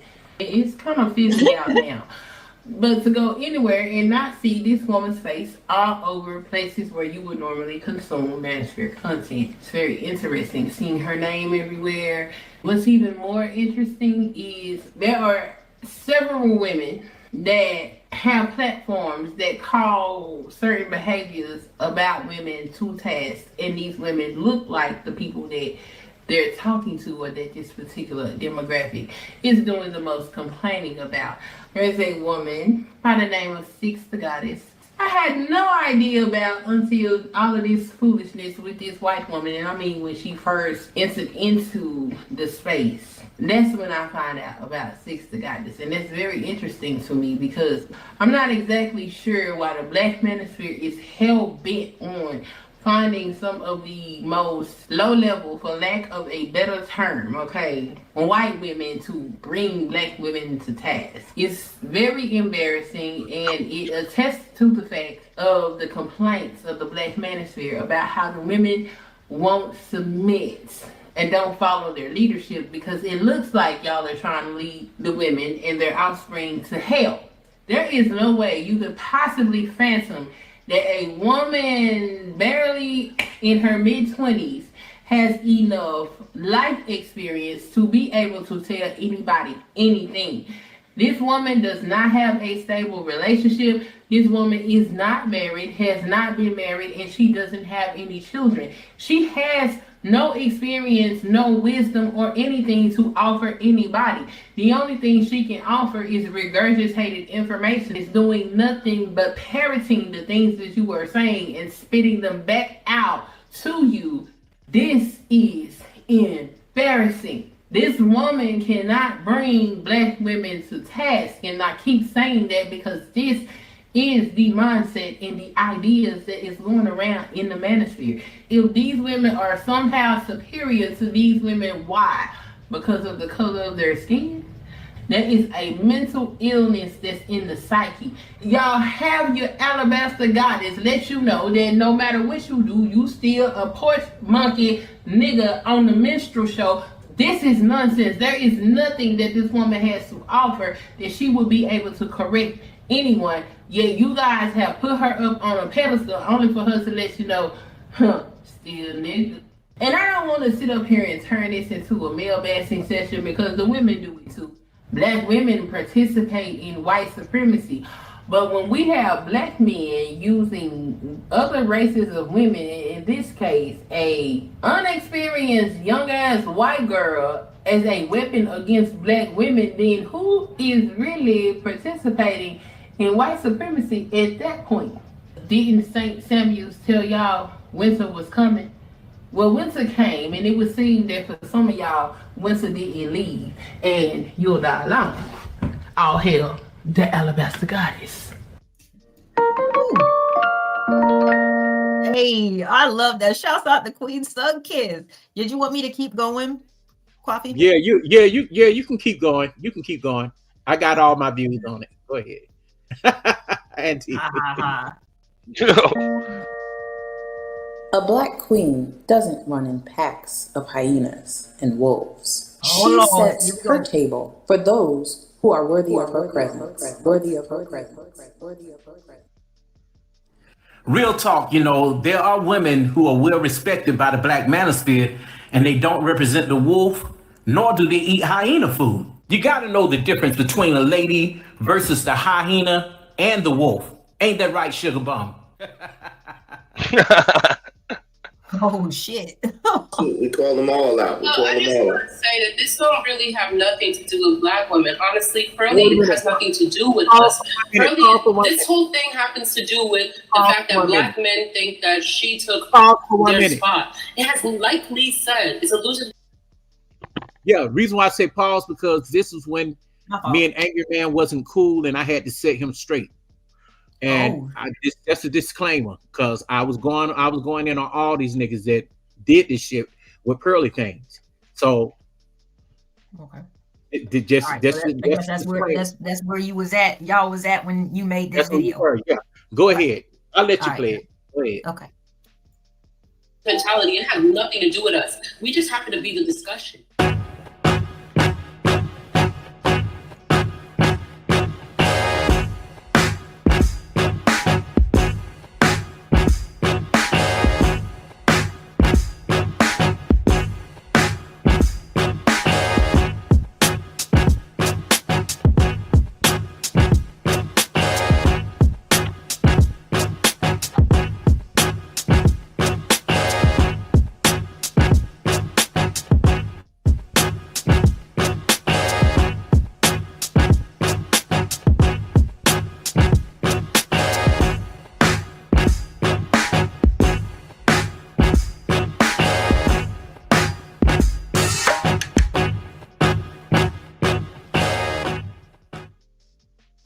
All right, family. Okay. Stop up your ears. You might want to even just turn this off. You get what I'm saying? Because your boy don't mess with nobody. I don't normally just go at nobody or try to disrespect nobody or any of that. But this has to be addressed. So let's address it. Did you hear that? It's the sounds of revenge. This is gonna be good. Black music definitely racist. Well, maybe the reason why I feel the way I feel is because sometimes I'm on the receiving end of that bullshit. When niggas is coming to my channel telling me I ain't black, when niggas is calling me a fucking Mexican, when niggas is saying, yo, Angry Man, you can't talk about that because you ain't black. Man, fuck you niggas. Well, yo, we know you black though, Angry Man. What you talking about? You're lying. You're lying. Stop. You capping right there, bro. Why would I want to dedicate my life to doing something where I can't even be myself? Like, there's no trying. You just don't do it. Stop faking. The Angry Jerk. He's a light-skinned black man who hates being black, doesn't like dark skin, calls other black men and women apes, and then complains all over YouTube that people tells him that he's not black. This is a well-known tactic used by victims like him to play with identity issues for acceptance by other anti-black people. He often parades around YouTube with this same old song and dance that he's Latino and from New York. This dude is black only when convenient, when it benefits him. And most of the Latinos that I talk to, on YouTube that even frequents his channel just don't believe this. But to each his own, you can be whatever you want to be. First off, y'all go over there and subscribe to Israel Mills channel. That's a decent brother. You know, I was over there the day that this bullshit happened. I don't usually even address things like this because, for one, freedom of speech is freedom of speech, and people have their own opinions. What you think about Kwafi Nino is none of my damn business. I don't care about any of you or what you think about me, bro. You know what I'm saying? So, this is what happened. I'm in the chat talking to another brother, as I do. I'm a chat person. He decided that he was going to jump off the panel and jump into the conversation and make the show about him, as he normally do. The problem is, Angry Man, you got an issue with anybody addressing anything that you don't like, and then you try to make it about you. The show was not about you, bro. The show was about just pearly things, which is really just nothing things. The bitch that you caping for, you know what I'm saying? Straight up. Some of us are not doing that. And for you to be the leader of your sector of the Black Manosphere, bro, you're a poor example of it. In the position that she's in, and she's profiting off of people, but yet and still she's not pouring back into the Black community. She is caping and trying to bring in Africans into the community instead of pouring into the community that's supporting her. That's the main issue. Can I address something real quick? Sure. Yeah, go ahead, Angry Man. Can I address something real quick? Yes, sir. So Narratives and Dialogue said, I'm sorry, brother. Just because you're thinking no one else should say anything doesn't mean it is law. I'm not saying that you shouldn't say anything, but what I'm saying is you should make a correct assessment about it and not make an assessment based upon your own racial bias. That's what I'm saying. Then you said these are not the MLK days where you just kept quiet. First of all, there was never a time in history where Black folks just kept quiet. That shows how much you know about history.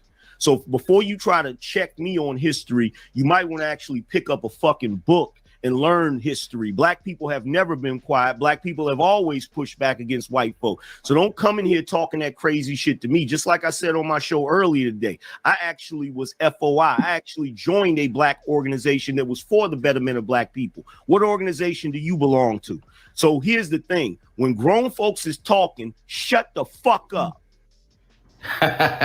He says, I need to pick up a history book, yet he's fake, self-sabotaging. He's a victim dude without a mind, style, nor a heart of his own. What a way to be. La ilaha illallah Muhammad Rasulullah, Rasulullah, Rasulullah, Rasulullah. After verifying through some reliable sources that Manuel Dudley, aka Man1 Dudley, is not a part of the Nation of Islam, I've come to realize that this man is just strictly a liar. Say we just give this clown the benefit of the doubt and say he took his shahada in the county jail or maybe even in the prison system. Maybe the Honorable Minister Louis Farrakhan can verify this, can verify this, can verify this, can verify this. See, you want niggas to tell you what you want to hear, but you ain't gonna get it here, bro. You definitely ain't gonna get it here. You know what I'm saying? I'm all about Black men empowerment, but when you find one dude like yourself, there's always the problem. There's always raccooning, along with the acrobat clowns, because we got a whole bunch of them in here. See, the Manosphere is never going to get back to where it used to be unless they weed you niggas out. And that's the whole point. This is why we got all this shit that's going on where you got these strange-ass white folks coming up on the panel. I ain't against no white folks. And I'm not goddamn just strictly pro-Black. But I am for my people. You get what I'm saying? So y'all sitting around talking about y'all ain't Black. Y'all asking, what is Black? The community and all that kind of bullshit. But y'all never ask these motherfuckers, what is white? What is clear? And you never hold them accountable for their bad behavior. I particularly I didn't even get that far. I'll be honest with you. Where she lost me at was she lost me with the whole thing of, oh, I have Africans. Like she owns some people, like she owns Africans. And the fact that she made it seem like, number one, Africans were better than African Americans. Number two, that she wants to appropriate her Africans into America so that they could take over basically. And that, you know what I'm saying, get her African citizenship. So that particular part of the conversation is where I personally had an issue and a problem with. All right. What up, Prime? What's good with you, family? What's up, y'all? I just got a question. I'm not trying to veer off the Italian topic, but what makes someone a Black American? Oh, come on. I mean, yo, Prime, we can't have that. Well, I know. Just a quick question. I'm not okay, trying to, just like, I know, but listen, problem. we just saying that as a point of reference, quick. just for people. Pause that. See, this is the problem. You got niggas that come up here with no facial hair whatsoever, right? Because that's what I was told. You never trust a fucking grown ass man with no facial hair and sweaty palms. Damn. The Wait, sweaty okay, so- palm having weak handshake, fucking no facial hair having ass niggas. Well, what makes somebody a Black American? Get the fuck out of here, bro. Yeah, some of these questions don't dumb even as hell. get the fuck out of here, bro. Ain't none of the, well, why don't you debate me? There's no debating you. In real life, you and I would never even share a fucking room. Soon as I walk into a room, you have to leave it. Guaranteed. I'm not going back and forth with motherfuckers like that, bro. Hey, These Sharon. motherfuckers come on the internet because they get no respect from actual men in real life. They can't handle themselves in an arena of men, which is likely why they have the issues with women that they fucking have. It's not even because they have issues with women. It's because they can't handle themselves in arenas of men. When it comes to the hierarchy of men, they're just at the fucking bottom. They're just at the bottom. So the only place they can fit in is on the internet, where everybody's allowed. Anybody got any questions before we go back? Not any questions, but I've definitely had this happen to me as well. When it comes to angry man coffee, so don't feel bad. I swear, like he'll skip over everything else and just focus and see something that I put in the chat, not even directed to him. LA Project, that is the dumbest thing I've ever heard. Like he just singles people out and just be going off sometimes. So don't feel bad. It's definitely. Oh no, I never felt bad about it. I've been knowing him for a while. So it ain't. I just had to straighten that out. See, I'm not gonna argue with you. This is what I'm gonna do right here, because I ain't gonna do no screaming on no panel. I ain't doing that. Right. No, I agree with you. I just wanted to say that this video is a little confusing. When was it? It must be older, right? Yeah, it was. That shit 2 years old, bro. Yeah, it's 2 years old. See, she didn't play the first part of it. That's why. Y'all can watch it on your own time. Okay. No, I was just asking because Yeah, I know, Mom. But why would a black man? Well, somebody who maybe he don't feel like he's a black man. They do have people who want to, back away from blackness and Black Americans. You know what I mean? So then they ask a dumbass question like, "What qualifies you as a Black American?" Especially if we're talking about African Americans, right? Or Black Americans. Yeah, here we go. Look, I understood what Iz was talking about. Now, the problem with the Just Pearly things, when she says stuff like that, when her Africans and all of that stuff, it don't even have to do with dynamics between, Black Americans and Black Africans. She just thinks you're better because you make a better employee. Okay, and unless you are for sale and she can purchase the deed and title to your ass, that's how she determines your worth and your value as a black person. Yeah, she don't give no value to black people because look what she did to the people who work for her. Unless they can give her something. Yeah, but look how she treated the ones who was giving her. They were giving her, and she mistreated them. Had tried to get them to sign contracts that didn't make no sense. Where they doing all the content. And she get most of all the money. Well, in that defense, I broke that down when it comes to just the industry, when it comes to independent contracting. Those are standard, and it is up to the contractor to negotiate their contract. So it did make sense because 70-30 it's actually standard.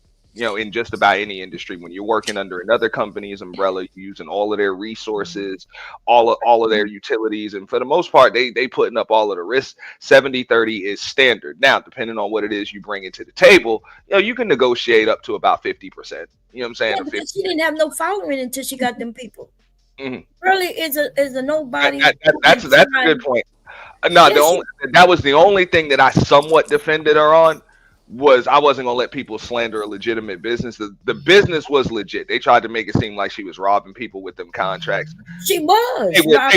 They were standard contracts. No, and those people brought their own people. She did not. She only invited those who already had a following. That means a brand new person with no following, she never even approached them. These were people with their already following. Where she had none, they had all the following, and she just had some equipment. At first, it was just a couch, right? Yeah. So yeah, she had equipment. She had a team of clippers. She also had a team to recruit people, so people can have other people to do interviews she didn't have with. none of that. She was doing that. No, I'm saying with the contracts that I broke down, because I did a full stream, breaking it down. I understand what you're saying. No, I understand what Bomb is saying. If you already have a following and she's really not adding anything to it, then it doesn't make sense. Like, for example, if you're on YouTube and you're making, let's say, 1,000 or 50, let's say you're making $2,000 a month. You're getting 100% of that, but you're doing all of the work. You're doing all of your thumbnails. You're doing all of your clipping. You have to come up with all of your content. You're getting 100% of that. Now, if she's able to grow your following from 10,000 subs to 100,000 subs or 150,000 subs and bring your revenue from $2,000 a month to $10,000 a month or $15,000 a month, hey, I would rather get 30% of 10,000 than 100% of 2,000 and not be responsible for the other stuff that I was just responsible for, because it's still more than I was making. Yeah, but she wasn't doing that, and the people already know that, right? Because she's anti. It depends on but what I'm saying is it depends on the situation I'm in, who I am. That's why, as an independent contractor, it's my job to negotiate the contract. Right. And she didn't want to negotiate. That's why she lost everything, and that's why she lost trying to start over now, right? But the people, she wouldn't go to them unless they already had a following. Then those people wasn't gaining followers. They would lose followers messing with Pearly, right? Because they're black. Here she is, and now she's anti-black in a lot of instances. She's talking about black women for the most part. She only talking about black people for the most part. And eventually, the black people who sitting on those panels with her and they following gonna be like, "Wait, what's up with this? Why are you even over there with this white girl talking about us like this?" So it didn't make sense for somebody like a King Riches or somebody that already has a following or something like that. But just like somebody that's all like you pretty much already struggling. Like you already struggling, somebody's gonna take a bunch of the work off of your hands. They're about to pretty much increase your following by 1,000%, and boost up your revenue by about 500%. It makes sense to take the split and then try to negotiate a little bit too. And then she also had escape clauses. So like I say, it depends on who you are and where you are in the game. Yeah, well, her contract was shit, and she wasn't going to do none of the work. She wasn't doing any work, right? She would be over there. She would ask a question, but for the most part, her shows was about the other people, and then she would, allow the men to attack the women. It was it was crazy. Her shit was ridiculous over there. Has any of the people that I guess that used to work or be underneath these contracts, have they spoken out? Yes, Sarah Garvey did. Yeah, the women spoke out first. The women that were picking over there, they spoke out first. Melanie spoke out because Mike TV made her cry. He is hilarious. Where is he? It just pissed me off though that people that kind of don't understand, just how the contracts and stuff like that work when you're working under an umbrella of another company. You don't want it to just comment about what's good, what's not. It really depends on the contractor and who you are, and also what you're able to negotiate. It's not about what's good and what's not, because it's really not up to the company to just offer you a good contract. That's the way contract negotiations work. Everybody tries to get the best of it. Everybody trying to get the best. They wasn't under a contract at first. They preferred it that way. Yeah. So that's what I'm saying. It's always up to you. It's always up to you. If it's my channel, I should get 100% of my channel, and if and she gets her portion, right? Because the content was shared, and things like that. So, but then now she want to come in the contract and now take a piece of what they making on their shit because they was making more than she was. Yeah. Okay. So when it was some extra clauses in there, that she had, and I know the standard contract that she was offering, I think it was like a 70-30 split. She gave them a 6-month escape clause. So like for the first 6 months, they had access to everything, whatever. But if they wanted out, they can just get out and they would own all of their intellectual property. So in other words, somebody could just sit up there, work under her umbrella, boost up their subs, get all of that stuff good for 5.5 months, and then just skate, on her. When she broke it down with Anton, she was like, damn, people can really just screw you over like that. And I'm listening to it like, yeah, people could just screw her over. Now, after that, if they stayed on at least 6 months, then they had to be on board for like 3 years. She would be entitled to that 70% or whatever for at least like 3 years. And after 3 years, you had full escape.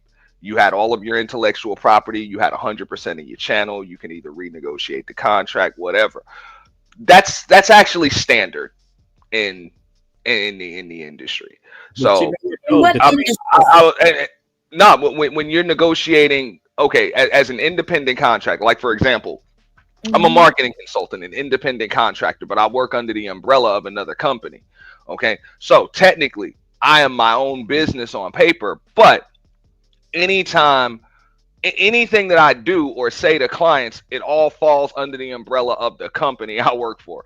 Like that's it. Everything like they're liable for everything. They're responsible for the work, that I sell someone, the advice that I give people, all like they're responsible for everything.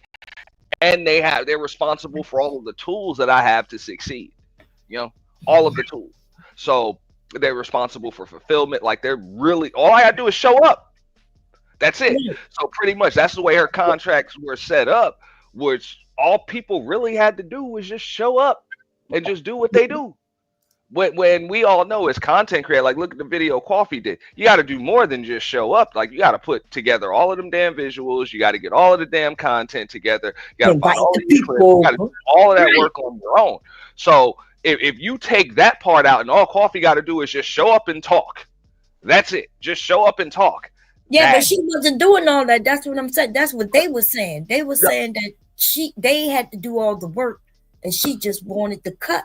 It don't matter what she told Anton Dan, because I'm not sure what she told. No, I'll agree with you on that. I'm saying that this was the conversation that they had, and I even said that. I'm like, look, if what she's saying is straight up, then that's standard. That's what I'm saying. Like if you're gonna take all of the work away, all I have to do is just come up with my talent. It's just like a music industry contract. If you don't write, you don't produce, you don't compose, you're not responsible for any of the promotion, any of that stuff, you're gonna have to give up a lot of damn money. Right, but remember those like a lot of that money ain't gonna come to you. They were the talent, they were the composers, they were like I'm saying, all you do is show up and just she was the only one that was just showing up. She the only with some things, the equipment. Because remember the elderly, I thought it was the elderly woman who had a problem with it first. Auntie Jenny. Is that her name? Yeah. Remember something happened over there where she walked out with some of them young black women.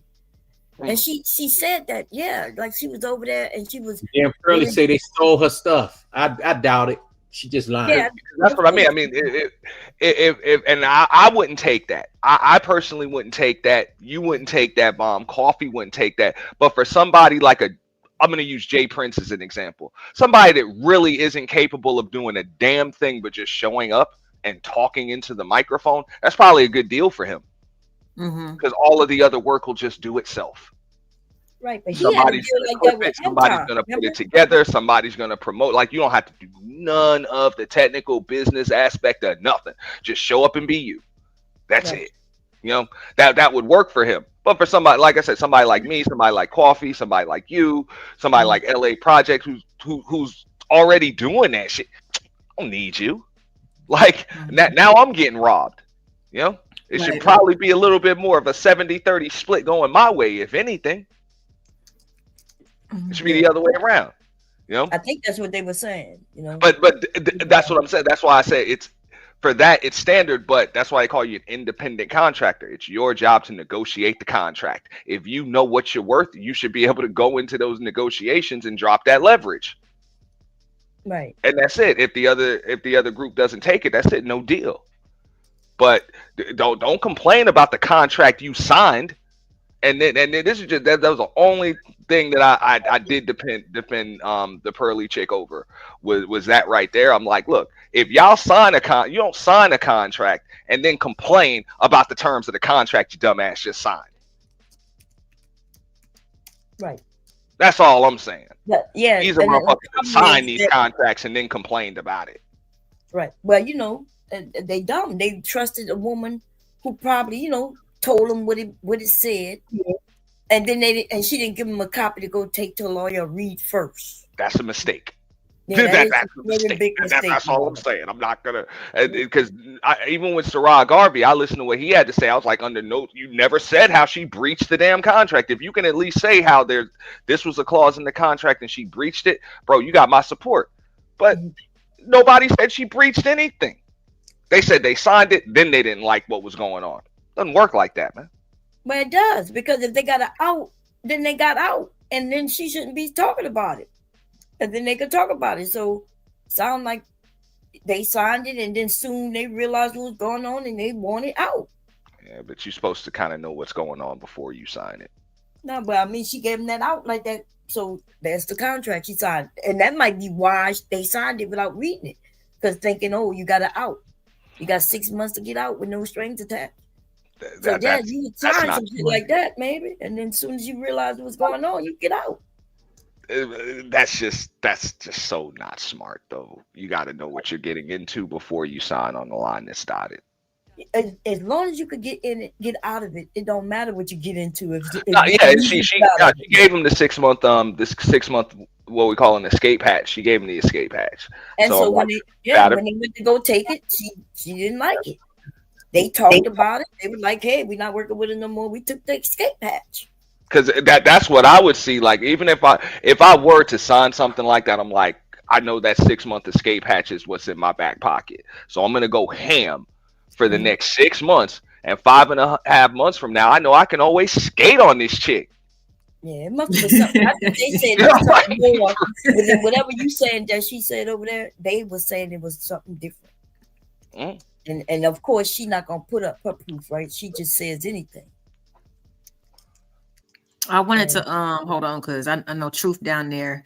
I didn't want to leave you out. Truth, you got any thoughts on the topic, or you just hanging out right now? He might not. I think he went to sleep. He went to sleep. Oh, just hanging. Oh, okay. What's going on, brother? You should be sleeping. You should be waking up. It's 8 a.m. on the East Coast, baby. Yeah, I'm wide awake. How you doing, True? Right now. I'm doing How good. the little baby doing? Everybody good? Yeah, he doing good. Getting big. Oh, that's good. I know he is. That's what babies do, bro. They don't grow down. Yeah. Man. I did have a question, Coffee, now that I think about it. When you brought up like the whole neo-Nazi part, how did you like get intel or kind of piece some of that stuff together, especially with the troll accounts? From emails from different people and just research and talking to some people I know that could work that out for me. Okay. Yeah. That was interesting. The internet is a wonderful thing, baby. You know how many people information I have when they like Angry Man, for instance. I know when he filed bankruptcy. I know with all you know everything. They just sent me the whole bankruptcy paperwork and everything. That's what happens here on the internet. People share, especially when it's a person who ain't shit, like this woman, the good woman, the good mother, the good mother. Where she was wasn't she married to somebody? It was a lot of bullshit going on. I think she was married to a black man at first. Yeah. And then he cheated on her, left her, and that's when she started hating black women. And black men too. Yeah, and black women too, yeah. She was definitely on black women. It looked like to me she was on black women's head, but she was talking about the black man too, but they was loving it. They were loving her. But she thought she was gonna get in through Pastor $40, but he didn't let her. She was trying to get in through SKC. Yeah, SKC is who I saw. Teapot, you know. And SKC did let her in, and then we had to go stump her ass out. And then she wanted to battle with us. I got the stream. Listen, I got the stream, baby. Them women ate her ass up. But then the black man started talking about how she was eating us up. And that is nowhere near how that shit went. And that's what these black men do. They lie. I revealed SKC face on the first part of Pearly Things. You did what? On the video that you shared? Yes, in the beginning. Okay. You did what? I said I revealed who SKC was on the first part of Pearly Things. This documentary. Yeah. I'm about to put it in the chat. Give me a second. No, I already look. I ain't got no information on YouTube. I ain't got it. Okay. I got a lot to catch up on, man. I believe you, but Grandmaster Troll too. That's a bad boy. You know he is. A lot of these names I ain't never heard of. I got some research to do. Yes, ma'am. I would recommend that you do some more of that research. You know, just with especially when you put the Manosphere and shit like that in your titles, because you want to know what's gone on, so that way you can speak on it a little, you know, and just know a little bit more. And this is so important. I'm glad that Auntie is saying this because there's too many people that are new. They just firing up streams and they don't know what's going on. If you want to know something, you ask somebody like Bomb, you ask Auntie, you can even ask me. There are other people in the space that's been here a very long time. This is why I try not to get into what happened in the past on new panels. If I think you got to, yeah. Yeah. And it used to be, I ain't gonna lie, it used to be fun, interesting, and it was a lot going on, man. Especially in 2020 shit was just, ooh, Lord. 2020, 2021, that's when everybody was sitting home because of COVID. Mm-hmm. I was doing 36-hour streams. Oh my gosh. Back, I didn't, my channel never went down, just non-stop going. Or Bomb lying. She did 72. Yeah, she did them for a while. She did them for a while. Everybody was over there. Everybody was over there. I think I might even have some shit. I know I shared some shit, man. But Bomb had like 20, because the Zoom panel, you have all them damn people, man. She had like 20-some people on that panel. It was me. It was Angry Man. Fucking Obsidian was on the damn panel too. Like everybody was on that damn panel. Sir Isms, you had Verbal on the panel. Everybody was on that damn panel, man. So much damn yelling and cussing each other out. Those are some heavy hitters, though, man. For real. I said those are some heavy hitters. I bet it was entertaining. Yeah. Yeah, man. Entertaining. Yeah, with all them people, like I said, 'cause I know they know how to handle themselves. Yeah, but a lot of people branched off and did they own things. A lot of us are not around the same people we used to be around. Yeah, because some people went to other sectors, which is good. We used to fight each other, like it was getting tiring fighting the same people over and over and over again. To me, that's why I don't do lives much like that no more. I'm tired of fighting the same people. We need some new blood. I can't fight the same people. I love the people I've fought already, so I can't fight them no more. Don't make no sense. We need some new people. People. Yeah, good. Well, and then the new people came over on that religious. Those of y'all who came over here on Anton Daniel's back, y'all lucky. I ain't gonna lie. Okay, 'cause I gave y'all grace. I gave all these motherfuckers grace, and the rest of us too. We kind of gave everybody grace. I don't know why other people gave him grace, but because Anton Daniel seemed like he was a Christian to me at first. Remember, I found him through that one guy who was talking about being with little girls. Oh hell. Yep. And so it was the lead attorney. That's how I found him through it. It was Anton, lead attorney, and this other dude. Lead attorney was interviewing the one who was trying to be with little girls. He explained it. He liked little girls with no daddies and how he would get them. And Anton was against that. So I started following Anton that way. And then he talked about being Christians. And then the next thing I know, this nigga turned into a coon. Content strategy for these people. That was some abracadabra. The ball check crazy there. It's true though. It's true. And I got went on the Dr. Phil show and embarrassed me as a used to be Dr. Phil follower, because I used to follow him, but I'm ashamed to say it today because that motherfucker turned into somebody cuckoo, Dr. Phil. But him and a couple others went on that show. Oh Remember? yeah, did you see the one who used to be Judge? What her name? She's Judge Janine. That bitch look like she on drugs today. Man, I remember. I remember when you had Anthony Brian Logan on your show. You had ABL on your show, and y'all was debating up there for a while. That was a funny one. Oh, I don't remember Bomb. who that is. So we be up there just pushing back, having conversation with everybody. It should be funny, man. Remember when Mike? It was you and Mike going at each other. Yeah, me and Mike TV went at it for it. Really? You and Mike TV went at it? Yeah, we went at it on bombs. We cleared it up. He ended up coming to my channel. We Mike cleared. ass crazy than a motherfucker.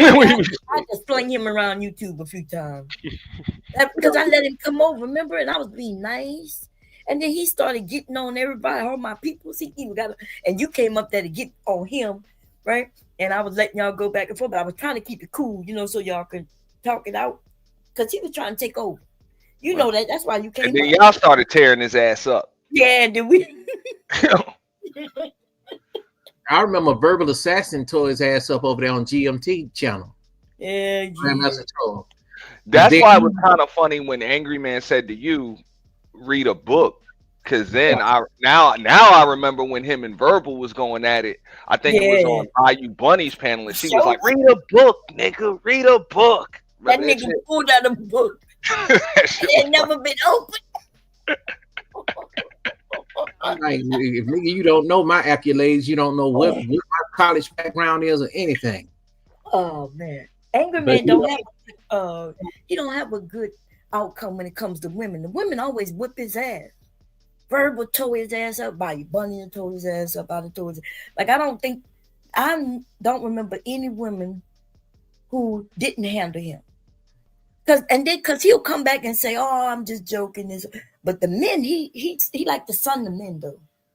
No, but he did go after some women on Fight Club, but those were the women who didn't know much about him. Oh, right. But see, that Fight Club is new. See, I still consider that new. Remember, we was here way before that. Yeah. But remember, that's why I don't fuck with Angry Man no more, because he came for me on some bullshit, talking about making biscuits, which he always did, which I was with. And then that nigga told me I need to treat him like my husband. And then I came on my channel and ripped that nigga asshole wide open for like 24 hours. I was hoping he gonna show up. He knows better than show up. He don't show up around me no more. If I'm on the panel, he ain't coming up that no more. Yeah, respected or treating random people like your husband. No, that's what he told everybody. And first of all, we was up there just having a good time.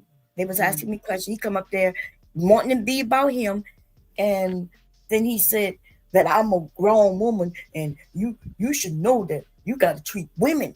You got to treat all men like your husband. I was like, wait, what? I got to treat you like my husband? Yeah. Man, which that's where I would give the pushback. Like I would give the pushback to Angry Man or anybody else. I'm like, why the hell would I tell a married woman or a woman that's in a long-term or any type of relationship to treat me like I'm her man? Now imagine your woman. Exactly. Imagine your woman treating some random nigga on the internet like she treats you. Right. Man, my husband I wouldn't expect that. I wouldn't even appreciate that. Like, hey, if you my woman and you treat random dudes you don't even know like you treat me, yeah, yesterday was your last day. Yeah. And everybody Yesterday tried was to your make it last seem day. like he ate me up. But if you go, I think somebody got it up. What? There's a channel up with the little back and forth up. And I just keep asking him, where's that proof? Because he came up there and said he had some proof of something. But I knew he was lying. I was like, that's not true. I was simply saying that's not true. And so every time he started trying to cuss and get loud, I would say, where's that proof? But you know what though, Bob, I think that everybody have had their chance to get have had their chance to get cooked. And they have some of us have been cooked, and had to take the L. Baller X got all that footage. Oh yeah, Ball Eggs, man, that shit was funny. That shit was funny. But the thing is, you can't get cooked if all I'm saying is where's that proof, and he ain't never put the proof up. So that I'm not getting cooked, he's just being loud. See, that's the difference in being loud, and because you're louder than the other person, that don't mean you're getting cooked. Especially if one person is actually saying something that makes sense, and the other person is just being loud. So I don't know what being cooked mean to you all. You know what I mean? Because that's ridiculous. I definitely don't mean I didn't see that. I didn't see that. I have to review that one. I didn't see that. I didn't see you and him going into it. I never saw y'all. I was just simply, he was yelling, and I was simply saying, where's that proof? Right? And the reason why he never showed the proof, because the proof don't exist. So instead of just saying that or showing the proof, he just kept getting louder and louder and louder. And remember, I'm on side of my husband. Right now, if you listen, he's snoring on side of me. Oh, that's what I thought that was true. Oh, truth is muted. Yeah, so therefore I can't get loud. You understand? Like I'm like literally in our bedroom, and this guy yelling at me. In fact, one time my husband woke up, and it was not nice. Okay, he woke up. It was that dude Jonathan B. What's his name? Bear Hill. Yeah, my husband heard him call me a whore when he was turning over to go to the bathroom. And my husband popped up and said, what? And then he started yelling at all the men on that panel. Who called my wife a whore? And all the motherfuckers got quiet. Let me tell you what Jonathan Darrenville did to me. He pulled the gun out on me over on Shannon Rawls' channel, AK-47. He did that on Shannon Rawls' channel? Yeah, and told me he would shoot the shit out of me. See, Shannon Rawls don't really do that type of content. I know, but he was upset about it. He had to take the stream down. But that boy, I don't understand it. Wait a minute. Yeah. Jonathan with the B.A. Bonables. Yes. Yeah. So let me tell you, I told people that the nigga was fake, right? Because he claimed that he was high sophisticated. He got all his education and he in the IT. But some of the things he was saying, I was in the IT field. Some of the things he was saying didn't make sense to me. I'm like, nah, dude. But now you telling me this dude went somewhere else and now he like a hood dude with an AK pulling out? Had an AK-47 and gave Shannon Rawls $500 to kick me off. He can't stand him, Chaotic Truth, none of them. See, because I be having them receipts. That's CT is a interesting fellow. He just finally found his lane. He's probably had about 3 different names on YouTube. None of them worked. So Labudo, whatever. Yeah. Kevin in Sales. Yeah. He had a bunch of different names. I've seen that one before. Yeah, because it's still going on. But somebody else is using it. But now he done found his lane. Now he'll just race bait all day.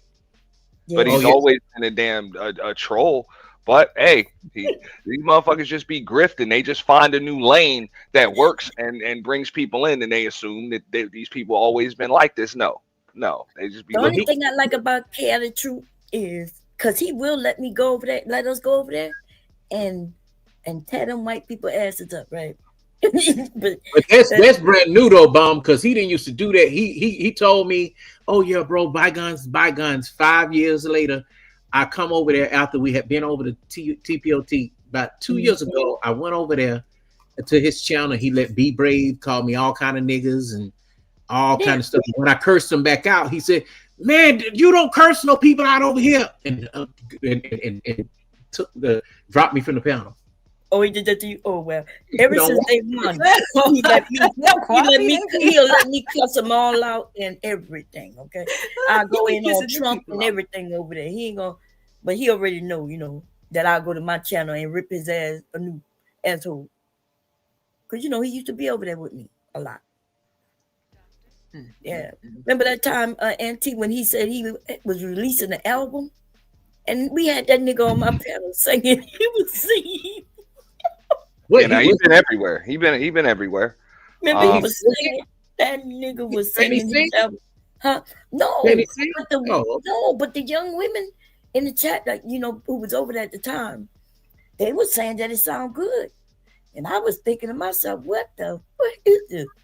Well, he is African. It was catchy though. It was catchy. I ain't gonna lie. That song was catchy. He don't want people to know he African though. Right. Well, I mean, at one, I thought he announced that he was African, right? Yeah, that's what I'm like. That's why he's always got to do the tether talk. Look, I ain't mad at anybody, man. Look, if you provide people with a level of entertainment that they're willing to support you through, and they want to watch or whatever, hey man, more power to you.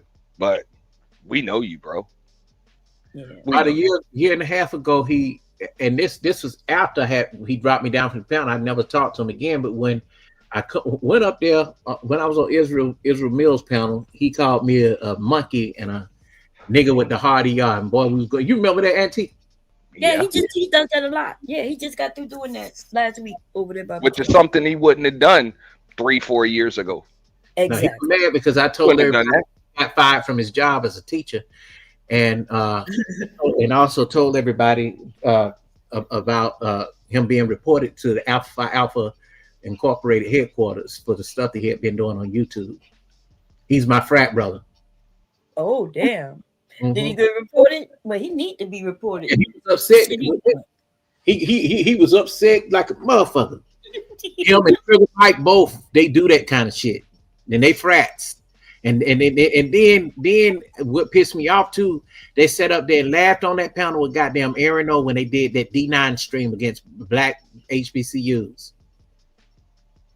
But remember, he was claiming that black HBCUs wasn't shit, but he was doing that for them white people. Remember, so it shocked me when I found out he was a college dude himself. I was like, wait, what? Yeah, he came up on my panel was saying that shit too. Yeah. Well, he probably changed his whole thing up now because he got more black people over there on the panel. I think he does the same thing. The black people over there are just self-hating as well. That's all. I never see him until he come to somewhere like Israel Mills because I don't fuck with nobody that much. But Israel Mills, and I come to some of the women channels. I be in the clouds most of the time. Mm-hmm. Yeah, I don't go nowhere else. Yeah. No, he'll pop up. I like Kate out. He will pop up anywhere too, so you can give him a little bit of that work. He'll give you content. So he like black women though. He like y'all. He don't fuck with us. No, he's been to my panel. He's been to like he'll go anywhere. Yeah, I'll give him that. He'll go anywhere. He really don't. He don't duck the smoke or duck the debate. And he don't come up there trying to act like he like Tommy used to do. Tommy used to go anywhere where he would try to take over people's shit. But he comes over and he'll give you some content, even welcome you over there by him. And so you'd rather take him than Tommy, huh? Oh, most definitely, yeah. Anybody that, and I'm with Bomb on that. Anybody that I'd rather not format of my show or roll out the red carpet because they got a certain amount of subs or they usually get a certain amount of live. Nah, it doesn't work like that. Yeah. So when you in Rome, you do as the Romans do. That's it. So you might run things over there, but you don't run things over here. Right. And, you know, I welcome everybody on my shit, and I, you know, try to be nice and everything, like I normally am. But I'm not gonna treat them special, you know. Just because they got a bigger channel, or I'm not treating nobody special. I'm treating everybody special the same. Okay. How y'all I doing? see you even hold women accountable, Bum. That's what I like about you. You be talking that shit, but you even make women cry too. Yeah. That's just like what I guess Pearly tried to do when she was on Ali and Fatty's panel. Oh well, if you got if it's not okay, I'll just leave. Yeah, it does some Like, shit. then bye. leave. Matter of fact, before you leave, we're gonna kick you in the ass. We're gonna roast the fuck out of you. Then you can leave. Now you see how LA said it, well, bye, and I said bye, bitch. You know how Yeah, for real. And I would have let them chicks do that, man. Fuck that, man. Cuss that bitch out, man. Oh, I see your point. I see what you were saying. Like they should have let the women just do what they do. But it does feel good sometimes. Yeah, but sometimes it feels good to let the men protect you if they don't do it too often. So if those ladies already felt like they was in a good spot, though, yeah, he could, you know. No, what he wanted her to do was to expose herself by not saying anything to her. But then again, I think for too long, then that would have made it look like that he let them come up to just curse the women out and talk about these and all, which I'm glad Ali stepped to the forefront on that. I got to give him credit for that. Yeah, I give him credit too, because I ain't gonna lie. If somebody would say, yeah, they was over there cussing the black woman up, I wouldn't have looked. I would have went directly to the point where somebody was cussing them, and I would have blamed the host without even looking at the whole video, because I ain't gonna lie, I don't look at no videos. But the thing is, okay, you gotta send me the clip and the timestamp. Bam, that's it. Yeah, I guess it's still on Ali's channel, the Shut Up Fatty channel. He just posted a clip of it or whatever. But the way I see it, look, Pearly was by herself. She's got none of her crew with her, and she behind enemy lines. So yeah, you can step in as the host, but in the meantime, then let your crew eat. But they invited her. Let your girls eat. This chick food right now. I saw a little bit of the clip, and it sounded like they was emailing each other, and she was invited. So it wasn't like she was invited, but she tried to change the topic to black fatigue or whatever, and that wasn't supposed to. He said, "No, we're not gonna do that today." But she got right up there and did what the fuck she wanted to do, and she did it anyway. And she wanted to drop, you know, the dude that was giving her pushback, and she really just wanted to say things to trigger black women, so that way she would have some content to go back to her channel about. And because Ali and Fatty didn't allow her to just do that, then hey, she still went back to her channel with content. It's just Ali and Fatty was the premise of a lot of it too. That's why I'm like, man. Then she went, "Oh, you can't help blacks out." Yeah. That's why I said I would have let the whole damn, and that's why I said I just had a difference in opinion with everybody as far as how I would have handled it, man. Let them chicks kick her in the ass, man. For real. And then we send her on her way. Because she's gonna go back to her channel and cry victim any fucking way. So let's give her something to cry about. She'll put all our names in the titles. Fuck it. The other one that she did was like, why do black people feel entitled to argue with white people? I was like, bitch, what? What makes you think that you're above being argued with? Right. Yeah. The hell? And the next thing too, I dare a black man tell me to no. Yeah. But I mean, they explained and they pretty much said the same thing that Bomb was saying. It was like, look, I dare a black man tell me no. That's what Pearly was thinking. Oh, you know? Okay. And then she dog whistling to the white racist men in the chat. I clipped the white men don't give a shit about her. That's why she come. Listen, they warned these black manosphere men not to fuck with her. Facts. White men came over and said, "Hey, we don't fuck with her." Yeah, and we advise you not to fuck with her neither. That's right. And that's but the black men. That's the only reason she came over, right? Because they wouldn't deal with her. Yeah, she's been rejected over there. They don't fuck with her. They don't fuck with her. They don't trust her. Yeah. But they also know she just grifting. That bitch got rich overnight, man. I'm telling you, with black men. She get rich off of she got rich off of black men. If anybody, black people. Yep. But the Manosphere You man got to was do over better, there, man. right? Probably ran to her channel, see what she had to say. I ain't seen shit. They was like, oh well, Tyranny's gonna tell her that when she's saying stuff about black people, Tyranny gonna say that she, her people sleep with dogs and all of this other stuff. I'm like, let her say that. Fuck it, man. That shit funny, man. But Roast it man. is funny, but then if she take Snuffle that, up and send that bitch back to Sesame Street. Yep. yeah, but the bad part about that, if she go back to her channel to white people and say that a black woman said that they sleep with dogs, now, yeah, we done gave her too much, and so that's why certain people you gotta know how to handle them. You know what I mean? Like some of these white people, they do have, like, she has the major stage, and she will end up on MBNC, whatever that shit is. Y'all know what I'm talking about. What is MSNBC? Yeah, that She'll end up on Fox. She'll end up on there Piers talking Morgan about tore her ass up. Yeah, she'll be over there talking about shit that Tyranny, who's a nobody, to the world, what she said about them being dogs. That's what she'll do, and that's why certain people gotta know what to say, how to say it to them. So But Mom, what's wrong with that? To take that shit back, huh? What's wrong with that? No, something wrong with that. That You can go to headlines and lie. Our America right now is just like it's ready to be lit afire.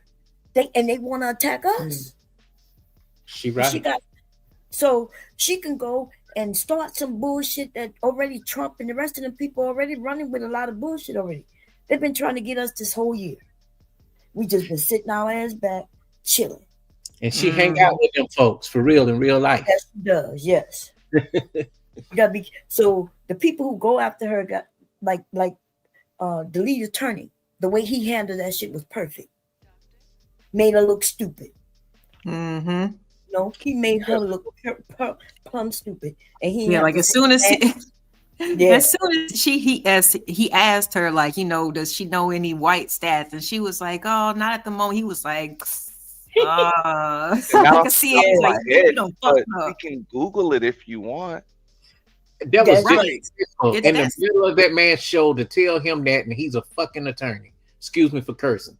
Exactly. He said, "You the one who made that argument, not me." Mm-hmm. And he did that shit so perfect. There was no aggression in his voice. There was no meanness. There was nothing. It was just like, right. Oh, like if that's what you say, now prove it. Yeah, and then when she say, "Well, I can't," then he said, "Well, how do you tell us what the white one is? Oh, you know about black, but not even your own kind." And he made it look stupid. But she went back the next day and low key threw a shot. And yeah, but her throwing all the reactions, because a bunch of people reacted to it.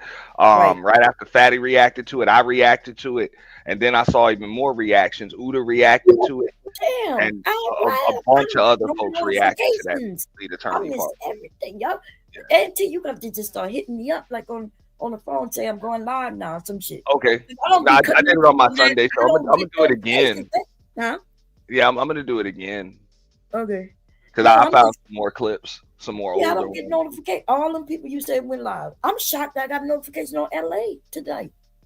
Look, as soon as I saw it, I ran over. I was like, hey, that's what's up. That's what I had to start like pre-scheduling my stuff. I'm trying to find a more consistent time. I think Thursdays is gonna be my day. But yeah, I was like, I just wanted to go ahead and let people know, yes, I am still in this thing, still doing my own content. So I appreciate you pulling up, man. Yeah. And for everybody that's in the building, what's going on? Make sure that y'all hit the like button, share, and subscribe. I hit the like button as soon as I came in. As soon as I said hi, I hit the thumbs up on you. And then I came up to have fun with you. And I know you've been trying to go to sleep for 2 hours, girl. No, you good. Honestly, I done made 2 cups of coffee. I done caught my second win. Yo, 2 hours ago, she said she about to get out of here. We've been. I was like, they not ready to leave. Apparently, it's cool. Like I said, even A-Dub, he said he's enjoying the history lesson. I am too, because like I said, I've been kind of limited to the places that I've been going, and so like all of this past information, it definitely, just in case I ever cross paths with these people, you know what I'm saying? So I appreciate y'all. Now, you might even remember Jason Black was the one that kind of like broke everything after she did the Nick Fuentes, Pearly things, that is, did the Nick Fuentes interview. And Jason Black is an Jason original Black, okay. Black Manosphere man, or Manosphere, Black Manosphere. He was original, and a few others. When I hear their name, like the ones who passed away, you mentioned their name. Yeah, ARC and David Carroll. Yeah, see, they were. Those are before Obsidian. That is before, way before England and BGS. Do y'all remember that sheriff that took his life? That guy that was a cop. I'm writing this shit down. That Manosphere. Let's say it again. Do y'all remember that cop that took his life that was from the Black Manosphere? Who was it? No. That I don't. One, Yeah, he was a sheriff. I still got the clip. I got to look for it. Okay, yeah, find the clip so I can, because you know, I know the Black Manosphere dude who went on Facebook and he killed his girlfriend and then ran in there and killed his ex wife with the children in the car. That was some dude that nobody knew. No, they knew him. Huh? Yeah, I don't think him. Yes, that he was somebody who would everybody knew, like in the chat. He wasn't. See, But I know he might have been in the chat, but like that was another thing that we blew were up saying. Frank James. That Frank, is she talking about Frank James that blew up the goddamn New York subway? No. It was the dude before that. I know who Bomb is talking about. He was on Facebook Live. He blasted his girlfriend, and then went and blasted his ex. And right before, after he blasted his girlfriend, and when he was standing outside, I guess his ex's job or whatever, you know, he said it. He was like, "Yo, I just blasted my ex. I can't see my kids. I'm on child support, whatever." No, that's what the men were saying. They were trying to make. No. This was on his video. He said he was like, on his video, he was talking about child support because that his girlfriend was pregnant, so he did kill her, and he was in the backyard of the ex-wife. Yeah, and he was like, "I'm about to get her, and I'm gonna put it on myself." And then he just went and did it right on Facebook Live. Yes, and but these men, the reason why it became a Manosphere thing, because the men was on here talking, they knew who he was and everything, and they was talking about it's because he couldn't get his children and shit like that, but his children was with him. They was in the car. He said the kids were in the car. Oh my God. Y'all. He said was saying that he did it. That's why I was like, ain't no justifying that. He did that because he was mentally unstable. That's right. His kids was in his car. It was his turn to have the kids. He had them. It was the holidays. I think it was either Thanksgiving or Christmas, and he went. He had them kids in the car with the car running. When he ran in their mother's house, killed them and killed himself. Oh my God! I think he waited for her to come outside and then just ran up because you just heard he was like, "There she go, right there," and then pow, pow, pow, or just pow, pow. You see him run through the door. You see, because he was in the back door. He was at the back door, and he was talking, so she must have heard him, right? And then she goes to see what's going on. He said, "Oh, there she go, right there." And then the cam, he runs at her, and then the cam falls. You hear some shots. I remember, we was talking about that at the first purge. Remember? Yeah, we were talking about that, and then that type of stuff is just sad. So the first Manosphere dude who killed somebody, that McGuire young woman who was in college, and they both were YouTubers, right? He was on here, she was on here. He liked her, and he started stalking her. And then he went to her school. And they were going back and forth, right, on YouTube. And then he showed up at her college and shot her in the college classroom, and then killed himself. Wow. That's what happens with these. And see, my understanding is these are men who hear it from older men that there's no hope, that that the woman who broke their heart or who won't talk to him is evil and nasty. And so now if I decide not to go with you, right, you ask me out, I'm like not interested. Now I become the devil, I become evil, and now you want to harm me? That's the message of the Manosphere. They need to learn how to say no, and they're not taking no for an answer. See, that's why it's best for the women not to go. What? You said they got to learn how to say no. The men got to learn how to say no, understand when she says no. That's what they need to understand and Oh, go okay. on. You saying Or that just they gotta know how understand to that say that's no. part of life. Things don't always go your way. Yeah. I mean, that's just what it is. And I get it. Laws are a little messed Good up. day, You know what I'm Sharon. saying? Sometimes, especially when there's kids involved, a lot of times that can favor the woman or whatever. But you know this before you get with these chicks. But it don't So even just favor deal the with woman. it. That's a lie. These men they either lazy and don't go to court, or they believe that it's gonna automatically go to the woman anyway, so they give up. Which means they really don't want them children. We gotta No, be let me honest. say Most this. The thing is, Let me say this though. The issue is with that is that you do have those men that do want to be in their children's lives, and the woman will go and say he's not fit because he beat me up. Yeah, but that you can't. She can't just say that. Y'all got to stop. yeah, lying. that doesn't always work because you do need proof You need of proof. stuff like Yeah. that. But look, if you just got you a baby mom, you ain't got you an ex-wife or whatever. Look, more often than not, the primary custodial rights are gonna lay with the mother. No, Like that's not. that's The what it law is. is not that. The law goes to the man. The law. Wait, Y'all got to stop. if you don't marry this chick, unless your baby mamas is like Jay Prince for president's baby mamas, okay? Unless your baby mama is like that, more often than not, I'm not saying all of the time, but more often than not, the custodial rights are gonna lay with the mother if you was No, never that's her. not true. First of all, y'all. So I guess you mean custodian, like mean it's for both, but the No, kid no. live with her. Somebody, if okay, so when in most states, I know in the state of Florida, when you married, it's 50-50 custody off rip, and then they work something out based on income and everything else. More often than not. Now, in most states, somebody's going to have primary custodial rights. Now they're not doing that like that no more. It's not always like you have to fight for 50-50 or anything They else. automatically give you 50-50 now. They look. I don't know how long ago you talking Not about. without marriage. Yes. You don't. They don't even. They don't care about marriage no more. As long as he's proven to be the father, then that's it. If he the father, then he's the father. That's it. They don't care if you got married. Now, or fathers still have rights no matter what.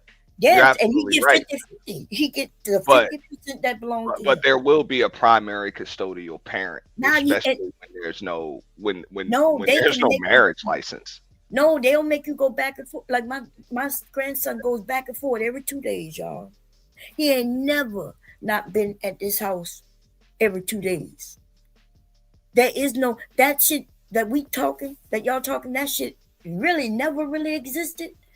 The only way it existed if a man didn't even get up to go and fight, because you do gotta fight. She gotta fight too, right? Y'all the parents. But if he don't go to court, then she gonna get everything. Other than that, though, men used to have the rights to the children. There are many times where the man, if he said you can't take them kids, she couldn't walk out that door with the fucking kids. That's how it's always been. Like I say, I've been through it. Different states are going to do things differently. You know, I've been forced to pay a substantial amount of child support, even with documented 50-50 custody, and then had to have a lawyer come in there and have that shit modified. Yes, You know? so once you got the lawyer to make sure you get everything right, Yeah. because they know what to say. So that means you had the right. You just didn't know your rights. And the lawyer had to come. No, they never took my rights. They can never take I'm my talking rights. about It was just the a money big force portion. You motherfucker said paid. the lawyer Yeah. came in and made the adjustment, which Yeah. proves that, that you Because now what they'll try to say, if you just deal with like a magistrate, whatever, you know, they'll just come with a list of expenses and say that you're responsible for that. And no, you're responsible for half of your child's portion of that, like the insurance and the rent and transportation and stuff like that. So that's how I got what was supposed to be like a damn near $1,200 a month damn judgment down to like less than $300 a month. Exactly. That But because a she went lawyer in there, had to do that for me. she went in there and showed all the expenses. You went there and showed none, right? That you was paying none of them, even though you probably do, or you probably was handling the insurance and all that shit, which means you was. And then you had that big bill, but then your lawyer came and said, "Well, look, he already doing this, and this already," and that's how he got lowered. And which means that we got to stop telling men that it's gonna go to the woman.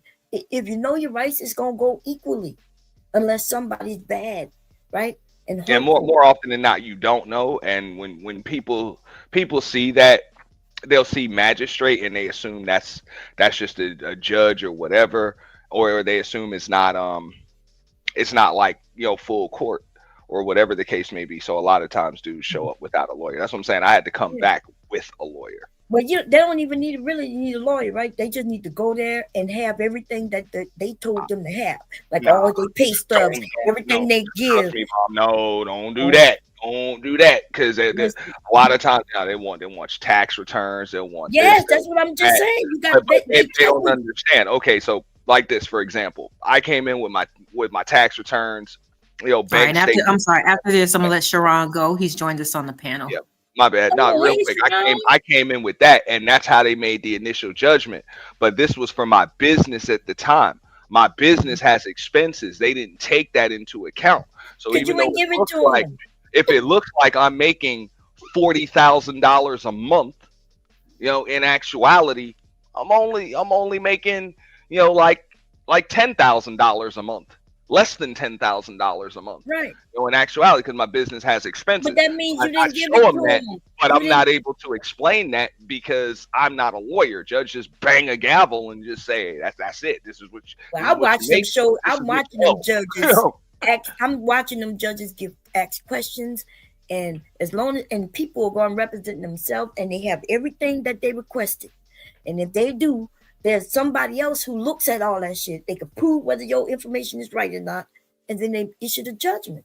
But I'm gonna tell you, I got railroaded in court first time I went, and then I came back with that lawyer, and he made all the necessary arguments, and all that shit got put down. Hey, Sharon, good morning to you, my brother. Good day, everyone. Good day, Bomb. Happy holidays to everyone. Happy holidays to you and the family. How's your morning going? Everything's going well. Everything's going how it's supposed to go. Okay. I know that's right. I saw you doing them push-ups, Sharon. I forgot to mention that the other day. And you was knocking them out, baby. You won the first time, to be honest, because he had to pause 2 times. That shit was hilarious, Bomb. Oh my God. I don't even know where that came from. Out a couple of push-ups on the second round. Yeah, all of a sudden they just wanted to do some push-ups. I was like, shit, let's go. Mm-hmm. You got anything on the topic, Sharon? I know we're kind of all over the place, but are you just hanging out? On the court situation, I never had to go to court. I almost went to court a couple of times, but when I was in front of the courthouse with the mother of my child, and I was like, hey, look, you know, I'll do this, that, and the third, and you know, the kid lived with me, so if you still want to go ahead with this, and that's up to you. But you know, the kid lived with me, so I don't know what are you trying to do here. This don't make no sense if we try to do this for the kid. So I never had to go to court. And also I also settled pretty much out of court. Say, hey, listen, seem like you need some help. I'll send you some money every week just so you'll be okay to get to what you got to do, even though the kid was with me. So I mean, it doesn't matter. As long as it's for the kid, I think men just got to do whatever it is that they have to do to have the betterment of their child, no matter how difficult it is. And like what Auntie said, you got to learn how to argue properly. Clearly, when you're in the court of law, I'm lucky I never had to do it, but clearly Auntie had all the proper things to do the right things, but he just didn't have the proper arguments. And then as he got the lawyer argued properly, and he was good. So men just need to do some due diligence on how to take care of their children. I like what you said just now. Like you were fortunate enough to have somebody that you could actually talk to and negotiate with, because a lot of the times when that paperwork is filed, that's it, bro. There ain't no more talking about. It's that's not most of the lawyer time. And the judge. That's not true. A lot of women is willing to take. There's more women who would take a deal with the man than not, right? But the men, they running, they hiding, they getting those court orders through the mail. They're not even showing up. These men are not doing what you did.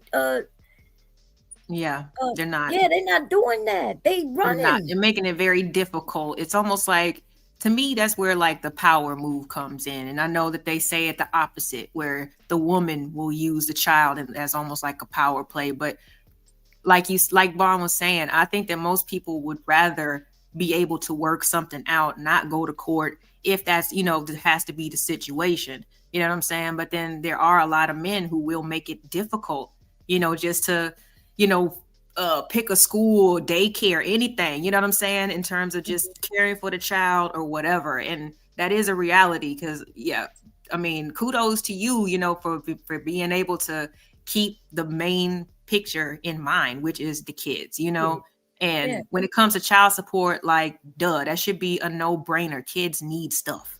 You know what I'm saying? And regardless of how you feel about the parent, like, kids need stuff. The power play be on these men too, right? Because they'll leave and know that you need their money to support you and the child, right? Mm-hmm. And then when they want to come back, they want sex. And if you don't give them sex, then they tell you, well, they ain't paying your bill. They ain't taking you here. They're not going to provide this. They're not going to provide that. That's how you got a lot of women still messing with their baby daddy. Mm-hmm. Simply because that is true. She need diapers. She need this. She need that. Yeah, if not having access to that woman will some men will be like, well, shoot, I ain't gonna, or they won't even go see their child. You know what I'm saying? Because the woman doesn't want to be with them no more. You know what I'm saying? Like, it's crazy. It's crazy. But yeah, it's definitely like in, everybody's best interest to just come to an agreement. You know what I'm saying? If it's not working out, just figure something out. Don't put the people all up in your business and having to open up your books. And you know what I'm saying? Like, to me, that's just something that I feel is avoidable completely. Right. But it is. But like I said, not everybody's that apt to negotiate. Like, Sharon was in a good situation where he was able to do that. Some people will negotiate and they will just breach whatever the hell you just agreed to. Just because it's not always, that one way. I mean, I've seen it like that. Dudes get pissed off because they not with the chick no more. They can't hit it no more, whatever. So they just disappear. But I also seen it with dudes that, hey, as soon as they get it, they're in a situation like Sharon. Everything's negotiated. Hey, I'll make sure you're good. Don't even worry about that. You won't need anything. I'll keep the kid, whatever. And then as soon as they see you got a new chick, now boom, here go the papers. Here go the line. Like, for example, my ex lied in court. That makes sense, though. That makes sense. No, I'm just saying my ex lied in court about how often I had my child and everything else. So when I ended up coming back, I had a signed, notarized document from the school saying that they didn't see me as often. They saw me more often than they saw his mother. Yeah. So that's another thing to help with the modification and all of that. So I'm just saying, not every woman is just honest. No, every woman not honest, but most of these men are the ones, who not doing their part. Because even look, once she get a man, because you talking about once he get a woman, but it's quite often that she gonna get a man before he get a woman, and these men do what they do, right? Now, if she got a man already, she don't care if he get a woman, right? But he mad not because necessarily. No, that's mostly how I go for the most part. I've been there too. Not that all the time, but for the most part, if she already got a man, then she don't care what he doing because she got a man already. And then if everybody start caring about the child, then everything good. But these men, they supposed to be the fathers. Like this bullshit about she kept me from my child is ridiculous. Yeah, that I would agree. That is ridiculous. That part is ridiculous. Me and Sharon don't agree on much, but we agree on that. Like that whole she kept me from my child. I ain't trying to hear that. I put the fear of God in you before you keep. Ain't nothing between heaven and earth gonna keep me from my child. Exactly. Under any circumstances. I wouldn't have been able to keep my husband from his children. I wouldn't have been able to do it. I wouldn't have wanted to do it, but I wouldn't have been able to. But that's what I'm saying. I mean, I think that's a man's job as a man and as a father to let it be known that nothing will keep you from your child or children. Nothing. So even if she try, it ain't gonna work. And women, most women, if the man is doing his part, taking care of the household and everything, why would she be not letting him be there?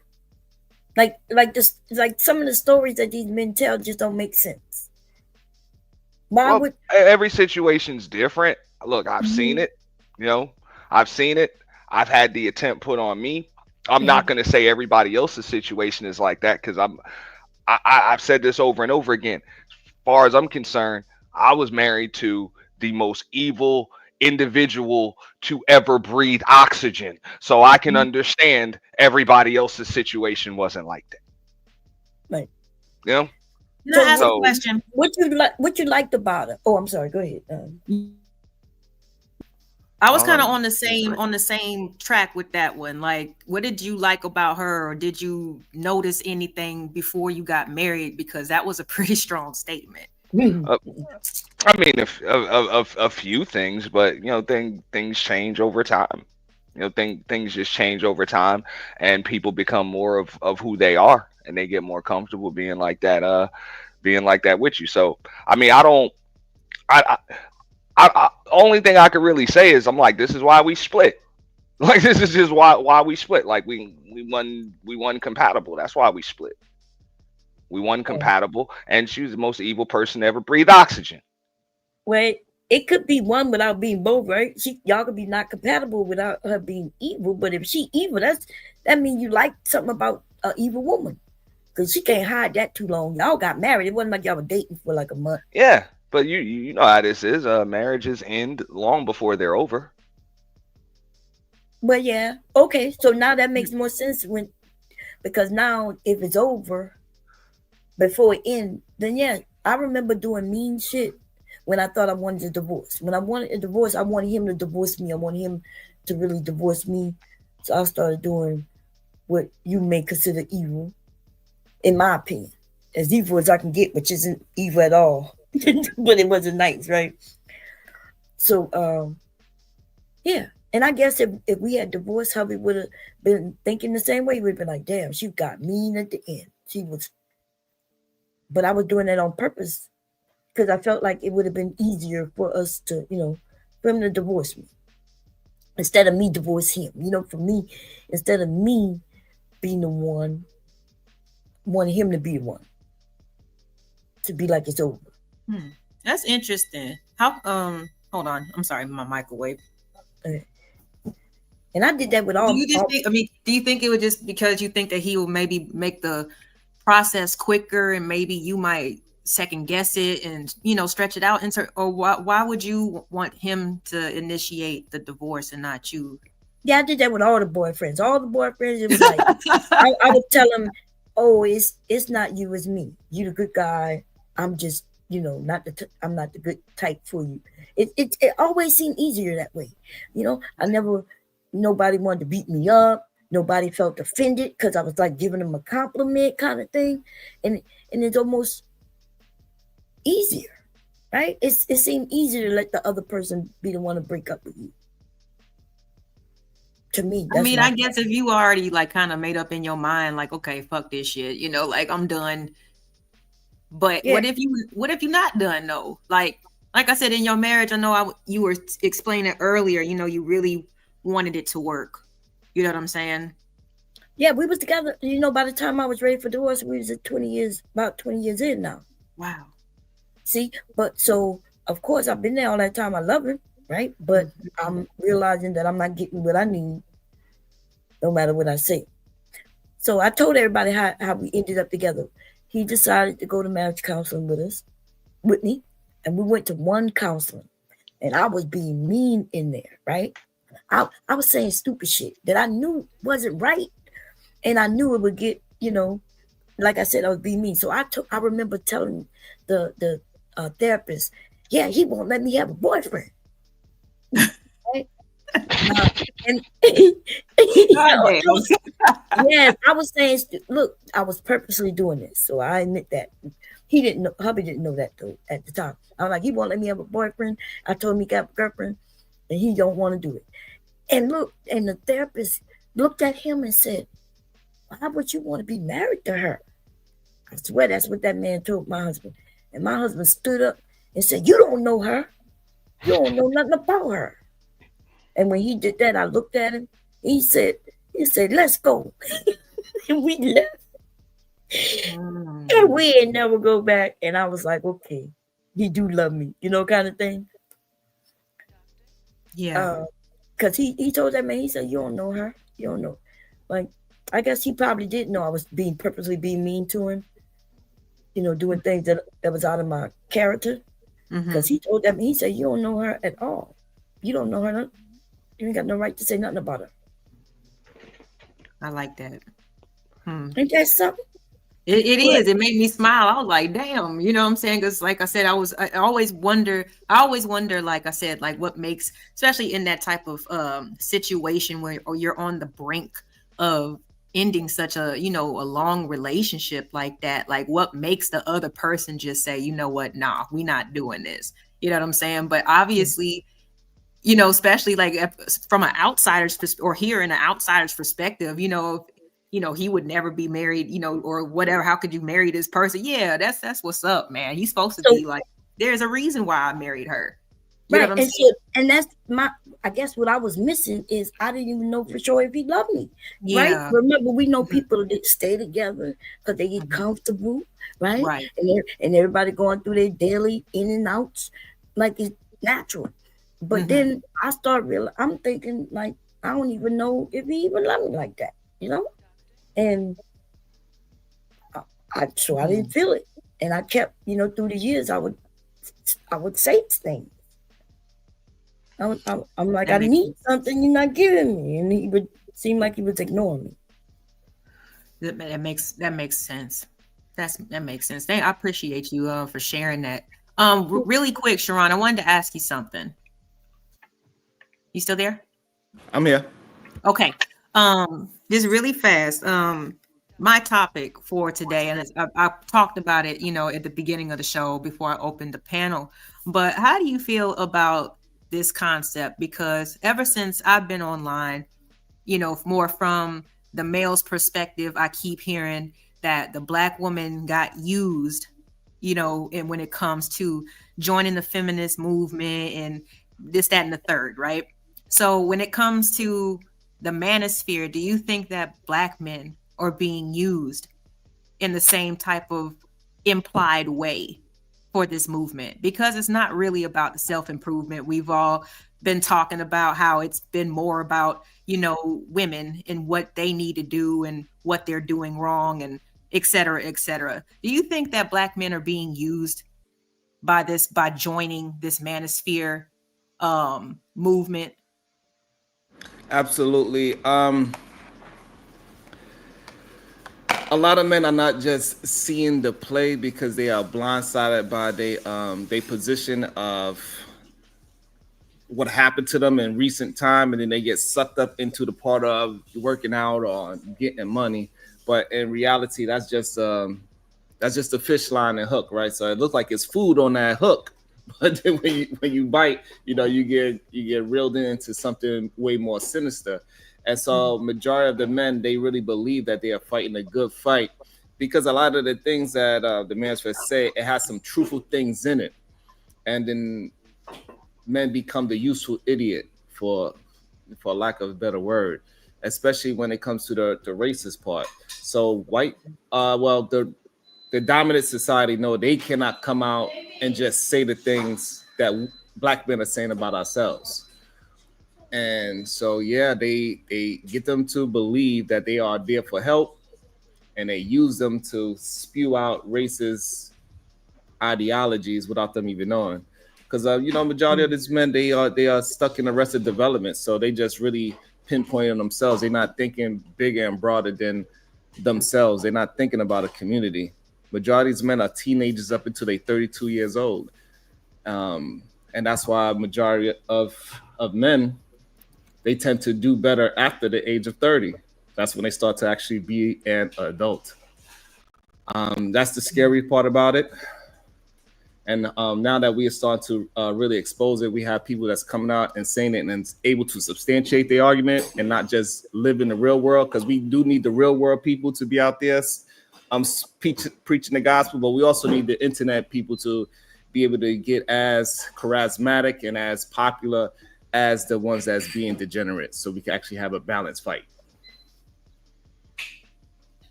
Hopefully that was. Okay, I agree. I appreciate you for that. I know you got to get your show started. And honestly, I've been on for 9.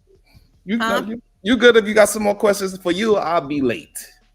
Oh, well, let me think really quick because honestly, I've been on for 9.5 hours, so I'm probably going to get off after you answer these questions. Let me see here. All right, so when it comes to, because like the everybody on the panel, and shouts out to everybody on the panel. Thanks, Bomb, for joining us. What in your opinion from the feedback from the Manosphere, what are the main complaints when it comes to Black women? What are we doing wrong? Yeah, I think that is a real interesting point because when you really peel back that onion and we turn into the cry fest, it's just all superficial things. They have women, Black women, they say they don't like their attitude, and we all see that Black women attitude has changed. Black women are very soft if you speak to them. I don't have no problem speaking to any woman so far, even though the so-called most aggressive women in these spaces, we have a conversation and I don't get that same kind of whatever kind of energy that these men are complaining about. So maybe it ain't the woman, right? Maybe it's you, the way how you you interacted with that woman. Women being overweight. The fact that majority of men act as if they don't understand why Black women is considered the most obese in America is because it's on a standard that majority grown women cannot meet. It's just not a real thing. A woman being 5'10" and 130 pounds is just not realistic. Oh wow. No, You know, that's like a Barbie doll. Like what? it's just not a realistic thing. And then when you add in having children into it, it's just not real. And so so by standards of these outdated measures, Black women are the most obese. But in reality, they have the best physiques known to man. So this idea is just wild and it's outdated, and they just believe it. So that's 2, right? So attitude, them being overweight, Black women not wearing a natural hair. That's another lie. Okay. You don't say that's another lie. We see plenty of Black women wearing a natural hair all the time. It was a whole movement of it. Where damn near everywhere you went, you see nothing but natural hair Black women. And yeah, so the big chop was focused, definitely a thing. Yeah, so they focused on the strip club women that wore weaves, and we know why they had to wear weaves because they was trying to hide who they were, right? And that's how it started originally, and then it became a trend where the weaves was a thing. So that's what they focused on. So that's another lie. What's crazy about like majority of, and then the kids part. Majority of our women are not into having a bunch of baby daddies. That's just that's another not truthful part. Is it a focus of some ghetto women that are absolutely attempting to have as many kids as they can so they don't have to go to work? Yes. But these men are focused. These men are focused on those type of women, right? And that's another issue. So it's just not a true thing. Majority of women, they have probably one, the ones that you would want to date. Yeah. So for me, it's just so hard to deal with the arrested development of the ideologies that they have.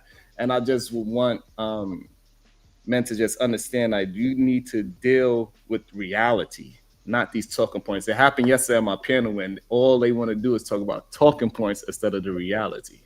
It's wild.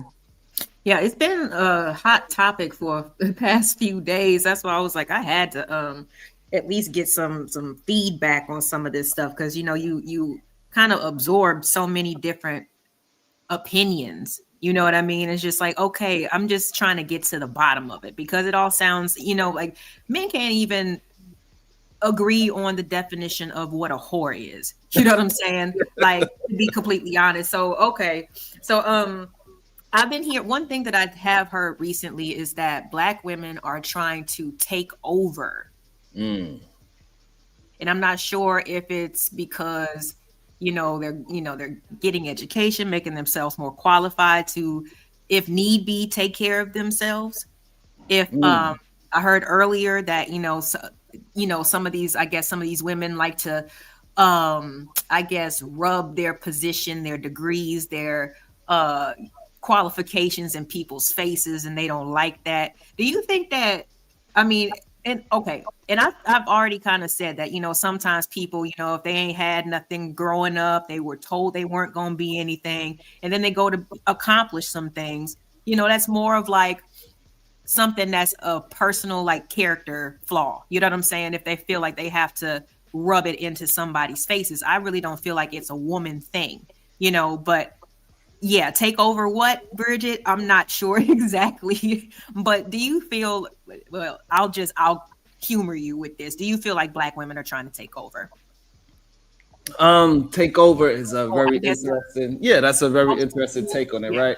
And the real problem is, essentially, I would say yes, they are trying to take over, and the reason why they try to take over is because nobody else wants to do it. So if you know, like with the parenting situation, right? If the man leaves, she has to take over being the parent. It is what it is, right? And so with them going to getting higher education, Black men or men in general, they seem to look at education as some kind of female situation. That's why females are dominating in education. And this is why they get into making extra money, because we all know higher education, usually in general, you're going to have a better chance of making a higher income. So yeah, so they are taking over, but it's because of the male inflated egos just not paying attention to things, and they are allowing how they feel about their inadequacies to block their growth. And if they were just to see like, hey, yes, what my woman is telling me is to help me grow. So if she's mad at me for not getting a higher education so I could improve myself, should I be mad at her and say, look what she did? She's used that against me. I was vulnerable. You wasn't being vulnerable. This is just what happened. You stuck at goddamn Walmart packing goddamn warehouses and you complain every day. And she said, well, use Walmart and take your silly ass to school. So you could maybe go into management and upper management, because there's somebody in Walmart making billions of dollars, $250 million. Why not you? Right. All right, and now real quick before he goes, this is why I have an issue with both sides of that argument, right there, like both sides. All right, now what you mean? Okay, so from a man's perspective, if your ass is working at Walmart and you have not become a fully grown man, meaning you're self-sufficient, you've gone into your transition into manhood, like you understand what it is you will tolerate, what you won't tolerate, what it is that you need in life, and you understand what fits, what's good for you, what's not good for you. Why do you even have a woman? You're not even prepared for a woman because you can barely take care of yourself. You have no sense of direction. So if you have no sense of direction, you're not fit to lead anything, especially a household. So you've already put the wagon before the horse by even having a woman. All right. That's one side of the argument. The other side of an argument, why would a woman be with a man that's not a fully grown man? Like, why would you even choose him as your man? If you got to tell this motherfucker to get up and what to do to actually be a man, you don't have a man. You have a teenager who you're fucking. Right, but the thing is that I think, Auntie, is that majority of people, they get caught up. So like, I'm like, those people shouldn't even be in a relationship. So the way how I look at it is that it's similar to what you said earlier. Like, at least not with each other. Yeah, ex-wife turns out to be the most this, that, and the third that ever breathed oxygen. But at one point, you thought she was going to be somebody that could possibly be for a very long time. And I think that happens early on. Women be with a man and he has great promise and he's said he's going to be, we're going to do this, that, and the third. And somewhere along that line, a year, 2 years later, he get complacent and he never actually do those things to move in the right direction. And he gets that arrested development. He just stuck on dreaming about what he could have done. And that's why women are choosing better. And this is why relationships are in the situation they are in now. No, I mean, look, I can understand that. And I can even say from my own perspective, it's like, yeah, she didn't just turn out to be that. She was that the whole time. I just wasn't a grown enough man to understand that at the time. I was young, you know, young didn't have those people skills yet. So I can say that yeah, I put the wagon before the horse. She probably did too. That's why we got together young, you know what I'm saying, got married young, got divorced young. That's just, you know, that's life. That's how that shit happens. But I would say just from the perspective of when I hear stuff like that, like with women, how do you get with a build a bum nigga and then complain that you had to build a bum? Right, and so that's the All thing right. because And women, then from a dude's perspective, how do you get with a chick that has to mommy you, and then you get mad because she's mommying you? So, all right, so I could speak from the the build the bum thing is alive, but the man part, I think it starts off as great advice, and he knows it's great advice. So it doesn't start off as mommying him. It's just just natural observation. Like, damn, babe, I want to do this and that, and I want to have this kind of car. I want to have this kind of place. I want this kind of clothes. So naturally, y'all have a conversation, and y'all map out a way to get to accomplishing this outcome. But then when years come down the line, and now it turns into nagging because he's keep complaining about why he's not getting these whatever it is that he wants, and then now it turns into a mommy situation because she's like, well, didn't you say why your ass didn't go to school? You too lazy. That's when the whole lazy and the nagging shit comes into, and I think it turns into a mommy situation. So it sounds like more people should be more like towards the age of 30 before they even think about getting married. I don't know. I don't think it's an age. I wouldn't even put an age requirement on it. Yeah, maturity. Yeah, I would agree with that part. It's a maturity thing, not necessarily experience, but you know, people skills, because you can go through experiences with somebody. You know, it's a journey. It's not a destination. But a lot of people just aren't fully grown folk. People look at it from let's keep it real. People look at it from a selfish perspective, and it's all about what I want, what I want, what I want. So, hey, I want somebody. That's it. I just want somebody with me. But you're not a fully grown person yourself. And then when you get with somebody and they can't fix these things in you, people have resentment for that. And I also, and this is why the Manosphere is a problem, because I think the Manosphere promotes arrested development. It doesn't promote fruitful conversations like this, where me and Auntie could give our personal experience of where we see we went wrong at one point and where we see we started going back on the right path for ourselves in life.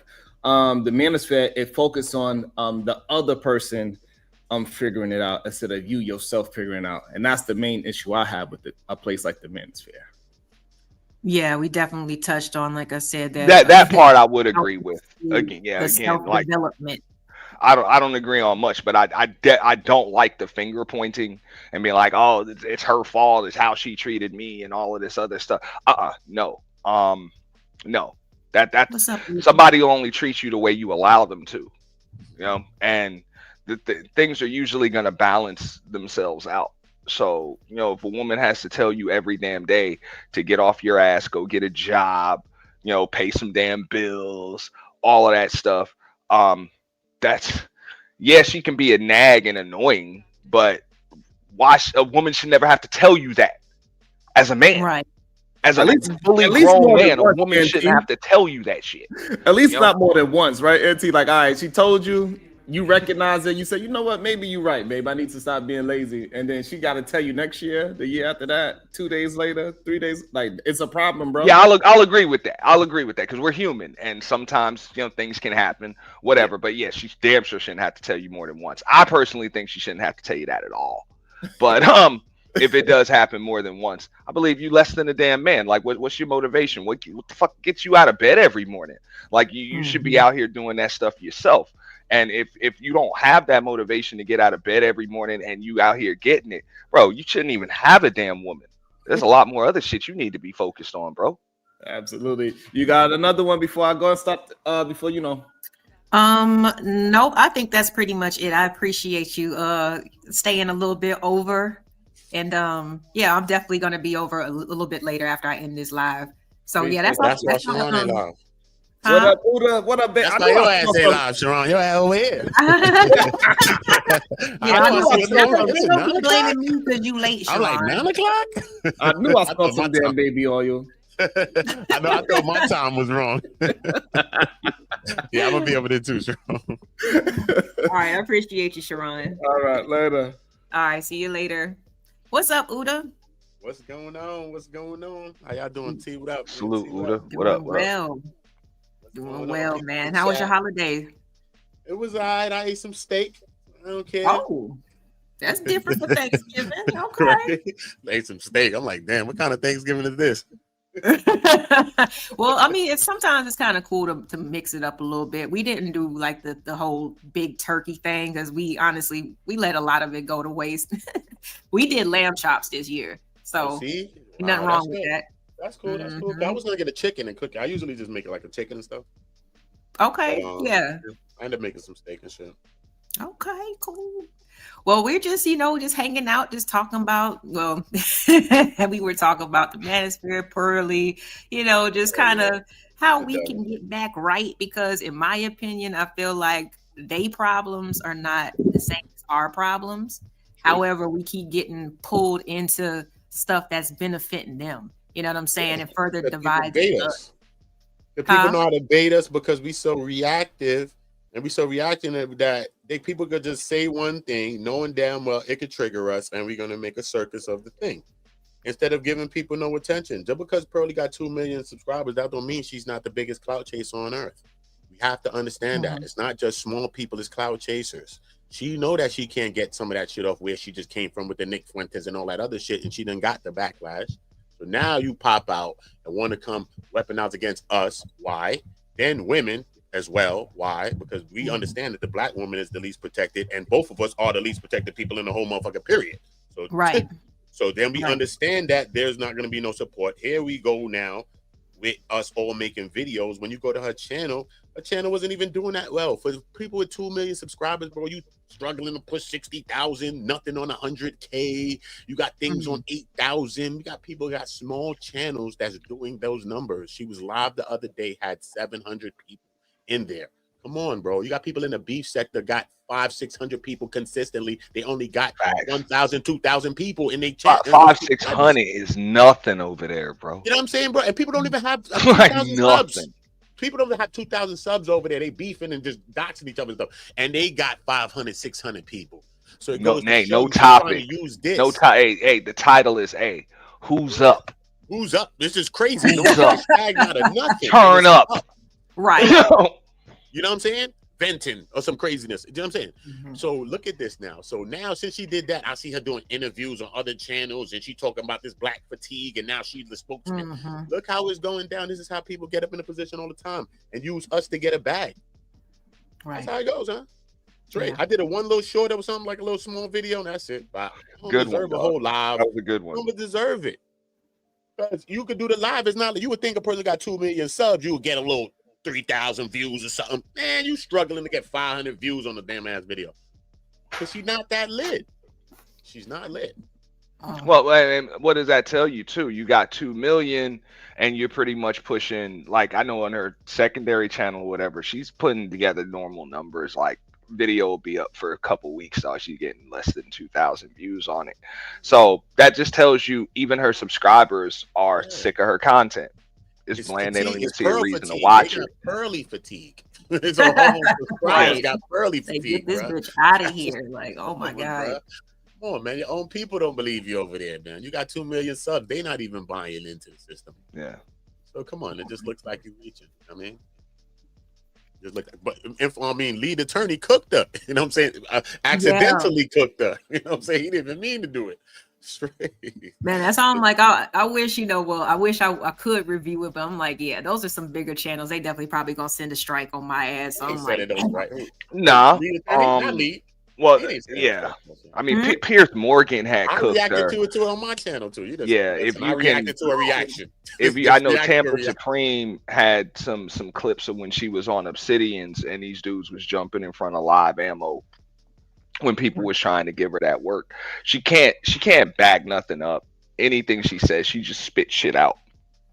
That's why I say when people come over here like that, there is no debating them. Like lead attorney did that, but that's how lead attorney does things.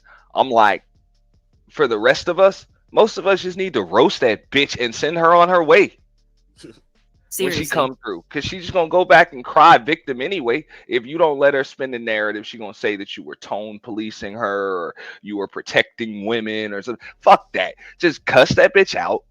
Cuss that bitch out, roast her, and send her ass back to Whoville and Sesame Street where that ugly bitch belong. That's one thing that I think that also we should do. It's not a discriminatory thing. It's just it's like more for preventive measures. I don't really I try to gatekeep as much as I can. You know what I'm saying when it comes to our culture. Outsiders and all that stuff, like I'm not too fond of them. Like I'll be friendly, you know what I'm saying, with people of different like races and things like that. But honestly, I think we need to do a better job of gatekeeping, you know what I'm saying, when it comes to our culture, because we see how valuable we are. Like I said, be cordial. You can make your connections and stuff like that, but caping for all these people, incorporating them in your plans and businesses, like I'm not saying that it's impossible, you know what I'm saying, but just don't let them have such an important role, because you see how they do. That's something that even like my father told me like a while ago, because I was always quiet, you know what I'm saying, as a child. And we moved like, I don't know, every 4 or 5 years. So, I had to be the new kid a few times, you know what I'm saying, and had to go through the bullshit, that different areas or whatever bring until they get used to you, right? So I was deemed an Oreo for a while. Just because I like to read, I was quiet, my hair was long, you feel me? So I had little white homegirls, you know what I'm saying? Because I'm not finna just be miserable and sit alone at lunch and at recess and this, that, and the third. Like I'm finna make friends where I need to.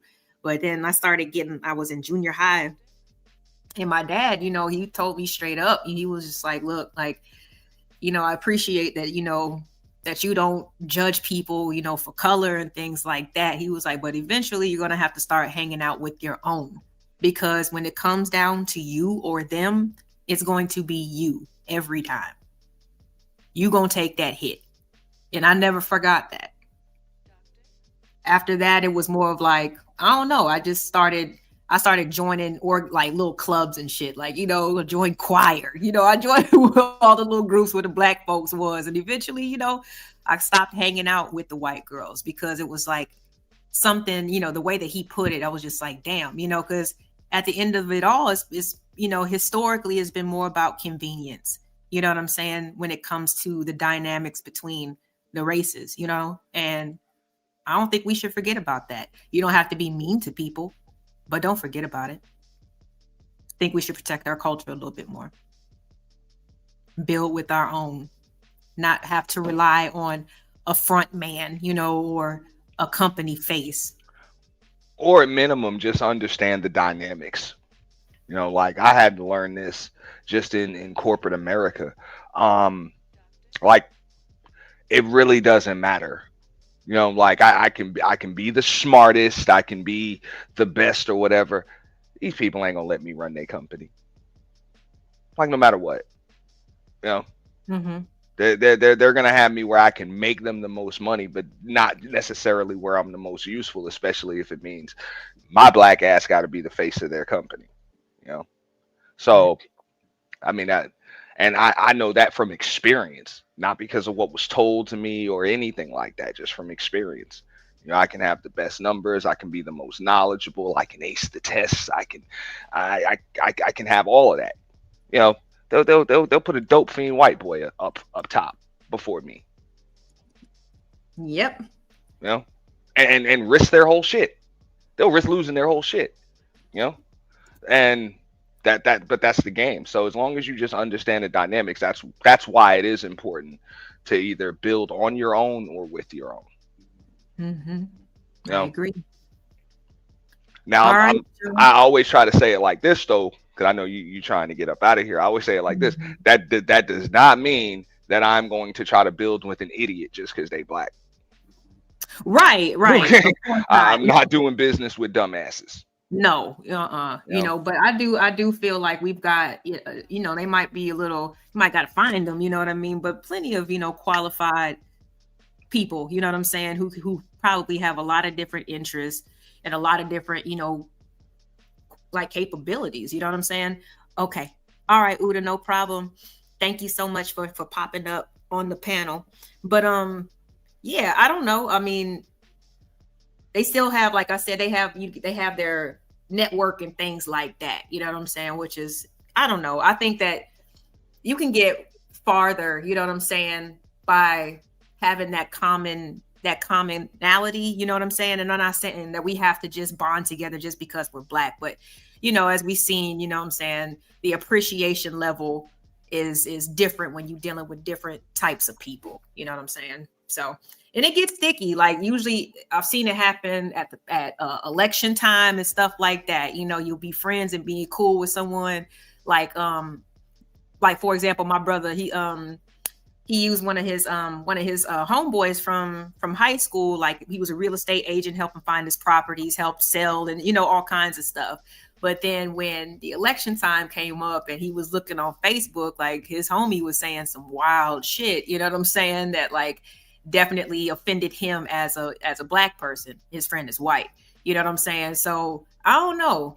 I mean, we got to find each other. We got to encourage each other to do the nerdy shit, to do the things that aren't cool or popular or whatever, and just utilize each other's talents for what we can. Definitely find qualified people. Don't just do it for, you know, for the sake of, you know, for, you know, just because they're Black, you know what I'm saying? Make sure they're qualified. But I think that we got enough people out there. We just got to start promoting it's quote unquote cool to sit here and talk about cooking and kitchenware and, you know what I'm saying, different shit that we can do, or just interest or whatever, because that's how you really find, like I said, that team, once you understand people's passions and their interests and all that stuff. And you never know what really is their passion, because a lot of us don't get to live our passions. We're just doing jobs, you know what I'm saying? But if you find out what somebody's real interest is, then there's a possibility of building a team. But that's pretty much all I had. Did you guys have any final thoughts on the topic, or just before we get out of here? No, that was it. I appreciate you letting me hang out on this Black Friday. I said I still, you know what I'm saying, don't forget that TV. No, I'm just playing. All right. I appreciate you coming through, Auntie. As All always. right. It's always been a good time. Thank you for the history lesson. I won't be talking about this too much. I just, you know, it was kind of, like I said, the correlation. I just wanted to build on that and throw that out there, get people thinking. So appreciate you. All right. No, I appreciate you, LA. Have a good day, y'all. Don't worry. You too. All right, Truth. I'm gonna go ahead and, because you quiet, I'm gonna go ahead and drop you down so we can get on out of here, okay? But I appreciate everybody that came to the panel. Shouts out to Auntie, Uda, Bomb Cherry, Truth. We have Michelle up here. Appreciate all of you. Hold on, did I forget somebody? I think I did. Riaz. We had Riaz up here. Kwafi Nino, I appreciate you, because I know you don't join that many panels. I knew I was forgetting somebody. Appreciate you all so much for your support. Everybody that came through, y'all are the absolute best. I will see y'all next time. All right.